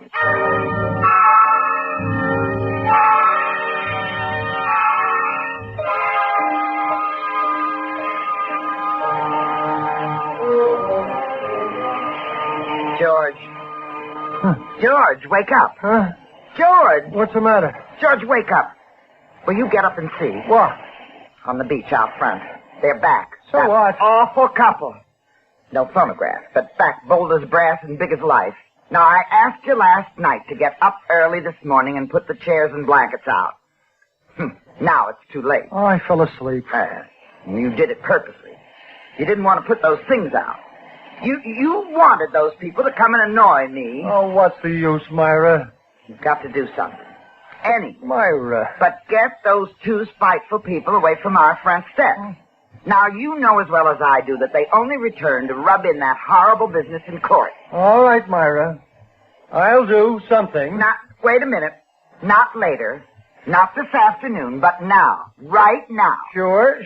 Right now. I'm getting up, Myra. I'll do something. I'll warn them to get out. I'll warn them first. Another day. Now listen, you two. I know why you're back, and I won't have it. So go on, get away from here. Look, I don't want your kind here. Judge or no judge. Nobody can make a fool out of me, you understand? Listen to me. If you don't go away, I'll... George, that gun. George, listen. Don't shoot. George, in God's name, what have you done? They won't bother you now, Myra. Anymore. Ever. George, look what you've done. Oh, you fool. Why did you do that? Why? What difference does it make? You couldn't understand. Operator, get me the police. I want to report a murder.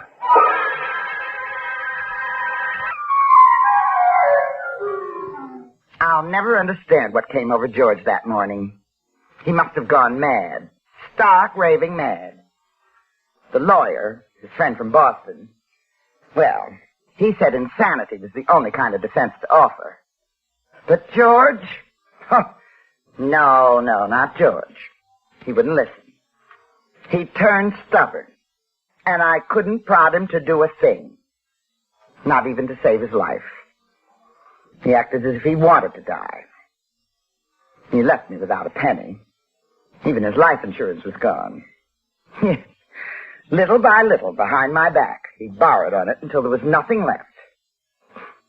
What a thing to do to me, after I'd been such a kind and loving wife. Why, I didn't even have enough money to buy a decent morning outfit.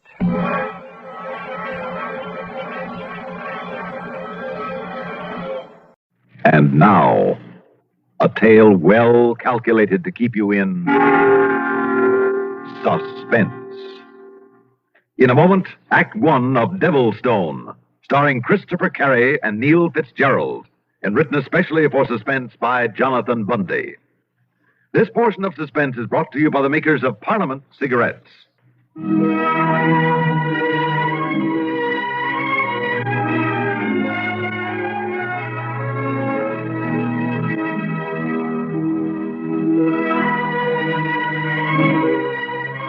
My name is Martin, Timothy Martin. I live here in Dublin, and very nicely too, thanks to a considerable inheritance and sale of the family estate in County Kilkenny, which brought a very good price. I have a comfortable cottage, a faithful manservant by the name of Evetts, and everything else I need to live an easy, contented life, and without the need of applying myself to any sort of labor. Even my financial matters are no bother to me. They're handled by a penny-pinching old solicitor by the name of Ian Carney. And mine was a contented life. Until, that is. Until a long-forgotten uncle died and left me some property he'd owned but never lived on up in County Fermanagh near Inniskillen. A place known as Devilstone. And then... But let me digress for a moment. I should say, let me seem to digress for a moment. And remember this, please. For it may have much to do with the strange, terrifying tale I'm about to tell you. Deep under St. Michael's Church, here in Dublin, is a crypt. It possesses most amazing properties. In it lie scores of bodies in a state of perfect preservation, albeit they are hundreds of years old. The old ones used to say it's due to some wondrous form of black magic. But modern science, modern chemistry, has exploded that ancient belief, has shown that certain gases generated by the unusual composition of the dark, dank earth in which the crypt is located, those gases have produced this amazing phenomenon. Very well. Now, a few days ago, I called Mr. Carney, my solicitor, on the telephone. I've been hoping you'd call me, Timothy. I wish to speak with you about that house and property in County Fermanagh that your uncle left you. Well, I've certainly no desire to move away from Dublin, Mr. Carney, so I've decided to rent out the old place. Rent it out? And why not, sir? You really think you can? Well, I'm quite certain I can. I doubt it. Well, as a matter of fact, an American couple by the name of Stoker left here only yesterday for a look at it. I see. I expect they'll be back here a moment now to agree to lease it for the summer. Timothy, you showed them the pictures and description of the place? Yesterday morning. They were so intrigued by them, they were all for signing a lease then and there. You'd better to have taken their money and let them do it, my boy. Oh? Aye. I'm sure I don't see why. Well, surely they're entitled to look at the place over before they take it. After all, Mr. Carney, never having been there myself, there wasn't too much I could tell them about Devilstone. Exactly as it should be, Timothy. Well, I'm afraid I don't understand you, sir. I mean that now, my boy. You will never rent it to them, nor to anyone else who goes there. Why not? Why'd you say that, Mr. Carney? Well? You don't know? Well, of course I don't know. Then perhaps your tenants, I should say erstwhile prospective tenants, will tell you, if you ever see them again. Now, what do you mean by... Oh, excuse me a moment, Mr. Carney. Yes, what is it, Evetts? I beg your pardon, sir, but there's a Mr. Stoker here to see you. Stoker? Yes, sir. And if I may say so, he appears to be quite excited about something, rather angry. Hello? Shall I tell him you're busy and suggest he see you another time? Timothy? Yes? No, Everett. Have him come in, please.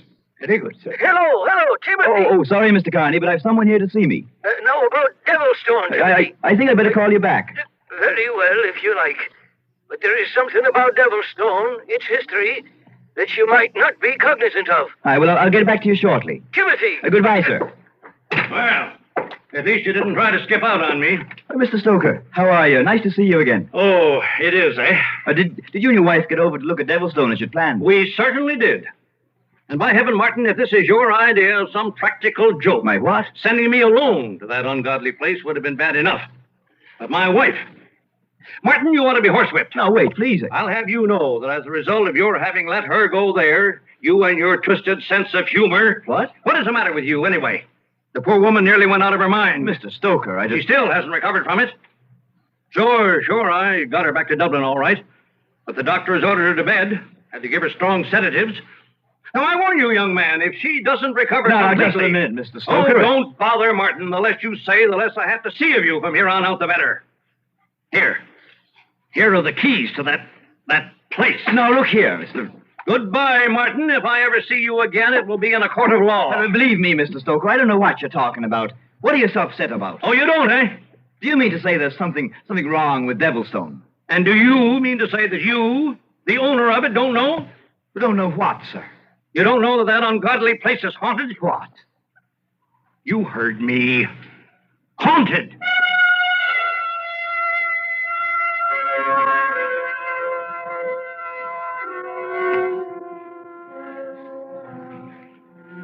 Could I possibly have heard right, sir? Haunted.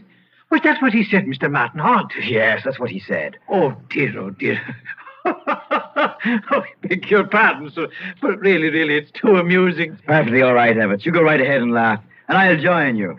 Well, that's about as absurd excuse I've ever heard. Excuse me, sir. You don't think he meant it? But the Devilstone is haunted? How could he? Haunted houses went out of fashion 100 years ago. No, Everett, it was simply a silly excuse for not leasing the place. Well, now that he and his wife have had a look at it. But what an excuse. Or does he think that we Irish are nothing but a lot of stupid, superstitious idiots? Oh, he's right, sir. What? I mean, of course not, sir. Well, anyhow, it's completely ridiculous. So we'll simply forget it. Forget about the Stokers. Place an advertisement in the papers and find ourselves some other tenants. Yes, sir. Maybe we'd best reduce the rate on it a bit. Perhaps that's what scared them off. No, that could be, sir. Or who knows? And perhaps Devilstone isn't in as good condition as we've been led to believe. But can you imagine anyone coming up with an excuse so patently absurd, so completely asinine, and so utterly foolish, and expecting us to believe him, to take him seriously? Yes? What is it, sir? Everett, the truth now. Yes? Do you believe? Do you think? Possibly. Oh, no. No, of course not. It couldn't be. And yet, could that have been what Mr. Carney was talking about? Or at least implying? Mr. Carney, the solicitor? Yes. But Mr. Carney seems to be a man of good sense. He was so definite about it, though. When he told me I should have let them do what they wanted after they saw the pictures, sign a lease immediately. Before they even saw Devilstone? Yes. They would have, you know. They would have signed and paid a couple of months' rent, and Mr. Carney said I was wrong in not letting them do it, in not getting what I could, and immediately. Would it have been completely ethical, no? You mean if something is wrong with the place? But haunted, sir. No, of course not. Ridiculous. Oh, of course. And yet, well, there's one way to find out. Yes. Shall I put in a call to Mr. Carney? No. By doing that, I'd be admitting that I might believe in such ridiculous possibility. No, Everett. You and I would drive up to Devilstone and we'll investigate ourselves. Capital, sir. A splendid idea. You like it, eh? Well, never having seen the place either of us, and after Mr. Stoker's reaction to it, it might be quite exciting, sir. Let's see now. If we leave right away, we should be able to reach Devilstone by nightfall. Yes, sir. So fetch the car and a couple of flashlights, too. Very good, sir. And perhaps I'd better take along a pistol, just in case. And of course... What, sir? Well, to conduct our investigation in the ghostly place and style, we'll take along one of the dogs with us. Say, Red Kim of Heatherscote. An excellent idea, sir. Now, let's get underway. Yes, sir.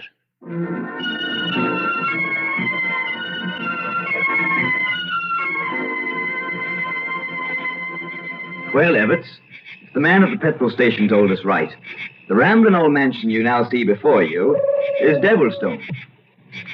Yes. I see. Now, what kind of a reaction is that?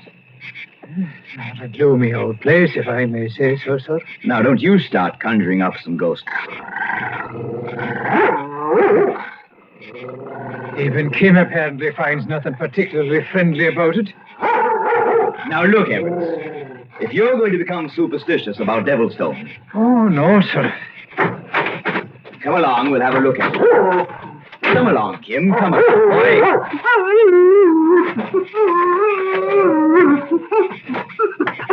Now, let me see if I can unlock this door. Yes, sir, here.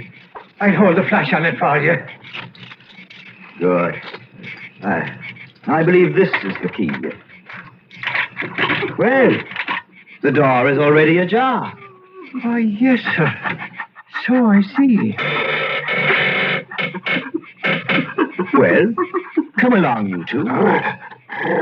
Come on, Kim. He's protesting rather vehemently, sir. We'll just get him inside and we'll close the door. Yes, sir. Kim! What the devil's the matter with you? Oh, come now, boy. Are you a dog or a mouse? He most certainly is frightened of something, sir. Yes. He doesn't look like a ghost hunter crouched down there in the corner that way. And if I remember the pictures correctly, this door here should lead to a small, enclosed court, sir. On my word. Right. Just another night bird, Evans. Don't let it bother you. Now, do you mind telling me why did you do that? I beg your pardon. What? Why, you're still over there at the door. And yet, I distinctly felt something or someone bump against my shoulder. And I thought someone walked on past me. Look here, Mr. Martin. Yes? What is it? In the mud, out there in the court. Shine your light on it, sir, where mine is. Why, yes. Footprints. But big ones. And fresh. And do you see, more of them are being made even as we look at them. No. And yet there's no one there to make them. Impossible. I know, sir. But you're right, Evans. You're right. Back inside now, and quickly. Yes, sir. Now, whatever is making those footsteps can't follow us. It does feel a bit safer in here. No wonder Kim is frightened. With things like that going on. But why? And how? Do you suppose, sir, that one of the old lamps could be lighted? Well, if they have any oil in them. And it shouldn't take us long to find out if they... Oh, now, wait a minute. Now, what are we acting this way for? It's trickery, that's all it is. It's trickery. By whom, sir? And why? Well, that is something we shall have to find out. Now, where is Kim? Oh, there he is, still in the corner. Sigmund Freud. Do you suppose, sir? No, nonsense. Whoever it was that scared Stoker and his wife out of here is trying to scare us now. And I mean to find him out. Yeah, but the dog, sir. And if it's true about them and that there is a ghost... Nonsense. No. We'll just look about here. Where? Now what's the matter? That door. At the other end. What? Behind you. It's opening by itself into a small room beyond. Good. Then we shall start our investigation in that room. Well, are you coming? Yes, sir. Oh, clumsy. Now you've dropped your flashlight. I didn't, sir. I didn't. It was knocked out in my hand. It what? Honest it was, sir. I swear it, sir. Now, Evans, don't be silly. Go on back in there and get it. I really rather not, sir, if you don't mind. Oh, the door. It's closed by itself. And now we're locked in. Oh, we are, eh? Who did this? Who closed this door? Who's there? Who's there, I say? The same one. What? Same thing. What are you talking about? The same thing that struck your shoulder, that made the footprints in the mud, and that frightened poor Kim so badly. And frightened you, too. But I say it's trickery. Trickery. It has to be. Who's doing this? Answer me. Answer me. Your death begun. What? Your death begun. Yes. Yes. Yeah, I guess we'd better. Yes, sir. No. Not a bit of it. Please, sir. Please, in the name of heaven, sir. No. We're going to stay right here, Ebbets, until we find out. Death begun. No. Not until we learn just what's going on and... Where's that voice coming from? I've tried to warn you. Oh, please, sir. They've tried to scare us, that's all. Tried to scare us. Yes. Yes. So that you'd leave this place. Why? Because if you do not, you will suffer the same fate as the dog. Kim? Fate? What are you talking about? Look, sir. The door is opening. Yes, look. In the light of the flash that was dropped in there. Kim! Everts. Kim is dead. Then, Mr. Martin... Oh, please, sir, I beg of you. Who did this? Who did this? Show yourself. Yes. I will show myself. Look. What? Oh, look, sir. Out of thin air. Yes. I see him. Mr. Martin. Yes. All right. We'll leave. Come along, Ebbets. Come on.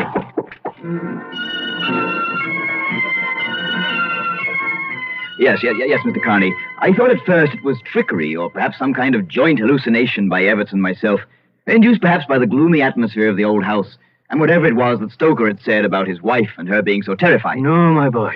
But when it actually happened, that he actually appeared there before us out of thin air, this misty, tenuous, impalpable figure, and then when we found there wasn't so much as a little mark on Kim, the dog, who up to that moment had been as healthy as I. But why didn't you tell me about whatever it is in that inhabits that place when I talked to you on the phone? I tried to, Timothy, but you cut me off. And after all, I'd known about it only as a legend from hearsay. And he was a huge man and powerful, this ghost. Yes, I should say it was Jason O'Flynn, your ancestor, who built the place for his wife. It was to have been her castle. Was? Yes. But the first day she sought to enter into it, she fell, tripped upon the threshold, she struck her head, and she never regained consciousness. I see. The doctor was summoned, did all he could for her, there in a smaller room off the main salon. Yes. But she died that night. And then Jason O'Flynn swore by the book that no one would live in that house but he, until his body turned to dust. He walked out of that little room then, and was never seen again. And ever since that time... But now you know the rest. Wait. Yes? Until his body turns to dust. His own words. And he wasn't seen to leave. No. What are you thinking of, Timothy? I'm going back there, Mr. Carney, tomorrow in daylight.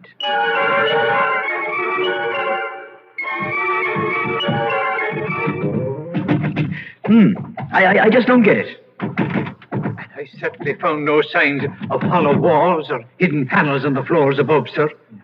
And yet, Everett, somewhere close to that small room. Don't you think it's best we simply leave the place and No. No one but he. What? until his body turned to dust. What, sir? And although there must have been other people about, he wasn't seen to leave. And to me, Evarts, that means only one thing. Somewhere in this house lies the key to this mystery. But we've been here most of the day, sir, and we've found nothing. And it's getting on towards dusk. I know. But until I find some... Oh, sorry, sir. Let me help you. Old rug was so badly wrinkled, it's no wonder you tripped. Wait. Evarts, listen. Very hollow floor, I should say. Here, help me fold this rug back. Yes, sir. Here now. And look, a sort of trapdoor, and fitted in the floor so tightly. Yes. And this, it looks like a seal around the edge. Why, yes, sir. And a heavy lifting ring. Well, then give me a hand. We'll see if we can raise it. Now. Oh, it's very tight, sir. Yes. But the seal is giving way a little. Put everything you have into it now.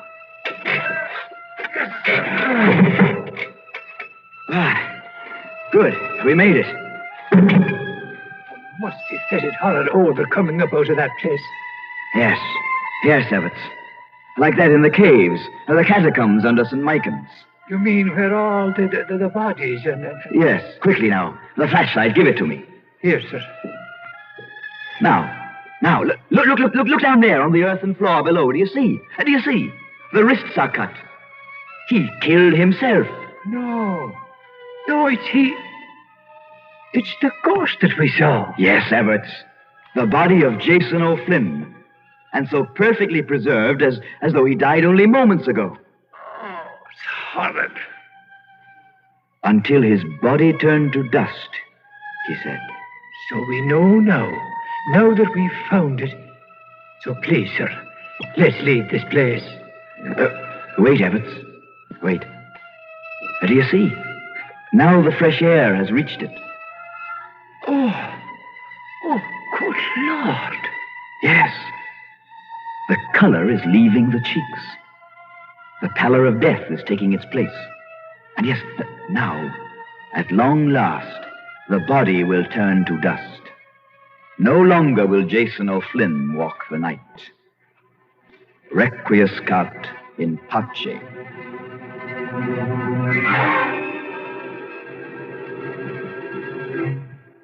And now, a tale well calculated to keep you in